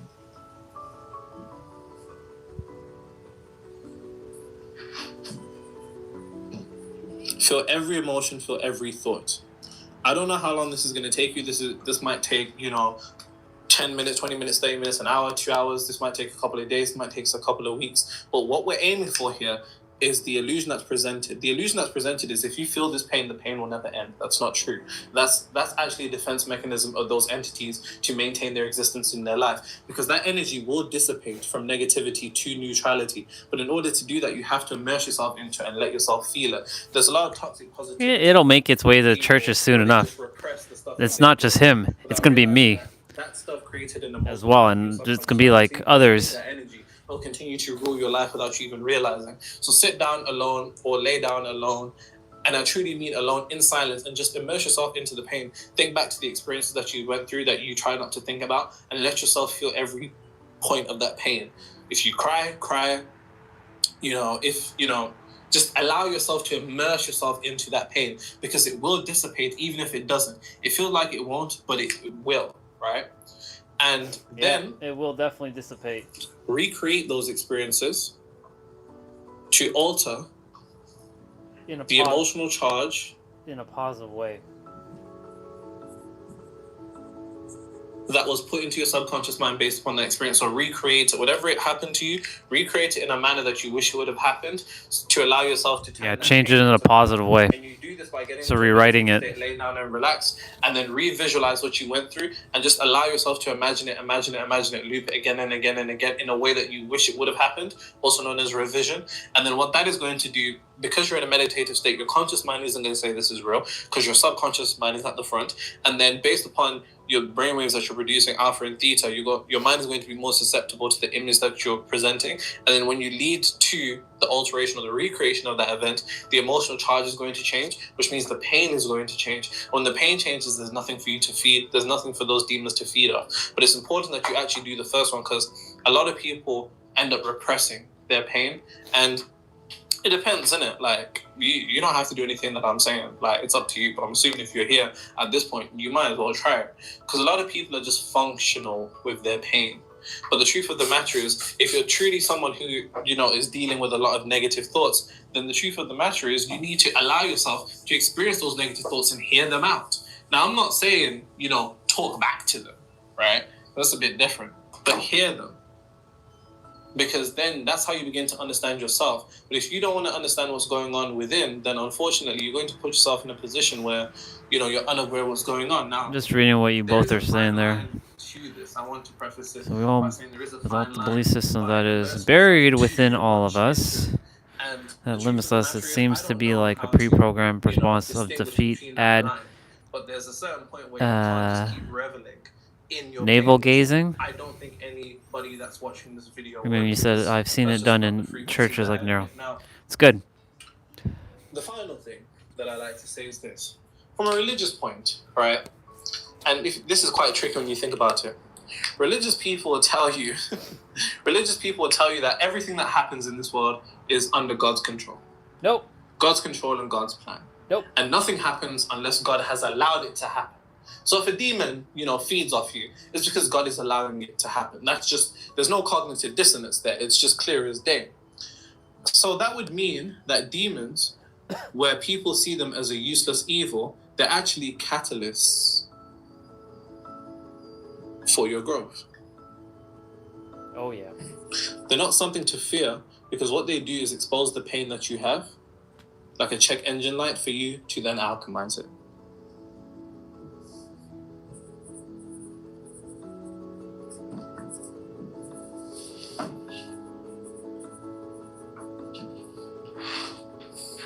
Just think about it. Like, if everything's really under God's control, then the demons that are taking place, that he's just letting ravage on people, there has to be some type of purpose to that. And the purpose is that they're nothing more than catalysts for your growth, because they expose the pain that you have by feeding on that pain and making it apparent to you as a check engine light for you to alkalize that pain into power, which then alters your perception towards demons as this being this negative evil thing, which evil, dependent upon the vibratory signature, of course, but more so an opportunity for you to evolve your consciousness. And with that being said, ladies and gentlemen, that's how you make demons every day without realizing. Bloopers. I'll read what y'all shared in a moment. We don't buy no drinks at the bar. Now, the fact G smacked him. This nigga's eating M&M's at 9 a.m. How do you guys know it's 9 a.m.? That's actually a bar. Eating M&M's at 9 a.m. It's not 9 a.m. though. It's not 9 a.m. Prove it. Lovely day, lovely day, lovely day. Okay, we're off to a shaky start here, guys. What is that? Just stick with me, guys. That's a sperm. We're off to a shaky. What sperm have you seen That's look a like sperm. that? I just felt this 5'7" guy is just my type. Okay, cool.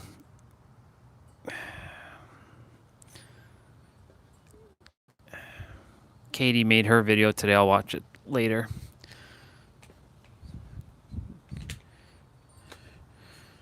My tablet is charging. I'll bring you all back this way. All right, let me... Oh, no, that was AJ. AJ was eating at M&M's at 9 a.m. All right, I can put the mic on now. Oops. Yeah, I'm doing laundry right now. And have to wear other clothing. My feet is freezing right now. I'm dancing around here. Let's see. All right, let me read everything that was said, because there was a lot that was said. All right, let me start from the top. All right. What will the belief system that is buried within all of us, that limits us, it seems to be like a pre-programmed response of defeat, ad navel gazing. I've seen it done in church. They were in groups of snake handlers, but they don't advertise it. Another place where we get the phrase snake oil from others known as poison tasters. Michael seen it done in person on his message above. I was curious. So much sadness down in Louisiana. Everything gets consumed by the tentacles of the vine and brought back into the earth. There's so much moisture and so much growth there. You can lose a car in 1 year. I've seen snake dancing Christians who it's poison is you saw. I didn't see anybody do church. They didn't advertise it. It was only for the deep followers.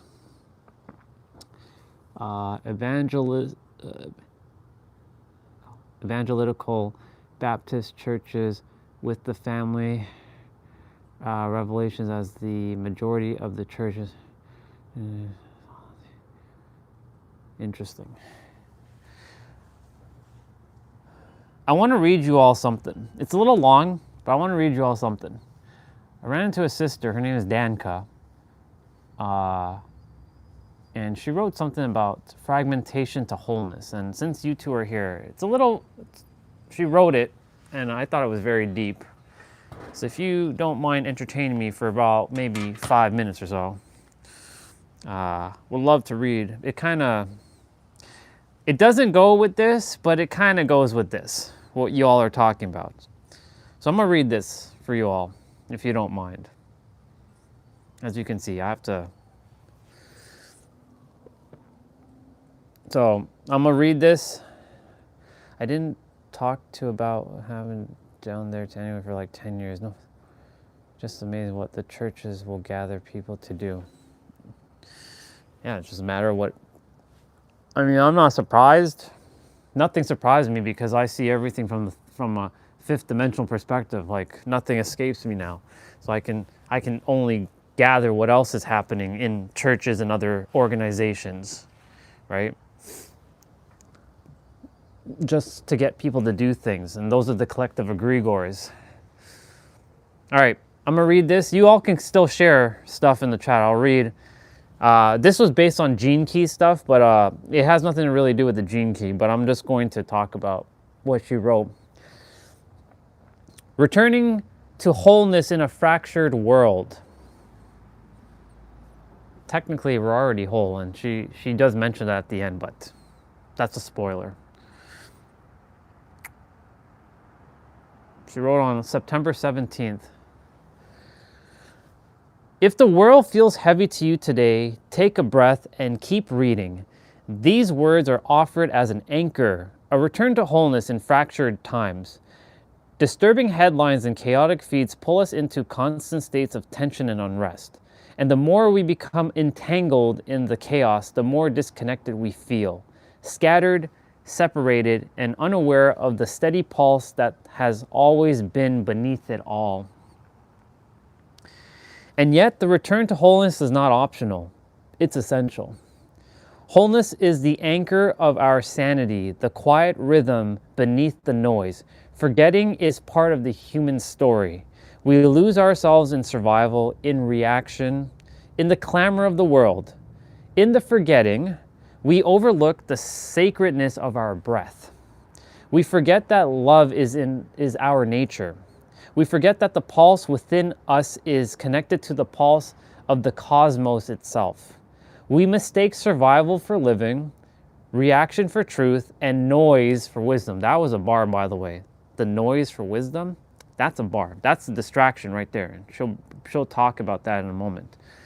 But remembering is always possible. See, remembering, not learning.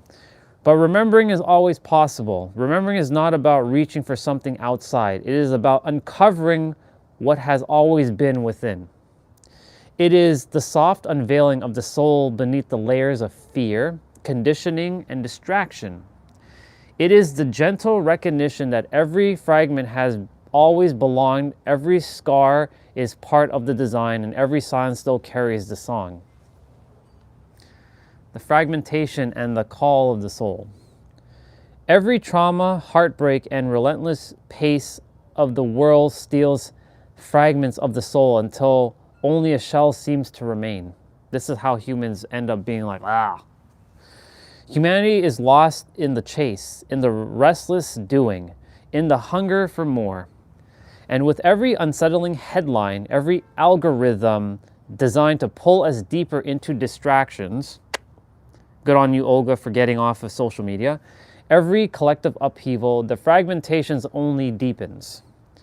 We are pulled further from the still point within, scattered across stories that are not our own, forgetting the quiet pulse that has never left us. This is fragmentation.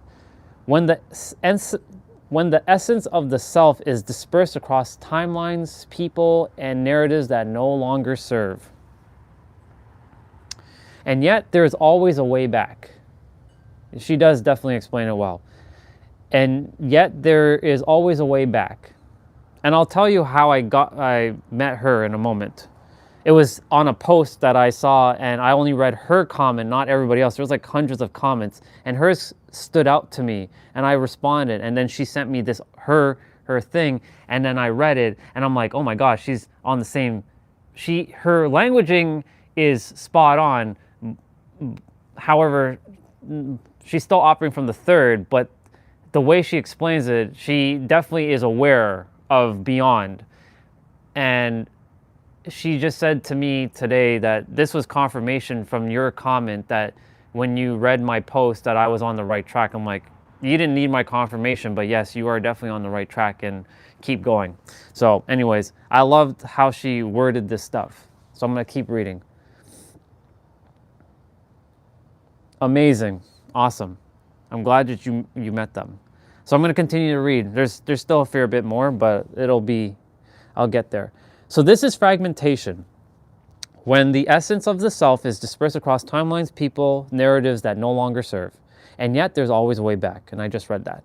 Calling the soul home is an act of sovereignty. Sometimes it begins as a whisper, sometimes as a cry, sometimes as prayers whispered in the night.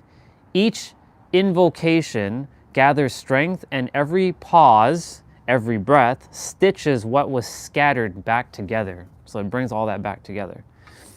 In the dance of energies and influences, the challenge is to choose wisely, so discernment. And she basically says discern. To discern what belongs and what does not belong. To recognize not only in moments of ease, but especially in times of the storm. Will wholeness still be chosen then? Soul retrieval across timelines. Imagine the soul, so this is what I talked about being a crystal or a diamond. Imagine the soul as a radiant crystal, whole and shining. Over time, as we move through relationships, challenges, and survival, fragments of this crystal scatters. A piece remains in the moment where a voice was silenced, another drifts into a story where love was betrayed. Others get left behind in lifetimes of fear or in moments where presence was traded for protection. Fragmentation looks like this. Pieces of the self dispersed across timelines and experiences, dimming the clarity of the whole. That's a bar. And yet, the call of wholeness always rises. Like a chant beneath the noise, it whispers, gather, return, and come home. Soul retrieval is the sacred act of calling those fragments back. And I've done that I've done the soul retrieval stuff many times. Of reclaiming what was lost and weaving it again into coherence. Just so you know, it's never actually lost. You just have to realize that it's always been with you from the moment. So the moment you're like, you no longer will entertain that you're scattered, your soul fragments come back in an instant. But you know, that's a different perspective. Of reclaiming what was lost and weaving it again into coherence. It is not about erasing the fractures. So this is a bar, what she says. So it's not about erasing the fractures or pretending they never happened. It's about transmuting them into strength, compassion, and clarity. Exactly. So again, it's not like forgetting what has happened in your past. Past is an illusion, of course, but you're transmuting your like what Nero was talking about, pain into purpose, but you're transmuting that pain into strength, compassion, and clarity, and no longer entertaining pain and keep creating and recreating that egregore that you have to keep healing and healing your pain. Because what he was saying in the video was that a lot of people still choose to be in pain because their pain creates their purpose, and because their purpose is their identity. And if they don't have their purpose, then they don't have their identity, because their pain is their purpose. And you see, if their pain is their purpose and their purpose is their identity, then if they have no pain, then they have no identity. You see how the brain, you see how the mind works? See how crazy that is? Wild. Anyways,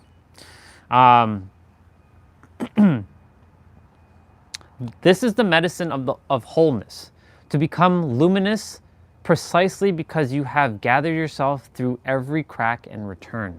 So she talks about the gene key part, but it's not really about gene key, but the gene keys as the path of wholeness. The gene key offers a sacred map for this return. Each key shows us where fragmentation happens and how it can transmute into coherence. Every shadow is splintering away, we forget ourselves. Every gift is a path of integration and remembering, and every city is the luminous revelation of what has always been true.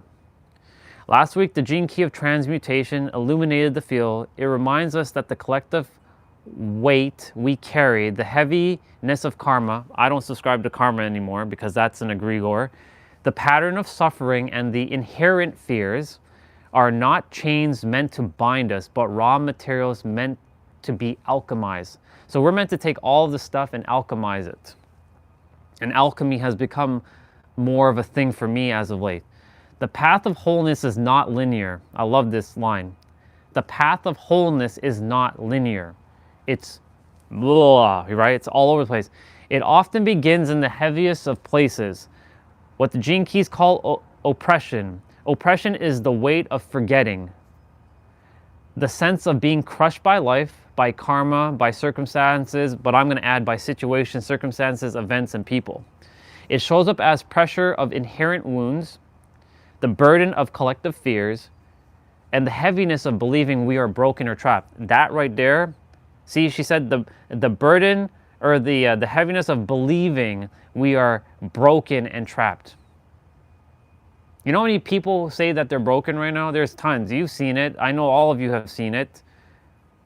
Nobody's broken. We thought once upon a time we were broken too, but we're not. All right. But even, almost done, by the way, but even within oppression lies the hidden spark. When the spark is remembered, not learned, remembered, the process of transmutation begins. Transmutation is the alchemy of choosing presence in the midst of pressure. It is when led of our shadows, our fears, our reactions, and our karmic repetitions — again, I don't subscribe to this karmic stuff — slowly begins to turn to gold. It does not happen through struggle, but through remembering. Through remembering. Remembering that no shadow defines us. Remembering that we are not only personal, but collective beings. I like that. So that means that we are one. Remembering that every heaviness contains its own medicine. Every shadow has its gift, because there's an opposite. And as transmutation deepens, something even more luminous awakens. Transfiguration, which I'll be talking about in a couple days. I mean, I'll mention it tomorrow, of course. This is the revelation that What once felt like unbearable weight becomes light itself. The fractured part reveals their original wholeness. The suffering that pressed us down becomes the very doorway through which the divine radiates, shines through. This is the arc written in our DNA. From oppression to transmutation to transfiguration. From forgetting to remembering to becoming the light. So I'll alter the word there. From forgetting to remembering to realizing that you're the light all along. That's, because there's no becoming anything, because you already are it. You just have to realize it. So there's no becoming anything. You already are it. So that's why I alter words. Living as frequency. The world will not grow quieter overnight. The storms of the collective may continue, but you can stop abandoning yourself into the chaos. Or abandoning yourself to its chaos. Every time you reclaim a fragment of your soul, you ripple wholeness into the field. So every time you subscribe that you are completely healed, you keep rippling back the wholeness back to the field. And every time you transmute a shadow into a gift, you change not only your life, but the lives around you. That is a bar as well. Your wholeness is not just for you. It is the medicine for your family, your community, and your lineage. So technically it's for everybody. Yeah, exactly. Yeah. It's spot on, sister. She's not saying anything that we don't already know. Why I'm reading this is just it's good to see it in like a written form as a reminder. It's more of a mirroring of like, it's good to see other souls that are elsewhere, you know, knowing this stuff too. And we know this stuff.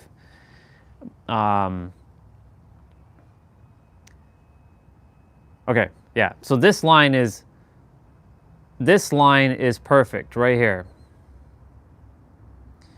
So again, I'm going to go back. Your wholeness is not just for you. It is the medicine for your family, your community, and your lineage. Begin now. She just 2 words, begin now. Not begin tomorrow, begin now. Breathe, call yourself home. And she talks about gene keys, but you know, I'm just going to say breathe and call yourself home. This is the line right here.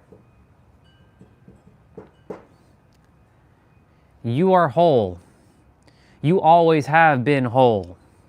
And from this wholeness, you realize the frequency of healing this world so desperately requires. That's it. She talks about if you want to explore gene keys, blah, blah, blah, blah, blah, blah, blah. But, you know, no, I don't have to read that part. You are whole. You always been whole. And I've been mentioning many, many times that there is no more learning. You're done learning. All of you are done. I don't want to ever hear you all hear that word learning from you all ever again, because you ain't learning shit anymore. You all are done learning. All you have to do is remember that you have everything within you, and you're just remembering what has been forgotten. That's me being a drill sergeant, as T-Ray would like to call me, the drill sergeant. No, but seriously, you all don't have to be learning anymore. You're done. You're just remembering what has been forgotten. Everybody has the library of all that is within each of us. It's nested within inside of us. There's no one that's smarter than you. There's no one that's better than you. There's no one that's more higher than you. Everybody's on the same page. Just awareness level is different. And so, you know, and Nero talked about the healing thing in his video today. I'm going to go change my mic because I just saw it just started flashing red. He said, you know, there's this people, you know, shadow work. And I've talked about shadow work a lot. I've done a lot of shadow work in my time. But, you know, there comes a point where, and he brought up the whole thing about, you know, there are people who are saying that they're going to always heal and they keep being in a perpetual cycle of healing. But if they're going to continue to be in a perpetual cycle of healing, they'll never heal. There has to come a point where you have to just be healed, plural, or healed past tense, or present tense.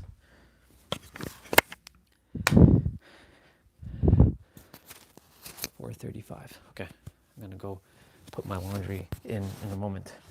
And so he, you know, it goes hand in hand with everything.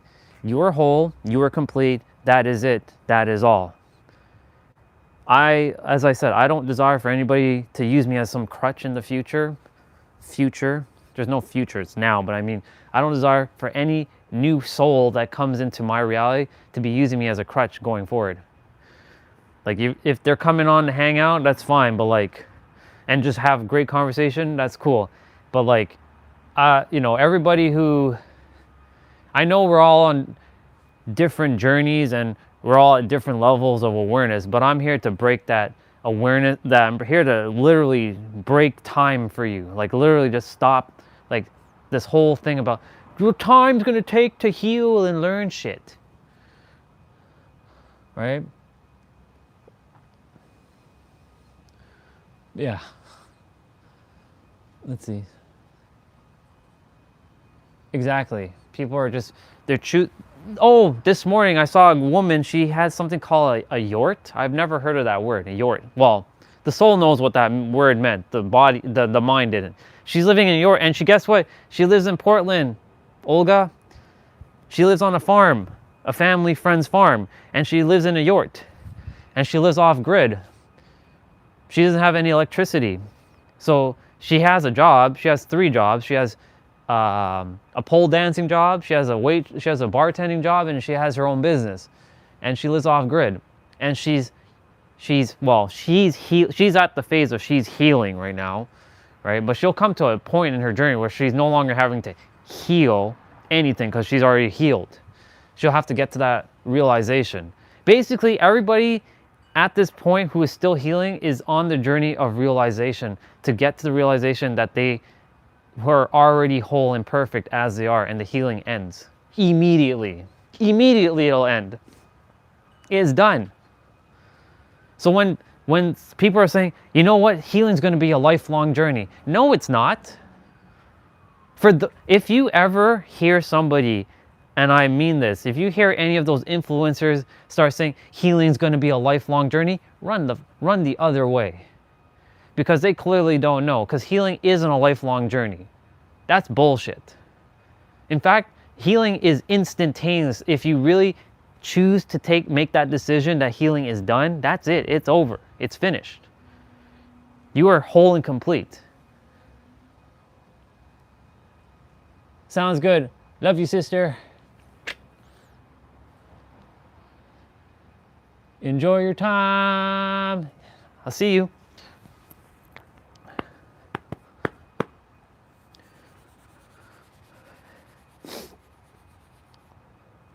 Fuck, it's cold. I'm gonna bring you all downstairs while I do some laundry.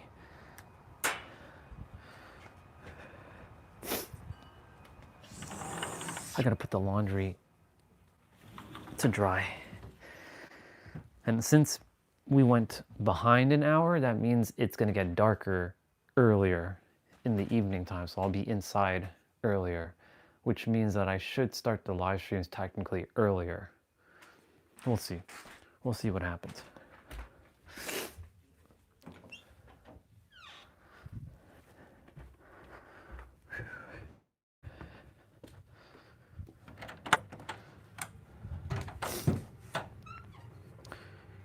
Yep. In the laundry room. Wow. Yeah. But anyways, back to what I was saying, like, so spot on, like with Nero stuff, with Danka stuff, her popping up. Like, I don't know why out of like 100 comments on a post, I read hers specifically. Well, I know why, because we chose this path together. She required a little bit of confirmation, not that she required confirmation, because nobody requires any confirmation, because you are your own confirmation. But anyways, you know,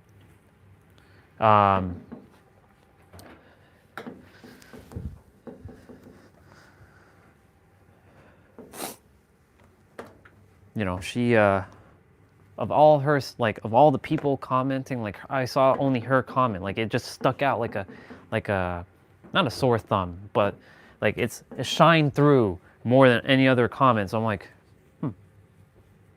I guess I'm going to read her comment then. This is the second time I'm washing this sweater ever, so. Because I don't wear that sweater. I hadn't worn that sweater since, obviously, since the ex-wife gave it to me. So, a little bit of spaghetti fell on it. But that's not one of those like going out kind of sweaters. That's like a staying inside kind of sweater. So it doesn't matter if it gets like damaged or dirtied like that. It's fine. I have a lot of clothes to fold today. Tons more. A lot more. More than normal. And I have to start putting away some clothes though.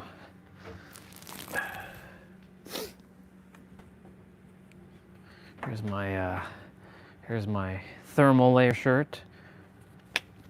The one that I wear now as the play-out shirt underneath, which was my outing shirt, my standard pants. I definitely have to buy another set of pants like this. Two more. Have like 4 or 5 of them, just 4 or 5 pants. Those are my favorite type of pants. They do the job. They look fashionable. They're not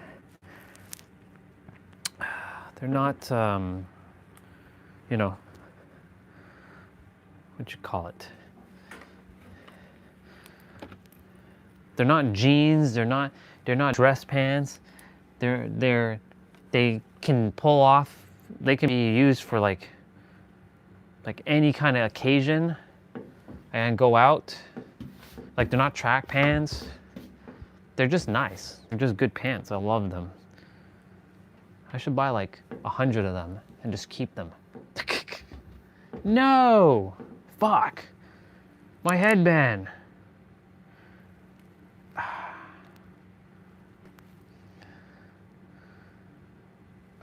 Damn it all.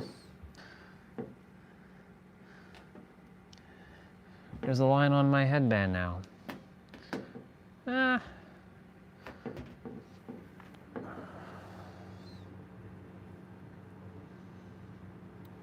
One sec.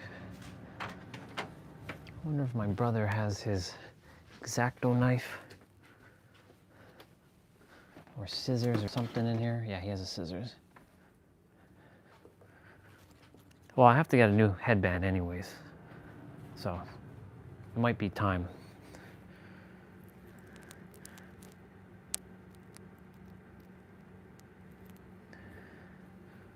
So now I have a line.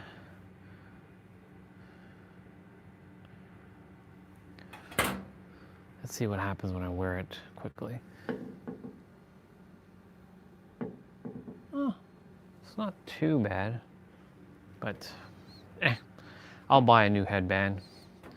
It's getting browned, like it's fading in color. It's no big deal. It's just a headband. Universe is preparing me to get another headband anyway, so it's all good.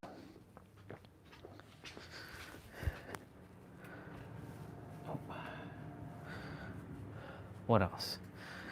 Yeah, so like, this was powerful, you know? And Michael, thank you for sharing what you shared, bro. I appreciate it. Let's see. Really appreciate what you shared about your experience.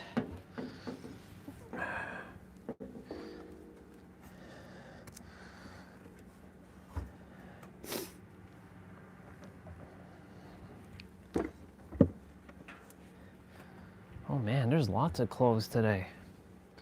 Wow.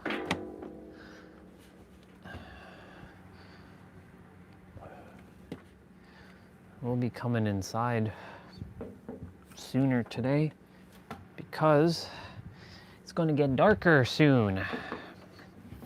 So what I got to do now is put I'm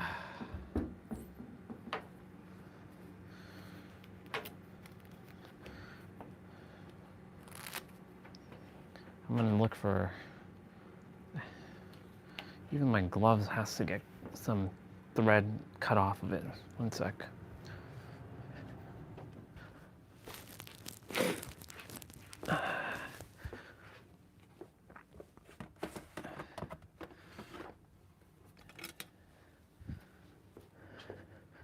Have to buy new gloves, and just everything has to be replaced to some degree, and that's okay. I will just invest in whatever I have to invest in. The universe desires me to have these things, and I will have these things.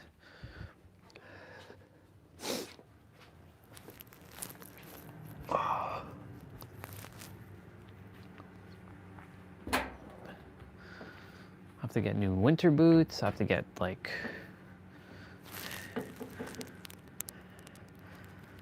yeah, it's fine. These gloves will.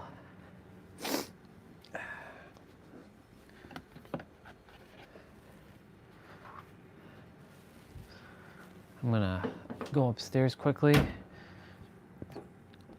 Mom's upstairs, so I'm not taking you all upstairs. Oops.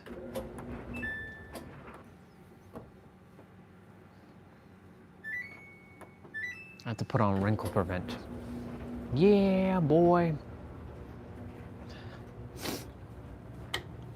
It's dark. Well, it's getting dark. Like down here is dark. All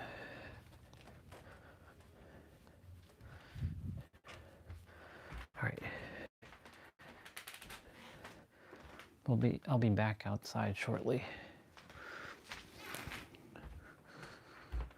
Actually, let me take off the blanket for now.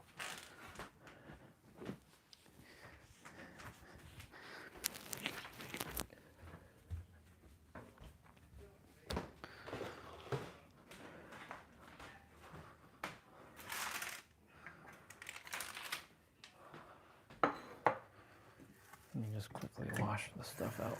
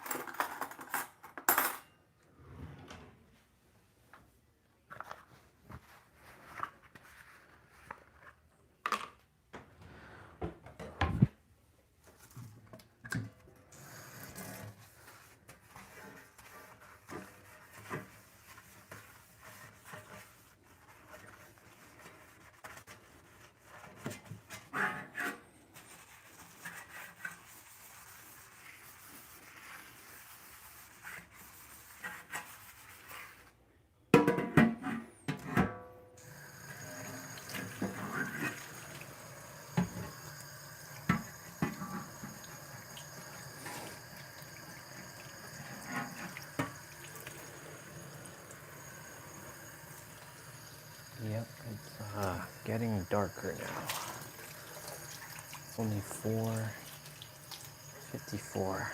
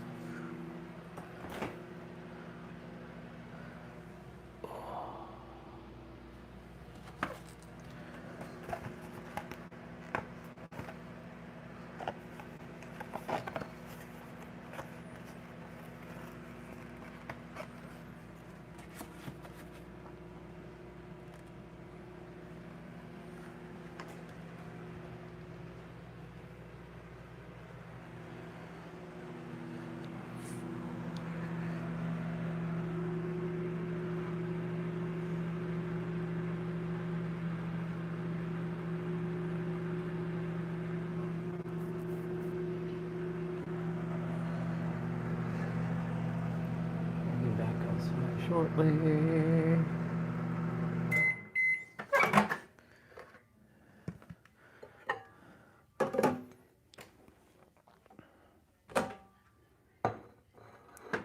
To wash one more thing.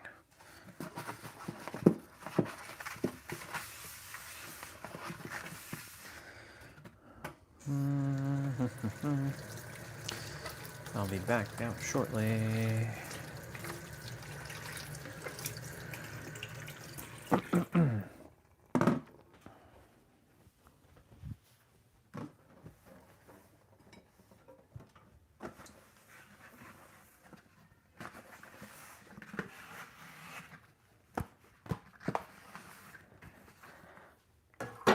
All right.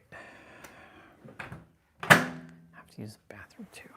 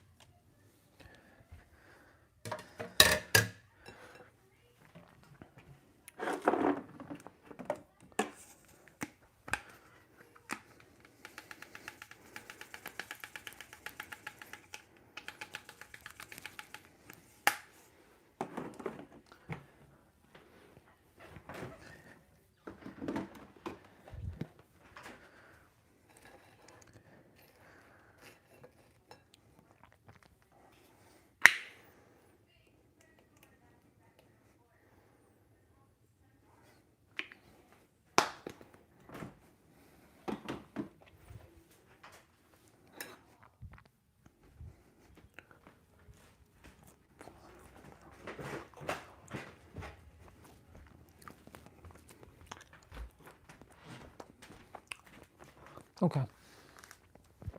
I'm back. Fries and like popcorn chicken. Let me go use the bathroom quickly.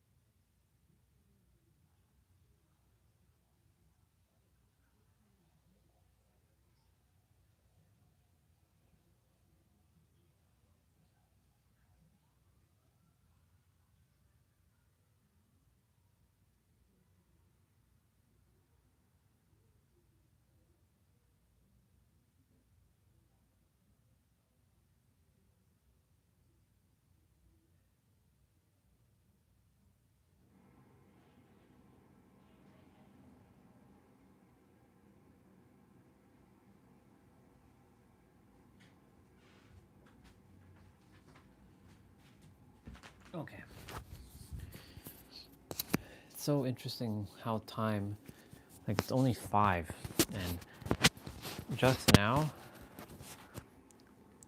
it'll be like 5:30 and it's gonna be dark. So we're gonna get the last little bit of the light out there. Change shoes.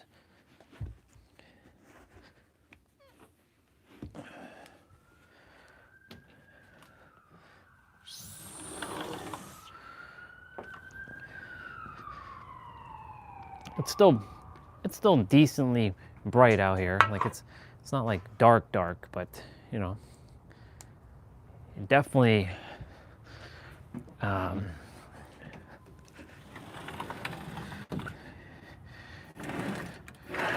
it definitely has, yeah. Whew.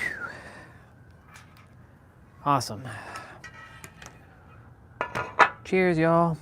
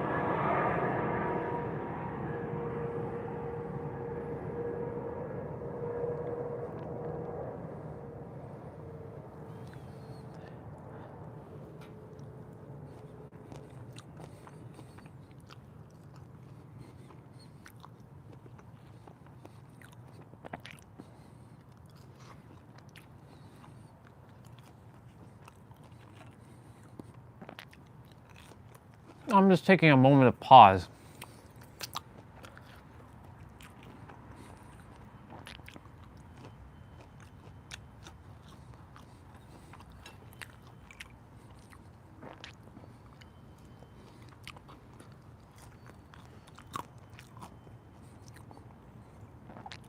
It's quite the journey.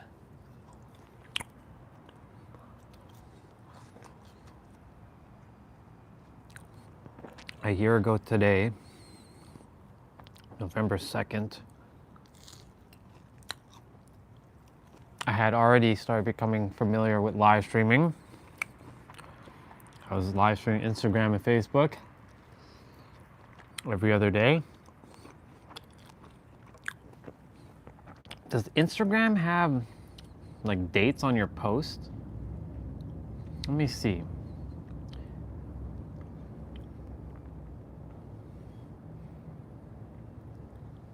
They do. Okay, perfect. So my last November 22nd. My last Instagram live was November 22nd. Microphone is on, and I'm gonna quickly do a sound test and see if my voice changed. I don't think it did. This is noise isolation or noise cancellation doing mic test. So my voice should be sounding clearer, but it may not even make a difference. I'm gonna go back to regular, and I'm gonna play some music. Let's go back up. There we go. So yeah, happy Friday, everybody.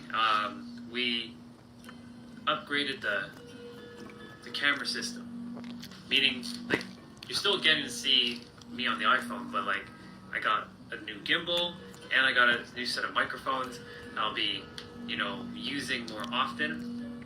And this microphone is super tiny and it's magnetically clipped. And yeah, we're gonna see how it goes. Of course, like I'm still dealing with the room. Want to see November, like What November, you're seeing now is my normal state. Okay. October What you're seeing 29th. now- Happy Thursday. That was. Happy Saturday. Oh, this was We are live November. with friends This was November As you 2nd. can tell, today is Jump Rope Saturday. Thank you so much for checking this out and being here. I am so grateful. First off, I just want to start off being, well, first I want to start sharing that I am grateful to have another day. I am grateful for I was wearing some my Rainmaker t-shirt. interesting experiences I had yesterday after I did my live. You know, it's fascinating. I talked about, you know, the importance of your words Oh, here we go. and being mindful of, like, when you're texting. And I myself got caught in a little bit of a trap that the ego, the lower mind, the finite mind, Oh, I was calling it the to, finite like, mind. entertain some lower vibrational things. And it was a great information exchanger for my soul to, like, witness. And it took me about maybe 30-ish minutes or so to break out of that state. I was like, something is triggering me. What is triggering me? Because, like, Interesting. triggers still happen for me. Not anymore. None of us are perfect. All of us are perfect. I'm getting to a point where, like, oh, Catching myself. you know, I am the master creator. I always talk about being the Yeah. master creator. You are the master creator. Creation is finished. And when I was like, wait a minute, this is the character that's having this, not me. I'm not the character. No, you're I'm not. the creator. And There I you went are. into, like, the, you can call it the bird's eye view perspective, or the witness consciousness, or, you know, I'm the creator, I'm the overseer, or the, you know, Got that observer. thick beard back then. I was like, damn, this is awesome. What an experience.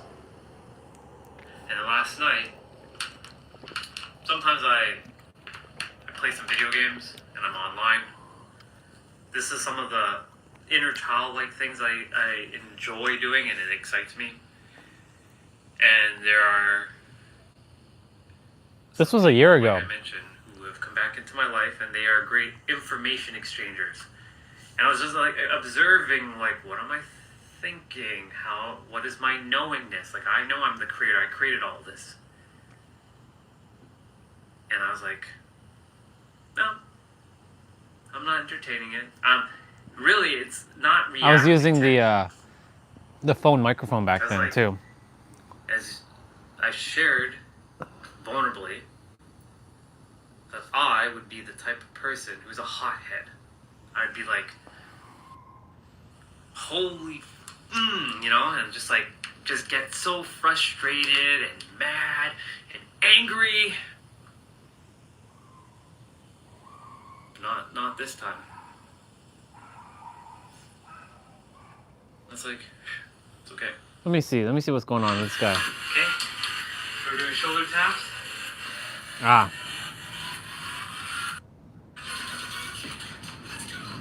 Yep.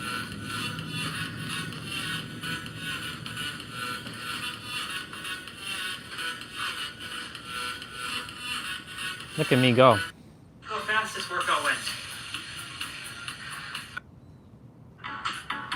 Doing abs. Bring my knees. Beats me. Okay. Whew. That was a great workout. Yeah. Let me grab my water. I only have a little bit left anyway, so I'm just gonna drink it out now.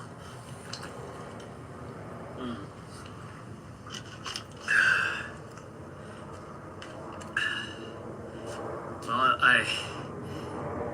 I trust that you enjoyed that Saturday workout. sweat sesh, as I called it. My not only jump rope but cardio. So that's what I usually do on a Saturday. The ones that you've been seeing me do has been what I've started to do recently, where there is no cardio. Well, it is all of it's cardio, but I mean to say like some body work, like some body exercises. Yeah. So remember, this world is based in mentalism.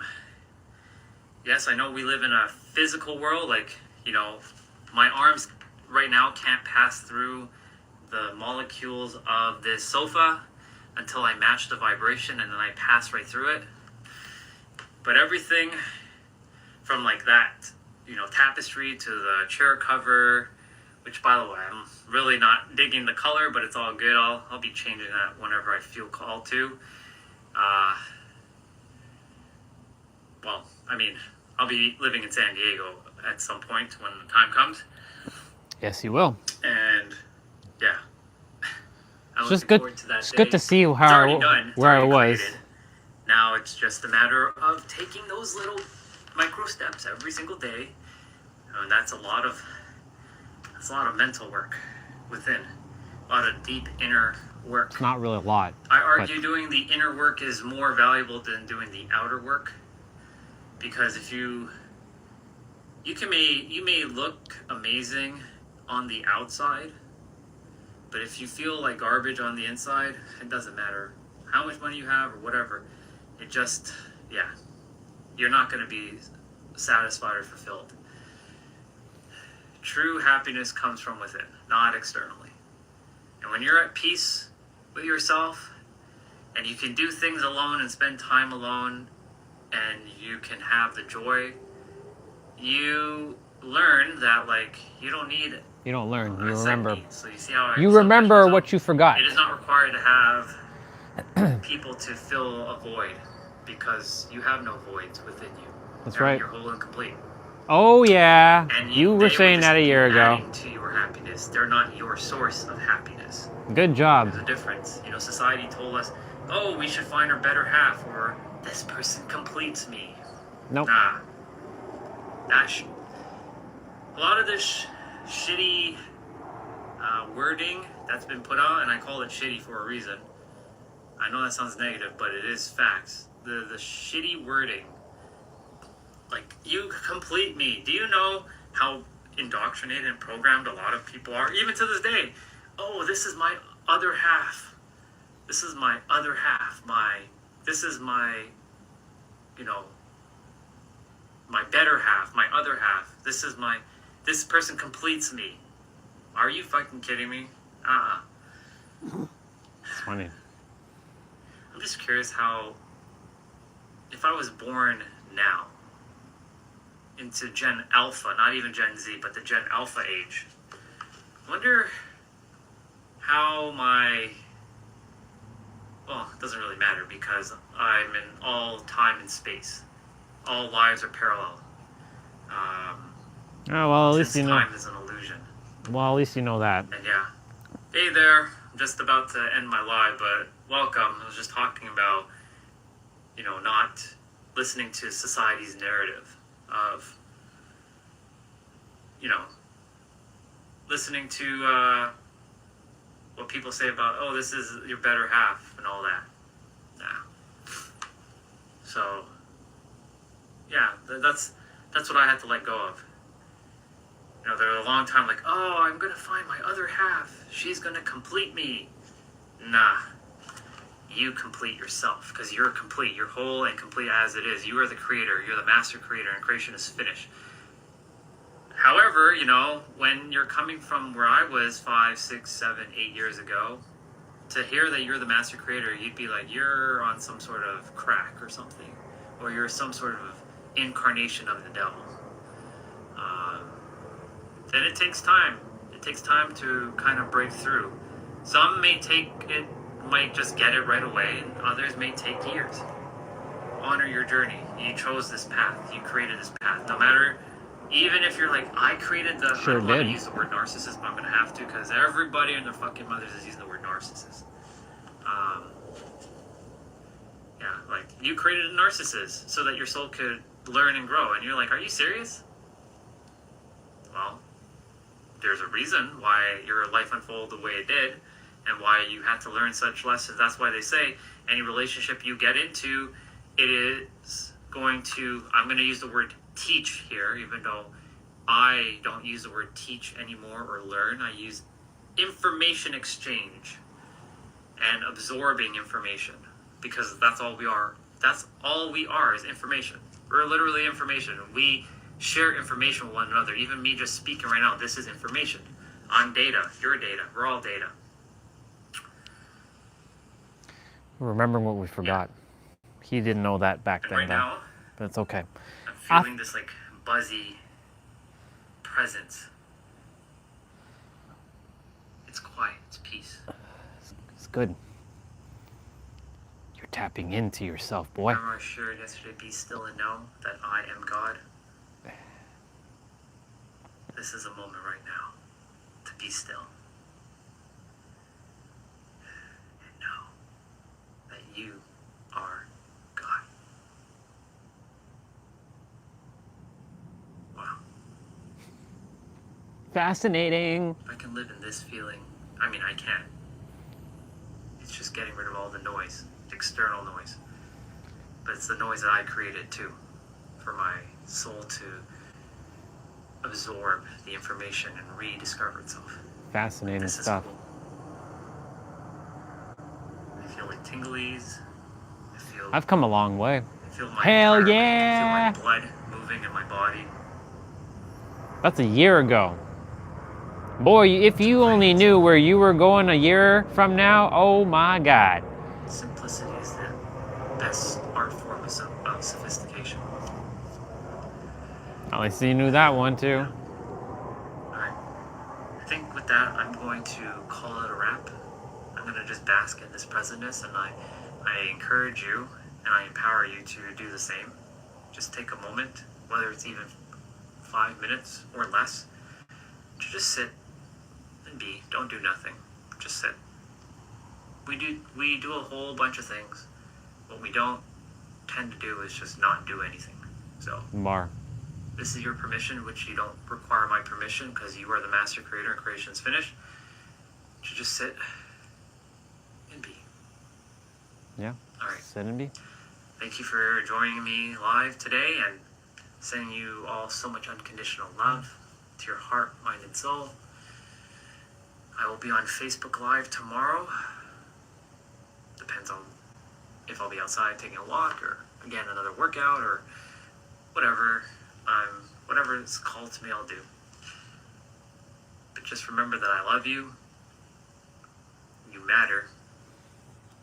I believe in you, and you've got this. And as always, may your heart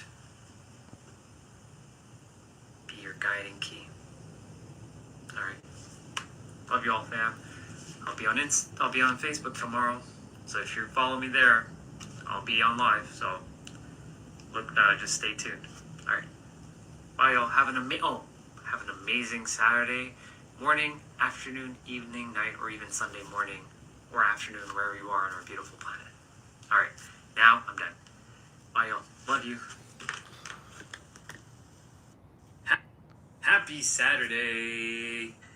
Happy Thursday, everybody. We are on the grand. What you're seeing now. Okay. We are live again. Let's see, what was the first live I did on? Live on Instagram, and this was posted to YouTube or to Facebook, most likely after. We are live on Instagram today. Hello, everyone. And now I'm live on Instagram. Hello, everybody. Is yours truly the superhero of love? And today is my 5th spiritual birthday. So I'm 5 years old. So happy birthday to me. And I decided to come on live on Instagram. I was just live on Facebook. But I know that when I finish posting this live on Instagram, it's going to be sent to my Facebook. So I'll have 2 lives. So this is The reason why I'm coming on Instagram is because there's some followers on Instagram that don't follow me on Facebook, and vice versa. Don't so follow. making Connect. 2 lives. There's going to become a point one day where Instagram and Facebook, even though they're both part of Meta, when you go live on one, it'll go live on both. So The day will come. I know it. It's inevitable. And there's going to be software on the phones that's going to allow you to go live on multiple platforms without having to like be on like one specific. So you can like live stream to multiple. So yeah, this year has been interesting. This past year. So I see October 6th as like a rebirth of like not even rebirth. It's like a New Year's Eve to New Year's Day. So this is like my New Year's. And this past year has been lots of interesting energies, lots of ups and downs and highs and lows and everything in between. Letting go of people, letting go of like outcomes, letting go of ideologies, letting go of thoughts, letting go of just a lot of things, and getting shifts in perspectives. And I want to first start off with the Wayne Dyer quote. What's up? I'm just checking my first my live from October 6th last year. I had that nice black beard. If you want to play, we can play. It's starting to get a little dark. But I don't want to go inside yet. Oh. I can bring the laptop outside and play. It's just... Okay. Do I play inside? Ah.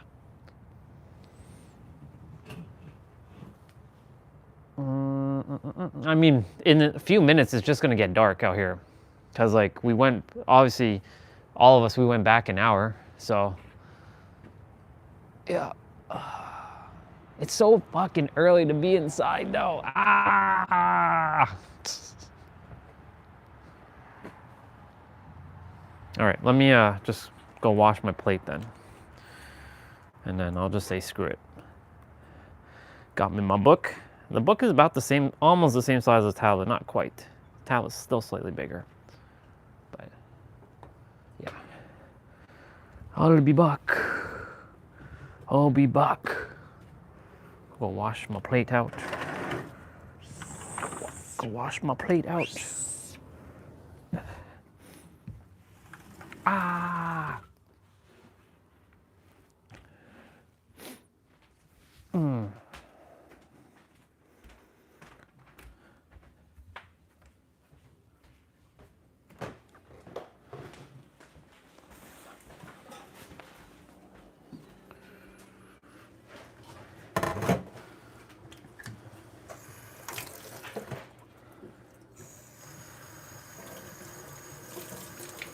I made it easier for Mom to just bring the stuff to right by the barbecue because I'm still using the backyard until further notice.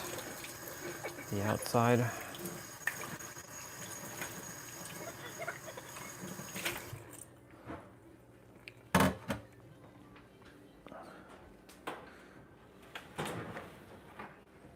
Son of a bitch.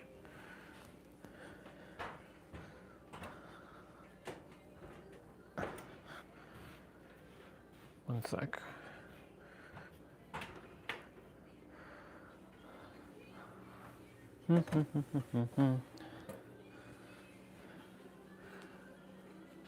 Is that Christina Aguilera? Yeah, it is.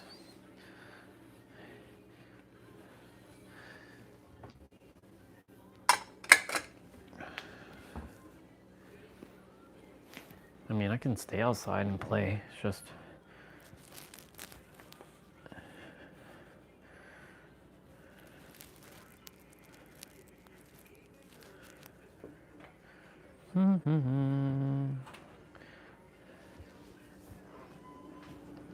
Grab me a few candies.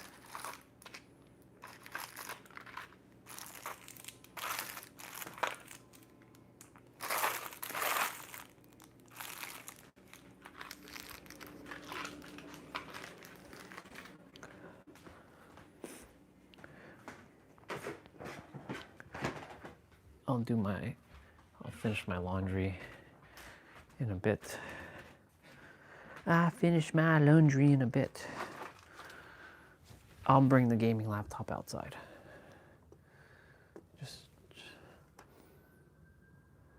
universe, in or out? In or out? Out, out, out, out, out, out, out, out. I bought some more. I bought a couple of the Attack on Titan outfits last night. My characters are pretty decked out now. I'm gonna buy the mummy outfit for Nia. And yeah, probably put on Friends or something to watch in the background while we play.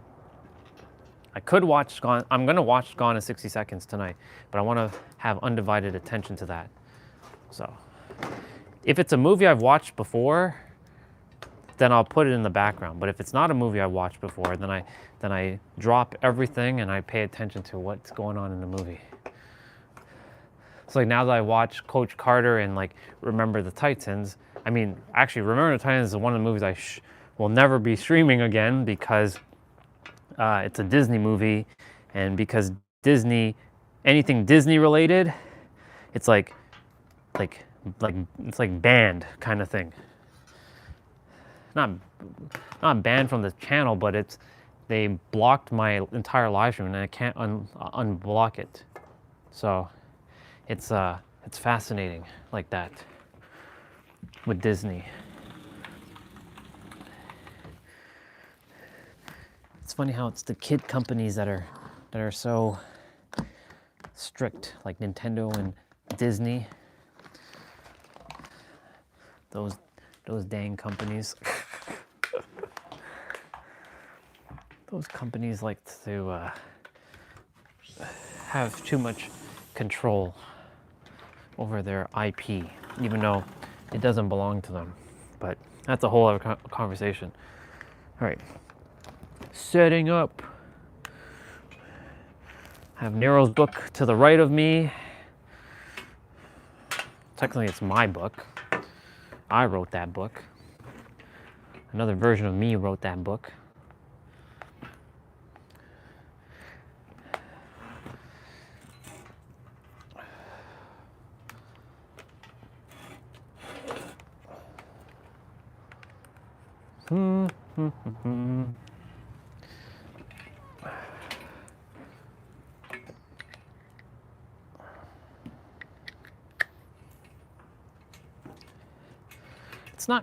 It's not cold. Well, I mean it's cold, but I mean it's not like blistering cold. So it's all good. But I'll have to go in by maybe an hour and a half. Oh, I dropped the damn phone. I knew that was gonna happen. My bad.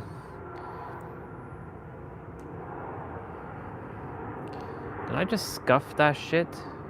Yeah, I did.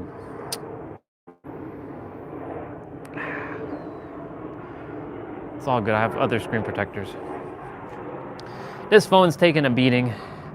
It's taking a massive beating. At this point, it's like, whatever.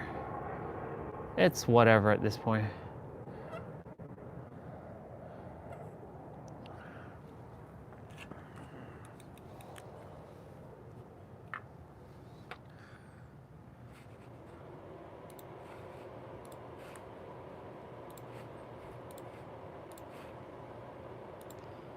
Oops. Wrong software. Wrong software. I don't care about that software. It's the wrong one.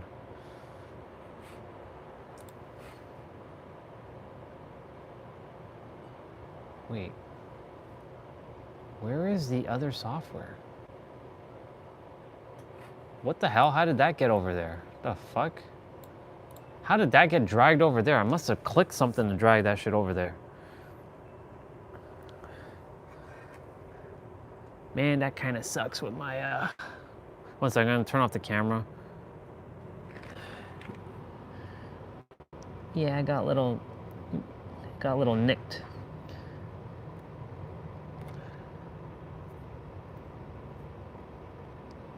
Well, I mean, I have screen protector.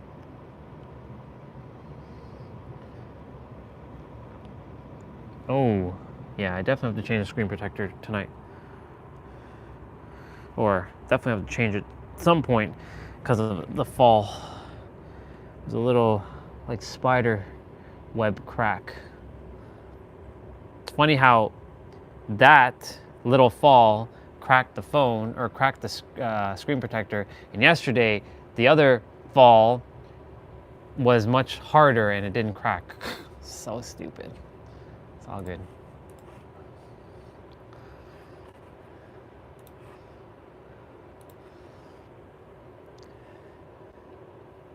Eventually everything will just be brand fucking new and I'll just be like, yep. Nothing will be falling and breaking. This concrete has cost me a lot of like physical damage to my stuff, but it's all good. I was technically not meant to be outside like doing this stuff.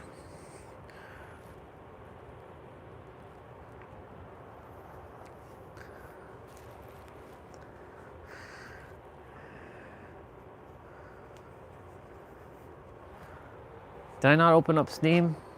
I'm pretty sure I did.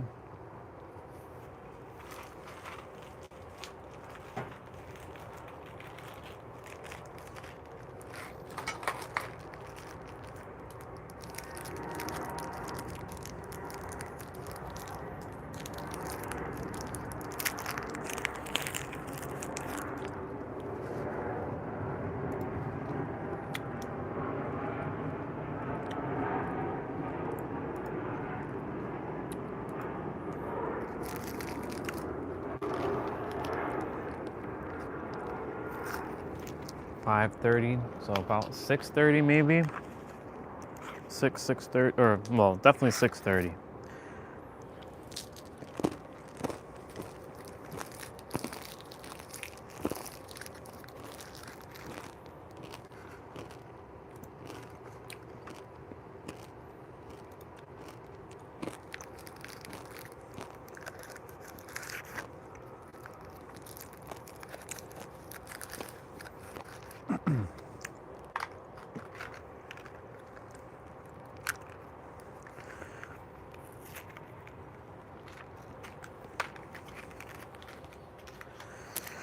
Yep.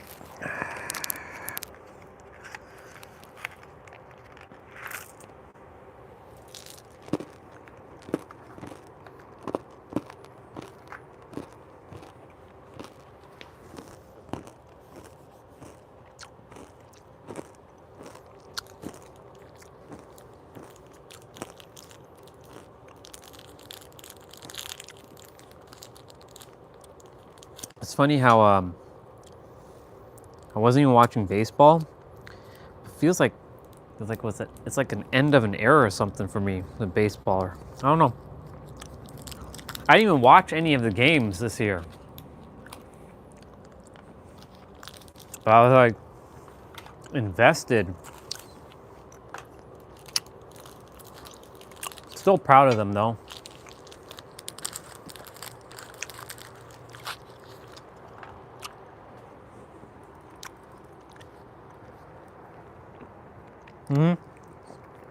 Sounds good. Sounds good, boy.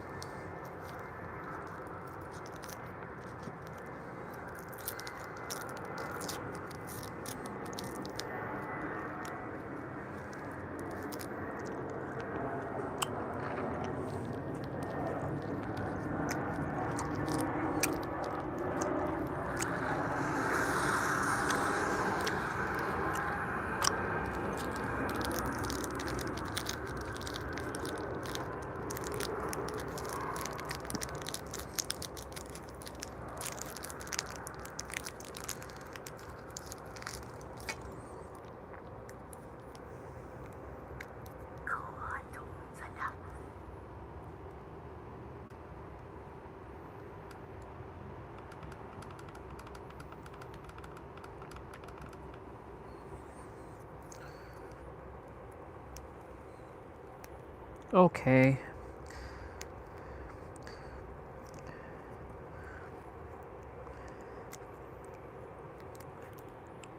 me know when you're back.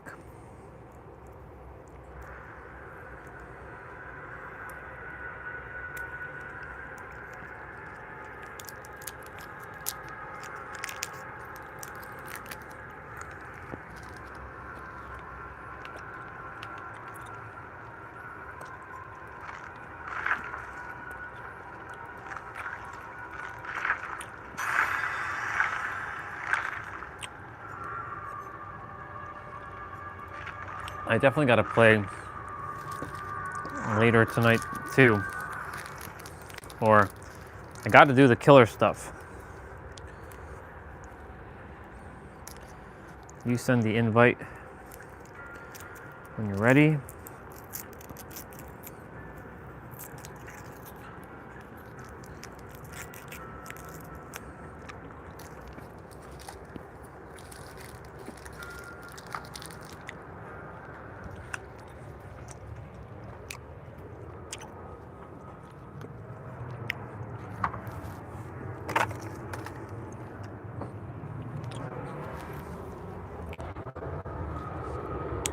Perfect. Do you want to chat on Discord or no? Giving you that option.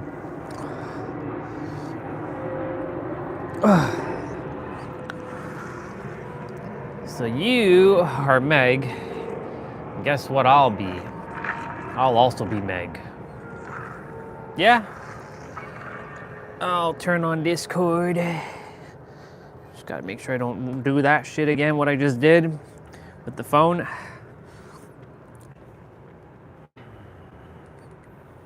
I'm gonna call in a moment. I'm just opening it up. Yeah.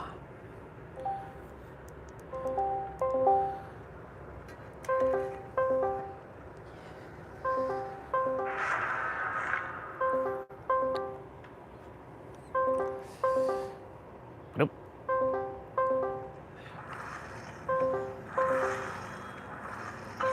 Oh, wow, nice.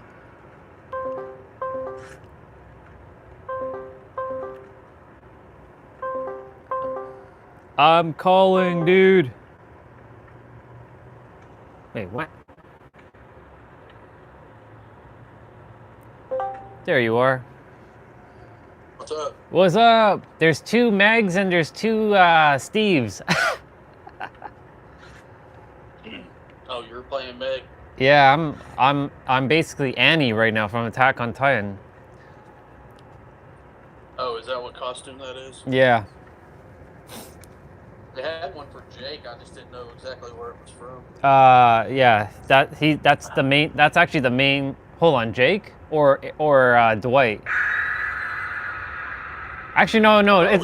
It's Jake. It's Jake. You're right. It's Jake. He's Levi. He's actually one of the most badass characters in that show. And then Dwight has one, and he's the main character of the show, which is Aaron. Aaron Yeager, he goes from good guy to bad guy. Nobody ever plays Jake. Not as often, no. And yet he has one of the best perks in the game, which is Iron Will.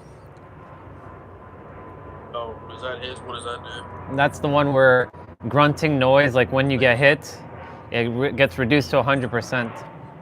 The only time it doesn't work is when you have an exhaustion thing like that. You know how you have your sprint burst stuff? So if you have sprint burst and you have that with Iron Will, you'll still hear the grunting sounds from your character. But like when for example, when you're healing me, you don't hear my character be grunting and stuff.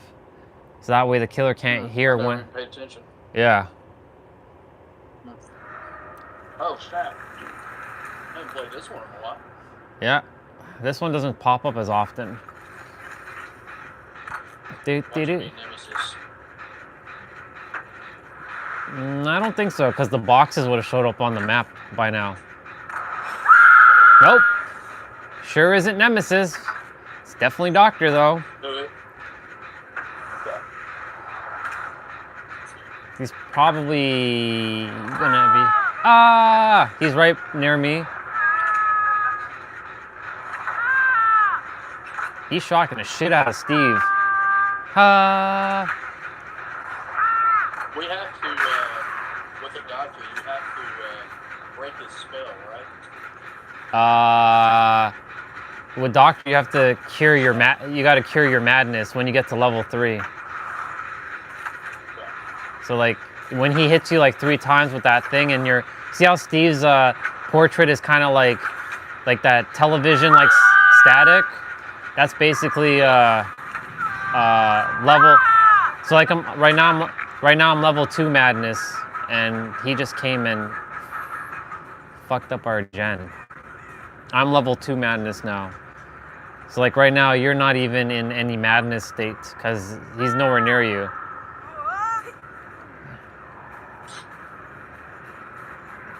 Damn it all.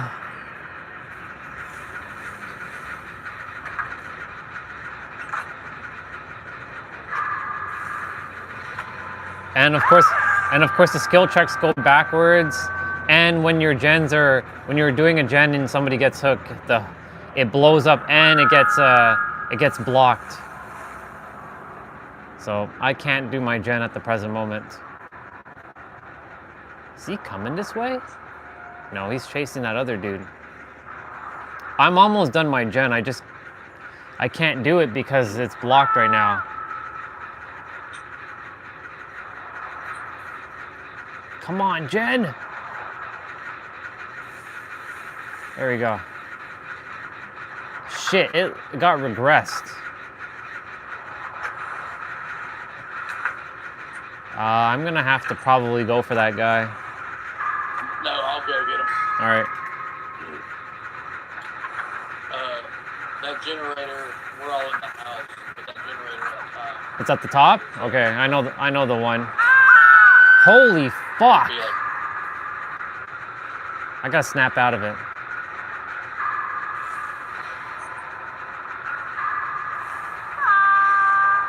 Shit! I'm completely I'm completely like shell shocked right now with my character. There. Is there a hook nearby? It keeps regressing. What the fuck? I can't get my gen done.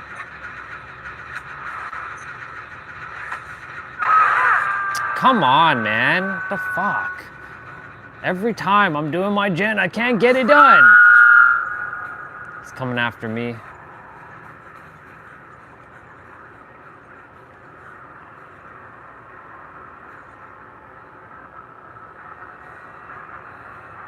Yep, he's right behind me.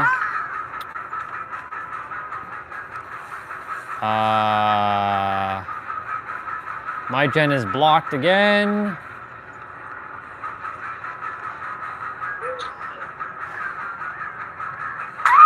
Oh, that was a fake pallet. Shit. He's coming to you all.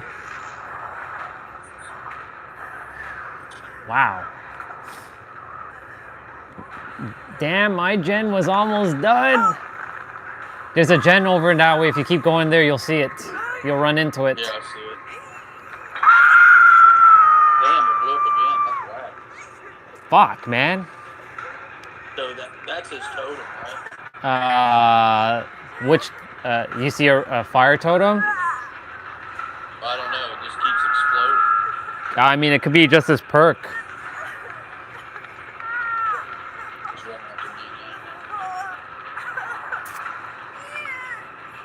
That guy's doing your agenda you were doing in the house right now. Why does my character seem like she's running so slow?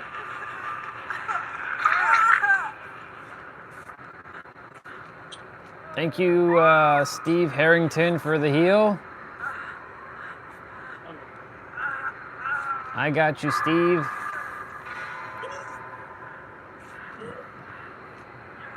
Damn, it's taking a hot minute to heal him. He is running back to the middle of the house. Okay. Fuck, dude, he's coming for me. Ah, son of a bitch.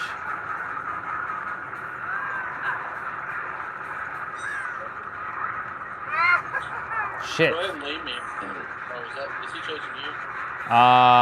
No, but I have to cure my level 3 madness again.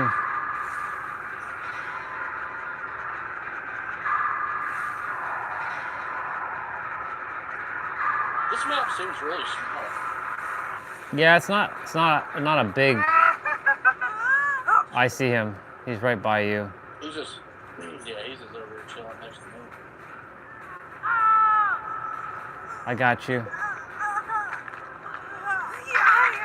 Let's go, let's go. Let's go over to your gen. Yeah. I think that gen's probably like dead. Oh yeah, it's like dead. Shit is like, what? Fuck.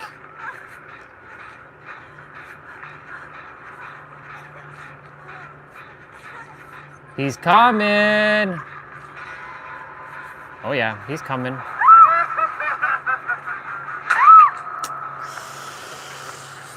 Yikes. That fucking sucks. Heat, ho, heat, ho. He about to shock y'all. You got that level 2 madness, or level 3 madness again. You're gonna have to do that, is he chasing you? Yeah, he is. Yep.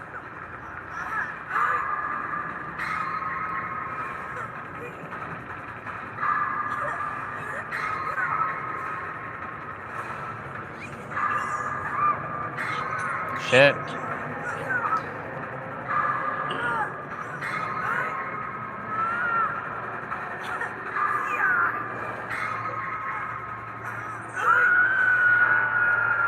Oh, he put you in the basement.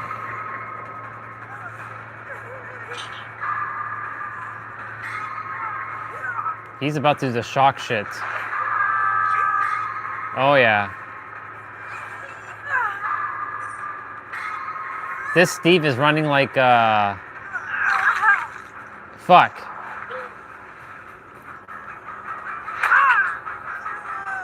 Where the fuck is the basement? I'm gonna get you and I'm gonna die. I'm gonna get you and I'm gonna die. Yep, go. Get out. Get that sprint burst out of there. I saw that, boy. I saw that sprint burst. As soon as I unhooked you, I saw that dash, boy. That was good. Shit, I think he's coming right back after me. Warm up. Warm up one. That was a warm up. That's wild. I spent 200,000 iridescent shards last night. I'm like, really? Yeah, I'm like, what's the point of keeping it? You know, because I was saying earlier, like, you know, it's sort of like money. Like, you know, you're not meant to hoard it, but you're meant to invest it and like circulate it. It's not meant to be stored, right? And I'm like, if I'm doing it in a game, then clearly there's some sort of like, why am I doing it? I can easily get it back. So I may as well use it to buy some costumes. So I bought some costumes with it. I bought 8. How many points have you used? Almost 200,000. Well, about 200,000. Wow, you had 200,000 worth of points? Yeah. That's a lot. I got like 2,000. Yeah, now I'm like, this is the lowest amount I've had in years. But it's good because, like, you know, I mean, I still invested some physical money, some like, but that was just to buy the Attack on Titan costume since you can't use iridescent shards. But and I did end up buying the Ada outfit, the other one the ones with the guns. Yeah, I bought quite a few things for Michaela. Oh, you're dead too. Okay, I just realized that. Bought a few things for Michaela. Bought a few things for Fang Ming. A few things for Nia. And yeah, let's see. So I got her, this is the other Titan, or the other character, Mikasa, and then Zarina has got Hanji. And then for her, I ended up buying this outfit. This one you can only buy with iridescent shards. You can't even buy this with money. This one has to be used with iridescent shards. So I'm like, you know what? Let me just get it.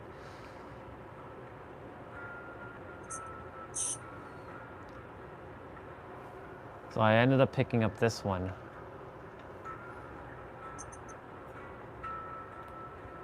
Who's that new character they just came out with? I don't see her on my thing anymore. She's at the top. Yeah, I thought she was. I didn't see her. Or maybe they moved her positioning. I don't know. Yeah, she was at the top left-hand side.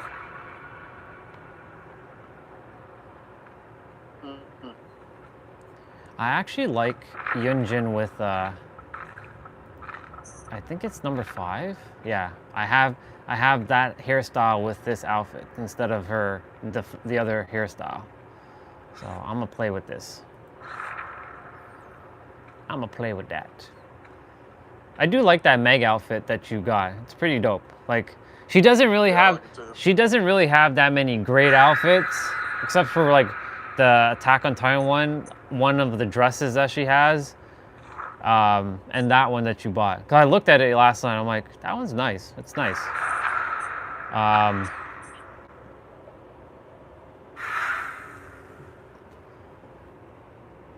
Looks like a woodland elf. Yeah. It's got a Lindsay Sterling vibe as well to it, because Lindsay Sterling has dressed up as like an elf before. Yeah, she has a couple one. She dressed up in what was that? Dragon Age. Yep. Maybe she wasn't an elf in Dragon Age. I don't remember. She dressed up as Link from The Legend of Zelda. Yeah. She was wearing blue though, I believe, not green. That was like her earlier days.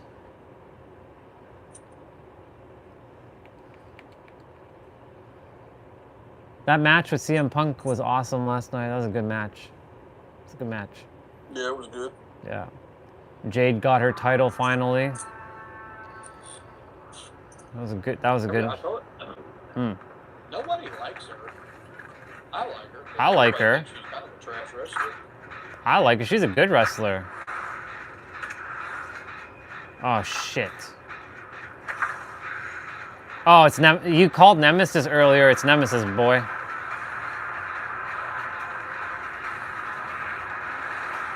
I am Chase. I am downstairs in the. Fuck. I'm down here too. I'm running around in circles, boy. Is he down here with us? Yeah. Holy shit, man. Oh my god. Whoa. Whoa, whoa, whoa, whoa. Taking him upstairs. Yeah. Oh shit. Yep. I almost ran right back into him.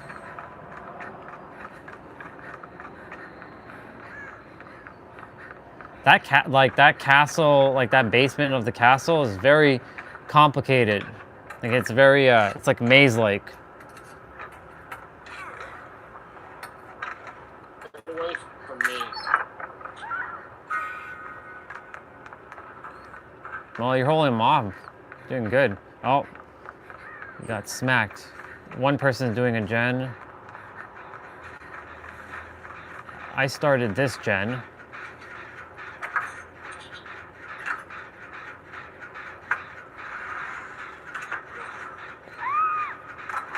Damn, I knew I was gonna get hit.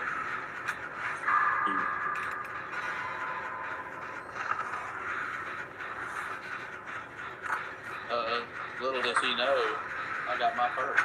Oh, he left you? Nice. Yep. Sure did.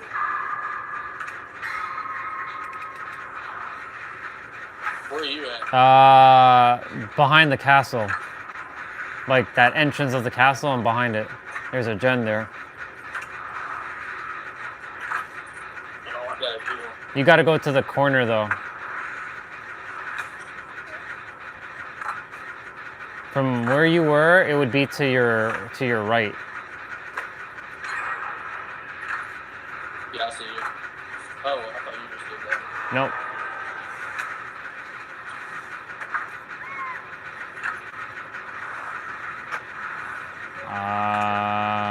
I still haven't seen you yet. Nah, I had to go get a injection. Yeah, he's coming after us. Yeah.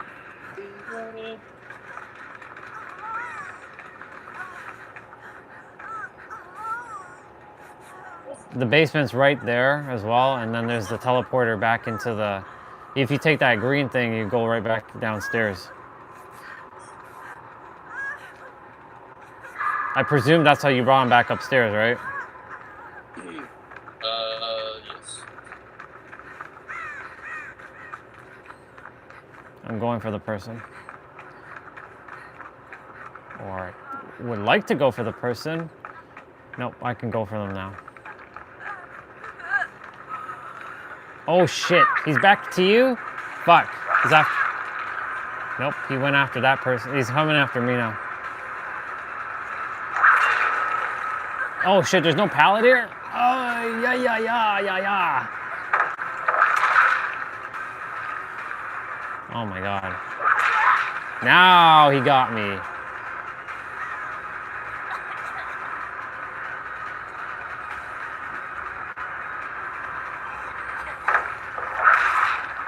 Oh my god.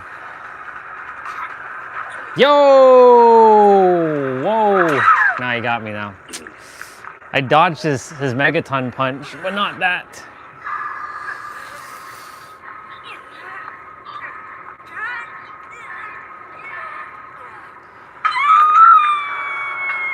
Shit.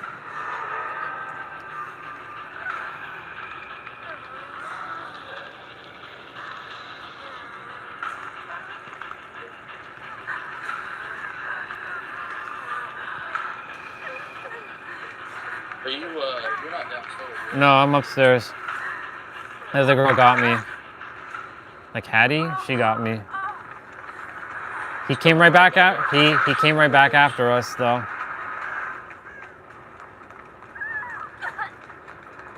Wait, was that? No, that was me coughing. I'm downstairs back at this Yeah. I'm technically downstairs, but I'm in the basement downstairs. Like, I'm on the same floor level, but I'm not inside the actual castle. But I can see the gen that's being done. He's downstairs now.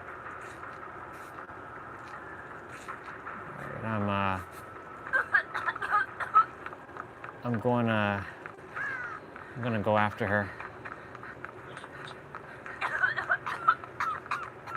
Did I finish that gen? Yeah, I did.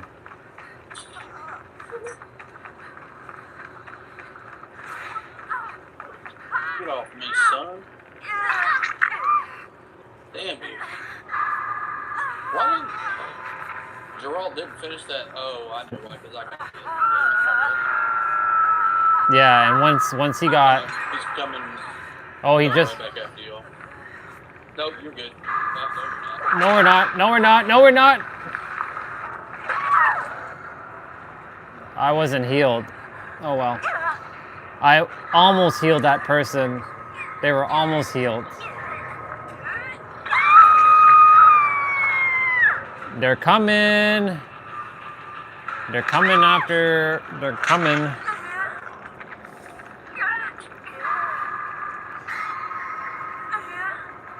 So, yep.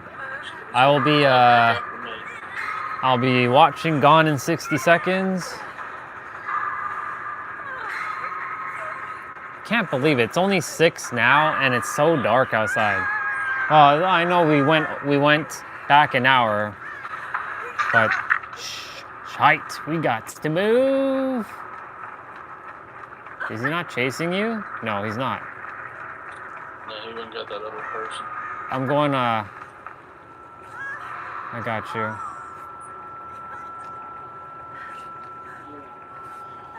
Technically, you should have healed me first, but it's all good. Yeah, I know. All good.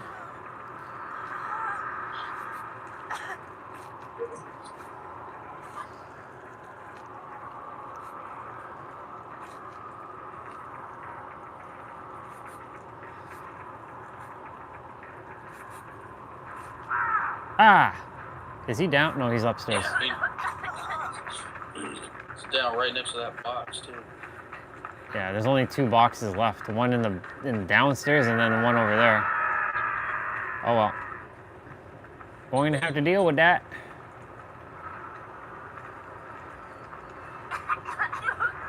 See? The coughing shit. Oh my lord. I'm dead. There's a zombie right there too. There wasn't much I could do. I'm dead. Bye.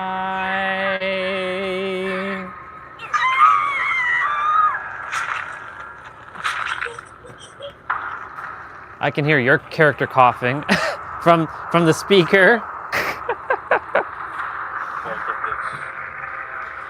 Just gonna put my book away inside.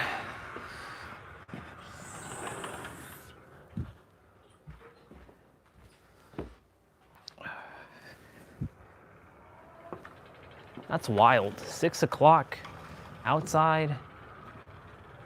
Dark.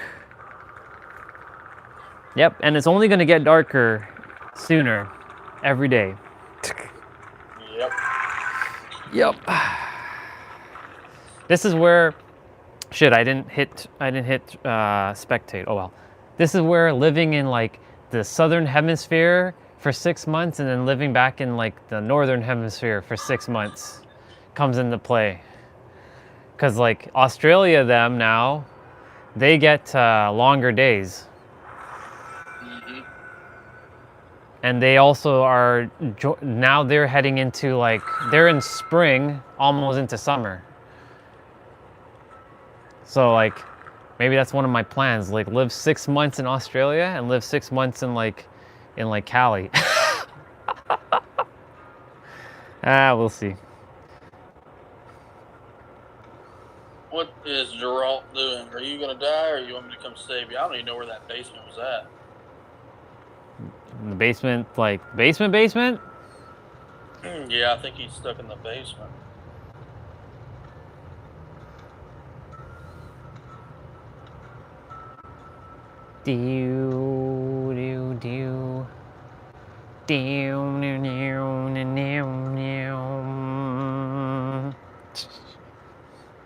Sorry, Geralt. I don't know where you're at, but I'm not coming to get you.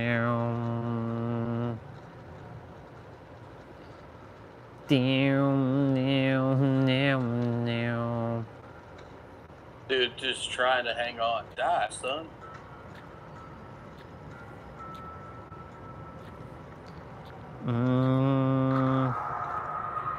Somebody sent me an invite. I will not accept that though. Damn, he already found the fucking hatch? He did? Nice. Yeah. No, he found it. Oh, the dude found it. He must have been like right on top of it. I don't have any keys either.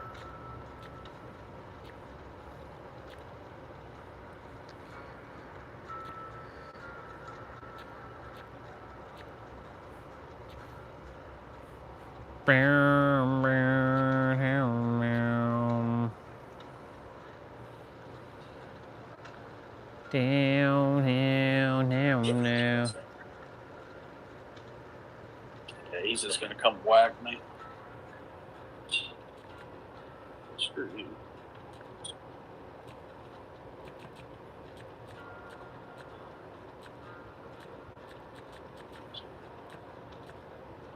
No fucking keys. This is bullshit.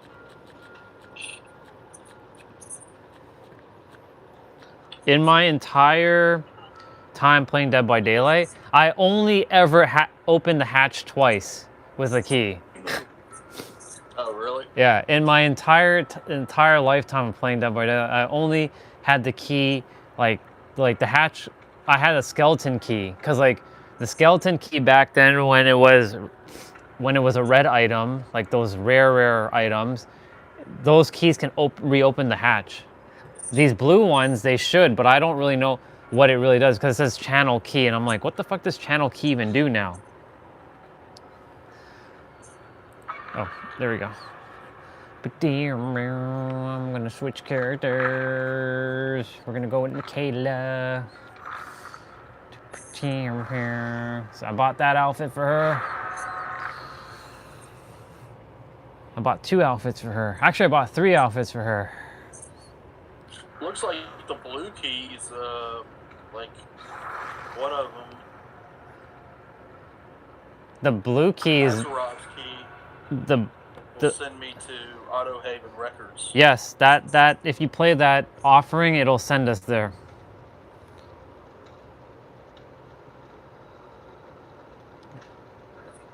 Like that's an offering that you can use to put us directly on the map that we get to play.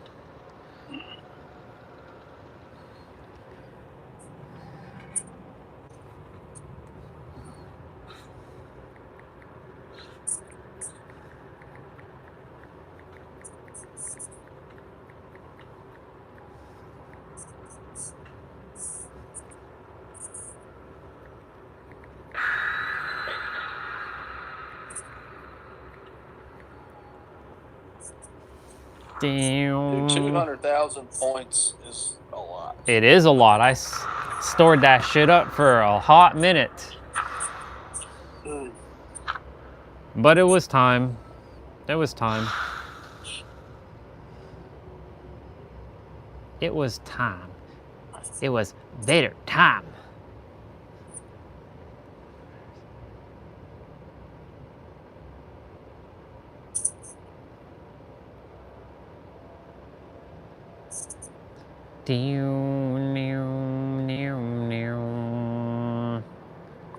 What are those, they're like pictures or something. Pictures? Yeah, they're like pictures. I don't know exactly what they were. It was something else you could buy, or it was a perk. It's like something else you could buy or something. Maybe it's... You mean those... I'd have to go back and look. You mean those banners? Yeah, maybe they were banners. I haven't seen you... I don't know if you put a banner on your thing yet. Yeah, I did. What does it do? Go on your hip? No, it goes, you know when you're dead and you see your points and shit? It shows on the ending screen, like just like your banner. Like, you know, mine has a little motorcycle. Mine says Yui and her motorcycle.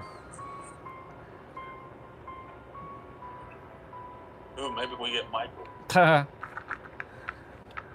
It's funny because I started in the same house last time, and the killer's near me. Nope, it's not Michael. It's Wesker. It's Wesker. Yeah. Oh yeah. He's near me. Yeah, I was upstairs. I'm upstairs in this house. Oh, you were upstairs too? Yep. I'm by the generator.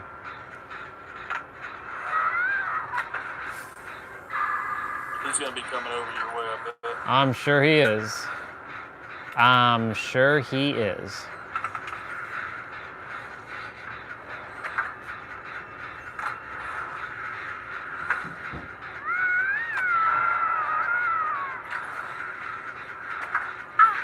My gen got blocked. Damn.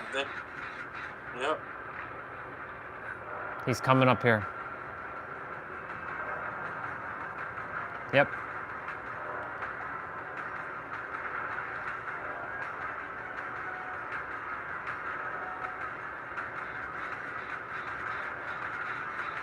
Shit, he saw me. I didn't even see him. Oh my god, dude, you had no idea what the fuck. Wow, that was bullshit. Oh my god. He broke that pallet like that? Since when can he do that? He could jump over the pallet. I didn't realize he could. Nope, nope, nope, nope. I'm dead, I'm dead, I'm dead. Yes, I made some distance around him. Yeah, boy. I didn't realize he could do that. He just jumped over it? No, he's dashing into the pallet with his arm. And he's breaking it. I didn't know that he can break. I knew he could jump over it, but not break it. Holy shit. Fucking Wesker, bro. You disappoint me. Nope, he didn't say that. He didn't say that this time. He's coming downstairs. No, actually, he went inside. He went inside the portal thing.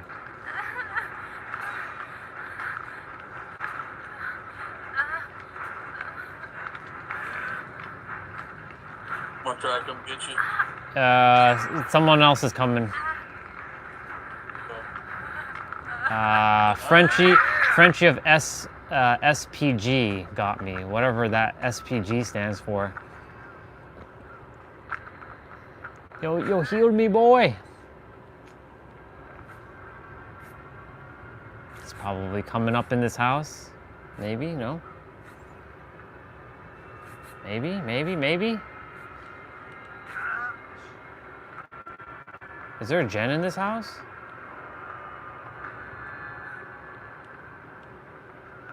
Yeah, there is.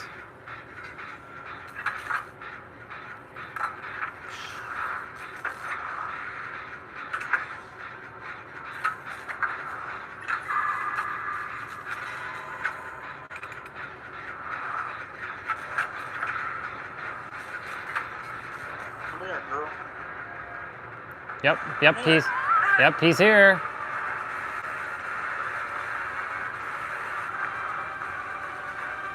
He's coming after me again? Come on, man. This is BS.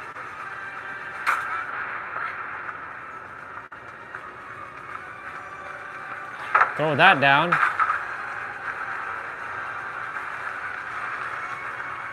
Shit, there's no pallets, because I used them all up. I'm dead. Yes. Oh no, there is one. I'm just like throwing on fucking pallets.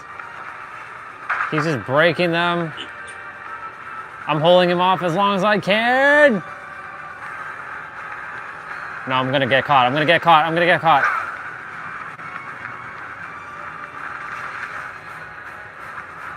He wants to grab me.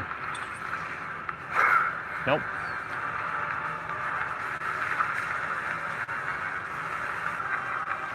He wants to grab me. Yeah, he got me. Sorry, you held him off for a while. I did hold him off for a while.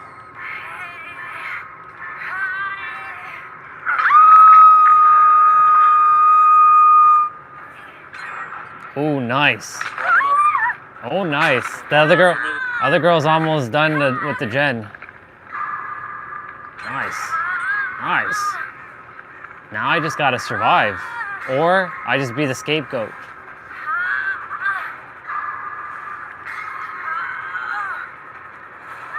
Oh shit! Oh snap! Oh damn! Wait, where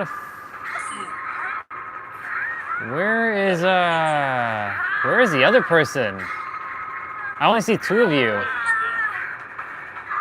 Oh, now, oh, okay, I see him. He's in the locker. Oh, he was standing near, I'm gonna head into I think the basement's over here. You want me to go with you or no? Nah. I got this. But there should be a generator down. Shit, he's probably gonna come down here. Try to get him. Yeah, he's coming inside.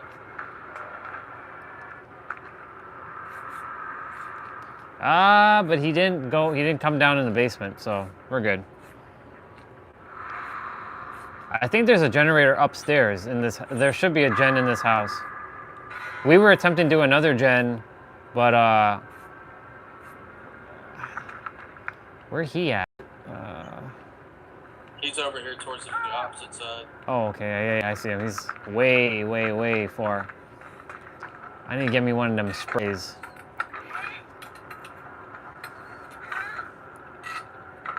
He's gonna hang her right in the middle. Okay, got me one of them skeleton keys. I gotta get me them box though.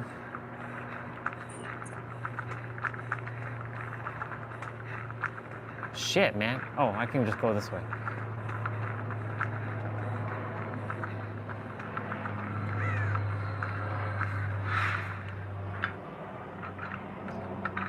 If I remember correctly, He's heading back towards the house. The big house?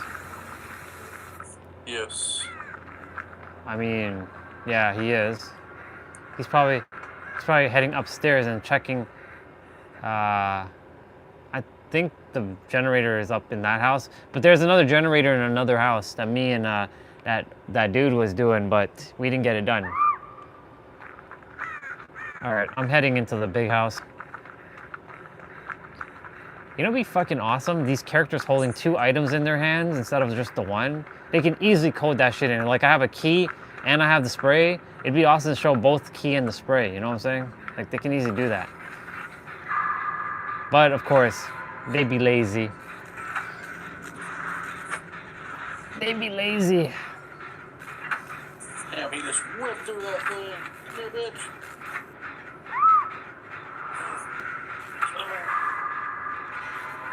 I'm up in the big house doing the gen. Yep. As long as he doesn't come in the house. He is. And my gen got blocked. He's coming up towards your way, yeah. Yeah, he's coming in the house. Figures.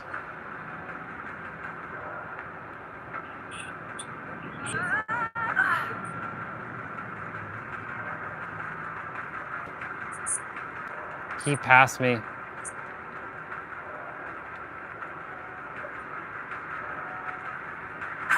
He saw me in the bush. No!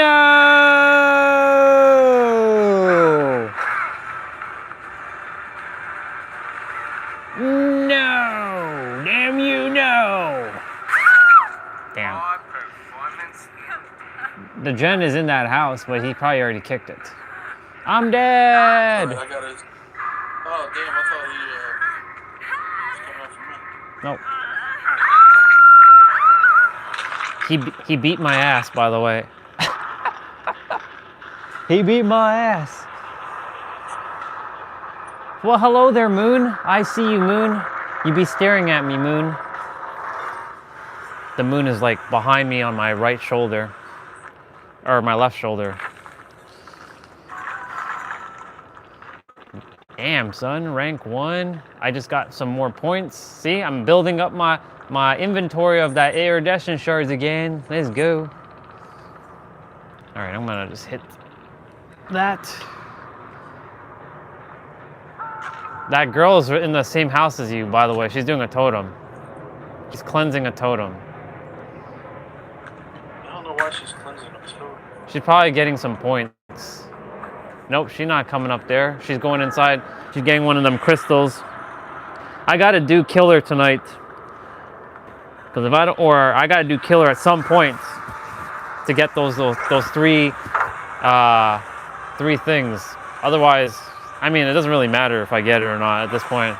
It's not like I'm ever gonna use it.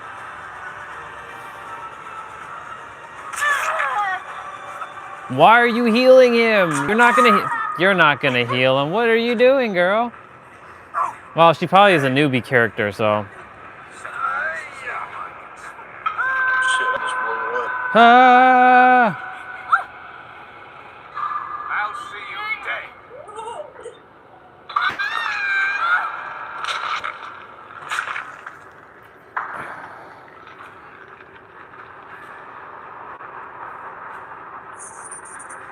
Damn, she's all the way over there.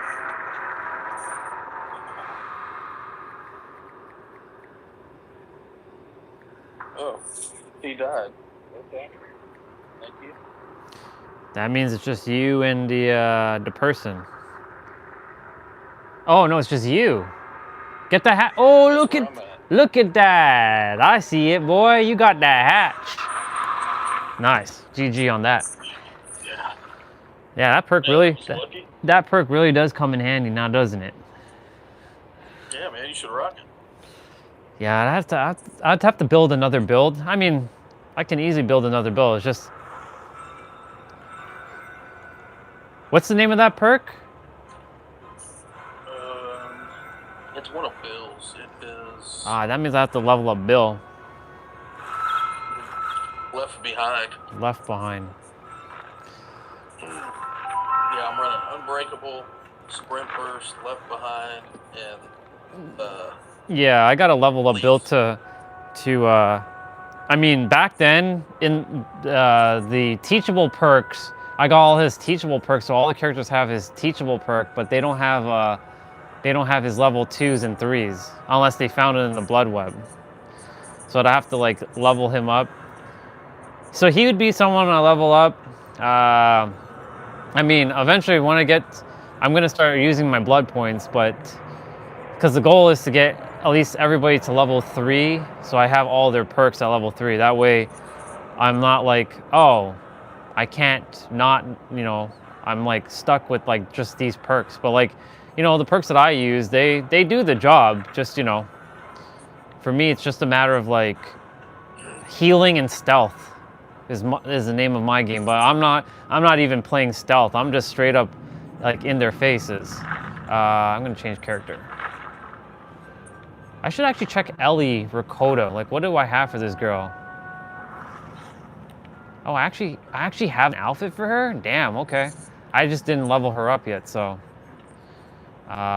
Jane is at 15. Look at Jane, dude. She wild. Look at that. She wild. I'll play as Ada. I have her other outfit. I actually have her coat outfit. But that's not the one I bought. I already had that. I am going to change to the gun one. I've never used the gun one yet for myself.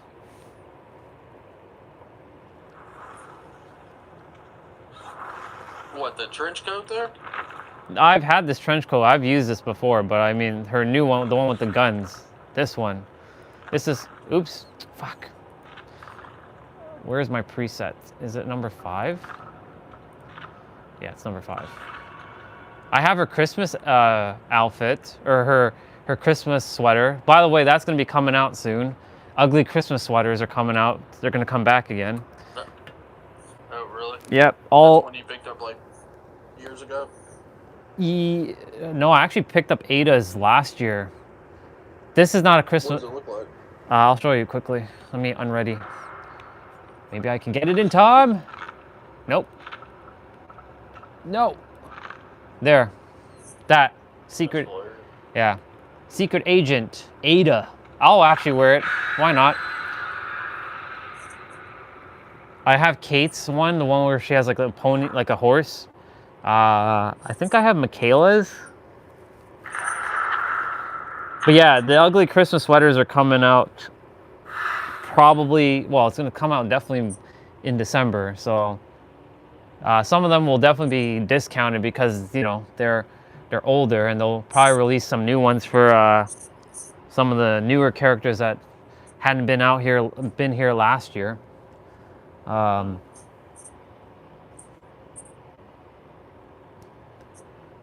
Kate's pink outfit's gonna come back again. The one that I have, my favorite one of all time. I manifested that before I went to San Diego for Christmas. I'm like, I can't miss that outfit again. I can't miss it. And sure enough, 3 days before I go to San Diego, the outfit comes out. I'm like, fuck yeah, got the outfit and bought it. Instant bought. I was like, I'm not even hesitating. I just bought it. I'm like, hell yeah, let's go. Michaela has a similar one. I'm gonna get hers this year.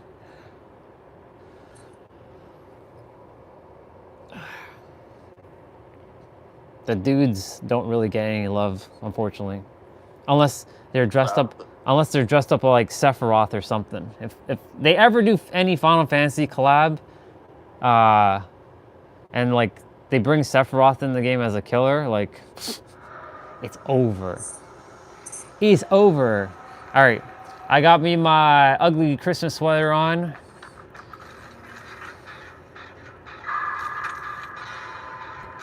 Oh damn! I just. Oh my god! I'm gonna die first. Did you just blow up your gen? No, I dropped a pallet trying to hit the total. Oh. That's just dirty work. That's just dirty work. Oh shit, it's Ghostface, boy! I'm dead. I'm dead. Son of a bitch, man. And Ghostface has got the tongue mask.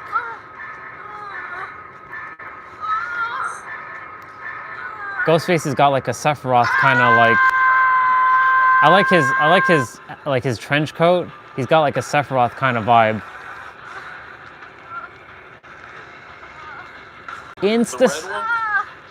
No, the black one with a bunch of like those streamers coming off of him.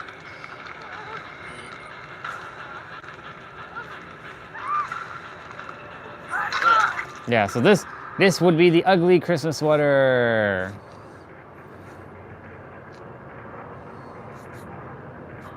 It's even got a gun on the back of it.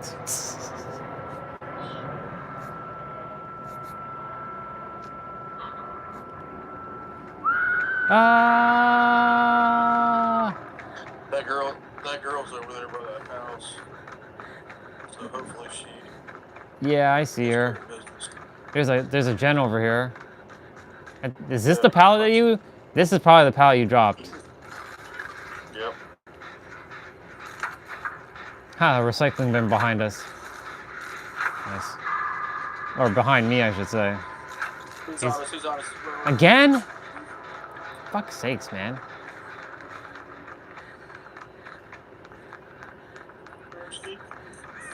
Alright, I'm heading up in the big house.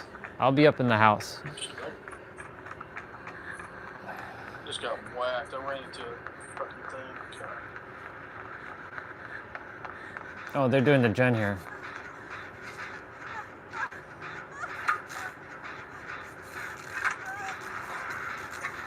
Not one pallet to see inside. Jesus.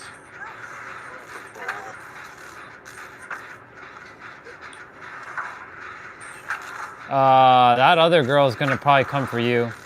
Sable? Yeah, she's heading your way. He's coming in the house, maybe? He's coming towards that direction.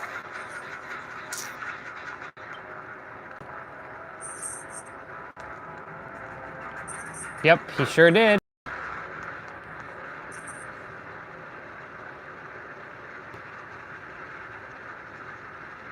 I don't know if he left the house. He's coming back over here towards me. He's chasing that person. I went back to the gen inside the house. Is anybody getting you? He's over here. No, he's over here on me. Yeah, they were coming to get me, but he's just over here. She's over here. And the gen blew up. Don't worry about me. This person's not even blind. I got safe anyways.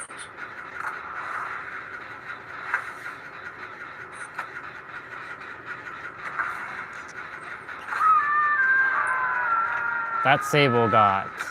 Yeah, he's coming back to the house. I see him. I see him coming back this way.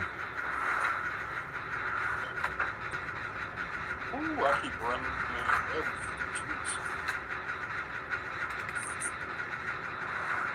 I feel like he's gonna stalk this shit out of this. He's coming upstairs. He's coming upstairs. Yep, he's watching me. Bye!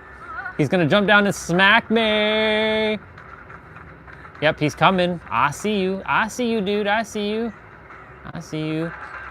Oh, yeah. Get stung, boy. I'm gonna hold him off. I'm gonna hold him off. Oh, shit. Oh, fuck. I pinned myself into that fence. That was my bad. That was my bad. Finish that gen. Is he putting me in the basement? No. Ah! Ah!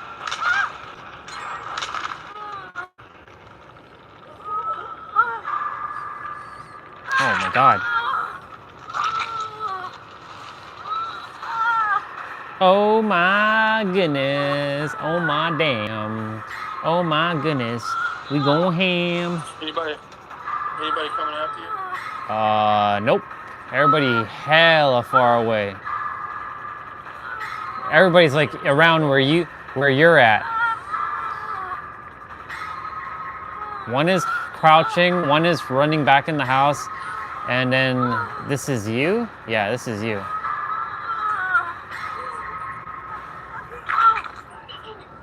Let me heal you first. No, I got you. I got. It's fine. I have enough lucky break.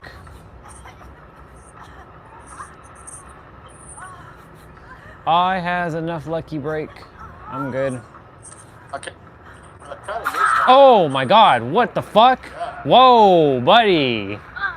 I didn't even hear him, man. I don't even know. I don't even know, dude. I don't even know. I was looking the entire opposite way. That was whack, man. That was crazy. Wow.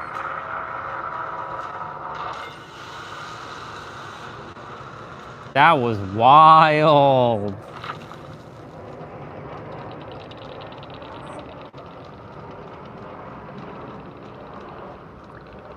That was super wild, man.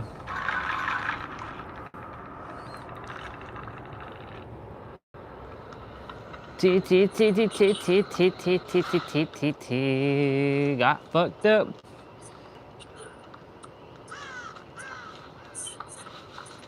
I shot the sheriff, and I shot, what is it?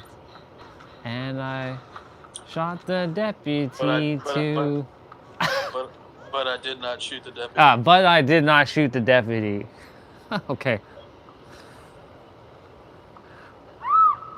Damn, Ghostface.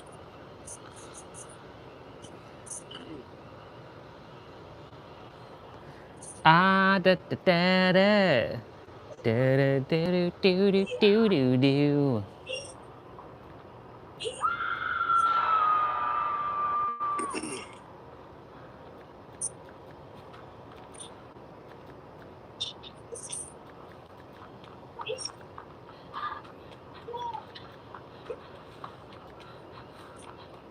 Damn, we're getting murked. Yeah, we are.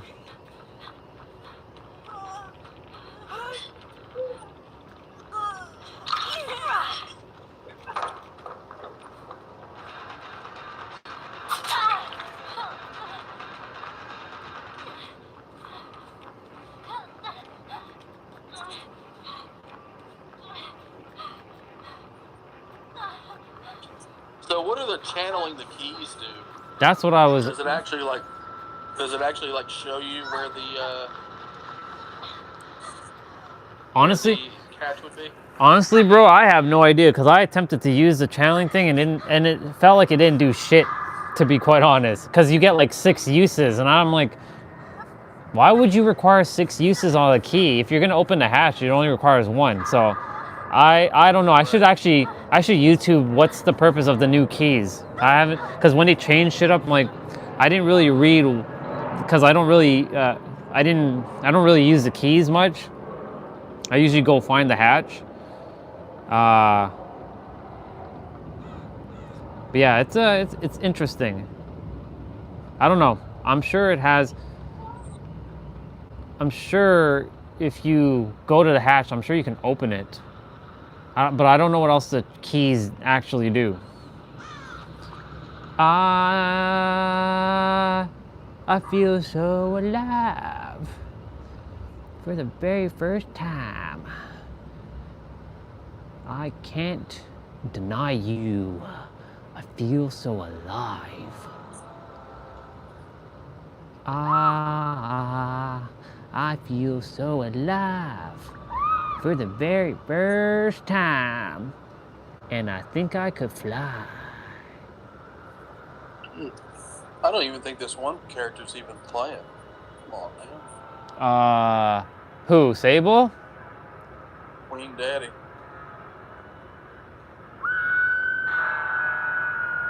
Yeah, she is. She's up on the house. I'm actually, she's, the killer sees her. Yeah, I see. They're just goofing around. Yep. I think he wants that booty.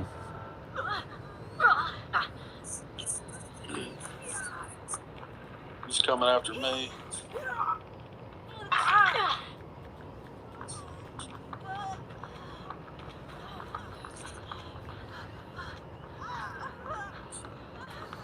Stream's at 670 minutes. My feet are freezing. I'm quickly run downstairs in the basement to get my laundry. So I'm gonna be right back. If you're on the stream, you'll hear me. But if not, I don't think you're on my stream, so, but I'll be back. I'm just gonna go get my laundry quickly.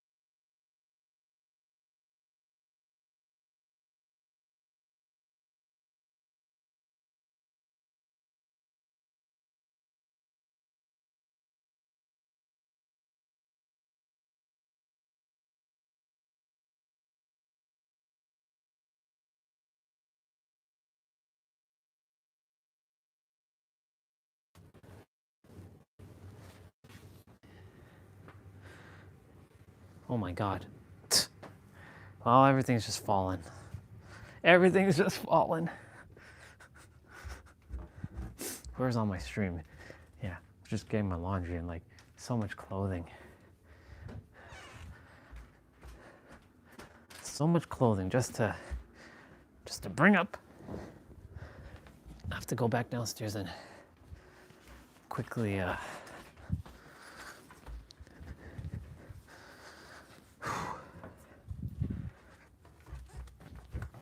got laundry the full.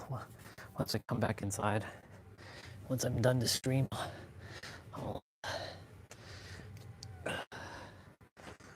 son of a mother, stop falling. Oh wow, that's a lot of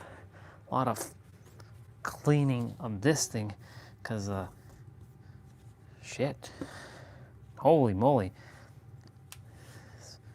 the lint thing, because I didn't clean it after Mom finished with her laundry, so I'm like, shit. It's funny how so much shit comes from your clothes. It's wild.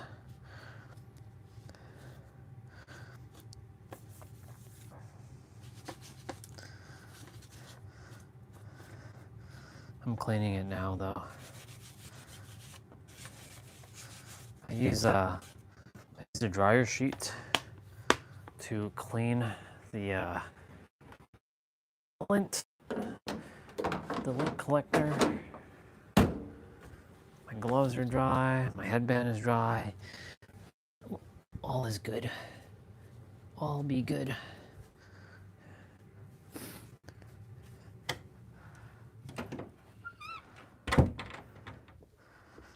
Oh, yeah.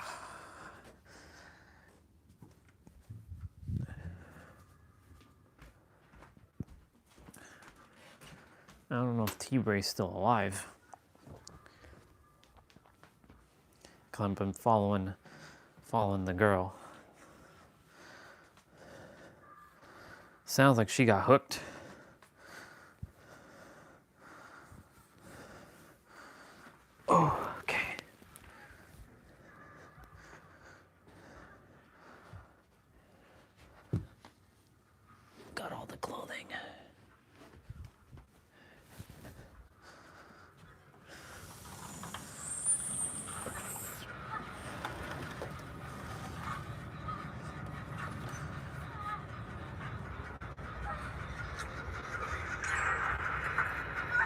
Ah, you're still alive. Okay. Yeah, for the time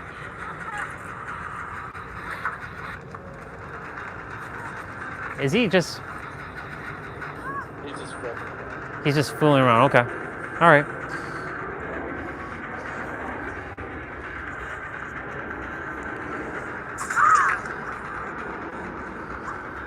I'm gonna start folding up some laundry while you all are still doing that. Oh, I hear the exit gates. Okay, Google. Turn on light. Okay, Google. Okay, Google. Oh my God, it's not even turned on. Okay, Google. Oh my God, there we go. My like time is like stuck. Jeez. My bad. Didn't mean to like yell. I'm like, what the hell's going on with my he opened the door. I don't even know where it's at. I wasn't even paying attention.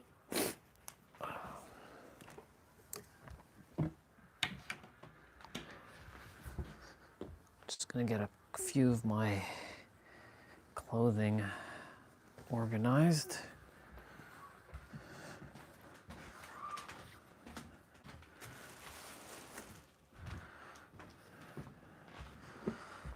Oh yeah. Can't put my... Give me a couple minutes, I'll be back out there shortly. I know you're gonna be done soon. What? Yeah, I just finished it up. You have one more in you? Yeah, I got one more. Okay. Give me like 2 minutes, I'll be back out there. Just gonna start a couple pieces of clothing here. Okay, all right.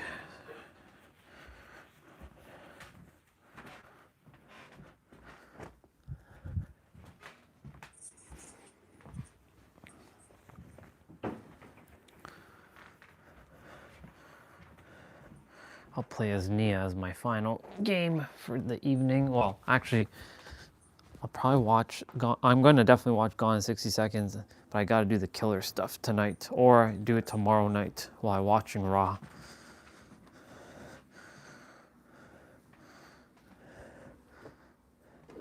Killer stuff is so annoying to do though.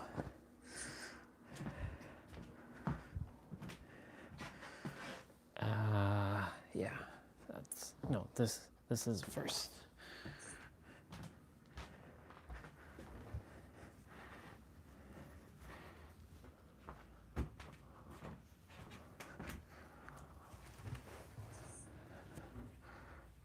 All right, coming out.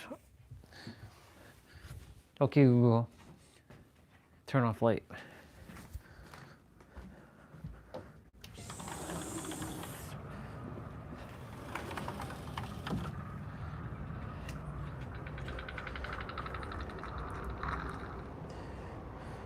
I'm the only one that got killed. That sucks. Oh well. Shit.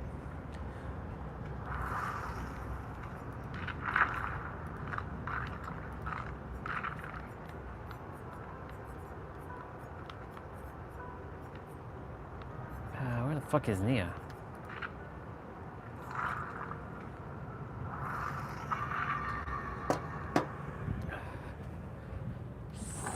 I totally left the tablet inside, my bad. I was like, wait a minute, I'm forgetting something. The tablet.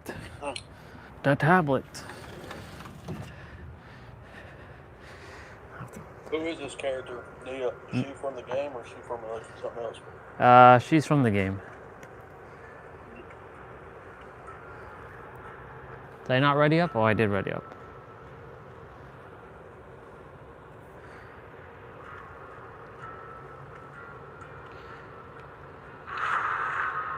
Do, do, do, do.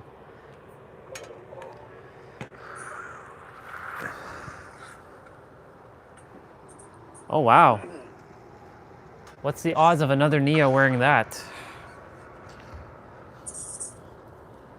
It was funny that yesterday when you bought your outfit and then that other Meg had the same outfit you did. And I had never seen anybody wear that outfit before. Yeah, no, I've only seen it like, geez, I think maybe 1 or 2 other times, maybe.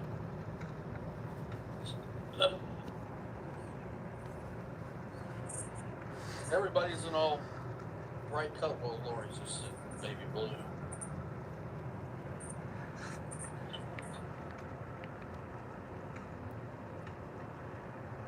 She had the most busted perk in the game back in the day.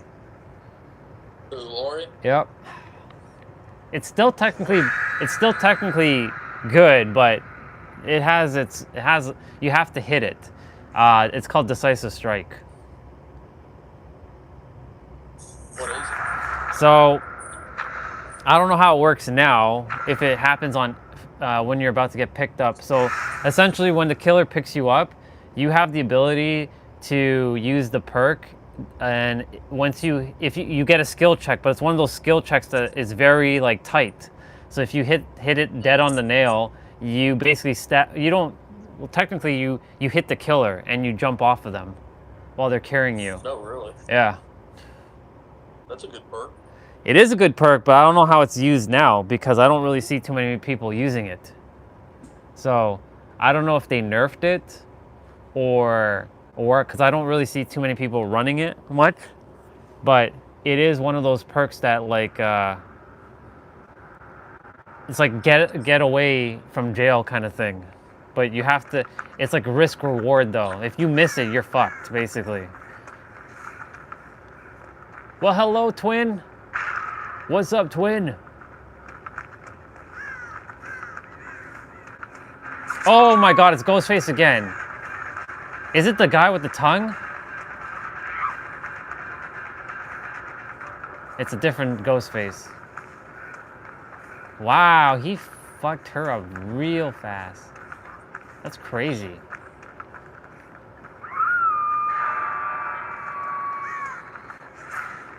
That's crazy. Was he over there where you were at? Yeah. He was there. I am directly all the way across the map diagonally. Oh, he saw me, he saw me, he saw me, he saw me. I'm up in the big house. Or that, like... He's coming for me.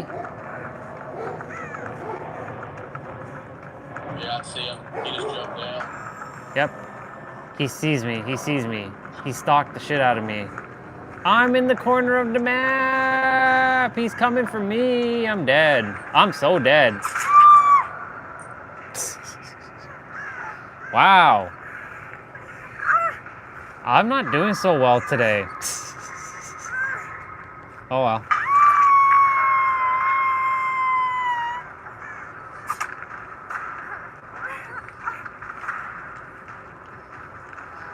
He's got like a Sharky, like charm here. It's pretty dope. I like that the killers have their charms are so much bigger than ours. I would love if our charms were bigger though on our body, but you know, they can't make them too obnoxious. There's a gen here. It's right. Oh, well, he's right there, by the way, so that's not good. I left.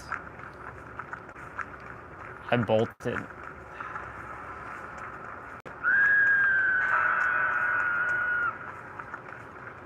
Am I just doing really bad today? Did we even get out today? Oh, well, I mean, you got out. I don't know about me. I don't think I got any wins today. It's okay.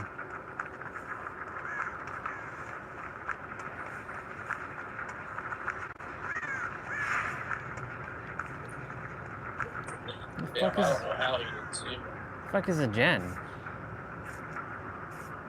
I'm back over here where she was home. He went and stomped on that gen. Yep, he's right here with us. This is bullshit. This is bullshit. He's here? Oh my god. Oh my god, me again? No way. No way. No way, dude. Get out of here.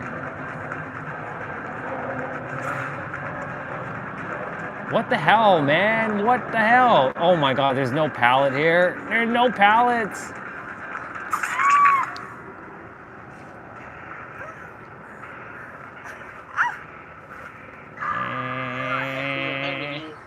Yeah. Is he coming towards? He's coming towards you, I think. Yeah.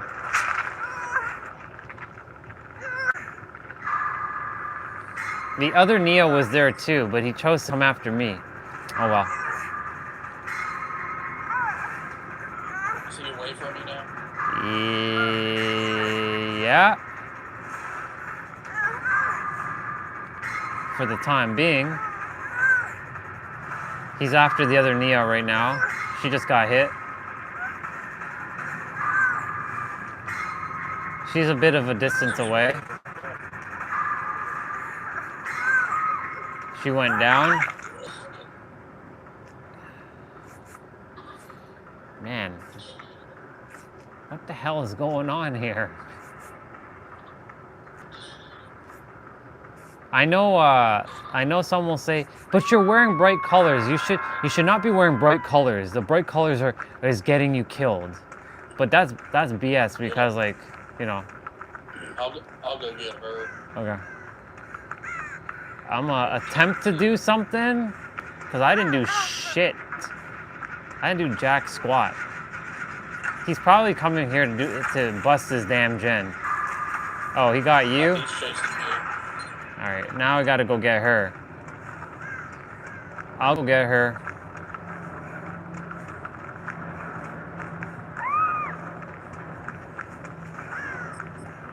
Hang on, other Nia, I'm on my way. I don't even know where you went down, dude. Oh, you're over there. He is going to. He's coming after you all. He's coming down across. Yeah. I thought y'all were late.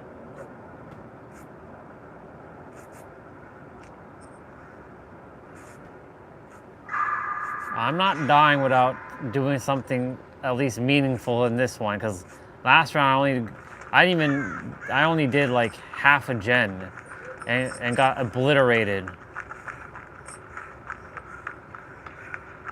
Oh my god, he's right in front of me. Fuck. Jesus Christ. Dude, I walked right into him. I'm like, what the hell is this? Yeah, I had a little bit of a jump. I wasn't scared, but I got a little like startled there with that one. All right, I'm heading to you. This other person in the back was plenty of time. Maybe she's getting chased. No, I didn't get to you in time. Shit. It's fine.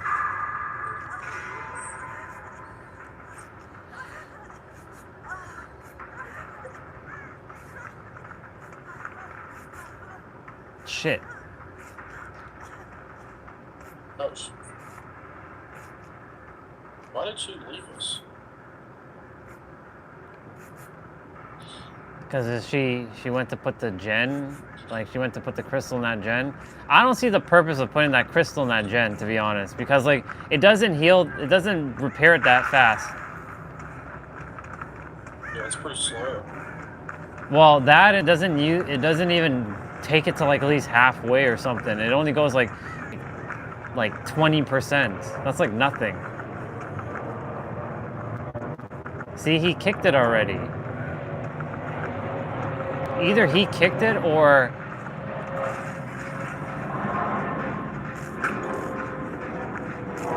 That generator's already fixed.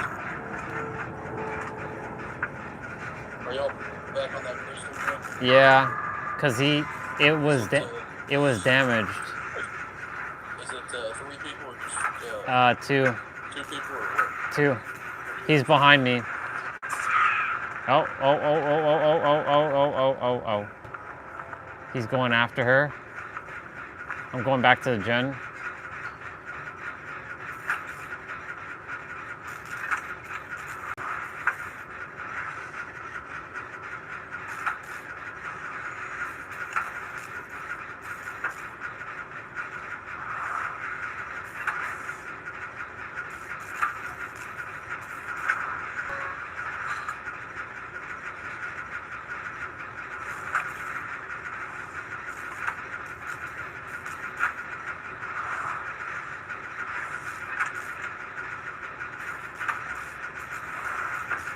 He's after the other Nia.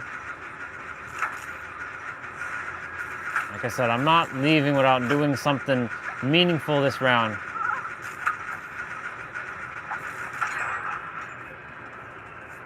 Shit, shit, shit, shit, shit. Fuck. Oh, I see the other Nia. I couldn't stop. Like, how close are you? It don't matter now. I'm almost done. I started the gen in the top of the house, but this is probably not the smartest gen to do. Like, I'm actually up here. I see you. I see you running. I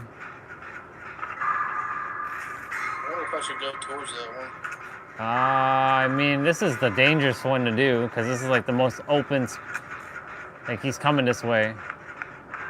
Yeah, he's coming this way. He's chasing after me. I'm dead.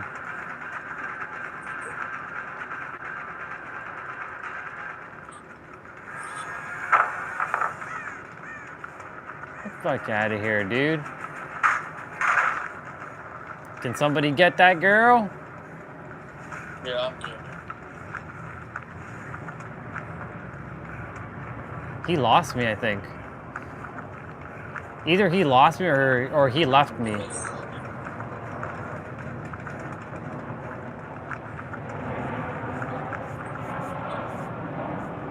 All of us are here.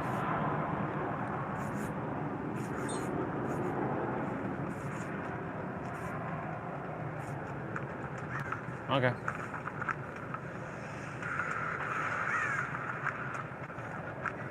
There's a gen over here where we were running. 4-person gen. 4-person gen. Where?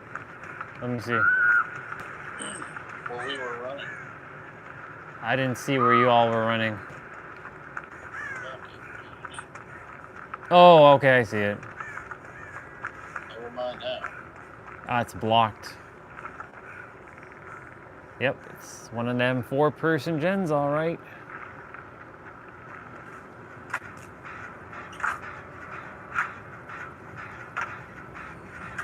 Where are you at? On that the 4-person gen. He's coming to it though. Oh no, he's not. He's circling around that house though. Is he stalking you? No. You just have the red. He's going after somebody else.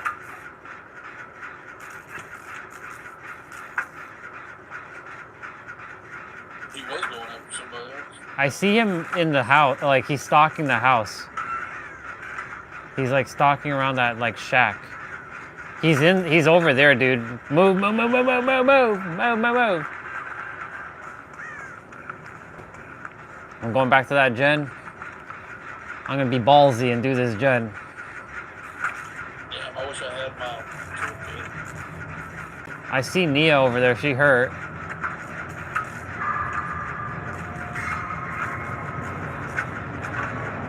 We're being ballsy with this one. Everybody's on this gen. Look at that. Look at us go. Look at us go. Oh my God, look at us go.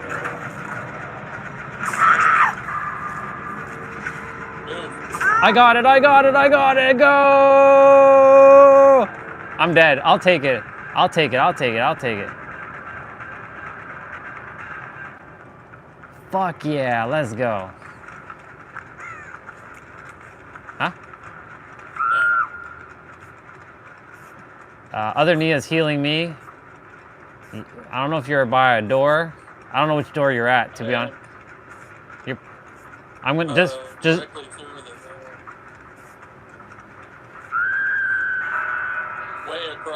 her on the whole other Okay, so I know the door then. He's probably coming that way. Not at the moment. Come on, Nia, let me heal you, girl. For fuck's sakes. I know where the door is. I saw it. Or I think I saw it. Let's go. I'm attempt not to get whacked. Don't get whacked. Yeah, he's over at the door. Yep. Yeah. He is. I just ran out. He's hiding in there. He's walking back out now. Nia, get the fuck out. Let's go.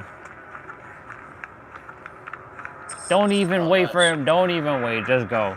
Hell yeah, we got it. We did it. We did it. Hey, we actually came back. That was looking kind of rough. Yeah, that was pretty rough. GG, bro.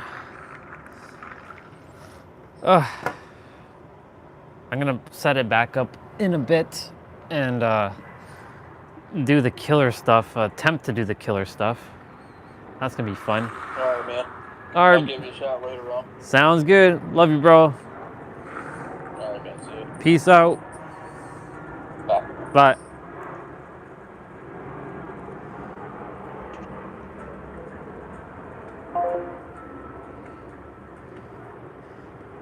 Let's go.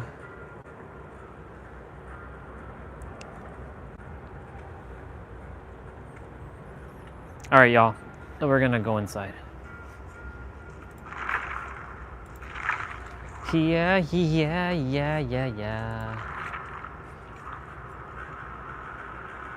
Ooh, it's cold.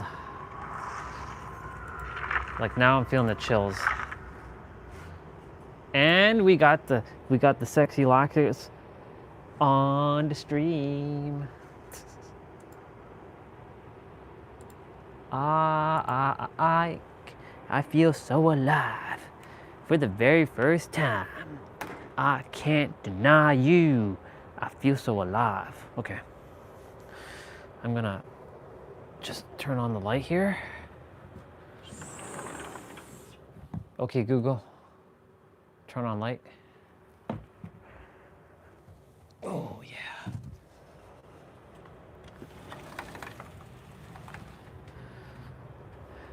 I also gotta look at the phone and see what the hell happened to the phone. And check. So I'm gonna bring you all inside first.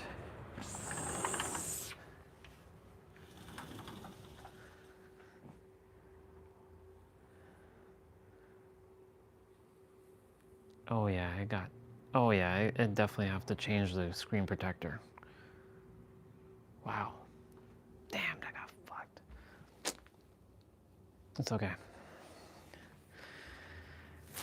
Well, that's the reason why we have screen protectors and not the screen itself. So I'll have to take care of that this evening.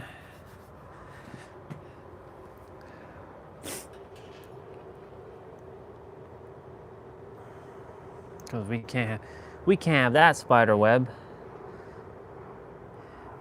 All right, universe, what's the lesson that I have to learn here? To be more careful with my stuff? Like, I think I'm pretty careful with my stuff. Like, I mean, these are just material things. Like, it's irrelevant.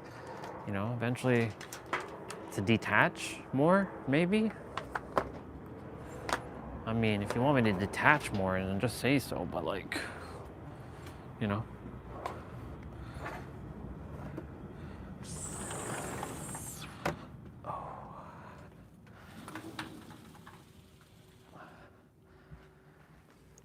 I will leave my laptop here.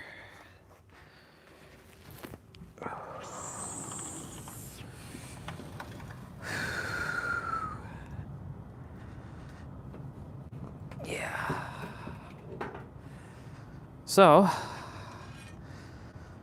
playing for an hour outside.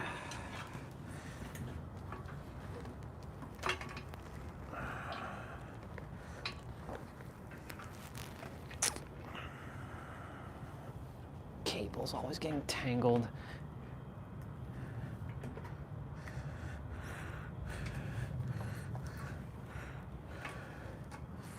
Cable's always getting tangled.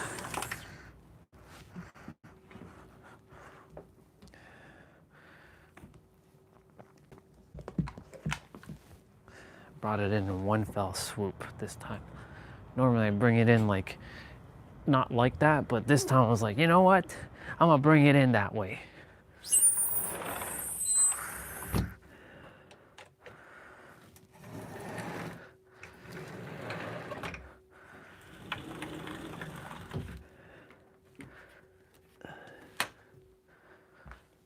Let's see.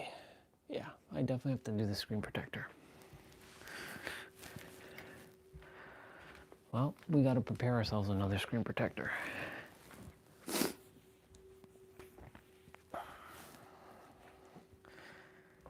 And I gotta fix this tangle.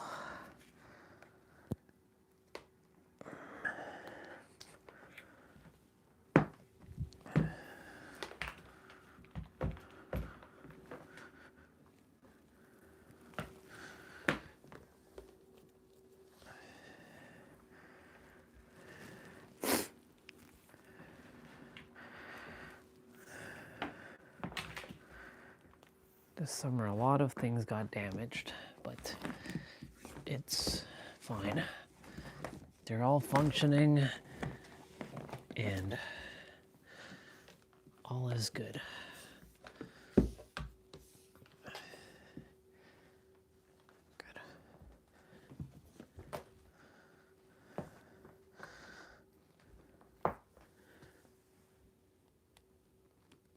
Nice.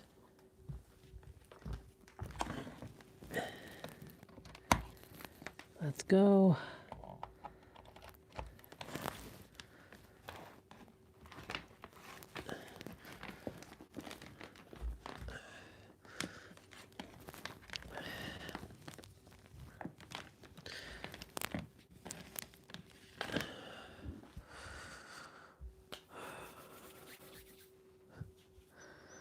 Okay. Where are we at? 702 minutes? Okay. Grab me something to eat. A little snack after the stream is done.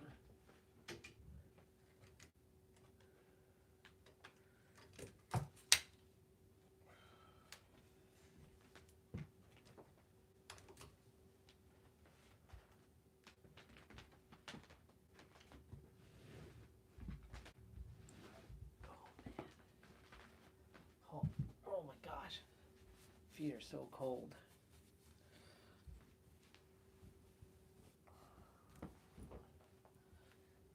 Alexa, what's the weather tomorrow morning at 7 a.m.? In Toronto, tomorrow at 7 a.m., it should be 8 degrees Celsius with a 49% chance of rain. Alexa, what's the weather tomorrow? Here's the forecast for tomorrow in Toronto. Look for clouds and showers, with a high of 10 degrees Celsius and a low of 3 degrees. Alexa, is it supposed to rain all day? Probably. There's up to a 91% chance of rain the next 7 days in Toronto. Expect a total of about 10.6 millimeters.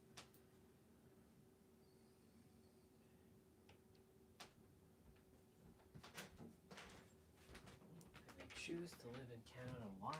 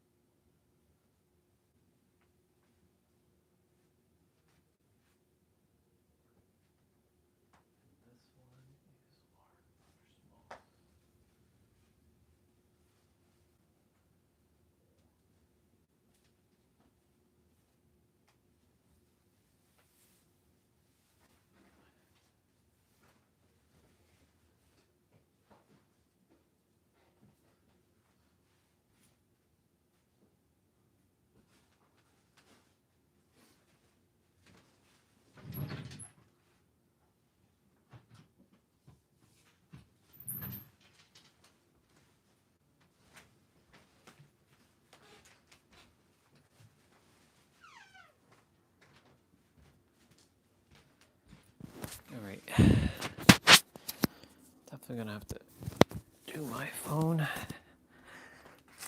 Prepare a screen protector.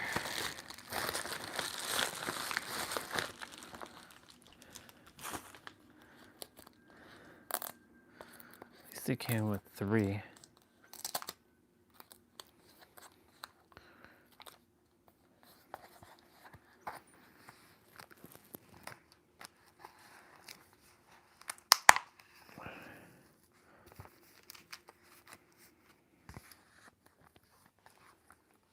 We'll have to take care of that.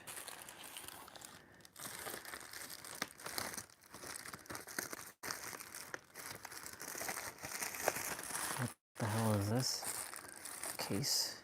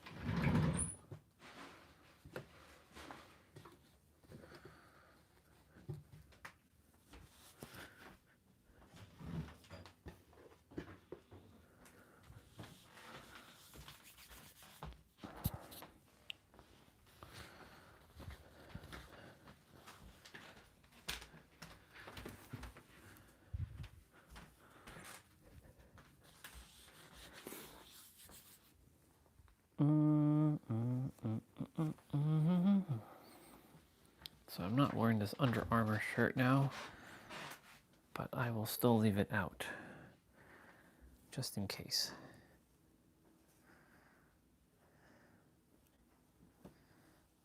Ah, that Nike thing is small, or medium. It's not small. I thought it was small. Oh, and that's the reason why the phone got dinged up like that. Let's see.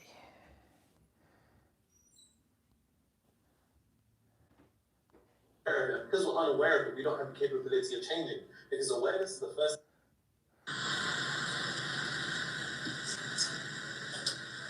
Seen this girl talk about you on TikTok.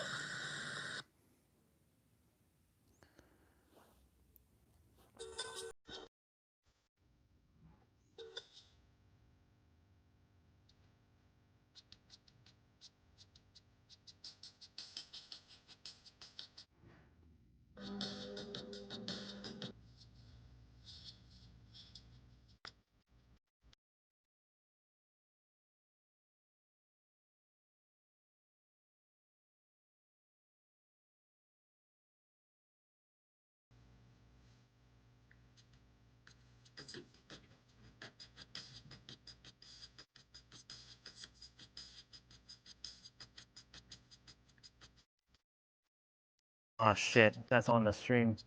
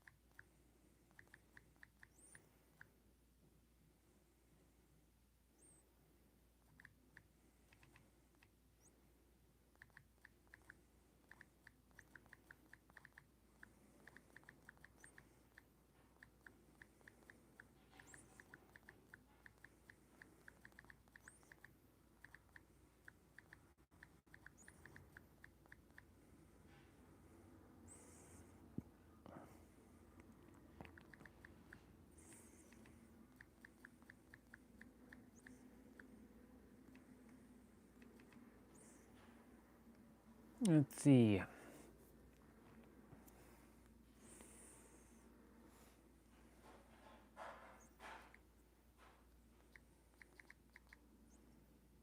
Oh my goodness.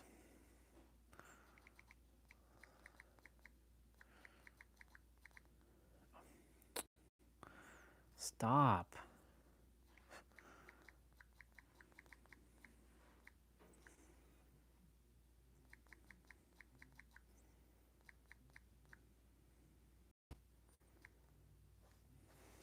Bro, what the hell?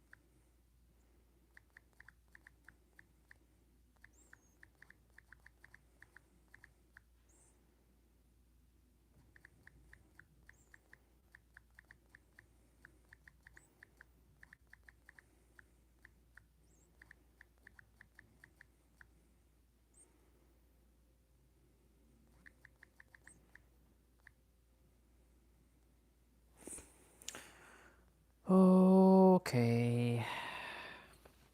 So the live stream's at 712 minutes. So we got 2 minutes. So thank you all so much for coming on today, and really appreciate your patience with some things today. But also thank you for listening to you can call it the transmission of transformation. Tomorrow we'll talk about transmuting, and yeah, we'll see what happens later this month regarding this journey that's unfolding, and we'll see what's in the pipelines right now. But in any event, we got a minute or so left. I'm going to take care of this phone quickly. I want to get it out of my system, out of my way. But yeah, thank you all so much for coming on today. I really appreciate each and every single one of you. Remember that you are the ultimate revealer of your reality, and everything you truly desire is here in the now, and creation is finished. Just got to get out of our own ways sometimes and just allow things to unfold the way it's supposed to. Yeah, tomorrow's upper body play out. I trust that I will be able to get that in before it apparently rains tomorrow. It's supposed to be warm on Tuesday, and that's considered warm. 40, 49 and 46 on Saturday. Like, yeah. In any event, y'all, I love you all very, very much, and have yourselves a wonderful night, and I will see you tomorrow. Love you. Bye.